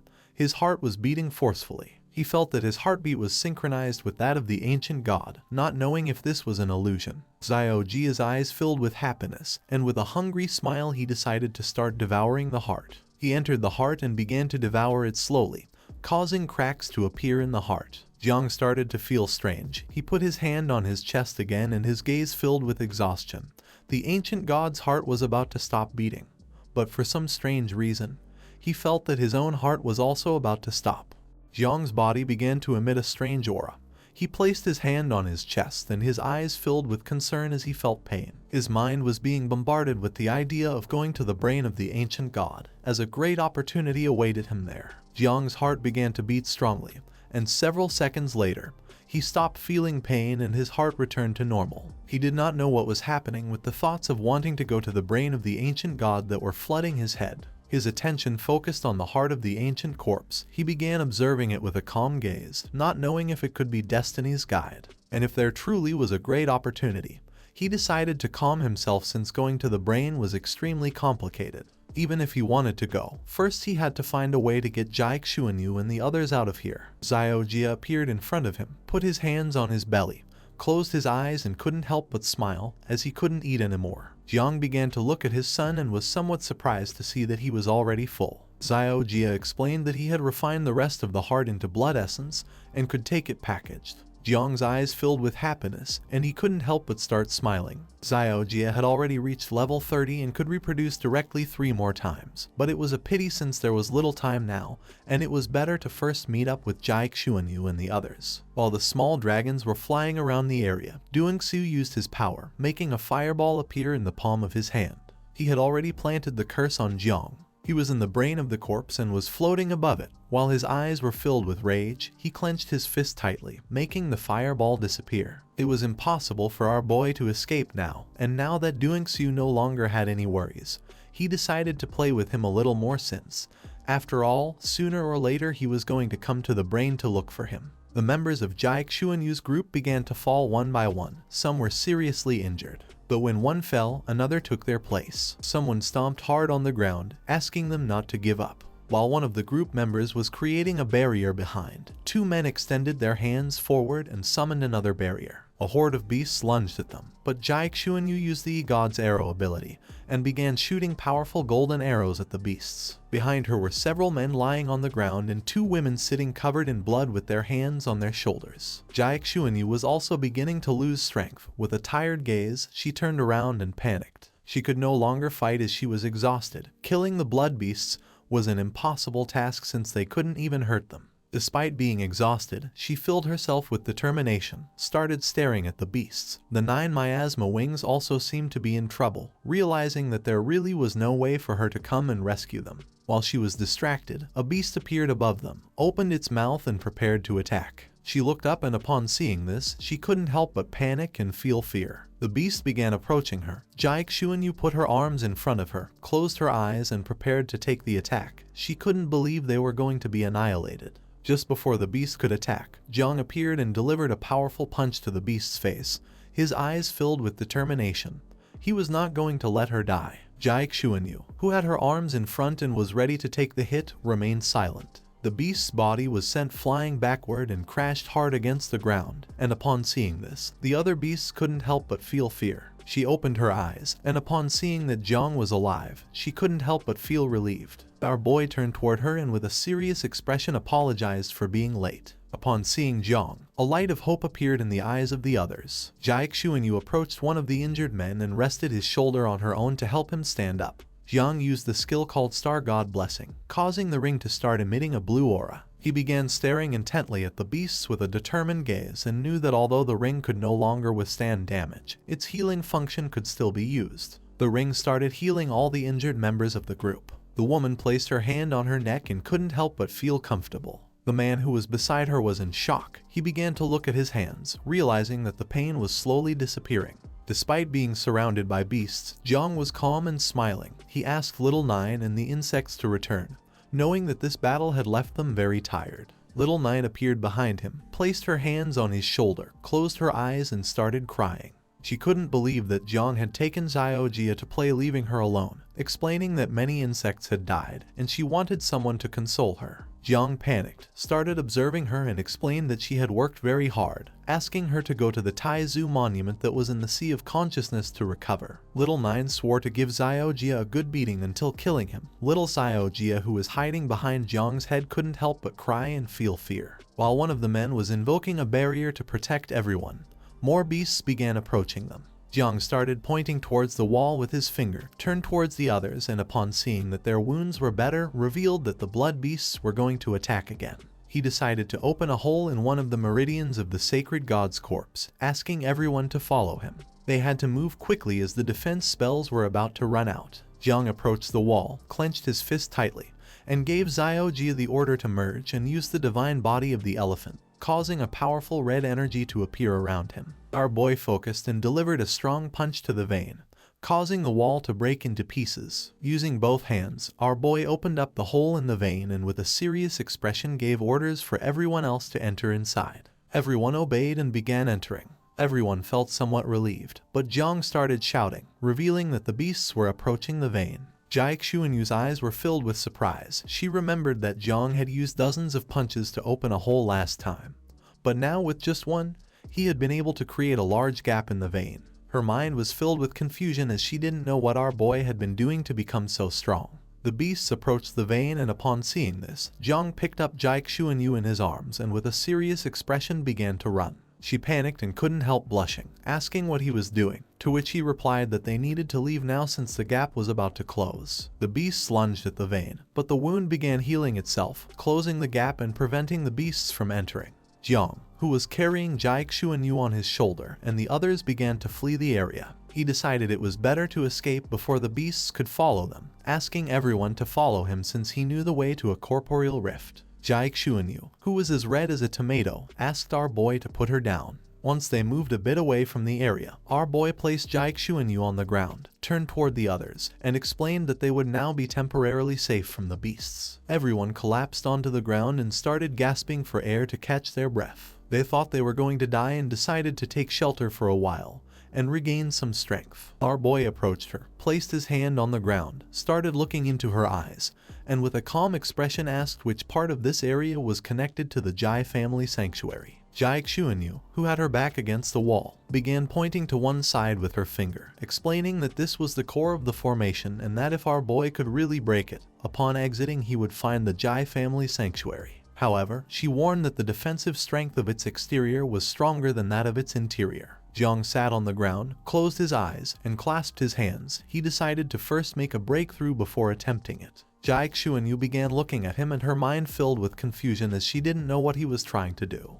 Jiang went to the sea of consciousness, opened his eyes, and with a serious gaze gave Zio Jia the order to go out and reproduce. Zio Jia, who had his eyes closed and arms crossed, appeared behind him and nodded. Little Zio Jia was hiding behind the Taizu monument. Little Nine put her hands near her face and started crying, explaining with tears in her eyes that this was her territory. Jiang began observing, and upon seeing that little Zio Jia was hiding behind the monument, he couldn't help but feel confused. He explained to little Nine that they were only using her territory temporarily, and as soon as her younger brother finished reproducing, they would leave immediately. Zio Jia stuck his head around the corner, started touching his lip with his finger, and with a confused expression asked why he didn't have his own home. Little Nine got angry and started arguing with him. Jiang crossed his arms and promised to buy Zio Jia a home later. Upon hearing this, he decided to start reproducing. He transformed into a small beetle, and his body began to duplicate. Jiang sat on the ground, clasped his hands together, and began meditating while using his ability to speed up the process. 3 simultaneous reproductions of the infernal red-shelled beetle commenced. The waiting time was 30 minutes. And the number of offspring was 324. In the blink of an eye, the sky filled with small beetles. Jiang stood up, began observing them, and couldn't help but feel somewhat surprised to see that in an instant more than 300 offspring had reproduced. Realizing that the divine corpse was a good place, and seeing that a heart could grant so much energy, he couldn't imagine what would happen when Zio Jia devoured the brain. Little Nine, consumed by hatred, transformed into the insect mother. She bit Zio Jia's cape and began dragging him. He started crying and calling for his father's help. Hearing this, Jiang panicked. He reached out to her and ordered her to stop. He gave her a strong blow on the head, causing a bump to appear. Zio Jia took advantage of this moment to hide behind Jiang. Little Nine started crying, saying that Zio Jia was his favorite. Jiang got angry, clenched his fist, and with a furious gaze asked how she had dared to try to eat her brother. Jiang's eyes began to shine, giving the order to all the beetles to enter his body. He placed his hand over the vein and prepared to strike. His fist began to emit an intense energy. He had fused the power of more than 300 beetles, and the strength he now possessed was comparable to that of Jiang Wuxuang.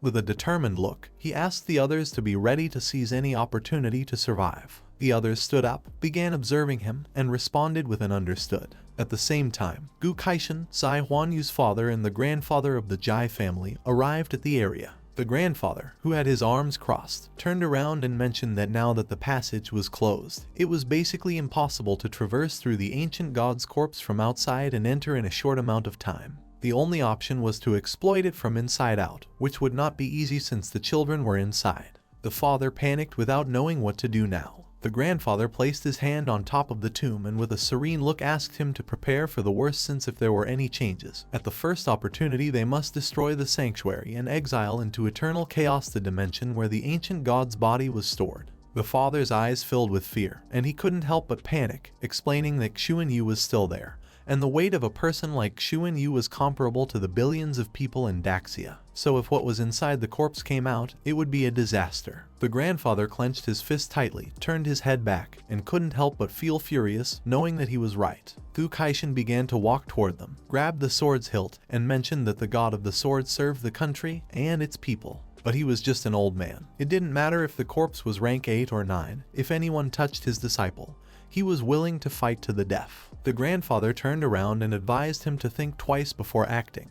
He drew the sword and explained that at least he was going to be able to honor the name of master. The grandfather remained silent and began to release energy. Just before they could do anything, knocks started to be heard coming from inside the coffin. Upon hearing this, everyone turned around and their attention fixed on it, not knowing what was happening. The grandfather's eyes filled with fear. He did not know how this was possible. Gu Kaishin asked him not to stand still since it was time to act. Once Jiang finished meditating, he stood up, approached the wall, and using the divine elephant fist began to punch the wall, creating shockwaves. His punches were so strong that Zai Xuanyu and the others raised their arms in front of their faces. Almost all members of the group were injured and very tired. Zai Xuanyu opened her eyes and quickly realized that the force of the impacts was too strong. She began observing Jiang and with a serious expression asked everyone to step back a little, otherwise they would end up dead due to the impacts. Several seconds passed, and Jiang kept punching. He was not willing to give up, so he adopted an offensive stance and struck again. This time, the wall of flesh started breaking apart. A hole formed in the wall, and Jiang told everyone to take advantage now to escape from inside it. But at that moment, the wound began healing itself. The speed of regeneration was too fast, leaving no time for escape. Upon seeing this, the eyes of our boy filled with determination.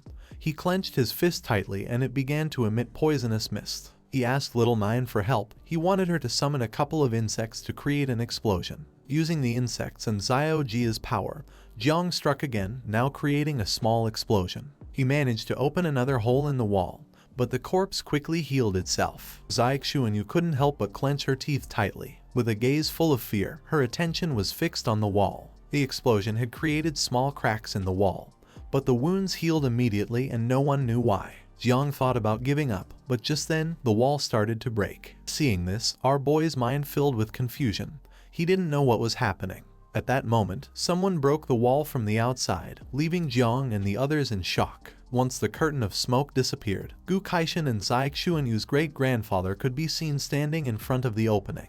The great-grandfather looked somewhat tired, while on the other hand Gu Kaishin seemed unaffected. They were the ones who had broken through the wall from outside. Zai Xuanyu's great-grandfather stood up and extended his hand to one side, giving everyone an order to leave the corpse. Seeing Salvation's light, all members of the group including Hua Yunfei ran out with all their strength. Upon exiting, some collapsed to the ground due to exhaustion. Gu Kaishin, who was standing nearby, couldn't help but wonder where Zai Xuanyu and Jiang were. While 3 members of the group were leaving the corpse through the gap, Jiang and Zai Xuanyu were still inside, and the wound was already beginning to heal. She panicked, placed her hand on our boy's shoulder, and decided it was time to leave this place. She entered the gap to go outside, and the wound began to heal quickly. Zai Xuanyu grabbed Jiang by the shoulder and with a confused and worried expression asked him to come with her. But Jiang turned his back on her and explained that the gap was no longer wide enough for 2 people to fit through, asking her to go first. His eyes were full of confusion as he didn't understand why women were always problematic at moments like this. Jiang started moving away, and Zai Xuanyu's mind filled with despair. She panicked and decided to stay with him and find another way out of the corpse. But Jiang used a technique called Growth of All Things and summoned some roots which wrapped around her body.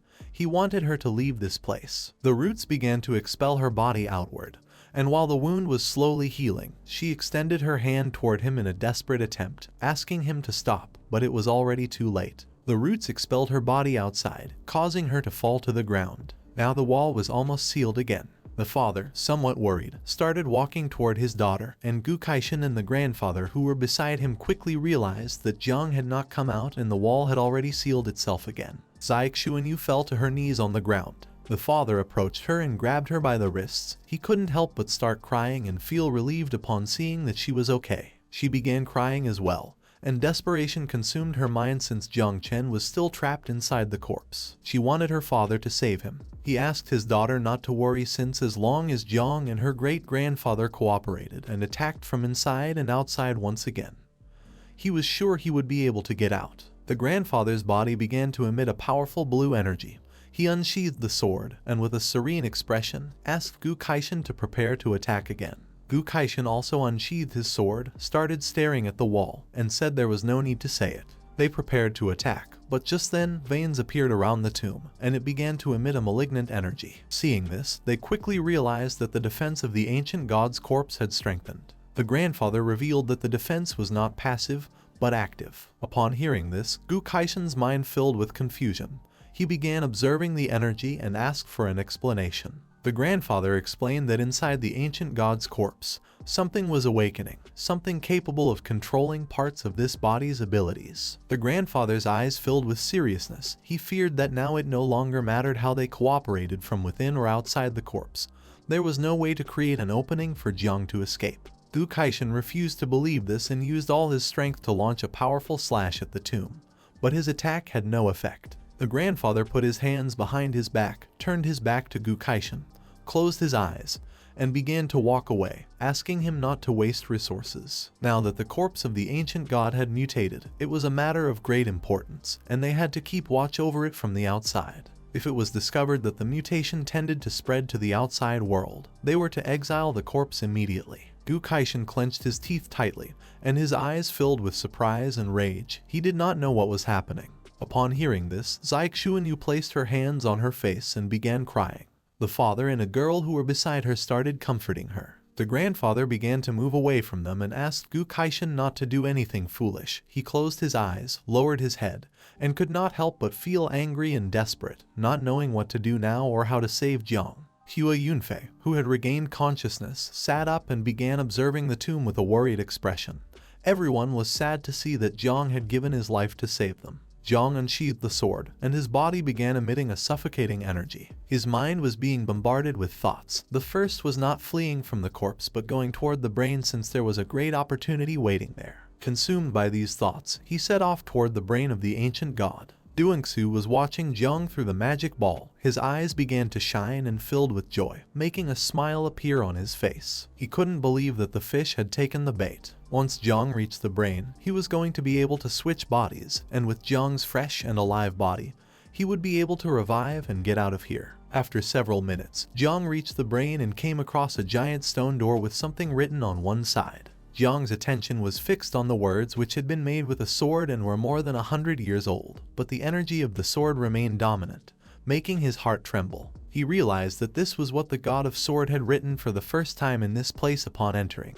Behind this door was the corpse's brain. Using both hands, he opened the door and asked little Nine and Xiao Jia to hide and not come out unless he called them, since they were going to be his ace up the sleeve. Jiang entered a hallway, and a strange energy began to emerge, with many whispers starting to resonate. He put his hands on his head and couldn't help but feel pain, not knowing where the whispers were coming from. The whispers became more intense, causing Jiang to begin losing composure. He fell to his knees on the ground and couldn't help but get angry. Just then, he appeared in another place, and someone with white hair began to descend from the sky. Jiang, who was holding the sword with one hand, raised his head, and upon seeing this, he couldn't help but fall into confusion. It was Duangsu. He had been waiting in this place for hundreds of years for Jiang to arrive. Upon hearing this, our boy's eyes filled with surprise, and a warm sensation took control of his body. Duangsu began to descend toward him and introduced himself as the ancient god. Jiang remained silently observing, not knowing how to act. Duangsu's body began to change and take Jiang's form. He started staring at him intently, and began to smile. Seeing this, Jiang couldn't help but feel somewhat confused. Duangsu took Jiang's form, approached him, extended his hand, and with a cheerful smile revealed that he was Jiang and Jiang was him. He wanted both of them to unite into one being. The eyes of our boy filled with surprise. He was in shock, not knowing what to do. But instead of falling into Duangsu's trap, Jiang launched a powerful slash, making him move away, revealing that he knew he was pretending to be a god to deceive him. Duan Fang showed his true form, caught Jiang's attack with his hand and began to smile, his eyes filled with excitement upon seeing that Jiang's slash was interesting. He was surprised to see that human martial arts of the new era had reached this level. Jiang was somewhat surprised to see that he had caught the sword energy using his hand. Duan Fang broke the energy into pieces, started observing him and revealed that he no longer had much of his origin energy left. In the blink of an eye, the sky filled with small dragons. Duan Fang extended his hand to one side and with an evil smile explained that if Jiang's body were not useful, he would have used more terrifying methods to kill him. Jiang's mind filled with confusion, not knowing what this guy meant. His attention fixed on the dragons, and it didn't take long for him to realize that these monsters were all at the 6th level of transformation, and there were even some at the 9th level. It was no wonder to him that the sword god had almost died in this place. He knew that even if he released all the offspring, he wouldn't be able to defeat him. He clenched his fist tightly and with a determined look decided to treat this dead god as if he were alive, giving little 9, Zio Bahan, and all the insects the order to come out. At that moment something happened and Jiang's expression changed. He began to feel fear since he couldn't contact little 9 or the others. The small dragons trapped Jiang's body, leaving him immobile. Duan Fang approached him, began to stare at him intently, and couldn't help but smile. He decided it was time to end this. Jiang clenched his teeth tightly and couldn't help but feel terror, knowing that this was not good. Duan Fang placed his hand on Jiang's shoulder and began to enter his body, causing him to open his mouth and start screaming in agony. With a wicked smile, he told Jiang not to worry because he was going to help him live better. But just then, the ancestral tree of all things emerged behind them. Upon feeling this, Duan Fang's mind filled with confusion.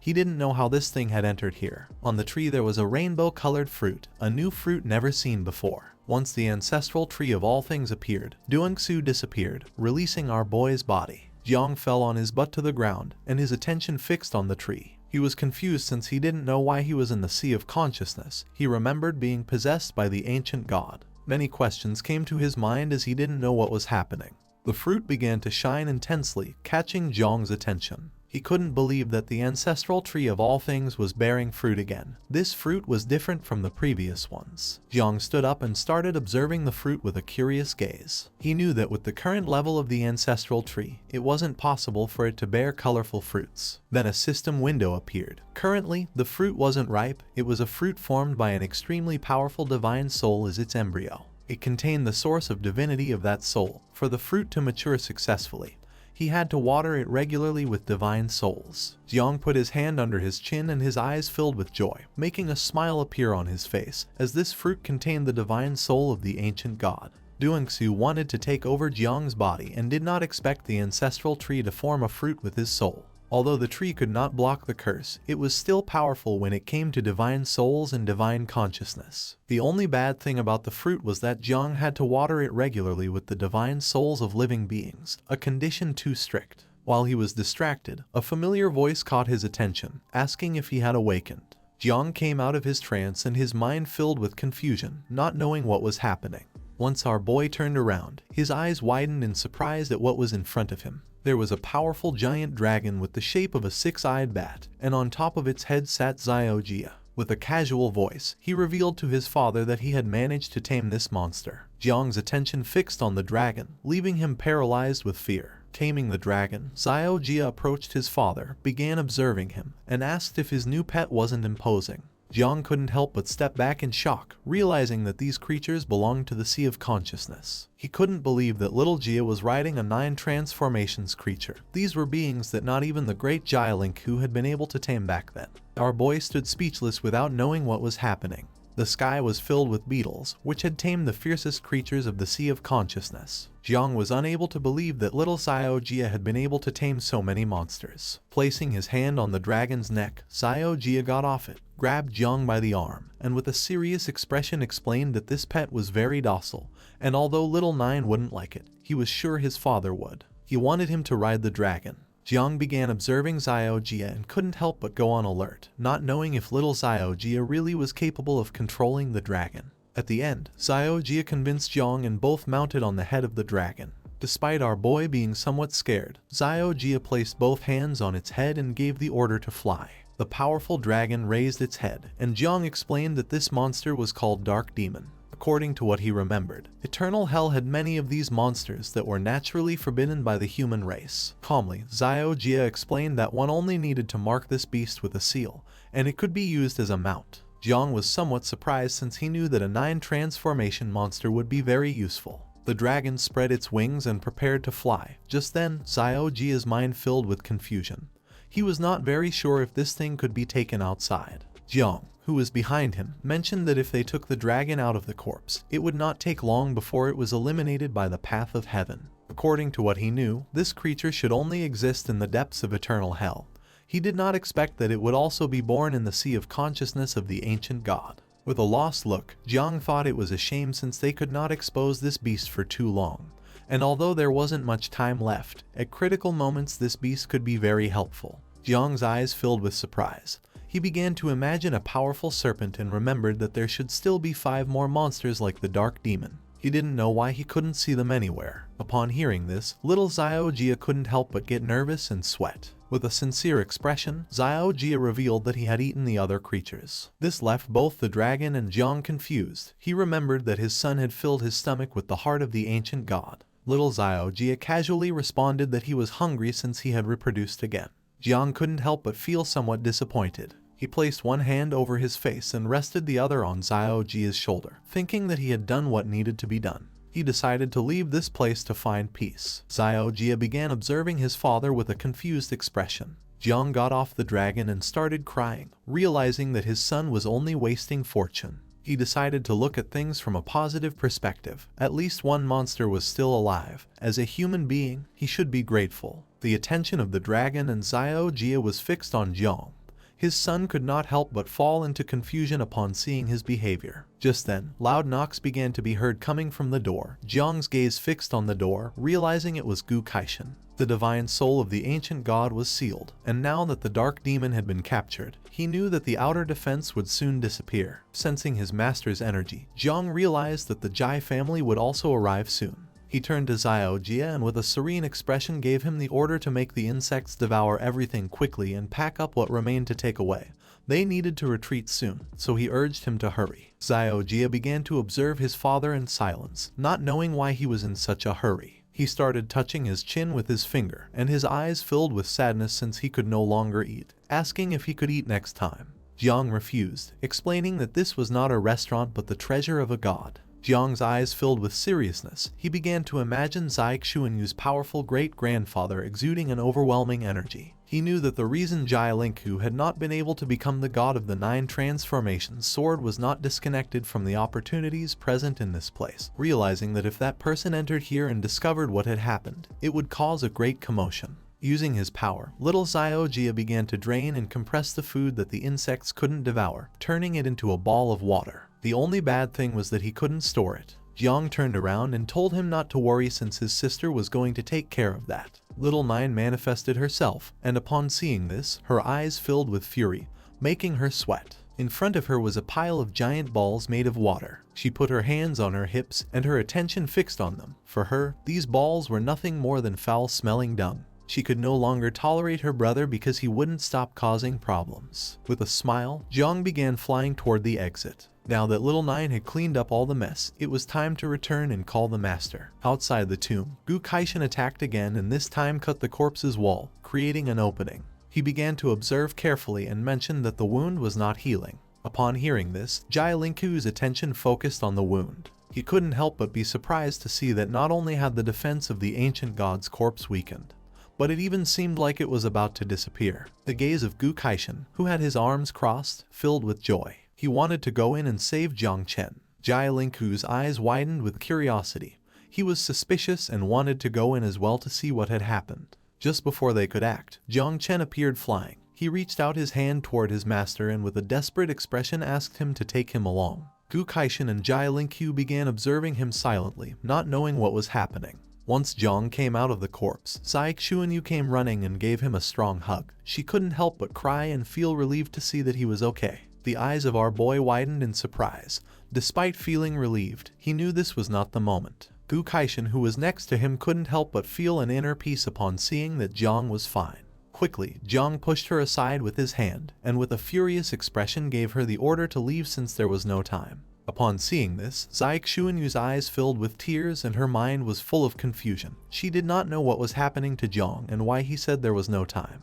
Jiang approached Gu Kaishan and with a serious gaze explained to his master that if they did not leave this place quickly, they were going to die. Upon hearing this, his attention focused on him and he could not help but go on alert, without knowing why Jiang was so serious. Despite being unsure, he decided to trust his disciple. Both mounted on the blade of his sword. Using his fingers, he began to control his sword, making it shoot out like lightning. He said goodbye to them, explaining that he no longer wanted to stay in this place. Seeing this, Zio Xuanyu couldn't help but feel sad, thinking that Jiang hated her, while on the other hand, her father was furious. He started shouting, thinking that he had given the divine and demonic blood in vain to someone who didn't understand how to take care of a lady. Zio Xuanyu clenched her fists, approached her father, and with a furious look asked how he could insult Jiang, reminding him that Jiang had risked his life to save her. The father closed his eyes, put his hand behind his head, and couldn't help but feel somewhat embarrassed, thinking that if Jiang had risked his life for his daughter, it meant she was important to him. She placed her hands over her mouth and couldn't help but blush at the thought of Jiang.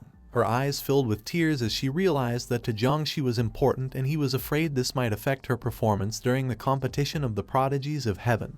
For this reason, he had risked his life. She placed her hands on her hips and filled herself with determination, vowing not to disappoint Jiang in the fight for the list of prodigies, promising to show her best version. Upon seeing this, the father couldn't help but feel happy. Not far from them was Jiang, his attention fixed on the tomb of the ancient god. He felt suspicious and knew that Jang Chen's reaction had not been natural, thinking it would be better to go in to see what had happened. He began to carefully observe the interior of the corpse, and it didn't take long for him to realize that all the treasure had disappeared. He remembered that before there were a lot of monsters in the sea of consciousness of the corpse, but now there wasn't a single one left. He put his hand on top of his head, closed his eyes, and started imagining Jiang and Gu Kaishan fleeing on the sword. He knew Jiang was guilty since he was eager to leave. He was furious because Jiang hadn't left even a single monster for him. When Jiang had entered the corpse, he had faced the 5 powerful beasts. Not even he knew how Jiang had been able to escape from the level 9 monsters,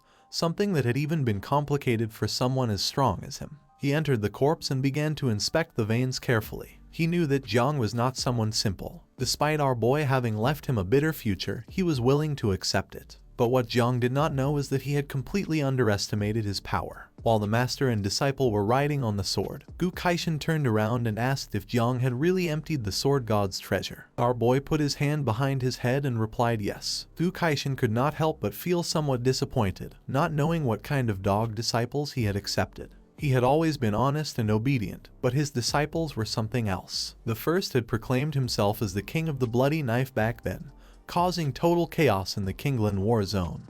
The second had stolen the National Guardian's fiancé, and now the third was even harder for him to describe. With a cheerful expression, Jiang extended his hands and recalled that only 3 days remained before the prodigy ranking competition began, asking if he believed that with his current power he could win in a battle against Jiang Wushuang and Zio Xuanyu. Gu Kaishan turned around and began observing him silently without responding. He explained that this time it seemed like he would not have many problems if he fought against Zio Xuanyu. He had heard that these days in Magic City Jiang Wuxian had also progressed greatly, and his 8-armed god of war body was something not to be underestimated. Somewhere else was Ying Zhan training on the Red Lake. He was not only the first celestial genius of Jiang's generation, but also his talent was considered the best in 800 years of Dazia. While Ying Zhan's body was surrounded by a powerful energy, he began to gaze at his hand with a piercing expression. Generally, job changers reach spiritual maturity at 18 years old to be able to activate a professional class.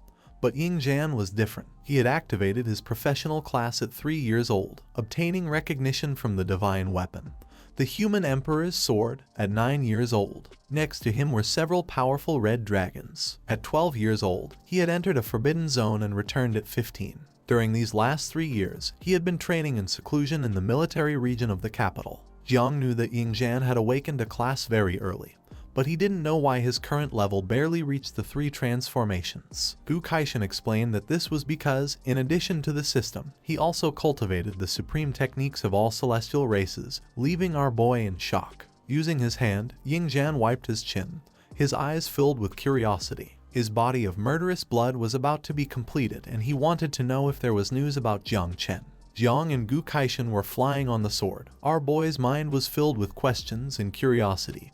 He extended his hands and asked if he could practice the techniques of all the races of heaven. Gu Kaishan crossed his arms, began to gaze toward the ground, and replied that this was a question even he could not answer since many had tried to take this path, but almost no one had managed to succeed because the techniques practiced were in conflict with the heavenly Tao. The master revealed that Jiang Chen had been the only one in hundreds of years from Great Zia who had succeeded. Jiang started looking down with a lost gaze and began to think. Even if he had talent like Jiang Chen, not even Gu Kaishan had the ability to teach him the techniques of the 10,000 races of the abyss. Jiang Chen was a descendant of the human emperor of Great Zia, and back then the emperor of humanity had led troops to counterattack the 10,000 races, capturing many of the beasts. Now things had changed since the martial god Jiang Xuanji only focused on defending the entrance that connected to the realm of the 10,000 races. Gu Kaishan activated his power, causing the sword to shoot out like lightning. If our boy could obtain first place on the list of geniuses, he would try to use his authority to transfer some units from the capital.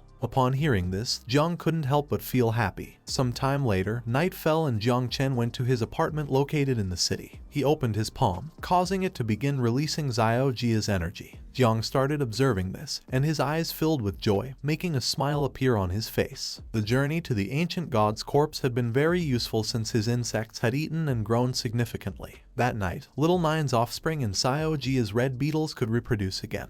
At that moment, the ancestral tree of all things appeared behind our boy. Upon feeling this, he couldn't help but go into shock, and his eyes widened in surprise. He couldn't believe there was movement in his divine consciousness. In the tree, there was a new green fruit never seen before. Now that the ancestral tree of all things had borne fruit again, Jiang realized that the reason behind it was due to the increase in the number of insects. Jiang's eyes filled with surprise. He approached the tree and extended his hand, and the fruit began to fall into his palm. He was somewhat confused and surprised since he had never seen a green fruit before. The statistics window of the fruit appeared. It was a green lightning fruit. It could grant the user the opportunity to awaken the unique hidden profession known as Sovereign of Electricity, granting 3 abilities. The first one called Lightning Bolt, which allowed the user to transform into an electric current and teleport within the electrical field generated by themselves, ignoring obstacles. The current range of this electrical field was 50 meters. The second ability was called Ray Fusion,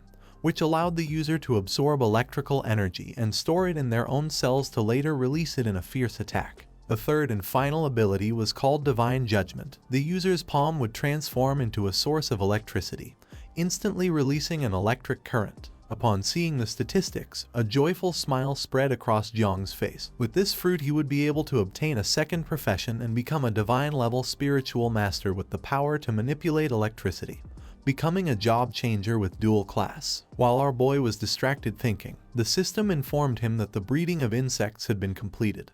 The red beetle now had offspring of 30,000 hatchlings, and the 9 miasma wings now had offspring of 12 million hatchlings. Then, an explosion appeared behind him, causing the sky to fill with small beetles. Little Nine was furious. Now that Zio Jia had reproduced, she gave him the order to leave. Jiang's body began to emit a powerful aura, making his eyes fill with excitement. He couldn't help but smile, realizing that this increase in power was thanks to Zio Jia's new offspring. Jiang's statistics window appeared. He was level 36 and in the second transformation, with the title of Sovereign of Insects. His current professions were Divine Level Spiritual Breeder and Sovereign of Electricity. Our boy had 2 talent classes. The first class included Universal Growth, Divine Evolution, and Ancestral Tree of All Things. The second class included Hidden Lightning, Lightning Fusion, and Divine Judgment. Jiang's skills were Human Sword, Earthly Sword, Heavenly Sword, and Great Tao of the Sword. He also had 2 calamities, the Insect Mother, Little Nine at level 36, with a progeny of 12 million insects, and Zio Jia at level 32 with a progeny of 30,000 insects. His current strength was 409 points, his agility was 428 points, his energy was 379, his constitution was 498,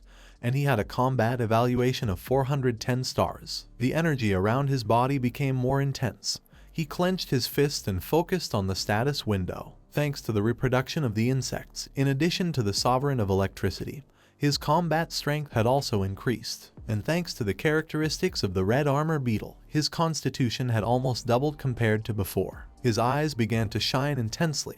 He punched the air, making electricity appear around his arm. He couldn't help but smile because even though in the prodigy competition he wouldn't be able to use Little Nine's power, with his new class and new abilities, he would be able to sweep through an area without much effort. And if all this didn't work, in the worst case scenario, he could use Zio Jia's power and unleash the Dark Demon. It was nighttime in the mountains of Qinluo's war zone. In the depths of Qinling, there was a powerful blue dragon flying through the sky. Somewhere in the mountains, there was a group of men and a woman sitting. In front of them stood a large wooden table. The powerful dragon descended to the ground, and a black-haired man wearing a summer shirt got off the beast. The others were somewhat surprised to see that the man had arrived. With a forced smile, he asked them not to exaggerate since they were indeed punctual compared to him who had come all the way from Guanghai, mentioning that he was exhausted. The woman who had her eyes closed turned towards him, and with a cheerful smile mentioned that it was surprising to see someone from Guanghai dressed in this way. While everyone else wore formal clothes, the two of them were protectors of the country, so she didn't understand why there was such a difference between them.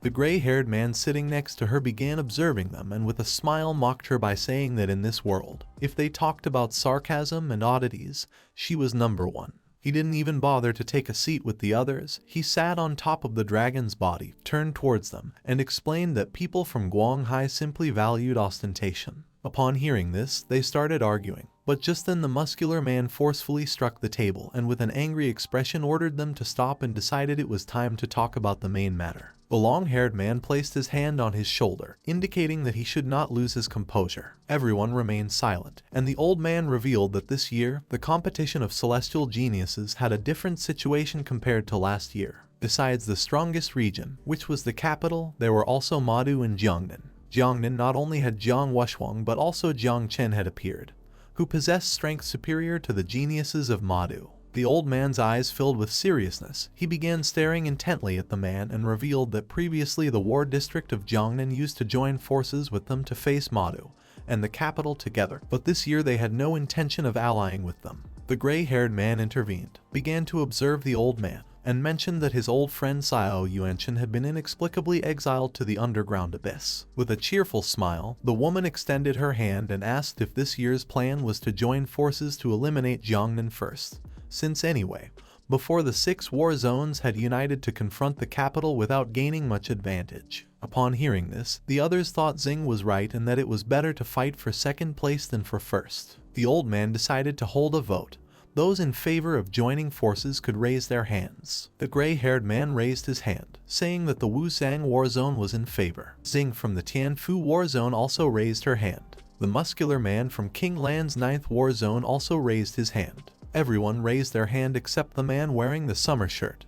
He was Yun Jantian. The others asked why he was not in favor of joining forces. Yun Jantian stuck his finger into his ear and his eyes filled with disdain and hatred, asking if they had finished discussing. He began to gaze at the ground and with a smile revealed that this time he had not come to form an alliance with them. He approached them, slammed the table hard, and with a confident smile made it clear that this summer in the Daxia Genius competition, the Guanghai War District was going to win. Everyone remained silent except for the gray-haired man, his attention fixed on Yun Jantian. With an angry expression, he asked why he was talking nonsense. He mentioned again that his war district was going to win the Daxia Genius competition. Saying these words felt very good to him. The eyes of the gray-haired man filled with rage, causing him to clench his fist tightly, crushing the glass. Xing opened her eyes and with a furious gaze began staring intently at Yun Jantian. He decided it was time to leave and climbed onto the dragon. The dragon opened its mouth and started flying at great speed. Yun Jantian placed his arms behind his back and, with a smile, told them not to worry as he would no longer bother them nor inform anyone about this. The muscular man began gazing toward the table and asked the others if Yun Jantian had hit his head. The gray-haired man extended his hand, explaining that surely he had been kicked by a donkey or perhaps he had an ace up his sleeve they were unaware of. They decided to stop thinking about the matter. The old man grabbed the glass and his attention fixed on it. With a serious look, he mentioned that as long as they, the 4 great war zones, joined forces and formulated a perfect plan,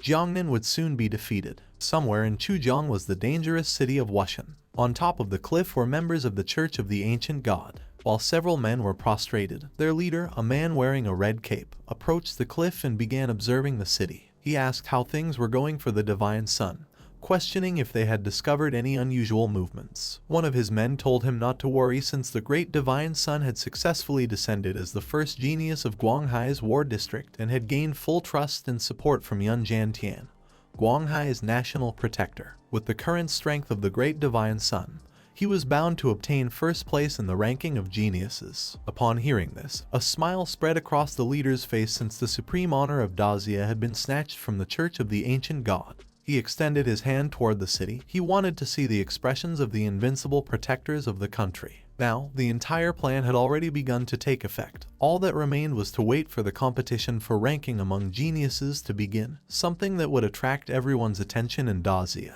He extended his hands toward the sky, and his body began emitting an evil energy, revealing that at that moment, a beast tide was about to sweep through all of Chu Jong. Upon sensing this energy, all members of the cult clasped their hands together, saying that with Chu Jong's sacrifice, the ancient god would return. The next day, in Jiangnan's war zone central plaza, geniuses who were going to participate in the competition gathered. In front of them was a large screen and only one day remained before the competition commenced. Duan Fang, who had his arms behind his back, decided to repeat the rules he had mentioned before for those who did not remember them. Among the participants was our boy. With a curious gaze, he began to observe Duan Fang in silence.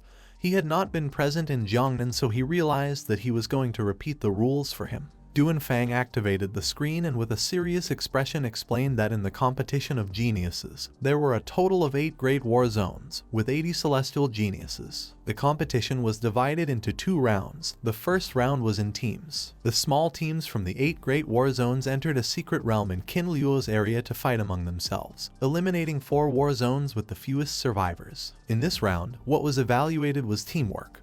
And no matter how strong one might be, if they could not protect their teammates they would lose. Everyone was somewhat surprised and began talking among themselves. Jiang remained calm and with a tranquil gaze started thinking silently. Duan Fang revealed that in the secret realm they were not going to be able to hide, since if someone stood still, they would be struck by lightning.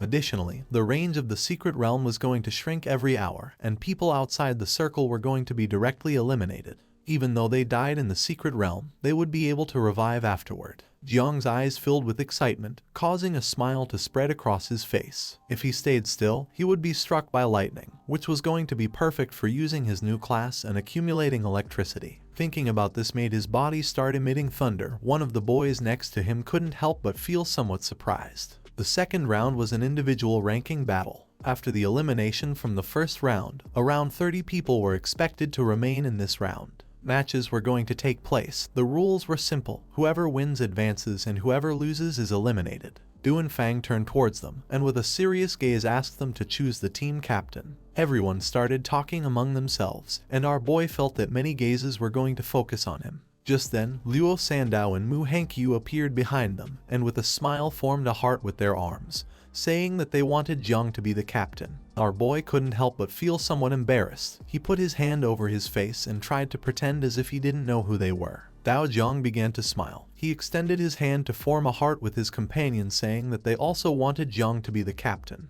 His friend did not form the heart. He simply turned towards him, gave a thumbs up and with a sincere expression mentioned that he also agreed with the idea. Jiang couldn't help but feel somewhat confused, although deep down he knew he should feel happy. Bai Feng and Jiang Wuxuang were also present. With a calm gaze, Bai Feng explained that he and Tang Ying wanted Jiang Wuxuang to be the captain since although Jiang Chen was very strong, after all, Jiang Wuxuang was more stable. Jiang Wuxuang's gaze fixed on our boy. He didn't know why everyone wanted him to be the captain. A girl who was next to Jiang mentioned that she also wanted Jiang to be the captain because he was very handsome. The blonde-haired man joined her. Jiang started touching his head with his hand and with a forced smile explained that he didn't know who they were. The woman placed her hand on her chest and with a tender expression introduced herself as Lai Bing. The blue-haired boy began pointing to himself with his thumb and with a confident smile introduced himself as Prince. Jiang Wuxuang approached our boy, placed his hand on his shoulder, and with a kind smile he also decided to vote for Jiang just to lighten the mood. Jiang snapped out of his trance, turned around and upon seeing this, he couldn't help but start sweating. He placed his hand on his chest, sighed, and explained that he didn't want to be the captain because he couldn't handle so much pressure. Everyone remained silent, while on the other side Duan Fang got angry. With an enraged expression, he asked Jiang to stop acting in front of him since it would take him another 800 years to fool someone like him. Now that everyone trusted him, he had to do it well. Jiang took several steps back and his attention fixed on Duan Fang. He was somewhat surprised to see the reaction of this old man. Duan Fang extended his hand to one side, and a staircase made of ice appeared. He began observing them, revealing that the Jiangnan war zone had been intimidated for many years. This time changing their fate depended on them. This staircase led to the teleportation space. It was a gift for them. He wished them success in every way. The king of the celestial sword would be waiting for them above. He would act as the representative of the country and would accompany them to the Qin Luo base. In the war zone of Qin Luo, there was a large green island, full of trees known as the entrance to the Eternal Kingdom. Somewhere on the island were all the military commanders from all the war zones. Among them was Zio Bahan's father, who had his hand under his chin and was watching attentively. Next to him was Gu Kaishan, who began staring at the screen, waiting for Jiang and the others to arrive. A while later, Jiang and the others arrived on the island. Luo Sandao turned toward our boy and with a cheerful look mentioned that the king of the celestial sword was seated in the first row of Zhenguo district. Jiang's attention turned to the side. With a calm expression he mentioned that this was easy to understand, and he noticed that the sealed King Jai Hongyan was also present. A question came to his mind. He did not know why he too was sitting in the Zhenguo district. Behind them was muuh. She began to gaze at the ground silently. Just then, Zio Bahan appeared. While she was red as a tomato, she placed her hand on her arm, looked away, and explained that the reason was that currently the war zone of the Magic City had no national protector, so her father would take charge. Upon seeing Zio Bahan, Luo Sandao and muuh's eyes filled with fury. They stood in front of Jiang and started covering him with their arms. She was a captain of an enemy team, and they thought she was trying to win over Jiang. Upon seeing their behavior, the mind of our boy was filled with confusion. He remained silent, not knowing what to do or how to act. A crack opened in the sky, and a giant flying ship appeared. On the ship were several men, a general, and another man with white hair. They were from the war zone of the capital, and the combat power of the ship could be compared to the level of an 8th rank protector of the country. Fang Zhenghao was the national protector of the capital and feared that others would not know how great and powerful his family was. The star of the capital, Ying Zhan, jumped off the ship. His eyes were full of determination, and his body was radiating a powerful energy capable of making even the most powerful feel fear. Everyone recognized the legendary Ying Zhang, who had an extraordinary presence. Just then, another crack appeared in the sky, and although the people of the capital were very arrogant, in terms of style, the war district of Guanghai was not far behind. A powerful golden dragon with several heads emerged from the crack, and it was carrying a giant coffin with chains.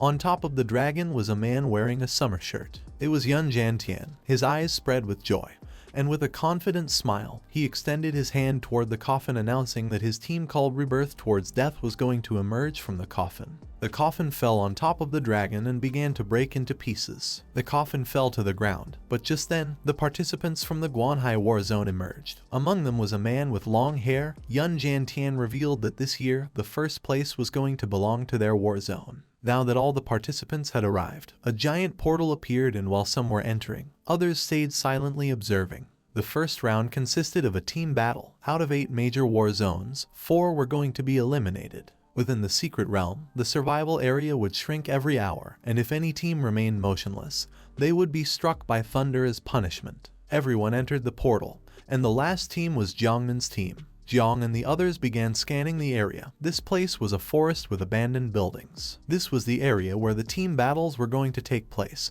Jiang was the captain, so the others asked him what to do now. The portal disappeared in the sky. Jiang's eyes filled with confusion. He turned to Bai Feng and asked what they meant. With a serene gaze, Bai Feng extended his hand and explained that among the 8 major war zones, the probability of participating in this was 1 in 1,000. If they wanted to eliminate their opponents, then they had to find a way to take initiative first and gain an advantage. Everyone remained silent, thinking about what to do now, while on the other side, muuh began staring at Bai Feng and couldn't help but feel furious. She asked how he could speak like that to the captain, demanding that he show more respect. Just before things could escalate to another level, Jiang intervened and placed his hand on her head, closed his eyes, and with a forced smile thought that Bai Feng was right, since in a situation like this it was better to get organized. Our boy reached into the storage space and asked everyone to wait. Seeing this, everyone felt happy, thinking that the captain had already made some preparations. Jiang took out a sofa, meat, vegetables, and a grill. He sat on the ground, rested his hands on his knees, started observing them, and decided it was time to begin. The others began to observe in silence, naming everything Jiang had taken out of the system's storage space. Luo Sandao, Bai Feng, and Tang Ying were shocked and open-mouthed, and it didn't take long for them to realize that Jiang wanted to organize a barbecue. Our boy started putting the meat on skewers. Muuh clenched her fists and couldn't help but feel furious, and even though Jiang did almost everything right, according to her this was a bit inappropriate. Luo Sandao sided with her, saying that now was not the time to be having barbecues since it was a matter of life or death. Tang Ying turned around and put her hand over her face out of embarrassment. She knew that although our boy had many virtues, he was not made to be the team leader. Jiang's eyes filled with surprise and confusion upon seeing his team's reaction. Bai Feng approached, and his attention fixed on the skewers. With a confused gaze, he questioned whether Jiang did not remember the rules. If they stayed still, they would be struck by lightning. The mind of the man standing next to him filled with surprise. He could not believe that Jiang was behaving this way in a situation like this. Our boy put the meat on the skewer and casually said that he already knew the rules, but eating a little barbecue wasn't going to be a problem since, after all, only by being full did one have the energy to fight. Jiang Wushwang placed his hand on his jaw, and his eyes spread in surprise. For him, Jiang had come up with a wonderful idea. With a smile, he decided to help prepare the barbecue. Jiang Wushwang and our boy sat down and started preparing the barbecue. The others were somewhat confused upon seeing that he had also joined Jiang. According to them, the team shouldn't have two such unreliable people at the same time, or perhaps there was a deeper meaning behind this. Luo Sandao clenched her fists, and her eyes filled with joy. She finally understood what Jiang meant. Little by little everyone began to believe that this made sense. The man who was next to her put his hand under his chin and with a smile thought that Jiang was brilliant, while the man who had his arms crossed couldn't help but feel excited. Everyone decided to listen to the captain and help. A red-haired girl grabbed a skewer and, with a happy gaze, started putting slices of roasted potatoes on it since it was her favorite dish. Jiang, who was sitting behind them, turned toward her, and his eyes filled with confusion. His expression changed. He was somewhat surprised to see that everyone had agreed on having a barbecue. The reason he had decided to make one was because he was hungry. Ever since the small insects had started reproducing again, his appetite had been insatiable. He wasn't afraid of being struck by lightning since this way he could recharge his ability, but seeing the expressions of his companions now made things no longer seem as simple as they appeared.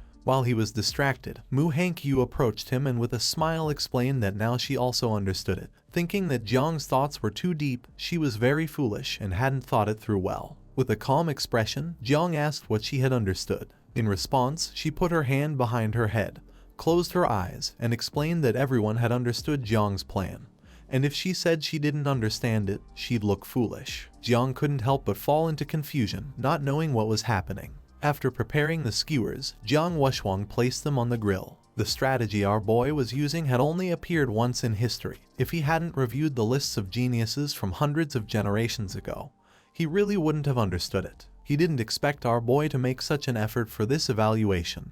To him, he was a captain worthy of the title. He started cooking the skewers, and his gaze fixed on Jiang. He thought that Jiang's plan was to wait calmly to attack those who were exhausted. It was like pretending to be a pig to eat the tiger. Although it was a good plan, it was extremely risky. Jiang wasn't afraid of everyone joining forces against him. Feeling Jiang Wushwang's gaze, our boy began observing him silently, not knowing what this guy was plotting. Jiang Wushwang started wondering if this was what they called an invincible heart. For him, it wasn't surprising that his grandfather had asked him to approach Jiang and observe him closely. Compared to him, what Jiang Wushwang lacked wasn't talent or strength but the determination not to fear anything. Jiang's eyes began to shine with seriousness. He asked why Jiang Wushwang was looking at him so intensely. Wushwang, who was grilling the skewers, mentioned that he wasn't as good as him. Jiang stood up and told him that his skewers were burning. The screen started showing everyone that Jiang Wushwang and our boy were preparing skewers. Everyone remained silently watching.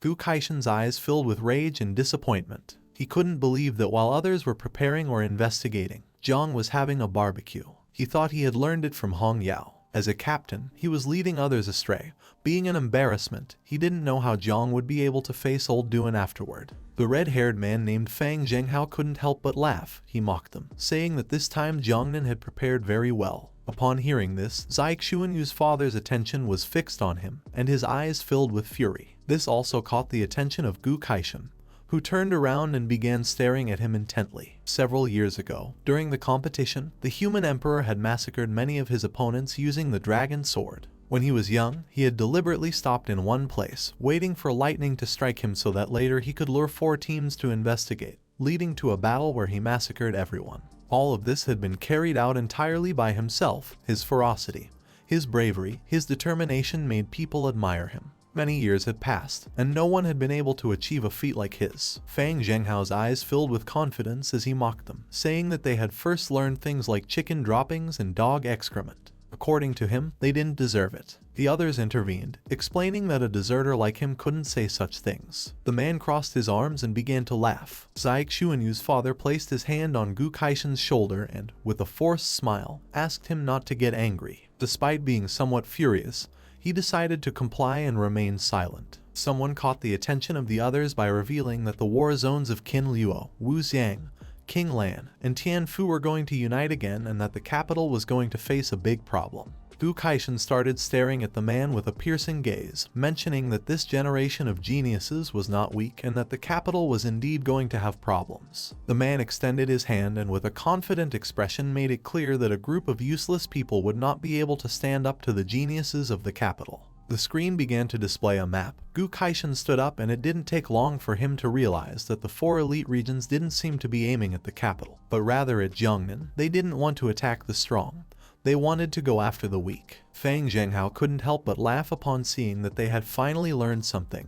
For him, this was going to be a good show to watch. Somewhere in the secret realm, there was a group of men. One of them started looking to one side, and with an alert gaze revealed that he had found Jiangnan's group. They couldn't believe they were having a barbecue and also had no defenses around them. This was something unusual, so they realized something wasn't right and thought they were setting up a trap. The long-haired man's eyes filled with confusion upon seeing that they were hungry in a situation like this. Tianfu's #1 pride, the team captain named Luo Shun, clenched his fist and began releasing powerful energy. His attention focused on Jiang and the others. He told his men to stop arguing. No matter what Jiang's team did, they should advance directly according to plan. They still had comrades standing guard, so they'd be able to defeat them quickly. The 20 elites would divide into 3 groups. Their group would mainly focus on containing Jiang Wuxuang, while Wu Qingqing's group would be responsible for taking down Jiang Chen. The first celestial genius of Kai Luo, named Wu Qingqing, extended her hand and summoned some daggers. Her eyes were shining with confidence,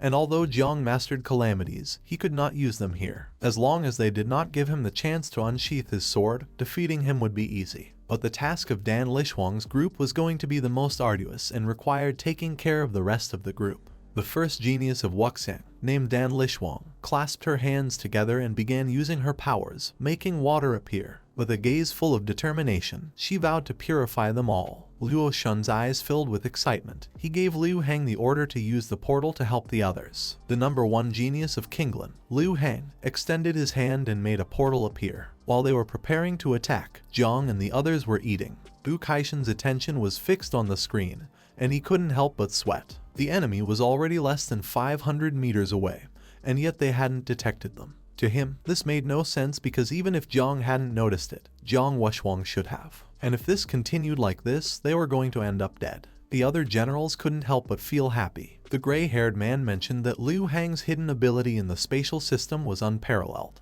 The muscular man crossed his arms and started laughing, mentioning that Wu Yatu was the best assassin in the world. The woman said that Lishuang was the first goddess with an aquatic class in all of Daxia. The white-haired man also joined in. He forcefully hit the table with his fist and said that Liu Shun was the best strategist. All of the geniuses' gazes fixed on Jiang, who was sitting on the sofa eating as if nothing had happened. Jiang Wuxuang stood up and couldn't help but go on alert. He didn't expect the enemy to arrive before they were struck by lightning. He turned towards Jiang, who was enjoying some good skewers. The enemy was less than 100 meters away, and he couldn't believe that Jiang still hadn't done anything about it. He came to the conclusion that Jiang hadn't noticed the presence of the enemy. Jiang grabbed a piece of meat and took a bite. Now their enemies were less than 10 meters away. Luo Shun thought they had victory assured, but just then, Jiang threw the meat, put his hand near his mouth with an unpleasant expression, and started spitting. He didn't know who had roasted the claws of the fierce beast since they weren't even cooked. The roasted claws hit Luo Shun's face, his eyes filled with fear as he began observing Jiang without knowing if he'd been discovered. Jiang Wushwang began to release energy, and with a gaze full of emotion, he leaped and his eyes fixed on Luo Shun, who was hidden inside the portal. He couldn't help but smile and feel admiration for our boy, thinking that he had already discovered long ago that they were going to be attacked but had remained calm and thrown the bone as a warning to the others. Jiang, who was sitting on the sofa, couldn't help but feel somewhat confused. Jiang Wushwang's eyes began to shine, and with a smile, he struck the portal. He was impressed to see that his opponents could establish a triple void restriction, and even create cyclical illusions within the restrictions. But it had been useless since they had fallen completely into Jiang Chen's trap. The portal shattered into pieces, making Luo Shun and his men visible. He couldn't help but panic and feel furious upon seeing that our boy had sensed their presence yet still waited until the last moment in order to humiliate them. Jiang Wushwang descended to the ground and began staring at them intently, asking them to stop saying so much nonsense. Luo Shun and the others realized that if they retreated now, they were going to die. They decided to follow the plan and finish off Jiangnan altogether. The members of Jiang's team went on alert. Our boy stood up, and everyone started praising him. For them, he was someone who had everything under control and observed even the smallest detail. They felt admiration toward him. Hanyu approached him, her eyes filled with joy. With a confident smile, she mentioned that this time she really understood it. Then Luo Sandao appeared and mentioned that she also understood it. Jiang's eyes filled with confusion. With a forced smile, he said that it wasn't actually as deep as they thought. But now that he had guessed by chance, he decided to get down to business for the battle. He started running towards the others, but not before asking Luo Sandao and Hanyu to take care of protecting Lai Bing and Prince Wang well, and not let others take the kills. Seeing that our boy had entrusted them with a mission, they couldn't help but feel happy and promised to protect them at all costs. In reality, our boy just wanted to get some exercise. The men of Luo Shan lunged at Jiang Wushwang, but in the blink of an eye, he grabbed one of their heads and slammed his body forcefully against the ground, causing the man to start screaming in agony. Two men wielding swords tried to take advantage of his lowered guard to attack, but Wushwang used his technique called 8-armed war god body,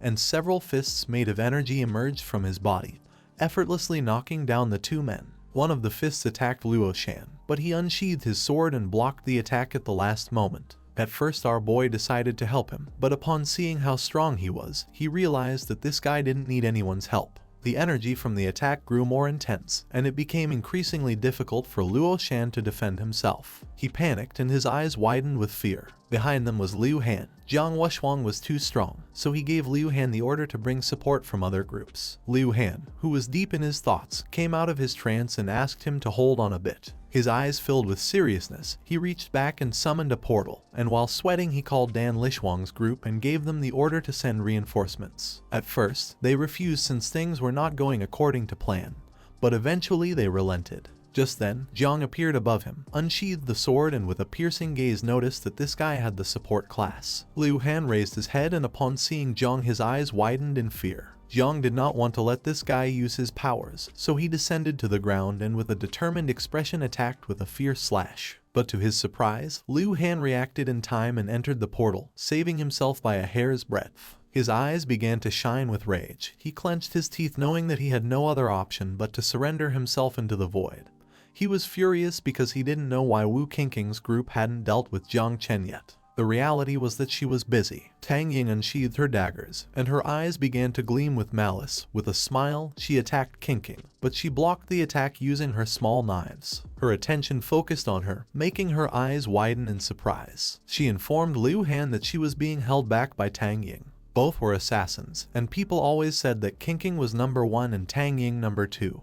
And today was the day when she wanted to see if this was true. Liu Han questioned where Dan Lishwang was. She too was busy. As she headed toward the others, Bai Feng stood in her way. He unsheathed his sword and with a gaze full of rage said that if she wanted to attack his companions then she would have to go over his dead body. Dan Lishwang activated her power, making a powerful blue energy appear. She decided to first purify Bai Feng and then purify the others. Several members of Luo Shan's group were fighting against the others, but Jiang's team had 2 strong warriors who were blocking the attacks. Following Jiang's order, Luo Sandao went with Lai Bing, who was sitting on the ground holding her bow. Luo Sandao crossed her arms in front of her chest and activated the Eternal Earth Shield. In the blink of an eye, a powerful shield began to form in front of her. She suggested to Lai Bing to hide behind her and support the others. Now that Lai Bing didn't have to worry about being ambushed, she turned around and her eyes filled with seriousness. She launched a powerful ice arrow towards her opponents. Muuh unsheathed her sword and her eyes began to shine.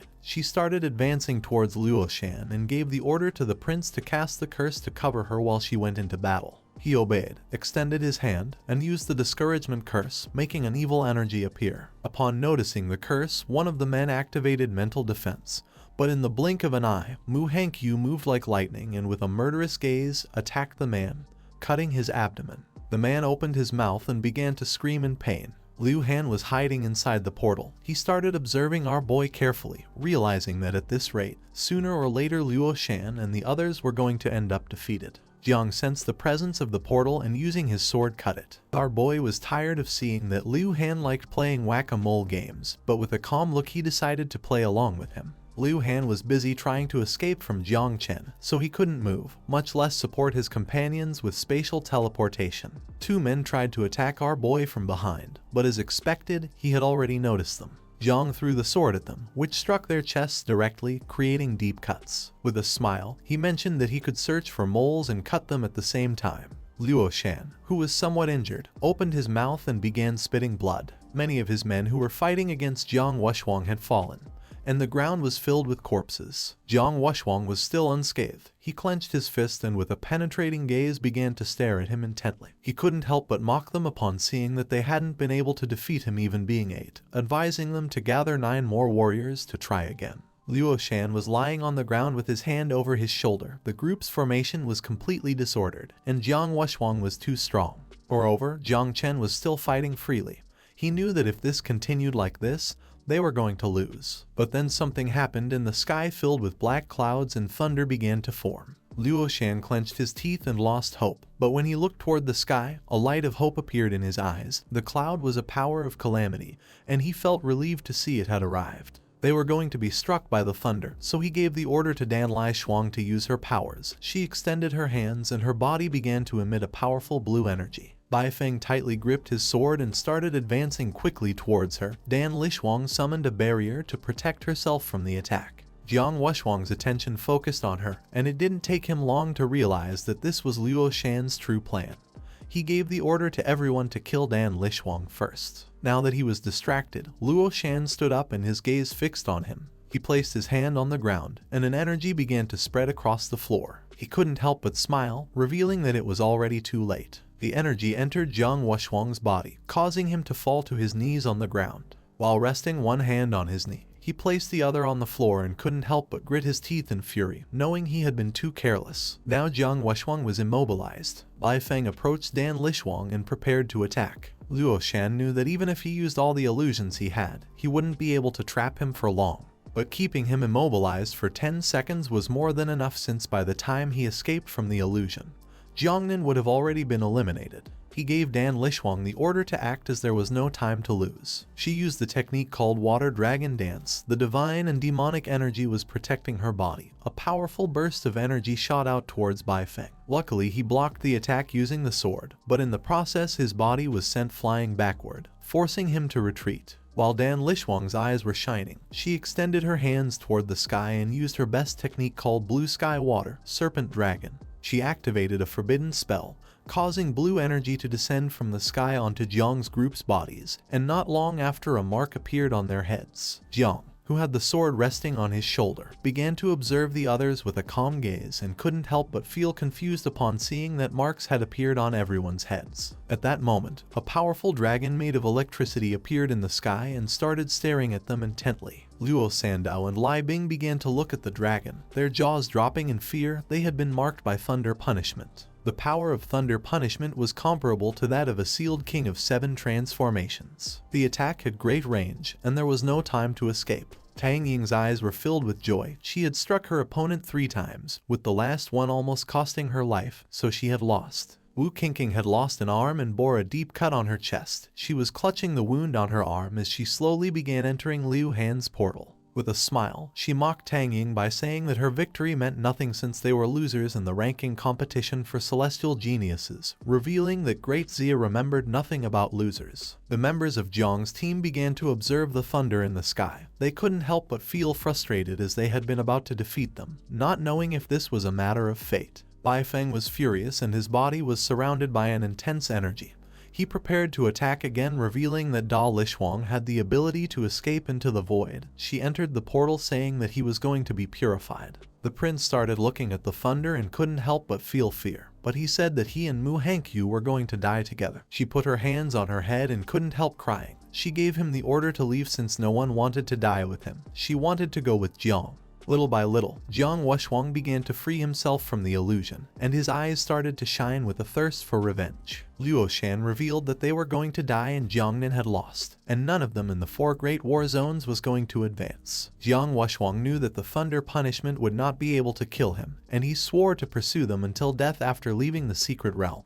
Luo Shan entered the portal and mocked him, saying that first he must survive in order to then kill them. But then, someone jumped. It was Jiang who had thrown himself toward the thunder punishment. The dragon began staring at him intently, ready to attack. Jiang's eyes were full of determination. He asked why they were so afraid of a simple thunder, not knowing if it was necessary to flee. Luo Shan and the others who were hiding in the portal couldn't help but laugh, thinking that Jiang had gone crazy and believed that the punishment of thunder wasn't powerful enough. With a confident expression, he extended his hand toward the dragon and with a smile revealed that he had been waiting for this moment for a long time, and asked if this wasn't the hidden card they had, revealing that it was something weak. Several dragons made of electricity appeared in the sky and began to roar, but Jiang remained calm. Seeing this, they couldn't help but panic as the 9 dragons were heading toward Jiang Chen. They asked what Dan Lishuang was doing, giving her the order to make the dragons attack the others. She extended her hand toward the dragons, and her eyes filled with fear. She tried to control them but was unable. She panicked, not knowing how it was possible that she couldn't control her own calamity. Our boy descended to the ground and began absorbing the electric dragons. His eyes started shining with excitement, and with a smile, he revealed that her water was no longer pure. Then he used the Thunder Dominator ability called Lightning Fusion. He started to fly in the sky, and everyone's attention was fixed on him. He revealed that this time, the ones who were going to lose were them. Everyone was in shock upon seeing that our boy had absorbed the electricity of the dragons. Realizing that he had 2 classes, they didn't know how many more secrets our boy had hidden. Jiang began to stare at them and extended his hand, making electrical energy appear. It was time for Jiangnan to start hunting. He used the skill called Sky Blade and Thunder Blade. He wanted to see who was faster, his thunder or Liu Han's portal.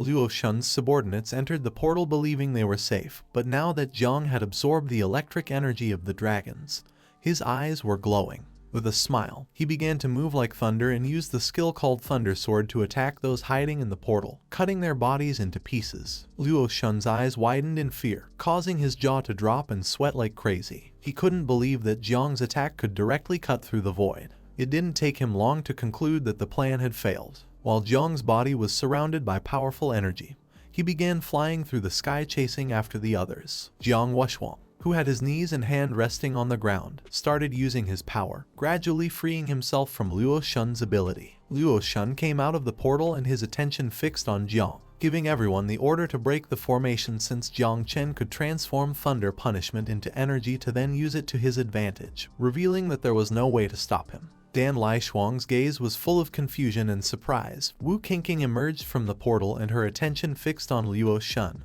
while on the other side, Liu Hang couldn't help but go into shock. Luo Shan gave everyone the order to leave the portals since his ability would no longer be able to contain Jiang Wuxuang for much longer. Everyone had to escape as soon as possible to save their lives and not lose the spark of hope. Luo Sandao was not going to let this happen.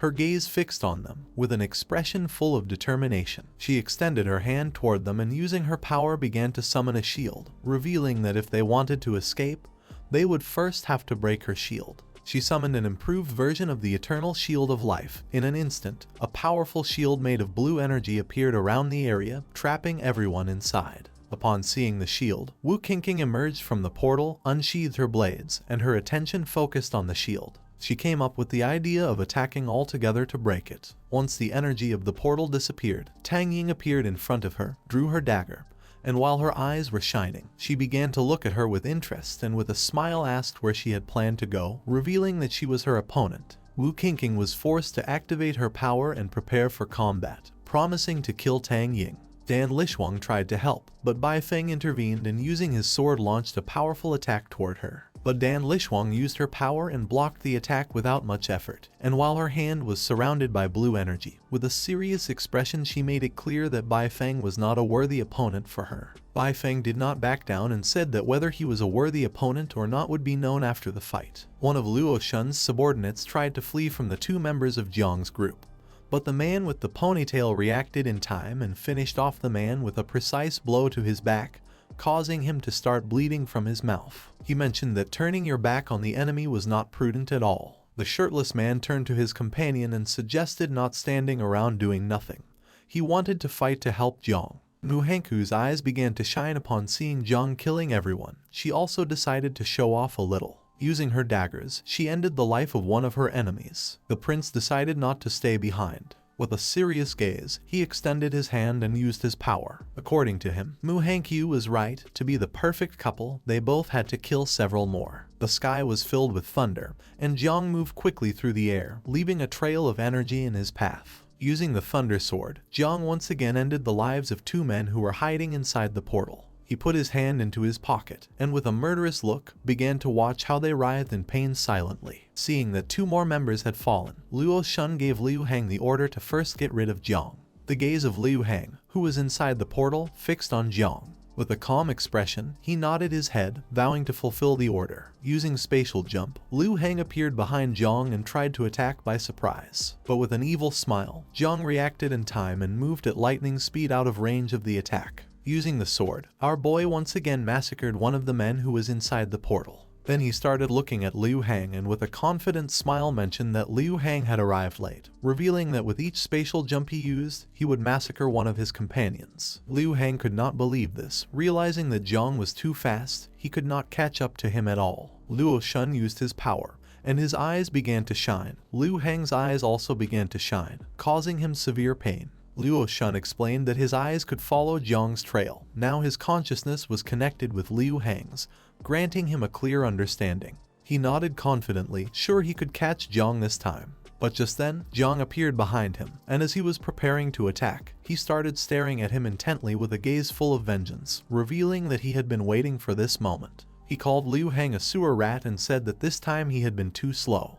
Upon hearing Jiang's voice, Liu Hang's eyes widened in fear. He couldn't help but panic, knowing there was no longer any way to escape. Jiang used the thunder sword and unleashed a powerful thunderbolt toward Liu Hang. A great electric current fell upon his body, shattering the ground into pieces. Our boy's eyes were full of satisfaction. He turned to the side and with a smile mentioned that originally this moment belonged to Jiang Wuxuang and he didn't want to steal others' fun. Little by little, Jiang Wuxuang began to free himself from Luo Shun's curse. While his body was releasing an intense red energy, he started to stand up and his gaze fixed on Luo Shun. Luo Shun put his arm in front of him and began spitting blood from his mouth, as he could no longer continue restraining Jiang Wuxuang. While holding the wound on his shoulder with one hand, he fell to his knees on the ground. Several of Luo Shun's subordinates appeared. They all drew their weapons and with a confident expression began advancing toward Jiang Wuxuang. They had come to help. Now that they couldn't escape, the only thing left for them was to fight with all their strength, vowing to protect Luo Shun at all costs. Now that Jiang Wuxuang had freed himself from Luo Shun's curse, he forcefully stomped the ground and leaped. Just before one of the men could attack him, he moved quickly and delivered a strong punch to his face, causing his body to be flung to one side. He grabbed another man by the head and smashed his body against the ground. He began shouting, and with an enraged expression made it clear they were courting death. The others panicked, knowing they were finished and couldn't stand up to him. Jiang, who was flying, appeared behind him. He started observing him and couldn't help but smile upon seeing that he had freed himself from the curse, mentioning that killing this number of people wasn't enough. Jiang Wuxuang's eyes were shining with hatred. He turned to Jiang and replied that then they could only rely on speed to compete by killing. Dan Lishuang turned to them, and with a furious gaze explained that they were celebrating victory too soon. Then she extended her hand toward Bai Feng. Water emerged from the ground and trapped Bai Feng's body by the neck and legs, revealing that Biluo's water strangles and purifies the soul. The poor Bai Feng began screaming in pain, begging to be saved. Jiang moved like thunder, and using the celestial sword, cut through the water, freeing Bai Feng's body. He grabbed Bai Feng's unconscious body with his hand and began showing a serious expression. Dan Lishuang turned towards them, and upon seeing that Jiang had saved Bai Feng from the attack, her jaw dropped as she couldn't believe that Jiang was so fast. Not far from them were Luo Sandao and Lai Bing.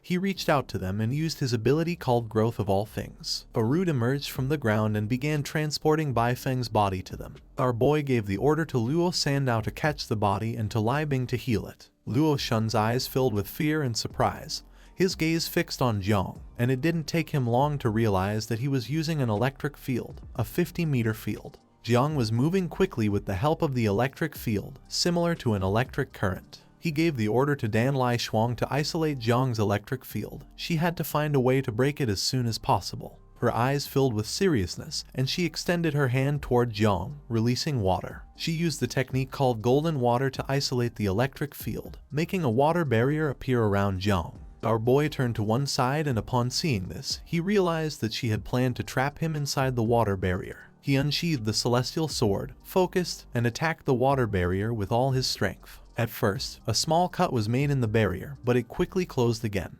Jiang realized that it could not be cut. Our boy placed the sword on his shoulder and began to observe Dan Lishuang. She started to fly and asked Jiang if he hadn't heard that cutting water with a sword only made it flow more, revealing that water benefited things without edges. The stiffer and stronger his sword was, the stronger the barrier would become. A smile appeared on Jiang's face, and seeing that he didn't need to use the sword, he called Little Nine and asked for her help to store the sword. She summoned a small portal, and Jiang inserted the sword into it, asking her not to devour it. Jiang clenched his fist, which began to release Zio Jia's energy. He didn't believe that the stronger he hit, the harder it would be to break the barrier. Dan Lishuang, who was flying in the air, admitted that Jiang was someone stubborn. The eyes of our boy began to shine, and he prepared to strike the barrier, mentioning that if he didn't try it, they would never know. He used the technique called Divine Prison Fist and launched a powerful red burst of energy towards it. His attack was so powerful that his foot sank into the ground. A powerful fist made of energy began to advance toward Dan Lishuang. She couldn't help but panic upon seeing that Jiang had been able to break the golden water barrier, which was one of the strongest defenses in the world. The fist struck her directly, causing her eyes to shine. She opened her mouth and began spitting blood. Her body started descending toward the ground until it crashed forcefully. Jiang's attention focused on her, and he mocked her by saying that she had brought this upon herself. Now her body was full of wounds, and her head was covered in blood. Our boy asked her not to die just yet and to summon a bit more water so he could wash his hands. Luo Shun stood up. He was in shock to see that Dan Lishuang's golden water barrier had been broken. One of Luo Shun's subordinates drew his sword and charged at Jiang Wushuang to attack. While he was holding one of the men by the head, his attention fixed on Jiang and his eyes filled with rage upon seeing that he had finished the battle in 10 seconds, while he was still here wasting time. He was very upset, so he used his body of the god of war and struck the ground forcefully. Hands made of energy emerged from his body and crushed his opponents without much effort. Luo Shun put his hand in front and his attention fixed on him, realizing there was no way to escape. His eyes began to shine. He extended his hand toward Jiang Wushuang and used his ability called Double Pupil, Extinction of the Desolate Horizon. In an instant, 3 eyes appeared behind him. The eyes started staring at Jiang Wushuang. Instead of feeling fear, he began to smile, calling Luo Shun useless for believing he could catch him again. 3 eyes appeared around Jiang, with a calm expression.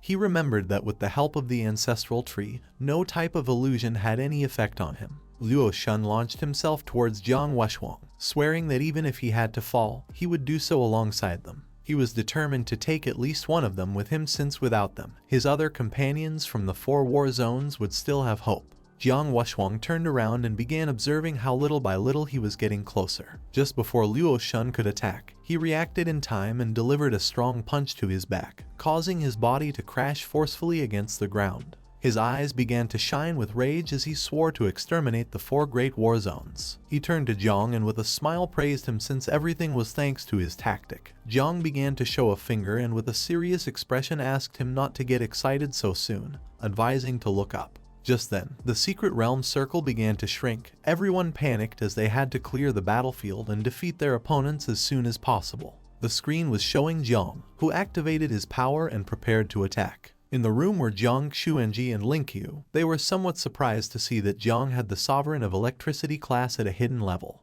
Jiang Xuanji's attention, as he floated, was fixed on the screen. He was impressed since Jiang Chen was becoming more and more remarkable. With his own potential combined with the 9 miasma wings, perhaps in the future he would be able to enter the golden list of the 10,000 races. Linkyu's eyes were shining calmly. With a smile, he mentioned that aside from Jiang Chen, his grandson Jiang Wuxuang also had potential, and according to him, Luo Shun and Dan Lishuang had also shown an acceptable performance. He put his hand over his face, closed his eyes, began to imagine his granddaughter Xuanyu, and could not help but feel disappointed since she was the leader of her team and instead of making use of the time, she had been wasting it. Jiang Xuanji placed his hand on his shoulder and with a kind smile reassured him by saying that many geniuses were disoriented so he did not have to worry. Xiao Xuanyu's father's eyes filled with rage. He turned to Gu Kaishan and with a furious expression asked why he had hidden that his disciple also had the profession of electricity. Gu Kaishan also got angry, but he remained silent. He couldn't believe that Jiang had hidden from him that he had obtained a new class. According to him, this was an unforgivable lack of respect, but he couldn't let others know that he didn't know about it, and he thought that at this moment, staying silent was the best way to appear profound. The father crossed his arms, turned towards the screen, and couldn't help but smile with an envious expression. He mentioned that the electricity profession was the best in attack. According to him, Gu Kaishan was very lucky to have accepted Jiang as a disciple. Gu Kaishan also crossed his arms and, with a serious gaze, began observing Jiang. Our boy was making him look good, and for him it wasn't surprising that before entering the secret realm, Jiang had told him that he was going to give him a surprise. The statistics table appeared. The war zone of the capital, Jiangnan, Madu, and Guanhai had 10 people remaining. The war zone of Wuxang, Tianfu, Qinglan, and Qinluo had 5 people remaining. It was a pity that old Duan, the commander of Jiangnan, was not present, otherwise, he would be so happy that he would do a few military boxing sessions to celebrate. Seeing the table, Xing and the others began to discuss among themselves. With an angry expression, the gray-haired man turned to them and explained that half of their geniuses had been eliminated and that their warriors were not as good as those from Jiangnan. Xing supported her hands on her abdomen, began to observe the screen, and with a serene gaze explained that there were still 2 hours left, and she hoped that the others could hide well. The muscular man crossed his arms. He was furious upon seeing that the Jiangnan War District really knew how to pretend to be weak and then attack with force. Beside them sat Gu Kaishan and the others. Xing's gaze fixed on Gu Kaishan. She took it out on him, saying that when it came to playing dirty, Jiangnan always won since old Gu Kaishan had taught them well. Gu Kaishan did not lose his composure and with a calm gaze made it clear that whoever wanted to kill must also be ready to be killed. He mocked them by explaining that a sewer rat had attempted a stealth attack and did not expect to be counterattacked, mentioning that Xing and the others could not accept defeat. Some thought that Jiangnan this time seemed to be aiming for first place, and now even the capital could suffer a great defeat. The general of the capital rested his hand on his knee, turned towards them, and with a confident gaze made it clear that the capital was not full of useless people compared to them. Pointing at the table with his finger, he suggested they check to see how many geniuses they had left instead of wasting time provoking. Just then, someone mentioned that the Guanghai War Zone was the best. The muscular man stood up, and when he looked to the side, he saw Yun Jianchen. He was furious to see that even he had betrayed them. Yun Jianchen stuck his finger inside his nose, closed his eyes, and with an arrogant smile said that he would be a fool if he didn't take advantage of the opportunity. He threw a snot at them, and a smile spread across his face. Seeing this, Xing and the others began to curse him, calling him a scoundrel. Back in the secret realm, several men tried to attack 2 unsuspecting girls, but the brown-haired girl drew her sword, turned around, and with an expression full of determination, swung her weapon forcefully, ending the man's life. The other girl also reacted in time and using her weapon, killed the man. Both began shouting that they would not allow anyone to approach Song Chengji. While they were fighting, a black-haired man was watching everything from a cliff. He placed his hands behind his back and fixed his attention on them, making a smile appear on his face. He was Guanghai's top genius, called Song Chengji. His eyes were filled with surprise as he realized there was no need for him to intervene to take care of them, realizing that even the useless had their utility. The identity that the Church of the Ancient God had assigned him this time was not bad at all. A few days after his sudden arrival in the Guanghai war zone, the geniuses did not accept him, so he had to tie up the women, whose eyes were shining with hatred. They were very furious. He approached one of them, began to caress her cheek, and showed a kind smile. Feeling this, the woman could not help but blush, and instead of feeling hatred, she now felt love. Thanks to his strength and courteous manners, Song Cheng-ji managed to earn everyone's trust since, after all,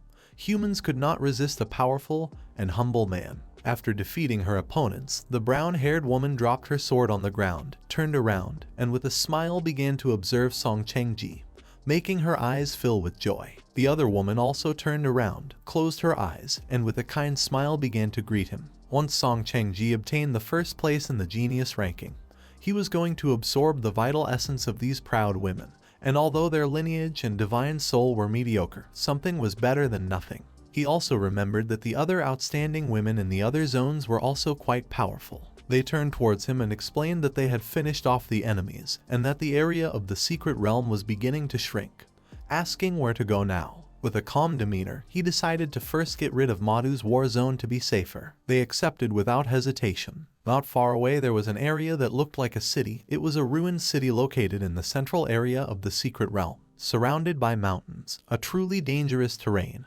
and the only way to enter was by using the bridge. Ying Zhan was the leader of the team of geniuses from the capital. With a calm gaze, he turned towards the others and decided to block the bridge. They were going to wait hidden like a hunter awaited its prey. His eyes filled with determination, he made it clear that this year they were going to eliminate the other 7 teams.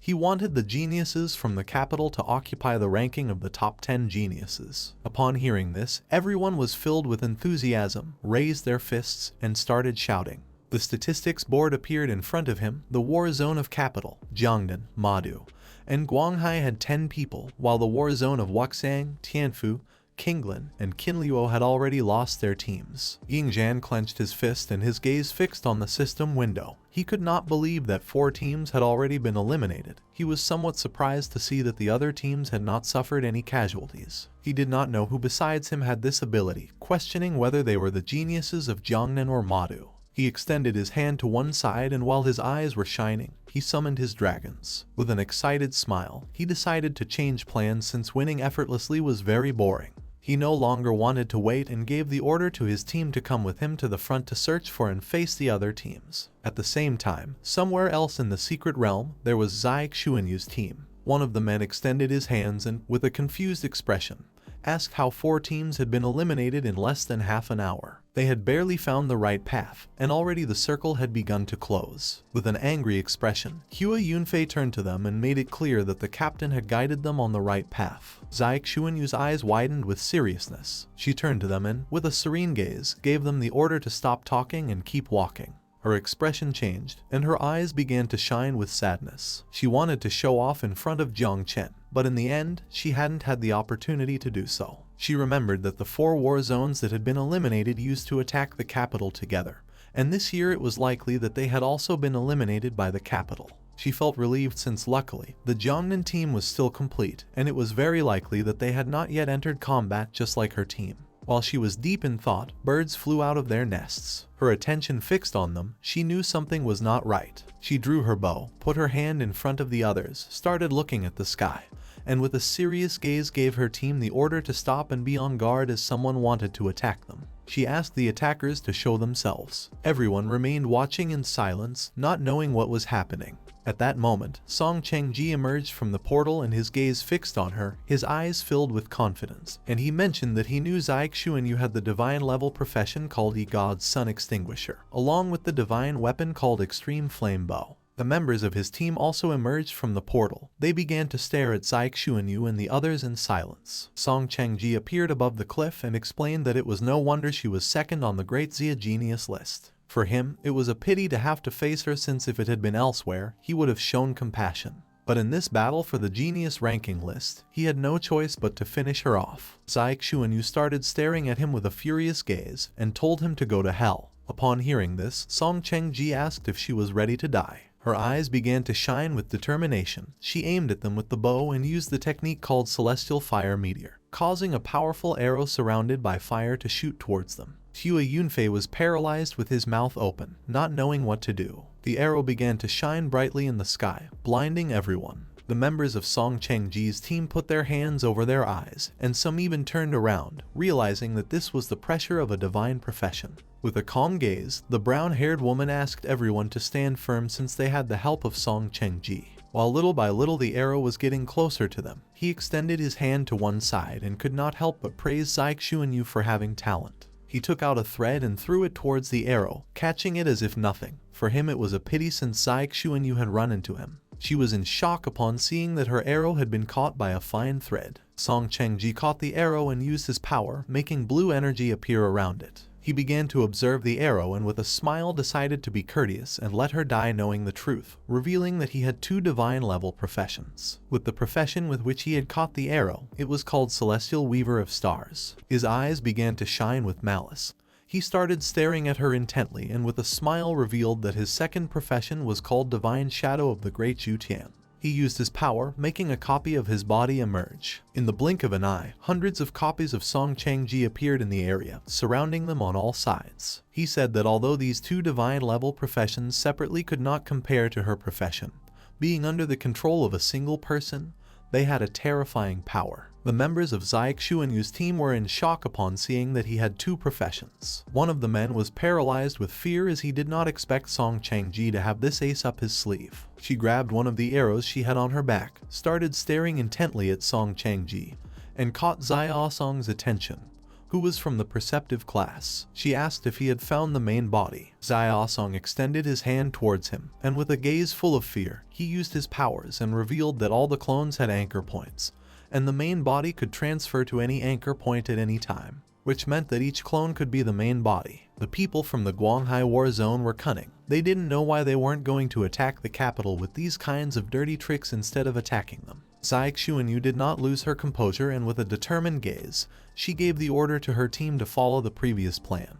If they could fight, then they had to do it, and if not, then they had to look for an opportunity to break through. Upon hearing this, everyone drew their swords and surrounded Zai Xuanyu. Song Chengji was confused to see this. She used the technique called Scorching Sun above and then the technique called Golden Crow's Fire Rain. She launched a powerful arrow into the sky, which transformed into a giant fire crow. Song Chengji watched in silence while his team members panicked. The crow spread its wings and began to burn all of Song Chengji's clones. He mocked her, saying that the technique was beautiful but useless since he could create as many clones as he wanted and she could not break his defense. His eyes began to shine, and he reached out his hand toward the sky, and with a smile, he said that this was boring. Then he used the technique called 1,000 Threads and created a celestial and terrestrial net. He pointed at the fire crow with his finger, causing its body to crash against the trees. A web of threads trapped the crow's body, making it start to explode. Everyone remained watching in silence, not knowing what to do. She could not believe that the technique she had struggled so much to improve had been defeated so easily. A woman and a man stood behind her, extended their hands, and using their powers, created a shield. Zai Xuanyu began to stare silently at Song Chengji, and they revealed that the net was still shrinking,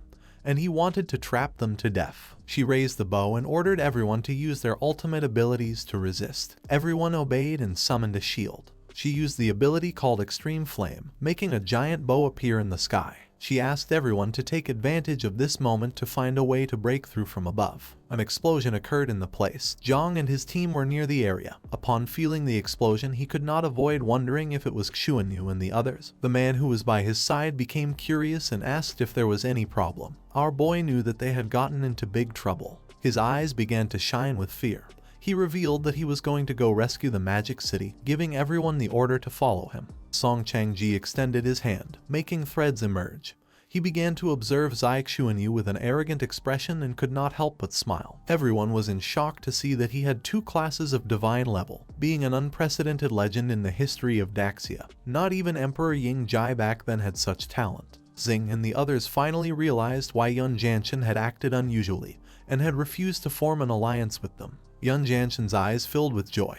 He extended his hand and, with an arrogant smile, apologized for not taking them into account, revealing that he did not consider anyone present important. According to him, Jiang Wuxuang, Jiang Chen, and Yingjian were all trash compared to Song Changji. Zai Xuanyu's father's eyes widened in surprise and fear as he realized that this time the Madu war zone was in danger. He began to sweat, although he was not concerned about winning or losing.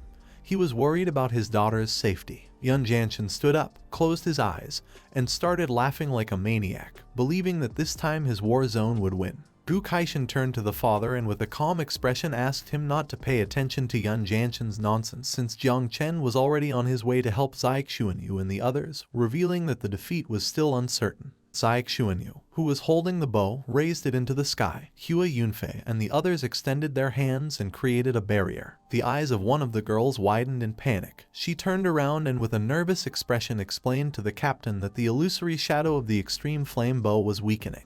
One of the men who was invoking the barrier began to sweat and with a nervous gaze explained that he would not be able to hold on much longer. Zai Xuanyu's eyes were full of exhaustion. She began panting heavily without knowing if Madu's war zone would be annihilated. She had been training hard for this competition and wanted to impress Jiang.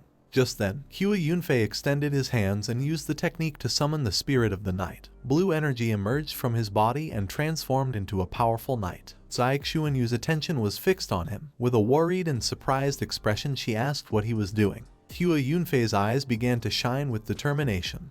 He swore that the team was not going to be annihilated, promising to protect the captain until death. He commanded his knight to attack. It moved quickly and struck forcefully at the threads that were in the sky. The attack was working as little by little the threads began to lose tension. Song Changji's attention, who was floating in the air with his arms behind his back, was fixed on it. He questioned whether Hua Yunfei thought that with his spirit and divine sacrifice he would be able to break his threads. He admitted that although he had talent, unfortunately, it was still not enough to impress him. His eyes widened in confusion, and his gaze was fixed on Hua Yunfei.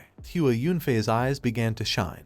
He opened his mouth and started screaming. His power was becoming stronger and stronger. He was using his vital essence in exchange for explosive strength. Song Changji did not know if this guy wanted to commit suicide. Not long after, Hua Yunfei's body exploded into pieces, and upon seeing this, Zai Xuanyu's eyes filled with tears and sadness. With this increase in power, the spiritual knight pierced the threads, breaking the net that was in the sky. Seeing that the net had been broken, Song Changji extended his hand and used the technique called Star Weaver, making another net appear, leaving everyone in shock. His eyes began to shine with rage, and while he was weaving the net with his fingers, with an arrogant gaze he asked if Hua Yunfei really believed he could break the net by sacrificing himself, calling him stupid and revealing that he could weave the net more than once. He was tired of playing with them, so he decided it was time to kill them. The thread net began to close in, causing the barriers to gradually start breaking, and Zai Xuanyu fell to her knees on the ground. The thread net shattered the barriers into pieces and, in the process, began to massacre the members of Zai Xuanyu's team, causing them terrible pain. While holding the bow with one hand, she placed the other on the ground and, with a sorrowful expression, apologized for having disappointed Jiang. The members of Song Changji's team were joyful to see that he had defeated them so easily. At that moment, the sky filled with black clouds and thunder. Someone riding a phoenix made of thunder began advancing toward them. Everyone's attention was fixed on the phoenix. No one knew what was happening. Just before they could realize it, the phoenix moved quickly and in an instant passed through the middle of them, electrocuting everyone in the process, making them scream in agony. Upon hearing the screams, Song Changji turned towards the cliff, and his eyes widened with seriousness and concern. Seeing thunder, he realized that his team of useless people had been annihilated. At first, he thought it was the punishment of thunder, but then he dismissed this theory since the punishment of thunder only struck those who remained still. He did not know who had annihilated his team. The Thunder Phoenix began to fly through the sky, and on top was Jiang Chen riding it. With a worried expression, he started shouting and asked Zai Xuanyu to hold on a little longer. Upon hearing Jiang's voice, a light of hope appeared in Zai Xuanyu's eyes. She could not believe that Jiang was riding a Thunder Phoenix and had come to save her. Jiang gave the order to his phoenix to attack. It started moving quickly, electrocuting Song Changji's clones. He was in shock upon seeing such pure power. While Jiang was eliminating the clones, Song Changji's attention, who had his arm behind his back, focused on him. In this new era, the heavenly path of this world was very generous with them, with just a single profession change. They had obtained the original classes that countless races in the caverns took hundreds of years to achieve through cultivation. According to him, this was truly unfair and detestable. Jiang descended to the ground, clenched his fists, began to stare at him, extended his hand, and gave the order to his phoenix to eliminate the clones, while on the other side, he decided to break the net. He used the power of the divine elephant's body and attacked with a powerful punch, which broke Song Changji's thread net without much effort, creating a great curtain of smoke. Once the curtain of smoke disappeared, Jiang observed carefully and realized that the net had regenerated again. He decided not to give up and began to attack with a chain of punches. He wanted to see who was faster, if Song Changji weaving the net or his blows. Not long after, the net finally broke. Jiang began to observe him, and while pointing at the net with his thumb, with a smile he said that his net was very slow. Zai Xuanyu, who was holding back the power of the net with the help of her bow, closed her eyes and began to tremble. She could no longer endure. An excited smile appeared on Song Changji's face. He extended his hand towards Jiang and admitted that his strength was really good, but made it clear that it had been a big mistake to lower his guard. He used the technique called Thousand Threads, making a tornado appear. The tornado began to move towards Jiang Chen. Our boy put his arm in front of his face and in a low voice called Zio Jia and asked for his help to devour the net, advising him to be discreet. Zio Jia accepted. Zio Jia manifested as small dots and little by little began to devour the tornado. Song Changji could not help but feel somewhat confused upon seeing this. He could not believe that the small points of light could corrode his thread tornado. Jiang approached Zai Xuanyu and placed his hand on her shoulder. Her eyes widened with surprise and love upon seeing that Jiang had come to save her. With a serious gaze, Jiang began to stare at Song Changji and asked her to hurry up and go somewhere safe. The Thunder Phoenix began to fly through the sky, massacring and electrocuting the clones. Little by little, the energy of his phoenix was running out, so he asked her to hurry up and leave. Just then, Ying Zhan and his men arrived at the area. He was somewhat surprised to see that everyone was here, revealing that today none of them would be able to escape. Upon hearing his voice, Jiang and Zai Xuanyu turned around. Our boy's attention was fixed on him, entering into alert mode. But then, Jiang Wuxuang and the others appeared and informed Jiang that they had arrived. Seeing this, Jiang turned around and mentioned that they had arrived just in time. He started running and decided to take care of Song Changji, leaving Jiang Wuxuang to handle Ying Zhan. Jiang Wuxuang clenched his fists, and while his eyes were shining, he began to run towards him, using his power to make energy fists emerge from his body, which started to approach Ying Zhan, revealing that today he was going to be his opponent. Ying Zhan stood still, watching in silence. He jumped, used his power, and counterattacked with a powerful punch, shattering Jiang Wuxuang's energy punches, revealing that his war god body was not going to be enough to defeat him. Jiang Wuxuang's eyes began to shine seriously. He stepped back and, with a penetrating gaze, released the 9 restrictions, causing the chains attached to his body to break. With a furious expression, he stood up and used the technique called Invincible War God's Body. His own giant spirit with 9 arms emerged from his body. Ying Zhan remained silently observing. His eyes began to shine with excitement. He extended his hand to one side and used his power, summoning a blood dragon, making a powerful red dragon appear behind him. For him, this was quite interesting. With a smile, he mentioned that according to rumors, Jiang Wuxuang's grandfather had killed the dragon race in the underground cave. He wanted to see if his legitimate grandson was as powerful as him. Jiang Wuxuang's spirit and the dragon began to fight each other. Luo Sandao and muuh arrived at the area. She placed her hands on Zai Xuanyu's shoulders and with a serious expression asked her to come with them to face the people from the capital. Muuh started observing her and explained that they should not interfere in Jiang's battle. Zai Xuanyu turned towards them and with an indecisive gaze accepted. Jiang Wuxuang's eyes were shining with hatred. While Song Changji was watching the battle, someone caught his attention. He became curious and turned around. The Thunder Phoenix descended to the ground. Jiang began to stroke its head, and with a confident smile asked if he was ready for combat. Song Changji's eyes widened with excitement. Using his power, he began to absorb his clones and couldn't help but smile upon seeing that Jiang Chen, Ying Zhan, Jiang Wuxuang, and Jiang Xuanyu, the 4 divine geniuses of Great Zia, had gathered. It was no longer necessary to wait for the genius ranking battle, nor was it necessary to continue pretending to be of their inferior race. He decided to use his 30% power. Upon hearing this, Jiang's expression changed and he became suspicious. With a confused expression, he asked what he meant. Song Changji extended his hand. An angel wings emerged on his back while his eyes turned white. With a smile, he decided to release the origin restriction and restore the true body of the tanking divine clan. He used his power and restricted entry and exit to the secret realm. An energy platform appeared under his feet. Jiang began to observe carefully, and it did not take long for him to realize that the tanking divine clan was one of the 10,000 races of the cave. Upon hearing this, Yingjian's eyes widened in fear. He turned around and asked everyone to leave the secret realm, but then a powerful energy began to descend from the sky. Jiang Wushuang fell to his knees on the ground, clenched his teeth, and with a worried expression revealed that he could not move. Song Changji's eyes widened with malice. He extended his hand and with a smile revealed that it was already too late. The entire secret realm was under his control. Now no one could move or leave, and no one from outside would be able to enter. Originally, if they died here, they could still revive outside, but now that he was here and completely refined their divine souls, then no one would be able to revive. Thanks to the help of the angel wings, Song Changji began to fly, and his eyes expanded with malice, making a confident smile appear on his face. He knew that both Jiang Xuanji and Jai Lingqiu were watching everything from outside the secret realm.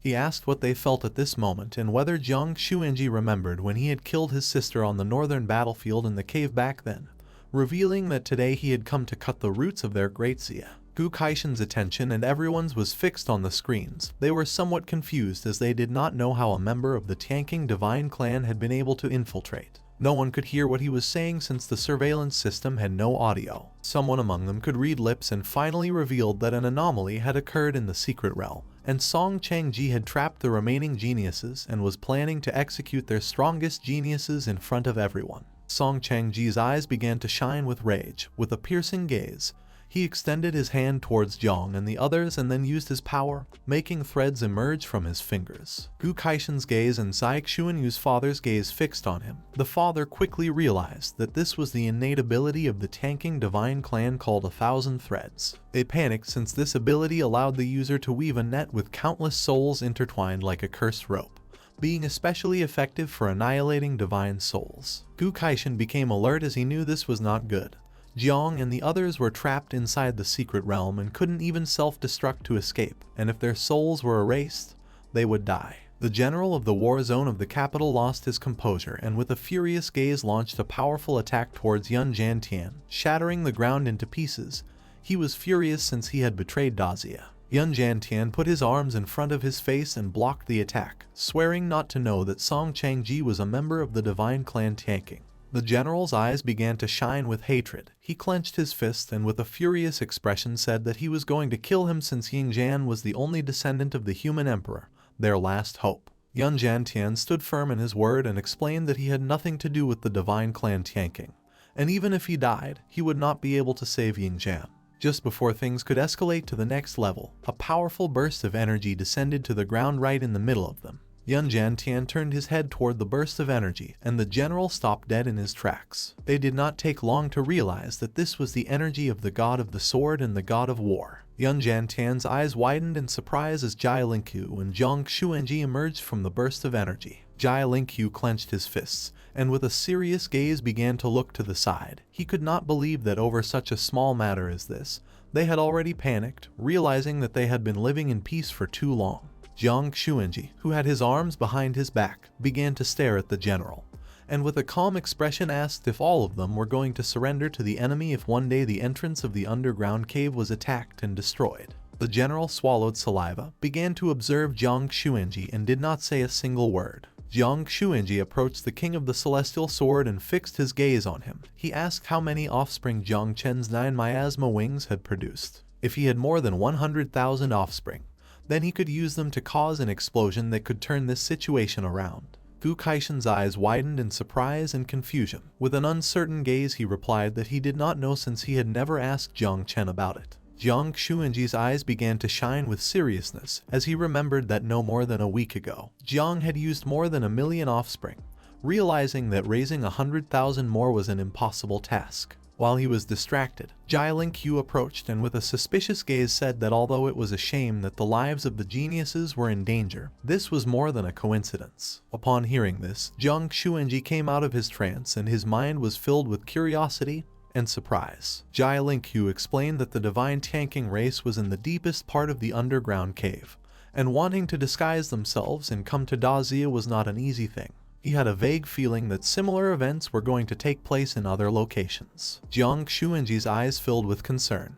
He began to gaze at the ground and thought that he was right, but he reminded Jai Lingqiu that his main body was suppressing the underground cave, so there should be no problems with it. He began to imagine a scientific facility and mentioned that if more related events were going to take place, then it should be at Dazia's main headquarters. Besides the headquarters, there were also the 9 forbidden zones, such as the White Bone Temple located deep within Qinling. Jai Lingqiu felt something, turned around, and with a gaze full of fear revealed that the related events were about to begin. Just then, at the top of the cliff, a red temple appeared, which began to emit an evil energy, and in front appeared a man. Everyone's attention was fixed on the temple. They were in shock, not knowing if this was an illusion. They noticed that the man did not have the appearance of the self-human appearance, nor the appearance of the living. He was an old man. His eyes began to shine with malice, and a smile appeared on his face when he explained that the appearance of the self was precisely having no appearance, and that when all appearances were separated,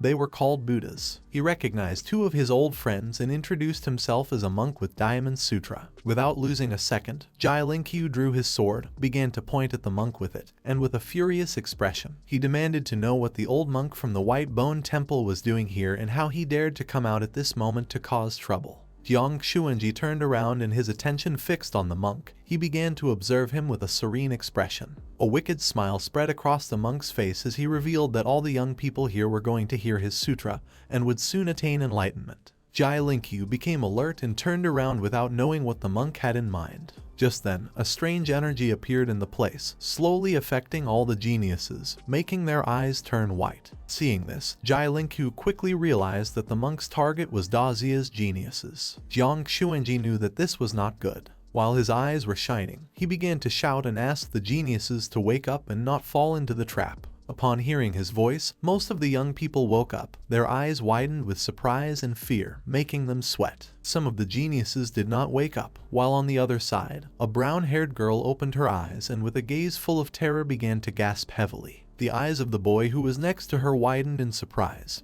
He placed his hand on his chest and could not help but panic without knowing what was happening.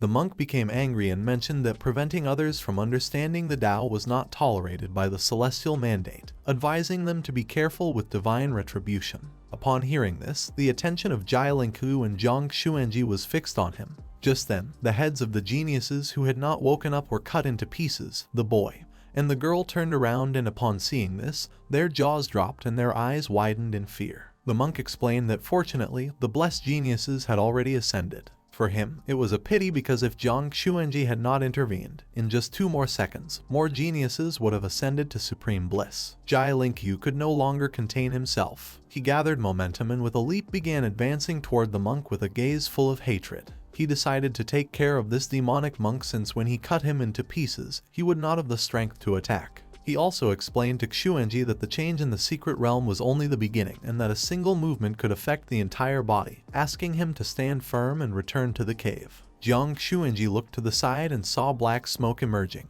His attention fixed on them and he did not take long to realize that a great calamity was upon Dazia. With a determined expression, he called the attention of all the kingdom's guardians, giving them the order to return to their war zones to defend them, and that there must be no mistakes. All the kingdom's guardians jumped and began to return to their posts. They knew that the general situation was important, swearing to Jiang Xuanji to protect Dazia with their lives and redeem their sins with merits. Xuanji's attention, who had his arms behind his back, and Gu Kaishen's attention were fixed on them. They began to ponder in silence. Gu Kaishen turned his back and with a gaze full of determination revealed that if Jang Chen lost his life in the secret realm, once this was over, he was going to follow Jiang Xuanji to the cave and annihilate the entire Tianqing divine tribe. At first, Jiang Xuanji remained silent, but then his eyes widened in surprise and something caught his attention. In front of them was a screen showing what was happening in the secret realm. Jiang Xuanji and Gu Kaishen's eyes widened in surprise as they did not know what was going on. Inside the secret realm, Jiang was standing in front of Song Changji, who was kneeling on the ground and bleeding from his mouth. Seeing this, Jiang Xuanji couldn't help but laugh, and although he didn't know the reason, it seemed that there had been an unexpected turn inside the secret realm.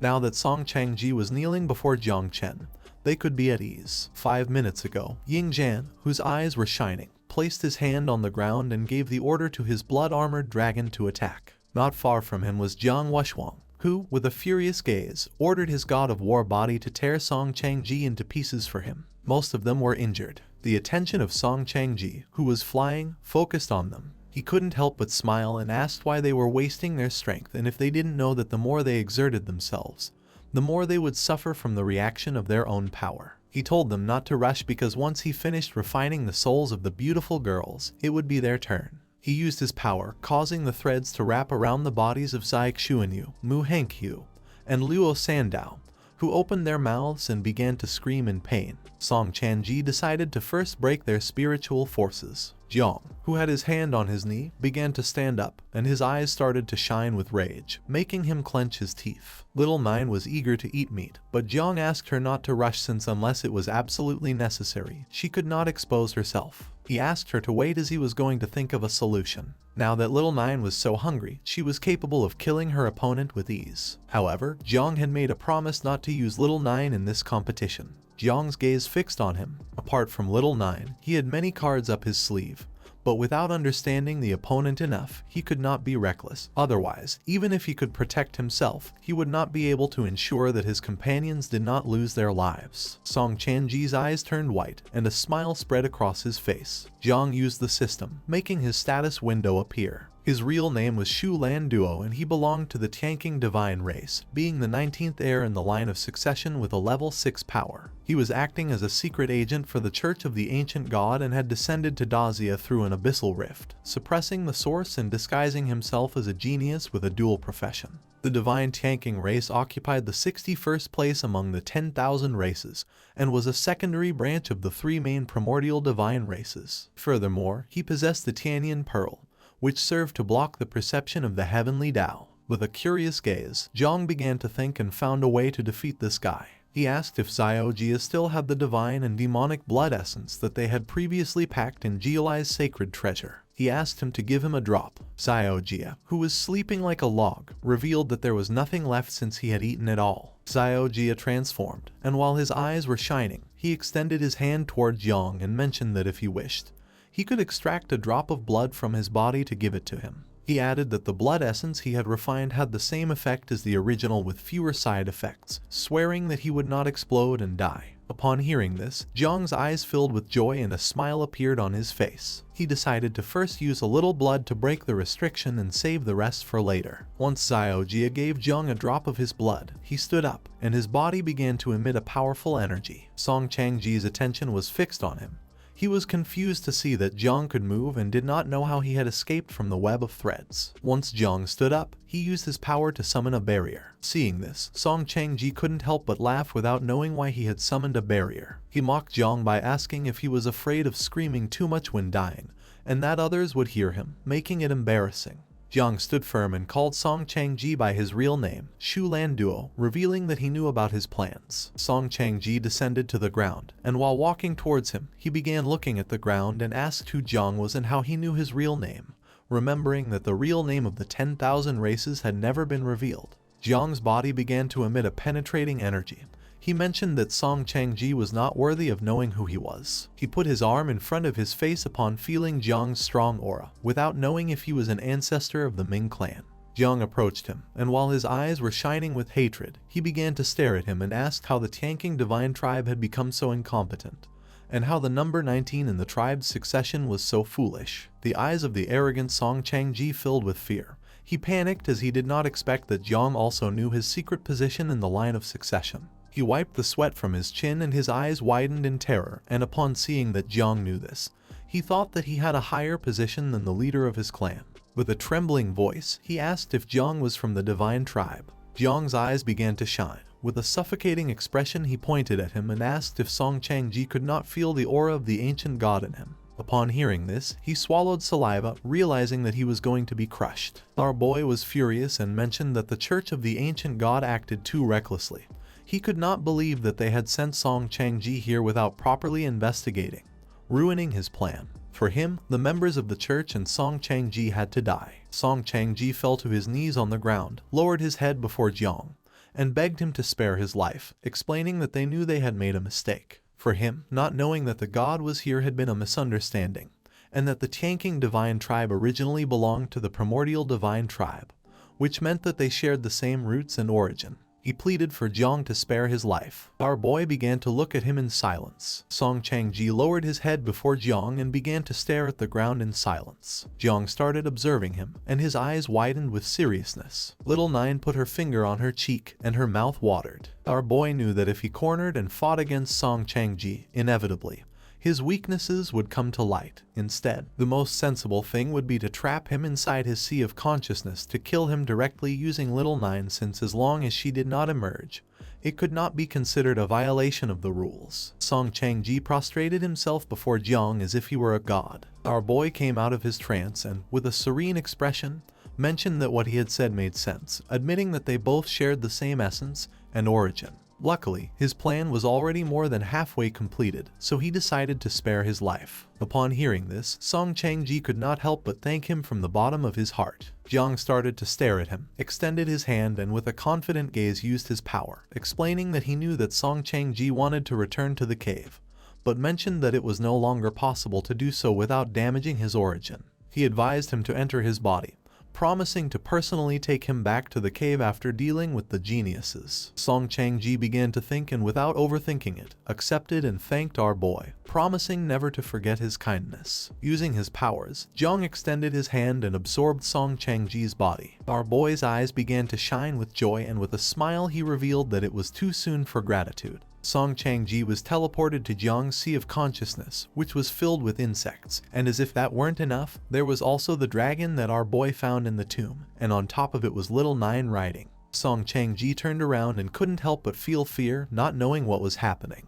Little Nine rested her head on her hands, and her gaze fixed on Song Changji. She couldn't help but blush and stick out her tongue, since it had been a long time since she had devoured someone so powerful. Jiang gave her permission to eat, and without wasting a second, she transformed into the mother insect. While her eyes were glowing, she attacked him and began to devour him. Poor Song Changji started screaming in agony, begging for help. Jiang wiped his hand, turned to Jiang Wushuang and Ying Zhan and asked why they were still kneeling. Their attention was fixed on Jiang. They were confused without knowing what had happened. Ying Zhang's eyes filled with fear.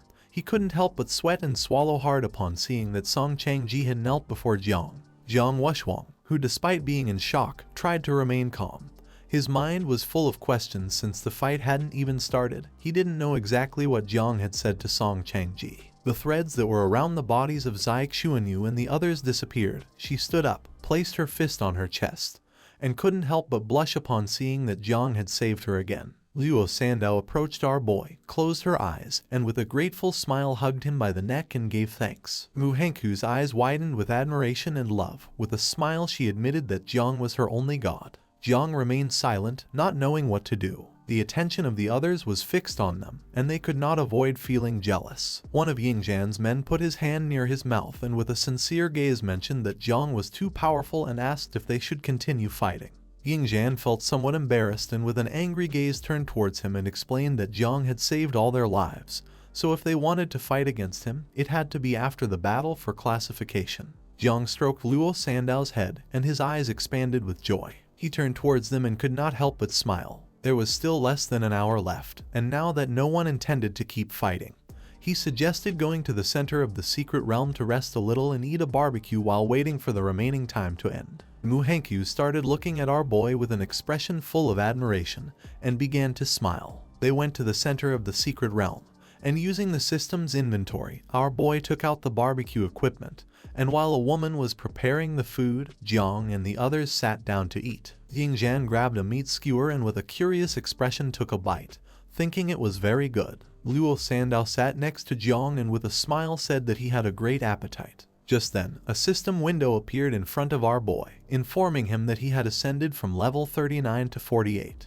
His attention was fixed on it. He was in shock upon seeing that he had jumped 9 levels at once, not knowing if Little Nine had devoured Song Changji. Inside the Sea of Consciousness was Little Nine, who had already devoured Song Changji.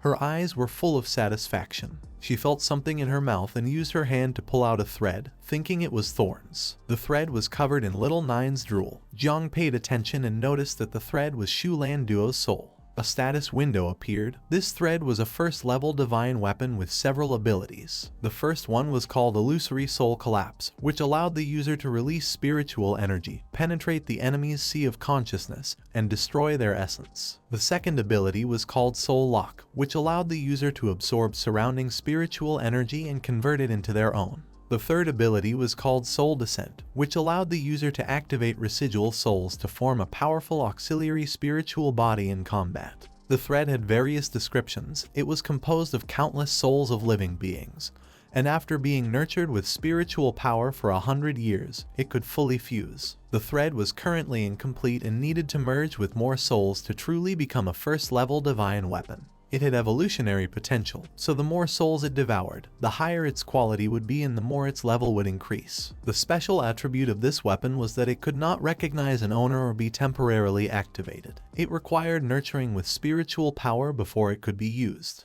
Jiang appeared in the sea of consciousness, and his attention was fixed on the thread. With a serious expression, he realized why Song Changji had previously said that he needed time to refine the souls, realizing that the reason was that this weapon was not in its complete form. Now our boy had another hidden card that he could use. He decided to first nurture the thread with the help of the tree so that it would later recognize him as its owner. For him, raising equipment was not as profitable as raising insects. Little Nine's mind, who was flying beside Jiang, was filled with confusion. She could not understand anything. The tree began to nurture the thread, and just then, a system window appeared informing him that the thread had been nurtured and could now proceed to recognize its owner. Jiang was in shock at how quickly the tree had nurtured the thread. In reality, he had thought about nurturing it with divine soul energy to accelerate the process. The tree was nurturing the thread through a branch. For our boy, this tree was incredible, as it could not only protect his divine soul but even block the illusion of the great dreamer. Even when the ancient god tried to take over Jiang's body, the tree had turned him into a fruit. And now it turned out that it also had a special effect on divine weapons. Jiang took the thread, and the system notified him that the divine weapon had recognized him as its owner. Jiang's eyes filled with joy, bringing a smile to his face. When he obtained the Hupo sword from the divine emperor of Jiu Liu in the future, he would also give it to the tree so it could nurture it. With a curious expression, Little Nine began silently observing the thread. Fruits had grown on the tree again. This time one was green and two were blue. Jiang was happy to see that the tree had borne fruit once more, and although they seemed low level, there was more than one. The system reported that the green fruit had the triple experience card, which could multiply the experience gained by 3 with a time limit of 3 hours after activation. The blue fruits granted the class change mission exemption card and the ability to allow our boy to skip the class change mission for a single profession. Jiang put his hand on his chin, and with a curious expression, he began to read the information displayed in the system window. He couldn't help but smile upon seeing that he had obtained 2 class change mission exemption cards. He was level 48 and not very far from the 3rd class change, and now with the help of the card, he would be able to change classes directly later, making it very convenient. Jiang's statistics window appeared. He was in the 2nd transformation and was level 48, with a combat power of 447 stars. Little Nine's attention was fixed on the system window, and her eyes widened in surprise and confusion. Jiang snapped his fingers and remembered that he had also obtained a triple experience card. He decided to find a place to gain experience after leaving the secret realm and thought that perhaps he could complete the 3rd transformation. At the same time, in the Great Hall of the Church of the Ancient God, someone wearing a red hood placed their hand on their chin and began observing Song Changji through some portals. This person was the 7th pillar of the Church of the Ancient God known as the Lover. They couldn't help but laugh since they thought they needed to wait for the ranking competition, and they didn't expect that the Divine Sun could completely annihilate Daxia's divine level geniuses. Using their hand, they closed the portals and thought there was no need to keep watching and that it was time to act. The Lover was on top of a cliff, and below were the other members of the cult. The Lover extended their hand and gave them the order to inform all headquarters that their allies in the caves, the marine race, and the forbidden zone of the depths should start stirring Daxia's waters. Jiang Xuanji was going to be in charge of defending the cave. Jai Lingqiu was going to face the old monk, and the great dreamer was not going to wake up for a while. And by the time she did, chaos would have already spread everywhere, and all the guardians of the realm and the sealed kings were going to be trapped in the quagmire without being able to free themselves. She was a red-eyed woman. She took off her hood, and her eyes began to shine with confidence. With a smile, she made it clear that Chu Jong was not going to have reinforcements and was inevitably going to be abandoned. And once the city was sacrificed, the rift beneath Chu Jong would open enough for the arrival of the ancient god. At that moment, the filthy human blood inside their bodies would be completely purified. Upon hearing this, the members of the cult raised their fists and began shouting, announcing the arrival of the ancient god. On the wall of Chu Jong, the night watch stood firm. On top of the wall were Jai Gang and Tang. He mentioned that the 9 great regions of Daxia, except for Yunmanjas of Jiangnan, had all entered into total rebellion. Jai Gang began to observe the city and explained that the marine race and the cave races were on the move. The 8 great war zones of Daxia had entered a first-level state of preparation, and although Chu Jong was not a striking city, they had to remain alert. Tang, who was sitting on the wall, turned to him and with a smile asked him not to worry since their great defense formation was already in its warming-up phase, and in less than half an hour it would be fully prepared. Jai Gang's eyes widened with seriousness as they did not know how Jiang Chen was doing, and according to the information he had obtained, it was said that the Jiangnan team had entered the top 3. Tang began to show a finger and with a smile explained that this time, with Jiang Chen and Jiang Wushwang, securing 3rd place and fighting for first would not be a problem. She believed that Jiang could obtain 1st place in the genius ranking, but that would depend on the subsequent ranking battles. While they were conversing, small explosions occurred in the city. Jai Gang turned around and was confused, not knowing what was happening. Duan Fang and the others arrived. He began to shout, informing them that the transportation center had been destroyed and communication equipment had been cut off, and Chu Jong city was being surrounded by a beast horde from all directions. A beast horde began attacking the city, and Jai Gang knew this was not good. Now that transmission and communication had been destroyed, Chu Jong city was isolated. He realized that this was a distraction to divert everyone's attention and attack the city. Jai Gang approached the others and explained that the more critical the situation was, the less they could panic. He asked Duan Fang to maintain the defense of the wall and find a way to accelerate the full activation of the Great Defensive Formation and nuclear weapons. He entrusted Zio Qi with the mission of activating the reserve emergency plan and finding those transferred who could transmit sound, and for those who could not receive it, then she had to use loudspeakers and manual transmission. He entrusted Bu Lang with the mission of gathering all the transferred in the city and coming with him to the front to hold back the beasts. Everyone's eyes began to shine with determination,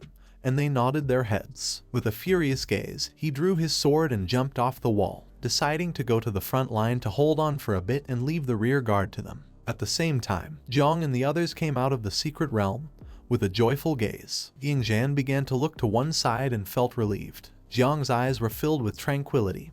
He was confused, not knowing where the people were. Jiang Wushwang crossed his arms upon seeing that everyone had disappeared and mentioned that he had a bad feeling. Xuanji manifested and with a sincere gaze said that he had 2 pieces of news. The first was that the main forbidden zones of Daxia, the marine race, and the caverns had been revealed, forcing the high commands of each war zone to go provide assistance. Everyone remained listening in silence. The second piece of news was that half an hour ago an urgent message had arrived from Chu Jong, one of Jiangnan's war zones. Our boy's eyes widened in fear, causing his jaw to drop. He did not know if his master and his senior sister had gone to help. Xuanji's eyes began to shine, revealing that the southeastern coast was in chaos. The marine race had rebelled and forces had been sent there to suppress them. Upon hearing this, Jiang then asked who had been sent to Chu Jong. Xuanji revealed that no one had been sent to Chu Jong since the city ranked last among Jiangnan's cities. And although it was cruel, in an emergency meeting, Daxia's high command had made the decision to abandon Chu Jong in order to protect the other cities. Upon hearing this, Jiang couldn't help but clench his fist and questioned whether they had not considered the possibility that this was a distraction strategy. Ying Zhan's eyes widened in surprise, and his attention was fixed on Jiang's fist. Xuanji explained that they had thought about it, but compared to Chu Jong, there were places where they could not allow any mistakes, and no one could ensure whether Chu Jong was just a decoy or the enemy's true target, revealing that Gu Kaishan did not want Jiang to know this but left a residual projection to tell him. He extended his hand and asked what decision Jiang was going to make at this moment. Our boy started looking at the ground and explained that for Xuanji, Daxia was the home they had to protect, and he understood that this was what people thought. His eyes began to shine with determination.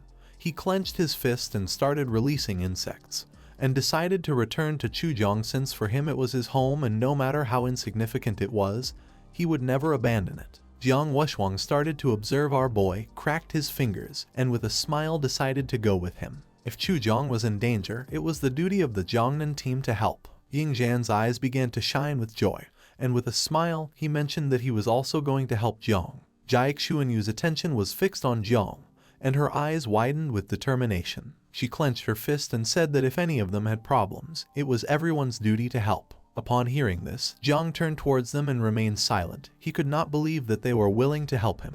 Xuanji began to stare at our boy in silence. Jiang's eyes began to shine with joy, and with a smile, he thanked them all from the bottom of his heart. With a serious gaze, Xuanji extended his hand, making the hologram of a powerful monster appear. He revealed that the city was being attacked by a beast tide and even the strongest warriors had little chance of surviving, much less young geniuses like them. He mentioned that they still had a bright future, asking if they were truly willing to go knowing they were going to die. The eyes of the lilac-haired woman widened with concern. She placed her hand over her chest, knowing that this battle was not the most suitable for her. Beside her was Hua Yunfei.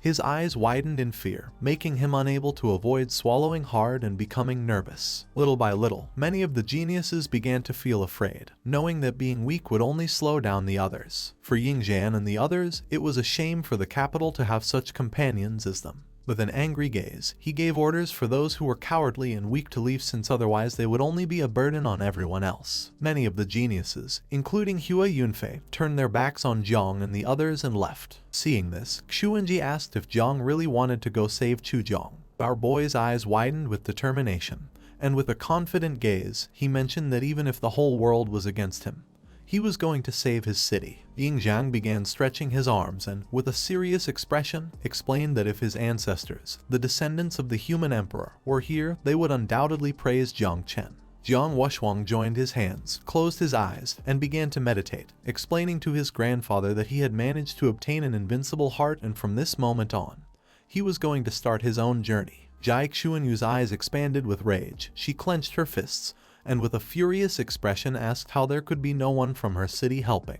The others also filled themselves with determination since they could not say that they could not help when they shared the same city. Xuanji's gaze fixed on them. He extended his hands to the sides and praised them for being brave. For him, it was no surprise that they were prodigies of the new generation of Great Zia. He decided to allow only the top 10 of the prodigy ranking to go to Chu Jong. He revealed that the others would be eliminated from the competition. Upon hearing this, the geniuses put their hands on their heads and could not help but panic. Xuanji explained that the next phase of the competition had been cancelled and instead a battle of merits would take place. He used his powers, making a bracelet appear on Jiang's wrists and those of the others. Our boy's attention focused on the bracelet, and his eyes widened with curiosity. Meanwhile, on the other side, Jiang Wushwang began observing the bracelet in silence. The bracelet was responsible for recording merits, and the final ranking would be based on merits obtained during battle. Xuanji closed his eyes, started touching his chin, and decided to warn them one last time.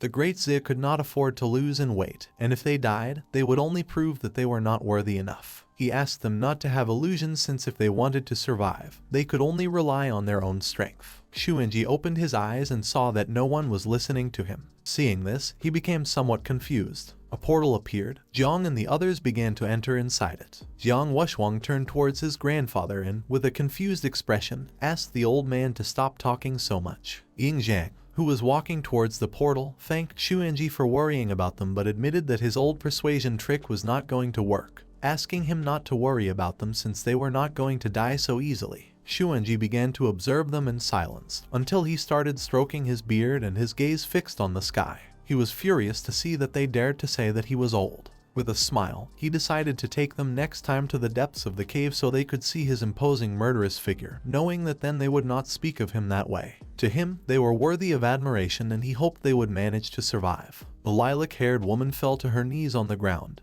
put her hands on her face, and began to cry, begging for forgiveness. Hua Yunfei fell to his knees on the ground and began crying, asking for forgiveness for being so fearful. One of the men extended his hand and asked them to stop crying since as long as they remained alive, they would not lack opportunities to become stronger. Besides, if Jiang and the others died, they could take advantage of the opportunity to enter the ranking. On the defense line of the eastern sea of Jiangnan, a horde of fierce sea beasts began to approach the coast, destroying everything in their path. The cannons on the defense line activated and started attacking the beasts. On the wall were Gu Kaishan and Duan Fang. Gu Kaishan's attention was fixed on the beasts, realizing that this tide of beasts seemed endless and that something was not right. He mentioned that this time the tide of beasts was very strange since, in terms of scale, it was undoubtedly one of the largest in history, but the battle was not intense at all. Duan Fang, who had his arms crossed, began to observe the beasts and asked if this was a distraction. Gu Kaishan explained that the attack by the sea beasts was only meant to draw the attention of elite forces. Duan Fang supported his knee on the ground and with a suspicious expression realized that the enemy's target was another. Upon hearing this, Gu Kaishan became serious and asked if the target was Chu Jong city. Duan Fang stood up and with a sincere gaze said that he was not very sure, since in addition to the forbidden zone of marine beings and the rebellion in the caverns, there were 5 more cities of Great Zia that were being attacked by beast tides, all being small remote cities, far from the main bases. Gu Kaishan's attention was fixed on him.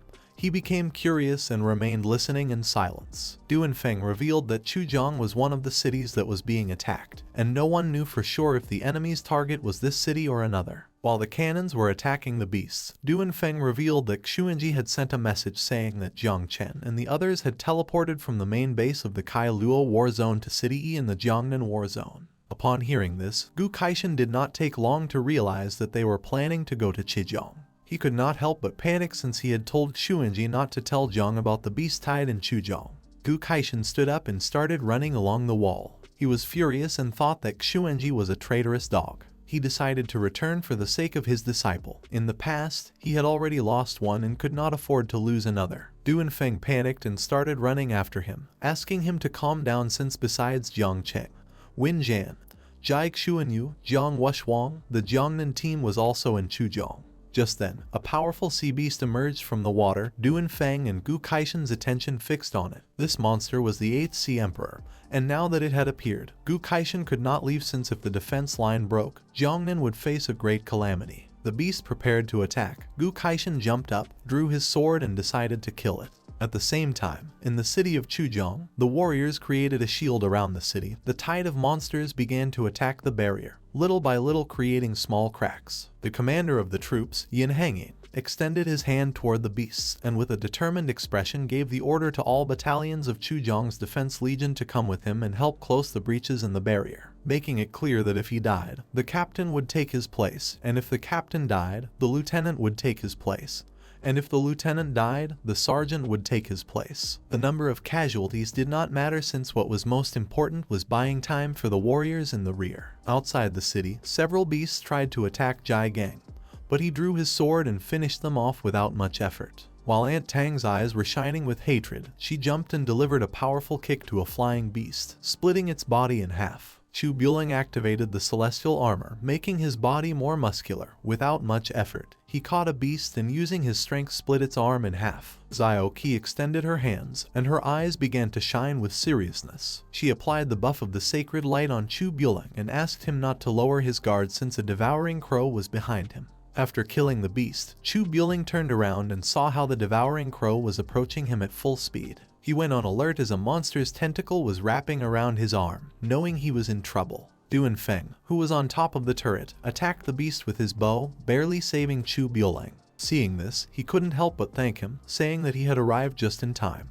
Jai Gang, who was somewhat tired, stood up and his attention fixed on Duan Fang. He mentioned that if Duan Fang, being the commander of the Night Watch, also died in battle, the Night Watch would become extinct. Duan Fang asked him to stop being so pessimistic since they still had Jiang Chen, and as long as he remained alive, the Night Watch would never disappear. Duan Fang, who was on top of the turret, saw 5 level 5 eagles and 2 level 6 celestial apes. He panicked upon seeing that the monsters were coming toward them instead of attacking the defense shield. He knew that a great battle was about to begin, but he didn't care and wanted to give his best, since he had already given the order anyway. If the defense shield broke, they would launch 8 nuclear bombs at the beasts. Jai Gang's eyes began to shine with rage. He raised his sword into the sky and asked the members of the Night's Watch not to forget the oath that united them all. Jai Gang and Aunt Tang began advancing toward the beasts. Zio Qi, who was behind them, applied the buff of holy light on them. Chu Jong also started advancing toward the beasts, and Jai Gang swung his sword forcefully. A beast tried to attack Aunt Tang, but she jumped and with a single kick cut off its head.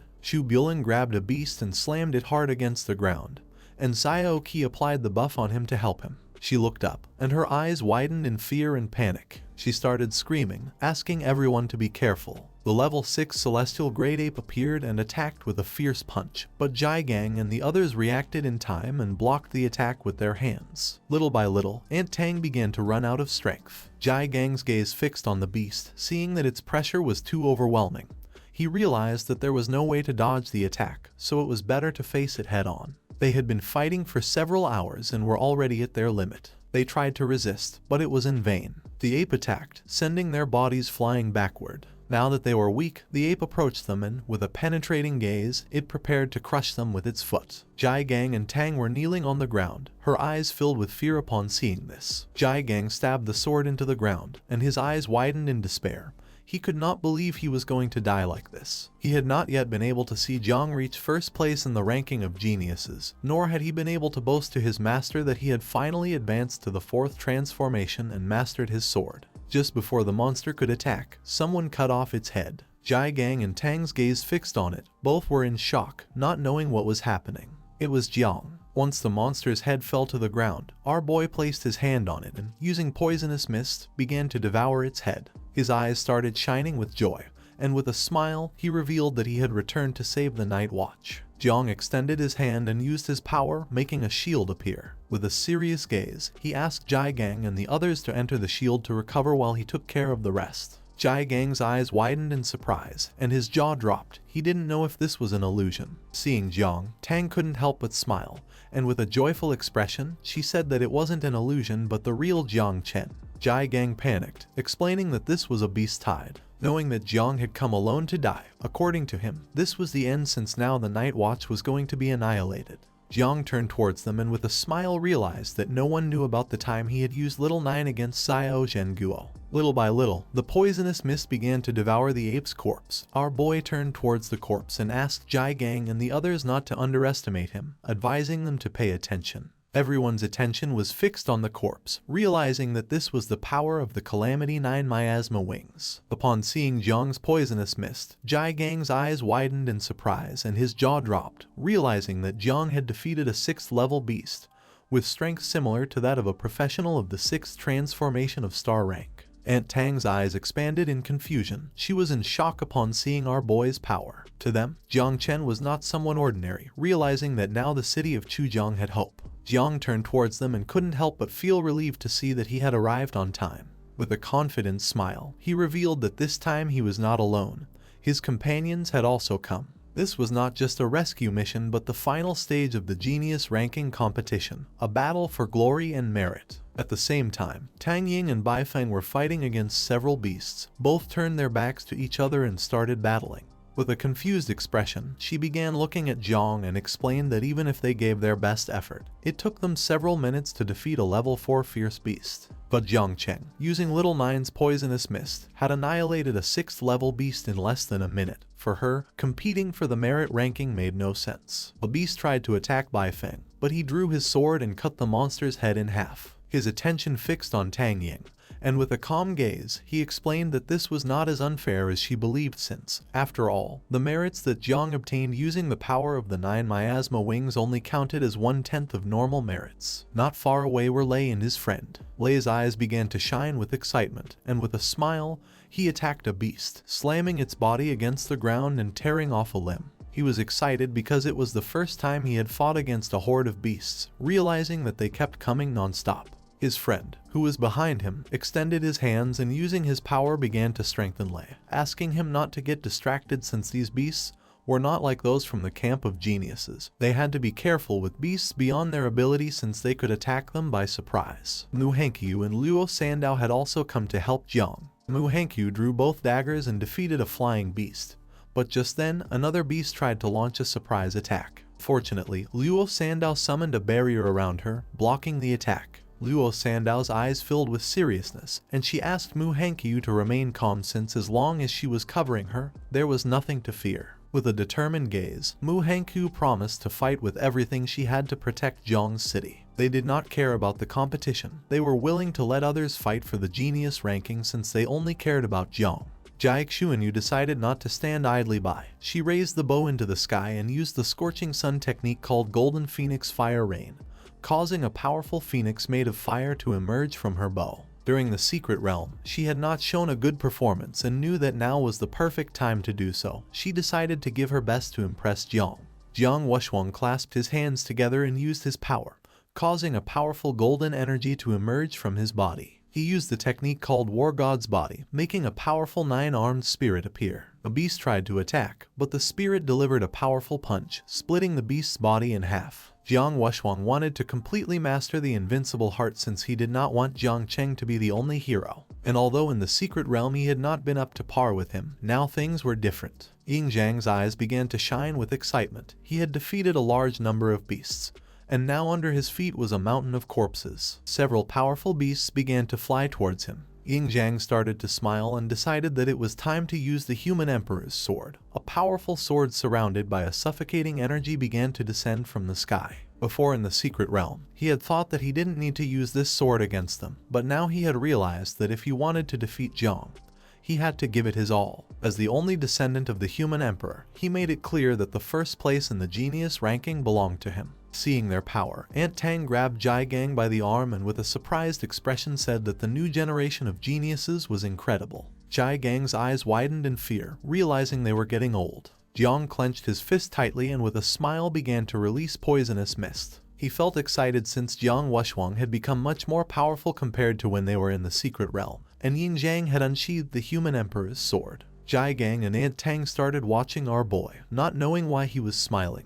Jiang knew very well that even though he had Little Nine as his trump card, he couldn't just stand idly by. Jiang took momentum and while his eyes were shining with joy, he began to move quickly towards the horde of beasts, and with a smile, he asked Jai Gang and Tang to watch since today he was not only going to finish off the beasts, but also going to obtain the first place in the ranking of geniuses. Jai Gang and Tang started to observe our boy, firmly believing that he could achieve it. Zio Qi stood up, extended her hands towards Chu Jong and the others, and using her power, she began to heal them. Jai Gang stood up, began to approach them, and with an expression full of fear revealed that he had a bad feeling, asking Zio Qi to come with him as they needed to hurry and repair the protection spell. With a serious gaze, she turned to Jai Gang and nodded her head. Not far from the area was the lover. Her eyes widened in rage upon seeing Jiang Chen. She was furious not knowing how he and the others were still alive. They were on top of a cliff. In the middle of the city, a great explosion occurred, and the air filled with poisonous mist. She was confused,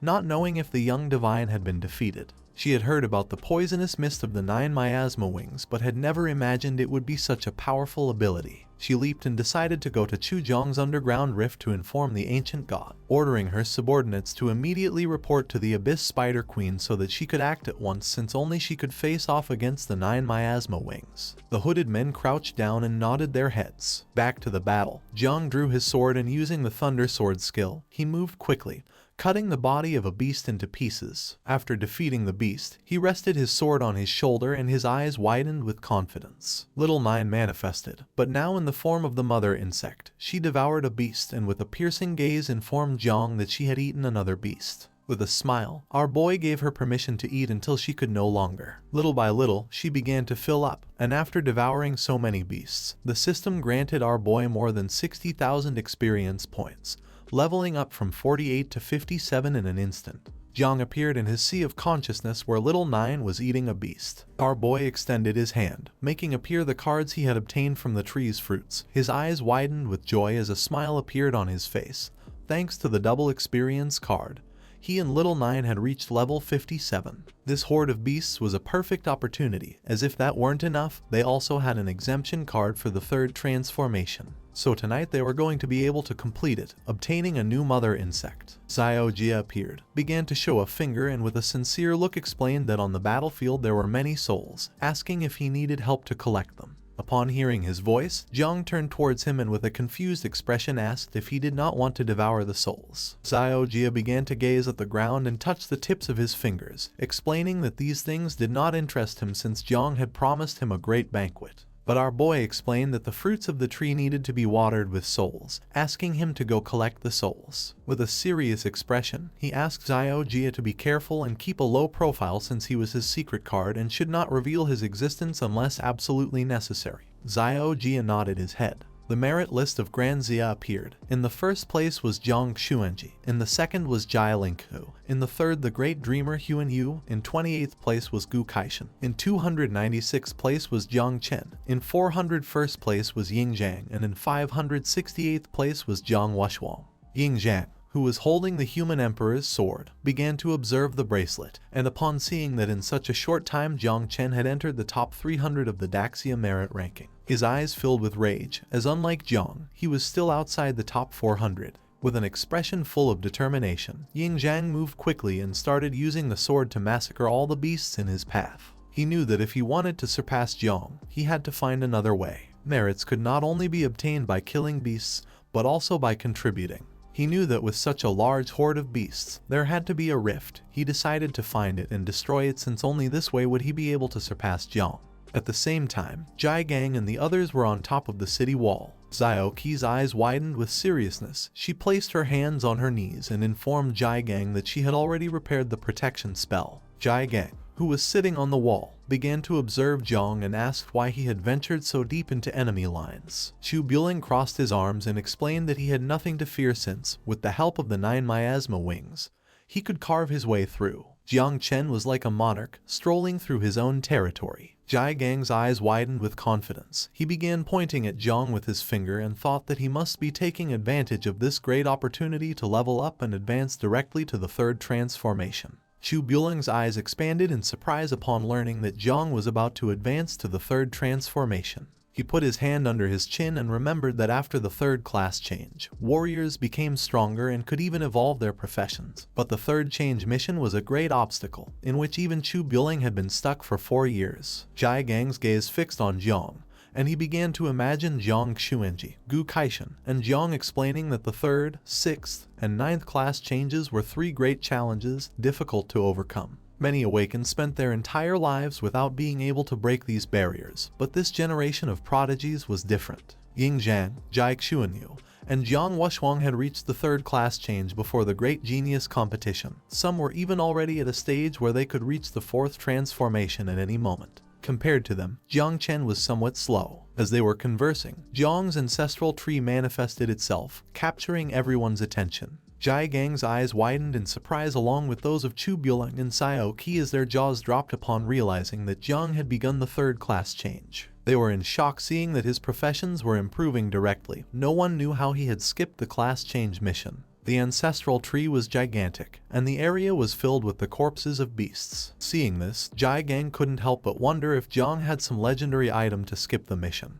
But he panicked since he knew that Jiang had been transported to the initiation space, leaving him vulnerable, and making it very dangerous. Tang Ying's attention, who was holding the body of a beast, and Bai Feng's focused on the ancestral tree. To them, Jiang was very brave for wanting to make a breakthrough directly on the battlefield. They decided to hurry and go protect him. Luo Sandao jumped and asked Mu Hankyu not to get caught up in battle since Jiang was making a breakthrough, and they needed to go protect him. Jiang Washuang's eyes widened with excitement. He knew that he couldn't surpass him for now, so he decided to go help defend him. Meanwhile, Ying Zhang reached a giant beast which could establish a long-distance transmission channel. There were 2 beasts, one called Yin and the other Yang. The Yang beast was in front of him, and the Yin beast had to be on the other side, underground. He began to observe the beast and felt fortunate since he only had to eliminate one of them, and the transmission would stop. He gripped his sword tightly, and despite knowing that this was a 7th level beast, it was no match for the descendant of the human emperor. With a confident expression, he took out 3 forbidden spell seals, which were more than enough to defeat a 7th level beast. He was confident that 1st place in the genius ranking would be his. Just then, the portal behind him activated. Ying Zhang turned around and with a confused expression began to wonder what was happening. Not long after, someone emerged from the portal. Ying Zhang's attention fixed on it and his eyes widened in fear, leaving him in shock. A powerful spider emerged from the portal and began staring at Ying Zhang. To her, he looked delicious. His attention fixed on her and it didn't take long for him to realize that she was the Abyss Spider Queen. Compared to the spider, Ying Zhang was like a small insect. he remembered that she had managed to escape several times from the hands of the sword god Jai Linkyu, so her strength was not ordinary. Moreover, forbidden spell seals were useless against her, making him realize that he had to flee since he was no match for her. He knew that Jiang Chen was in the middle of his breakthrough.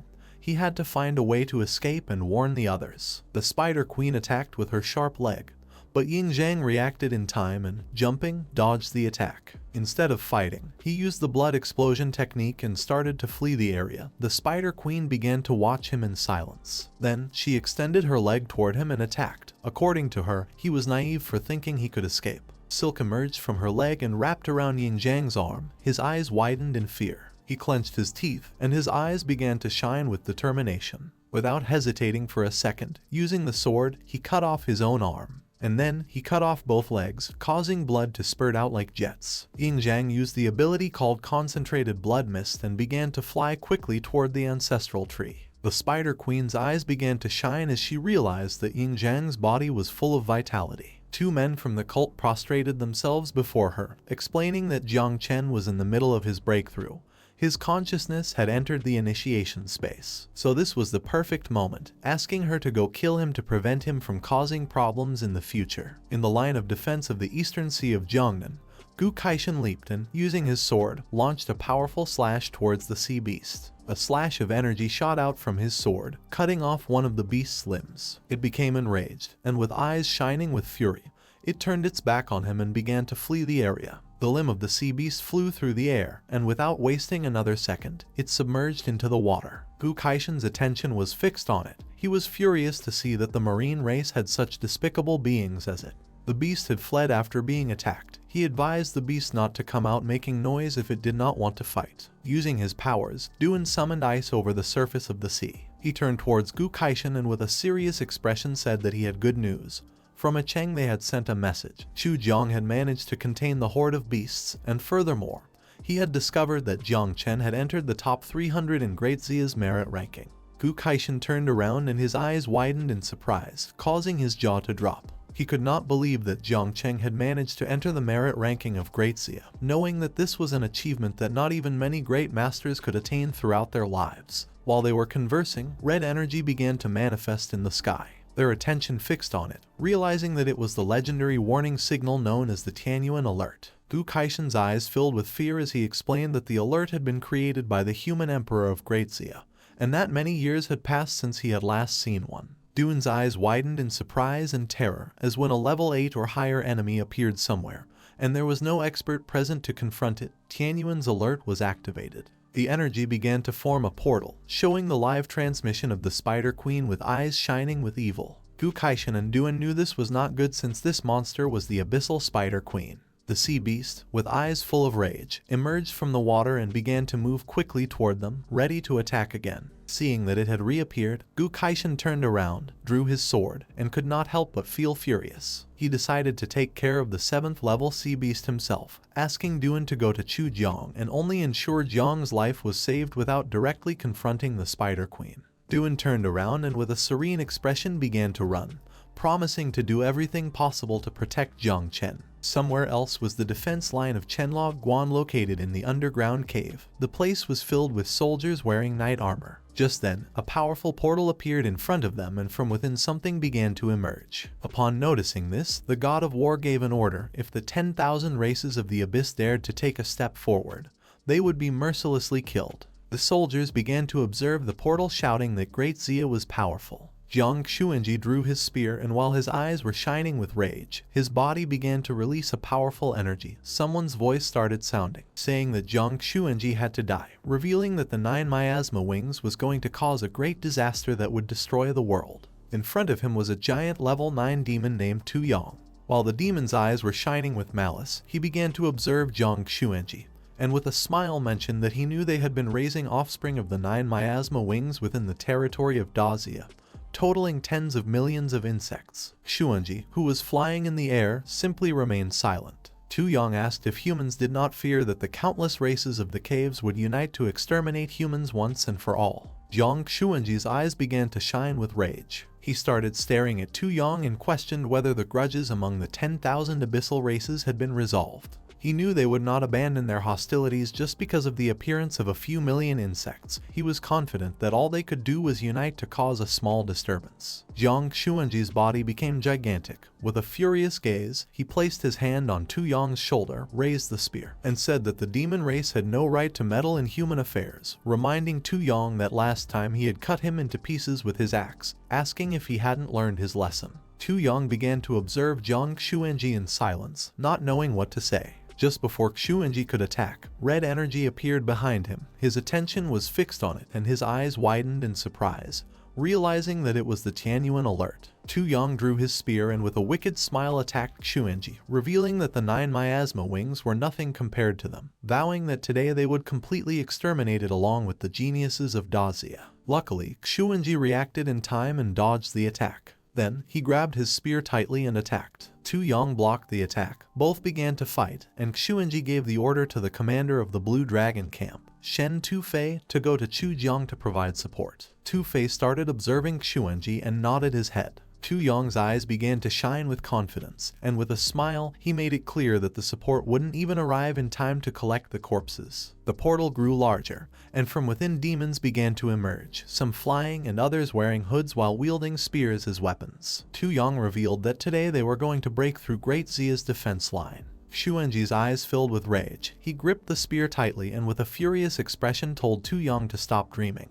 Then he gave the order to the human warriors to kill all the demons. At the same time, on Chu Jong's battlefield was the Spider Queen, who began staring at the cult members and with a piercing gaze asked them one last time if Jia Lingqiu had been defeated, making it clear that if he arrived before she died, she would exterminate the entire cult of the ancient god. Feeling her gaze, they began to feel fear, but one of them told her not to worry since both Monk Kingling and Jia Lingqiu had gone to the forbidden zone of the 100,000 mountains, and at this moment, they must be fighting against the 9th level blood dragon. The dragon fought to death so Jia Lingqiu would not be able to escape so easily. The Spider Queen extended her legs and began to release a horde of spiders. She decided to be cautious by giving the small spiders the order to go explore the city of Chu Jong and make sure there were no traces of Jia Lingqiu. Jiang Chen, who had his eyes closed, was inside the ancestral tree, with his body surrounded by energy. Jai Gang and the others arrived at the area and decided to protect him and prevent the horde of beasts from approaching him.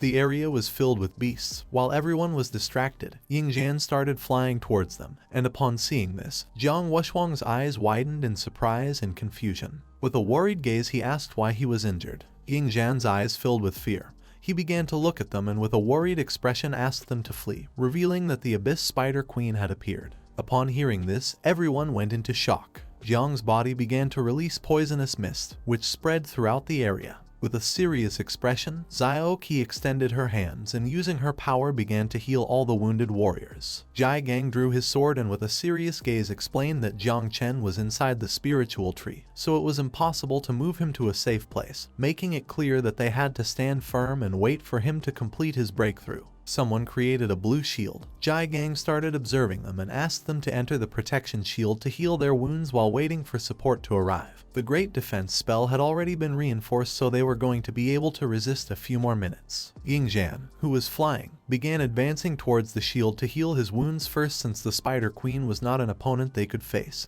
Bai Feng and the others also started walking towards the shield. Lei crossed his arms and, with a curious expression, began to look at his friend and explained that this was not a safe place, suggesting that it was better to leave. Busy, who was sitting, summoned a small portal, began to observe it, and with a confident expression said that the old saying stated that lucky people had the protection of the sky. He had just done the calculations, and this time it was not a dead-end alley. Busy took a treasure out of the portal and mentioned that if there was no other option but to fight, then he had no choice but to ask Grandpa Monkey for help. He called upon the magic gourd, giving it the order to come out and assist. Busy closed his eyes, raised the treasure, and asked Grandpa Monkey for help since they were in danger. The treasure began to shine. Lei, who had his arms crossed, started observing it in silence with a curious expression. An eye appeared in the treasure. Grandpa Monkey made it clear that he was no match for the level 8 Spider Queen, but he decided to completely exhaust her strength, asking Busy to come with him.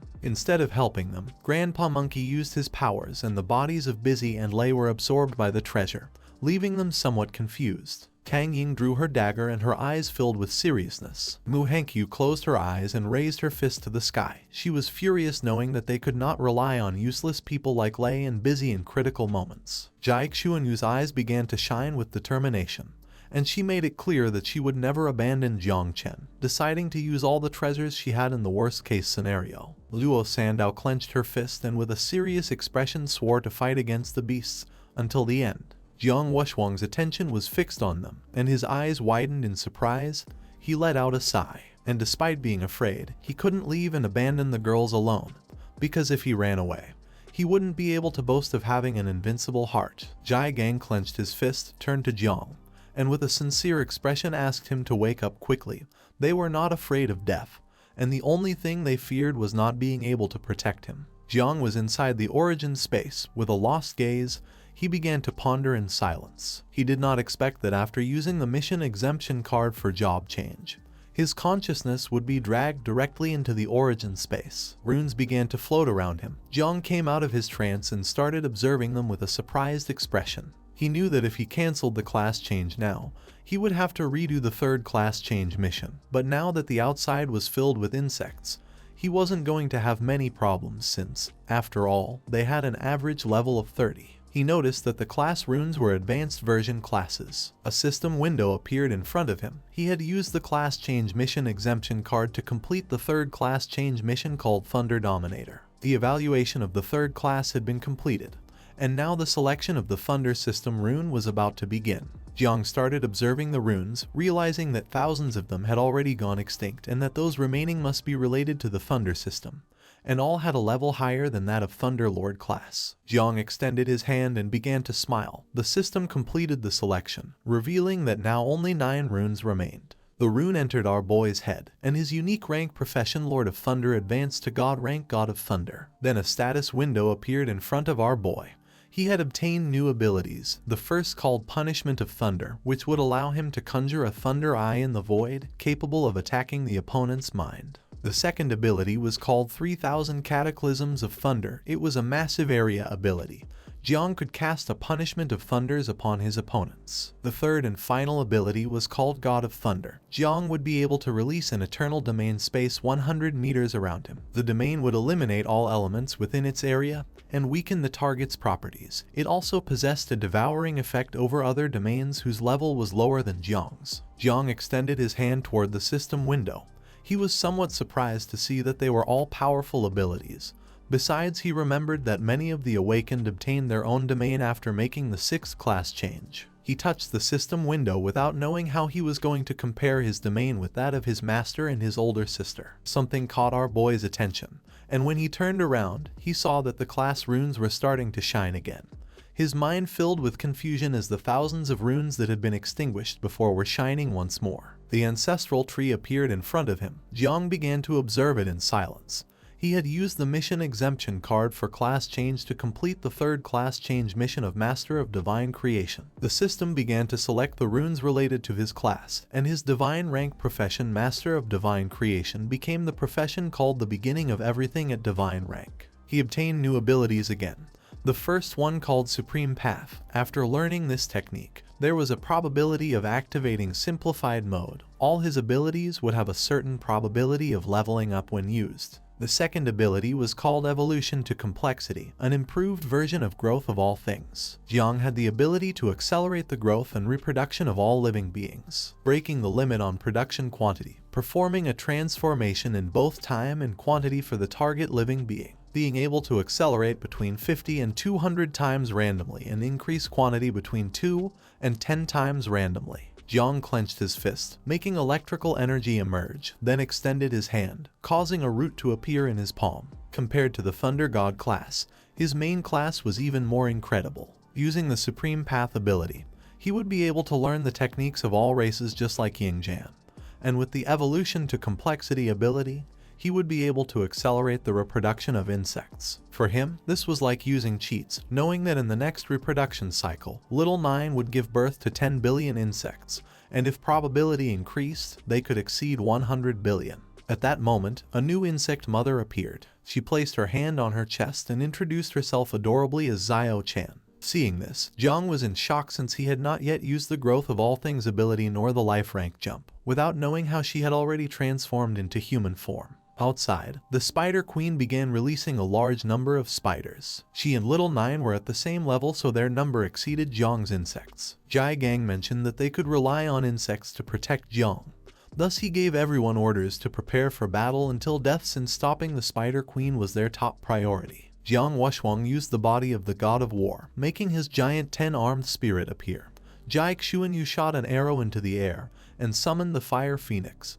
Jai Gang drew his sword and everyone began to fight against the spiders. Little Nine transformed into the 9 miasma wings and with a piercing gaze began to advance towards the Spider Queen. Luo Sandao extended her hands and with a determined expression used her powers and summoned several barriers around Jiang. Her eyes began to shine with rage, making it clear that if they approached, they would detonate the divine weapon.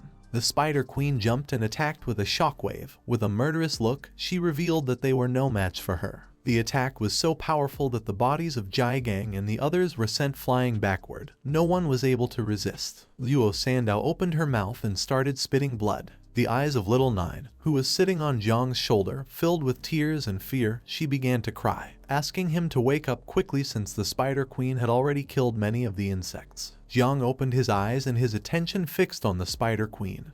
With a smile he asked Little Nine not to be afraid since her father was already awake. Jiang drew his sword and with a piercing gaze began to stare intently at the Spider Queen, then placed his hand on the ground and used his skill called Growth of All Things, causing roots to emerge from the ground. Jiang stood up and extended his hand towards Luo Sandao and the others, giving the order for the roots to take everyone back to the city, and for Little Nine to protect them. The roots began moving towards them until they wrapped around their bodies. Mu Hengqiu panicked, not knowing what Jiang was doing. Zai Xuanyu turned around, and upon seeing what Jiang was planning to do, she couldn't help but feel somewhat confused, making it clear that he alone would not be able to defeat the Spider Queen. Luo Sandao's eyes widened in surprise and fear. She started screaming, refusing to flee, promising that she could keep fighting. She and the others did not want to leave Jiang alone. Jiang's eyes began to shine with confidence. He started massaging his shoulder and asked them to stop talking, advising them that it was better to go heal in a safe place, revealing that with them here,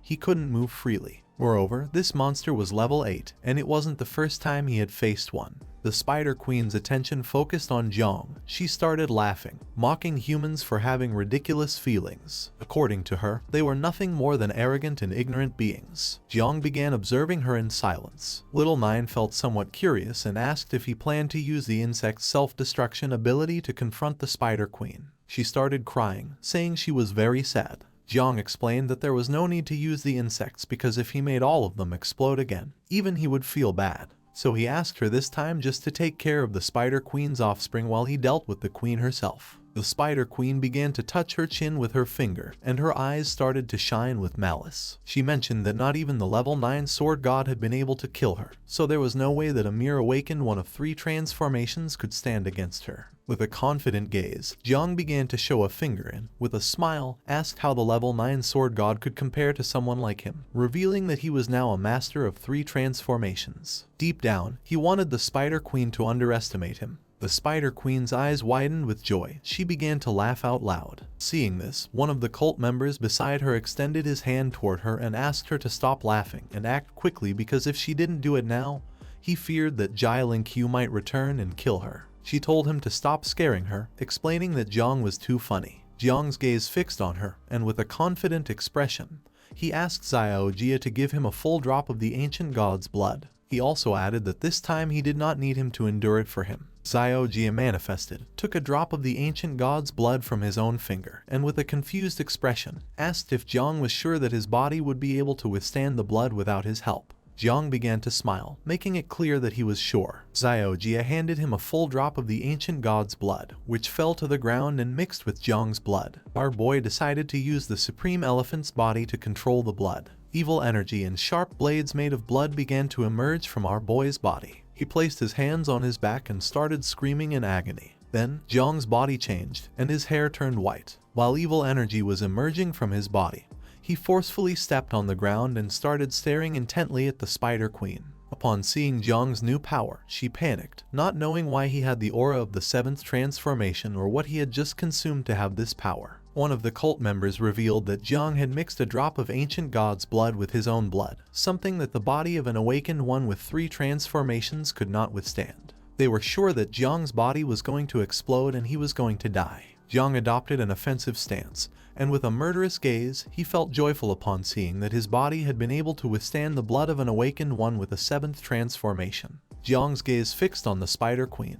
He gained momentum and began advancing rapidly toward her, vowing to kill her. As he gradually approached, the Spider Queen started observing him, and instead of panicking, she remained calm, realizing why Jiang had been so confident before. It turned out that he had an ace up his sleeve that allowed him to have the power of an awakened one with a 7th transformation. With an arrogant expression, she jumped and launched silk from her abdomen toward our boy, asking him not to be so naive since there was no way that by forcing the power of the 7th transformation he could defeat her. Jiang's eyes began to shine with hatred. He became alert, realizing that she wanted to use the silk to entangle him. The silk shot out from the Spider Queen's abdomen toward Jiang, but he reacted in time and using his new power, he jumped, dodging the attack. Noticing this, the Spider Queen felt somewhat confused, not knowing what was happening. Her eyes widened in surprise and confusion. According to her, this shouldn't be happening since she had predicted Jiang's movements. At first, she thought that Jiang had predicted her movements, but then she thought there was no way since his level was lower than hers. While she was distracted, Jiang jumped, and as thunder emerged from his body, he prepared to attack, telling her not to be so arrogant. Upon hearing Jiang's voice, she snapped out of her thoughts and seeing that he was ready to attack, went on alert. Our boy used the skill called Eye of Evil, causing a powerful and giant eye to appear in the sky. The Spider Queen was paralyzed with fear, not knowing what to do. Jai Gang closed his eyes and began to cover his face with his arm, asking everyone not to look since it was going to damage their essence. Following the order, Jiang Wushwang also closed his eyes and put his arm in front of his face. He was somewhat confused upon seeing that Jiang's Thunder class had risen to divine level. Ying Jiang also closed his eyes.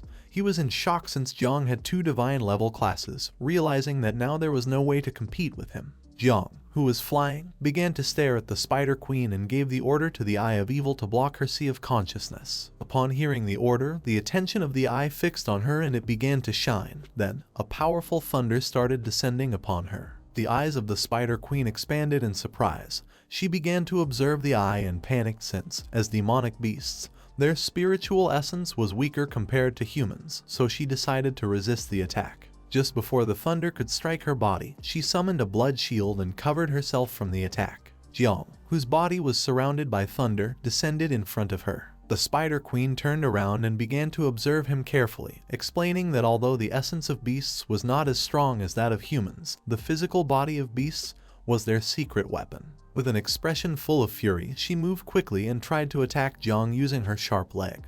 But Jiang used the technique called Lightning Bolt, and his body transformed into thunder, dodging the attack. The attention of the Spider Queen was fixed on Jiang and her eyes filled with confusion. She could not believe that Jiang had once again gotten ahead and dodged the attack again. With the speed of a thunderbolt, she did not know if he had precognition abilities, but then dismissed this idea since it was impossible. Not even an awakened of the perception class could do it, believing that it was just pure luck. Jiang turned his back to her and began moving like a thunderbolt. The Spider Queen soon realized that he was moving at the speed of light using the electric field of Thunder's domain. She became angry and started releasing silk, thinking that Jiang was showing off in front of her. In the blink of an eye, silk emerged from her body and formed a barrier around the area. Our boy quickly realized that she wanted to cover his electric field with a web and use the web to feed back information and teleport. Her sharp leg appeared in front of Jiang. She called him bastard and said that this time he couldn't escape. Jiang raised his head, and his eyes widened in fear and surprise. With a confident gaze, Jiang began to stare at her intently and made it clear that the one who couldn't escape was her.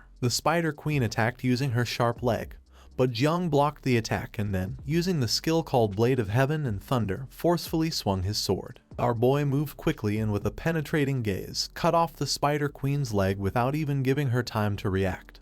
Her leg went flying, and she began screaming in agony. The ant's eyes widened in fear and surprise, leaving her in shock upon seeing how strong Jiang was. Jai Gang's jaw dropped in shock, realizing that Jiang's cut had the same power as Master Gu Kaishen's, not knowing if Jiang was hiding another profession like the perception class, since there was no way he could repeatedly predict the Spider Queen's attack patterns. Zio Qi's gaze, who was healing the others, fixed on Jiang, and her eyes widened in fear, leaving her speechless. For her, it was impossible that an awakened with 3 transformations had a perception ability much stronger than that of a level 8 monster. This was something that not even an awakened of Sealed King level could do. Jiang stood up, and while his body was surrounded by a powerful energy, he began to observe the Spider Queen in silence. He was somewhat surprised to see that this strike had injured the Spider Queen, realizing that her body could not withstand an attack enhanced by the essence of the ancient god's blood. He had used almost all his power in the last attack, and the strength of the ancient god's blood was about to run out, so he had to hurry and finish this as soon as possible. His next attack had to be a lethal blow, something that would not allow her to have the strength to counterattack. While the cut leg of the Spider Queen was bleeding, her attention was fixed on Jiang, and her eyes began to shine with fury. She could not believe that an ant had dared to wound the majestic level 8 queen. Jiang, who was standing in front, mocked her by saying that a level 8 monster was not a big deal. For him, it was no surprise that she had been hiding in the depths of the earth for hundreds of years. Jiang's plan was to make her angry. He wanted her to lose reason under unbridled fury. The plan worked since her eyes filled with rage and silk began to emerge from her body. She explained that her essence had been damaged by Jai Lingqiu last time and she did not want to use it. But given that he was seeking death, she decided to fulfill his wishes. She began to release silk. This was the domain of an 8th level monster. No one knew if Jiang was going to be able to resist. Some believed that he was going to die. Jiang could not help but smile upon seeing that she had finally decided to use her original essence to deploy a domain. But with a serene gaze, he revealed that it was a shame since it was too late. He extended his hand, making thunder appear in his palm, then placed his hand on the ground and activated the eternal domain of the Thunder God class. Then he stood up, and thunder began to strike against the body of the Spider Queen. She fell to the ground and could not help but feel fear, not knowing how Jiang knew that she was going to deploy her domain or how it was possible for him to have such a strong domain. She tried to deploy her domain again but was unable. Jiang extended his hand toward her, and while gathering energy, with a smile, he said there were 2 reasons. First, she was too slow, and second, his domain was stronger. She began to feel terror, thinking that this was impossible. Jiang's eyes filled with seriousness. He decided to end the fight since he had no desire to talk with her. Our boy used his power, causing a powerful thunderbolt to descend from the sky onto her body. The Spider Queen began screaming in agony. Jiang remained watching in silence. Souls began to emerge from her body. With a gaze full of fear, she lowered her head before Jiang, promising never again to go out causing trouble and begging for mercy. Jiang's eyes began to shine with confusion. He knew that he could not fall into her trap. Although only the spiritual essence remained, she was still a formidable creature, realizing that the celestial thunder still needed some time to completely destroy her soul. Her body collapsed to the ground, and Jiang began to observe carefully. He asked Little Nine to keep watch over her so that when there was no danger, she could come out and devour her. Just then, Jiang started feeling dizzy, realizing that his body had reached its limit. He sat on the ground, closed his eyes, and placed his hand over his face. Just then Zio Chen emerged and with a worried gaze sat beside him and asked if he was okay.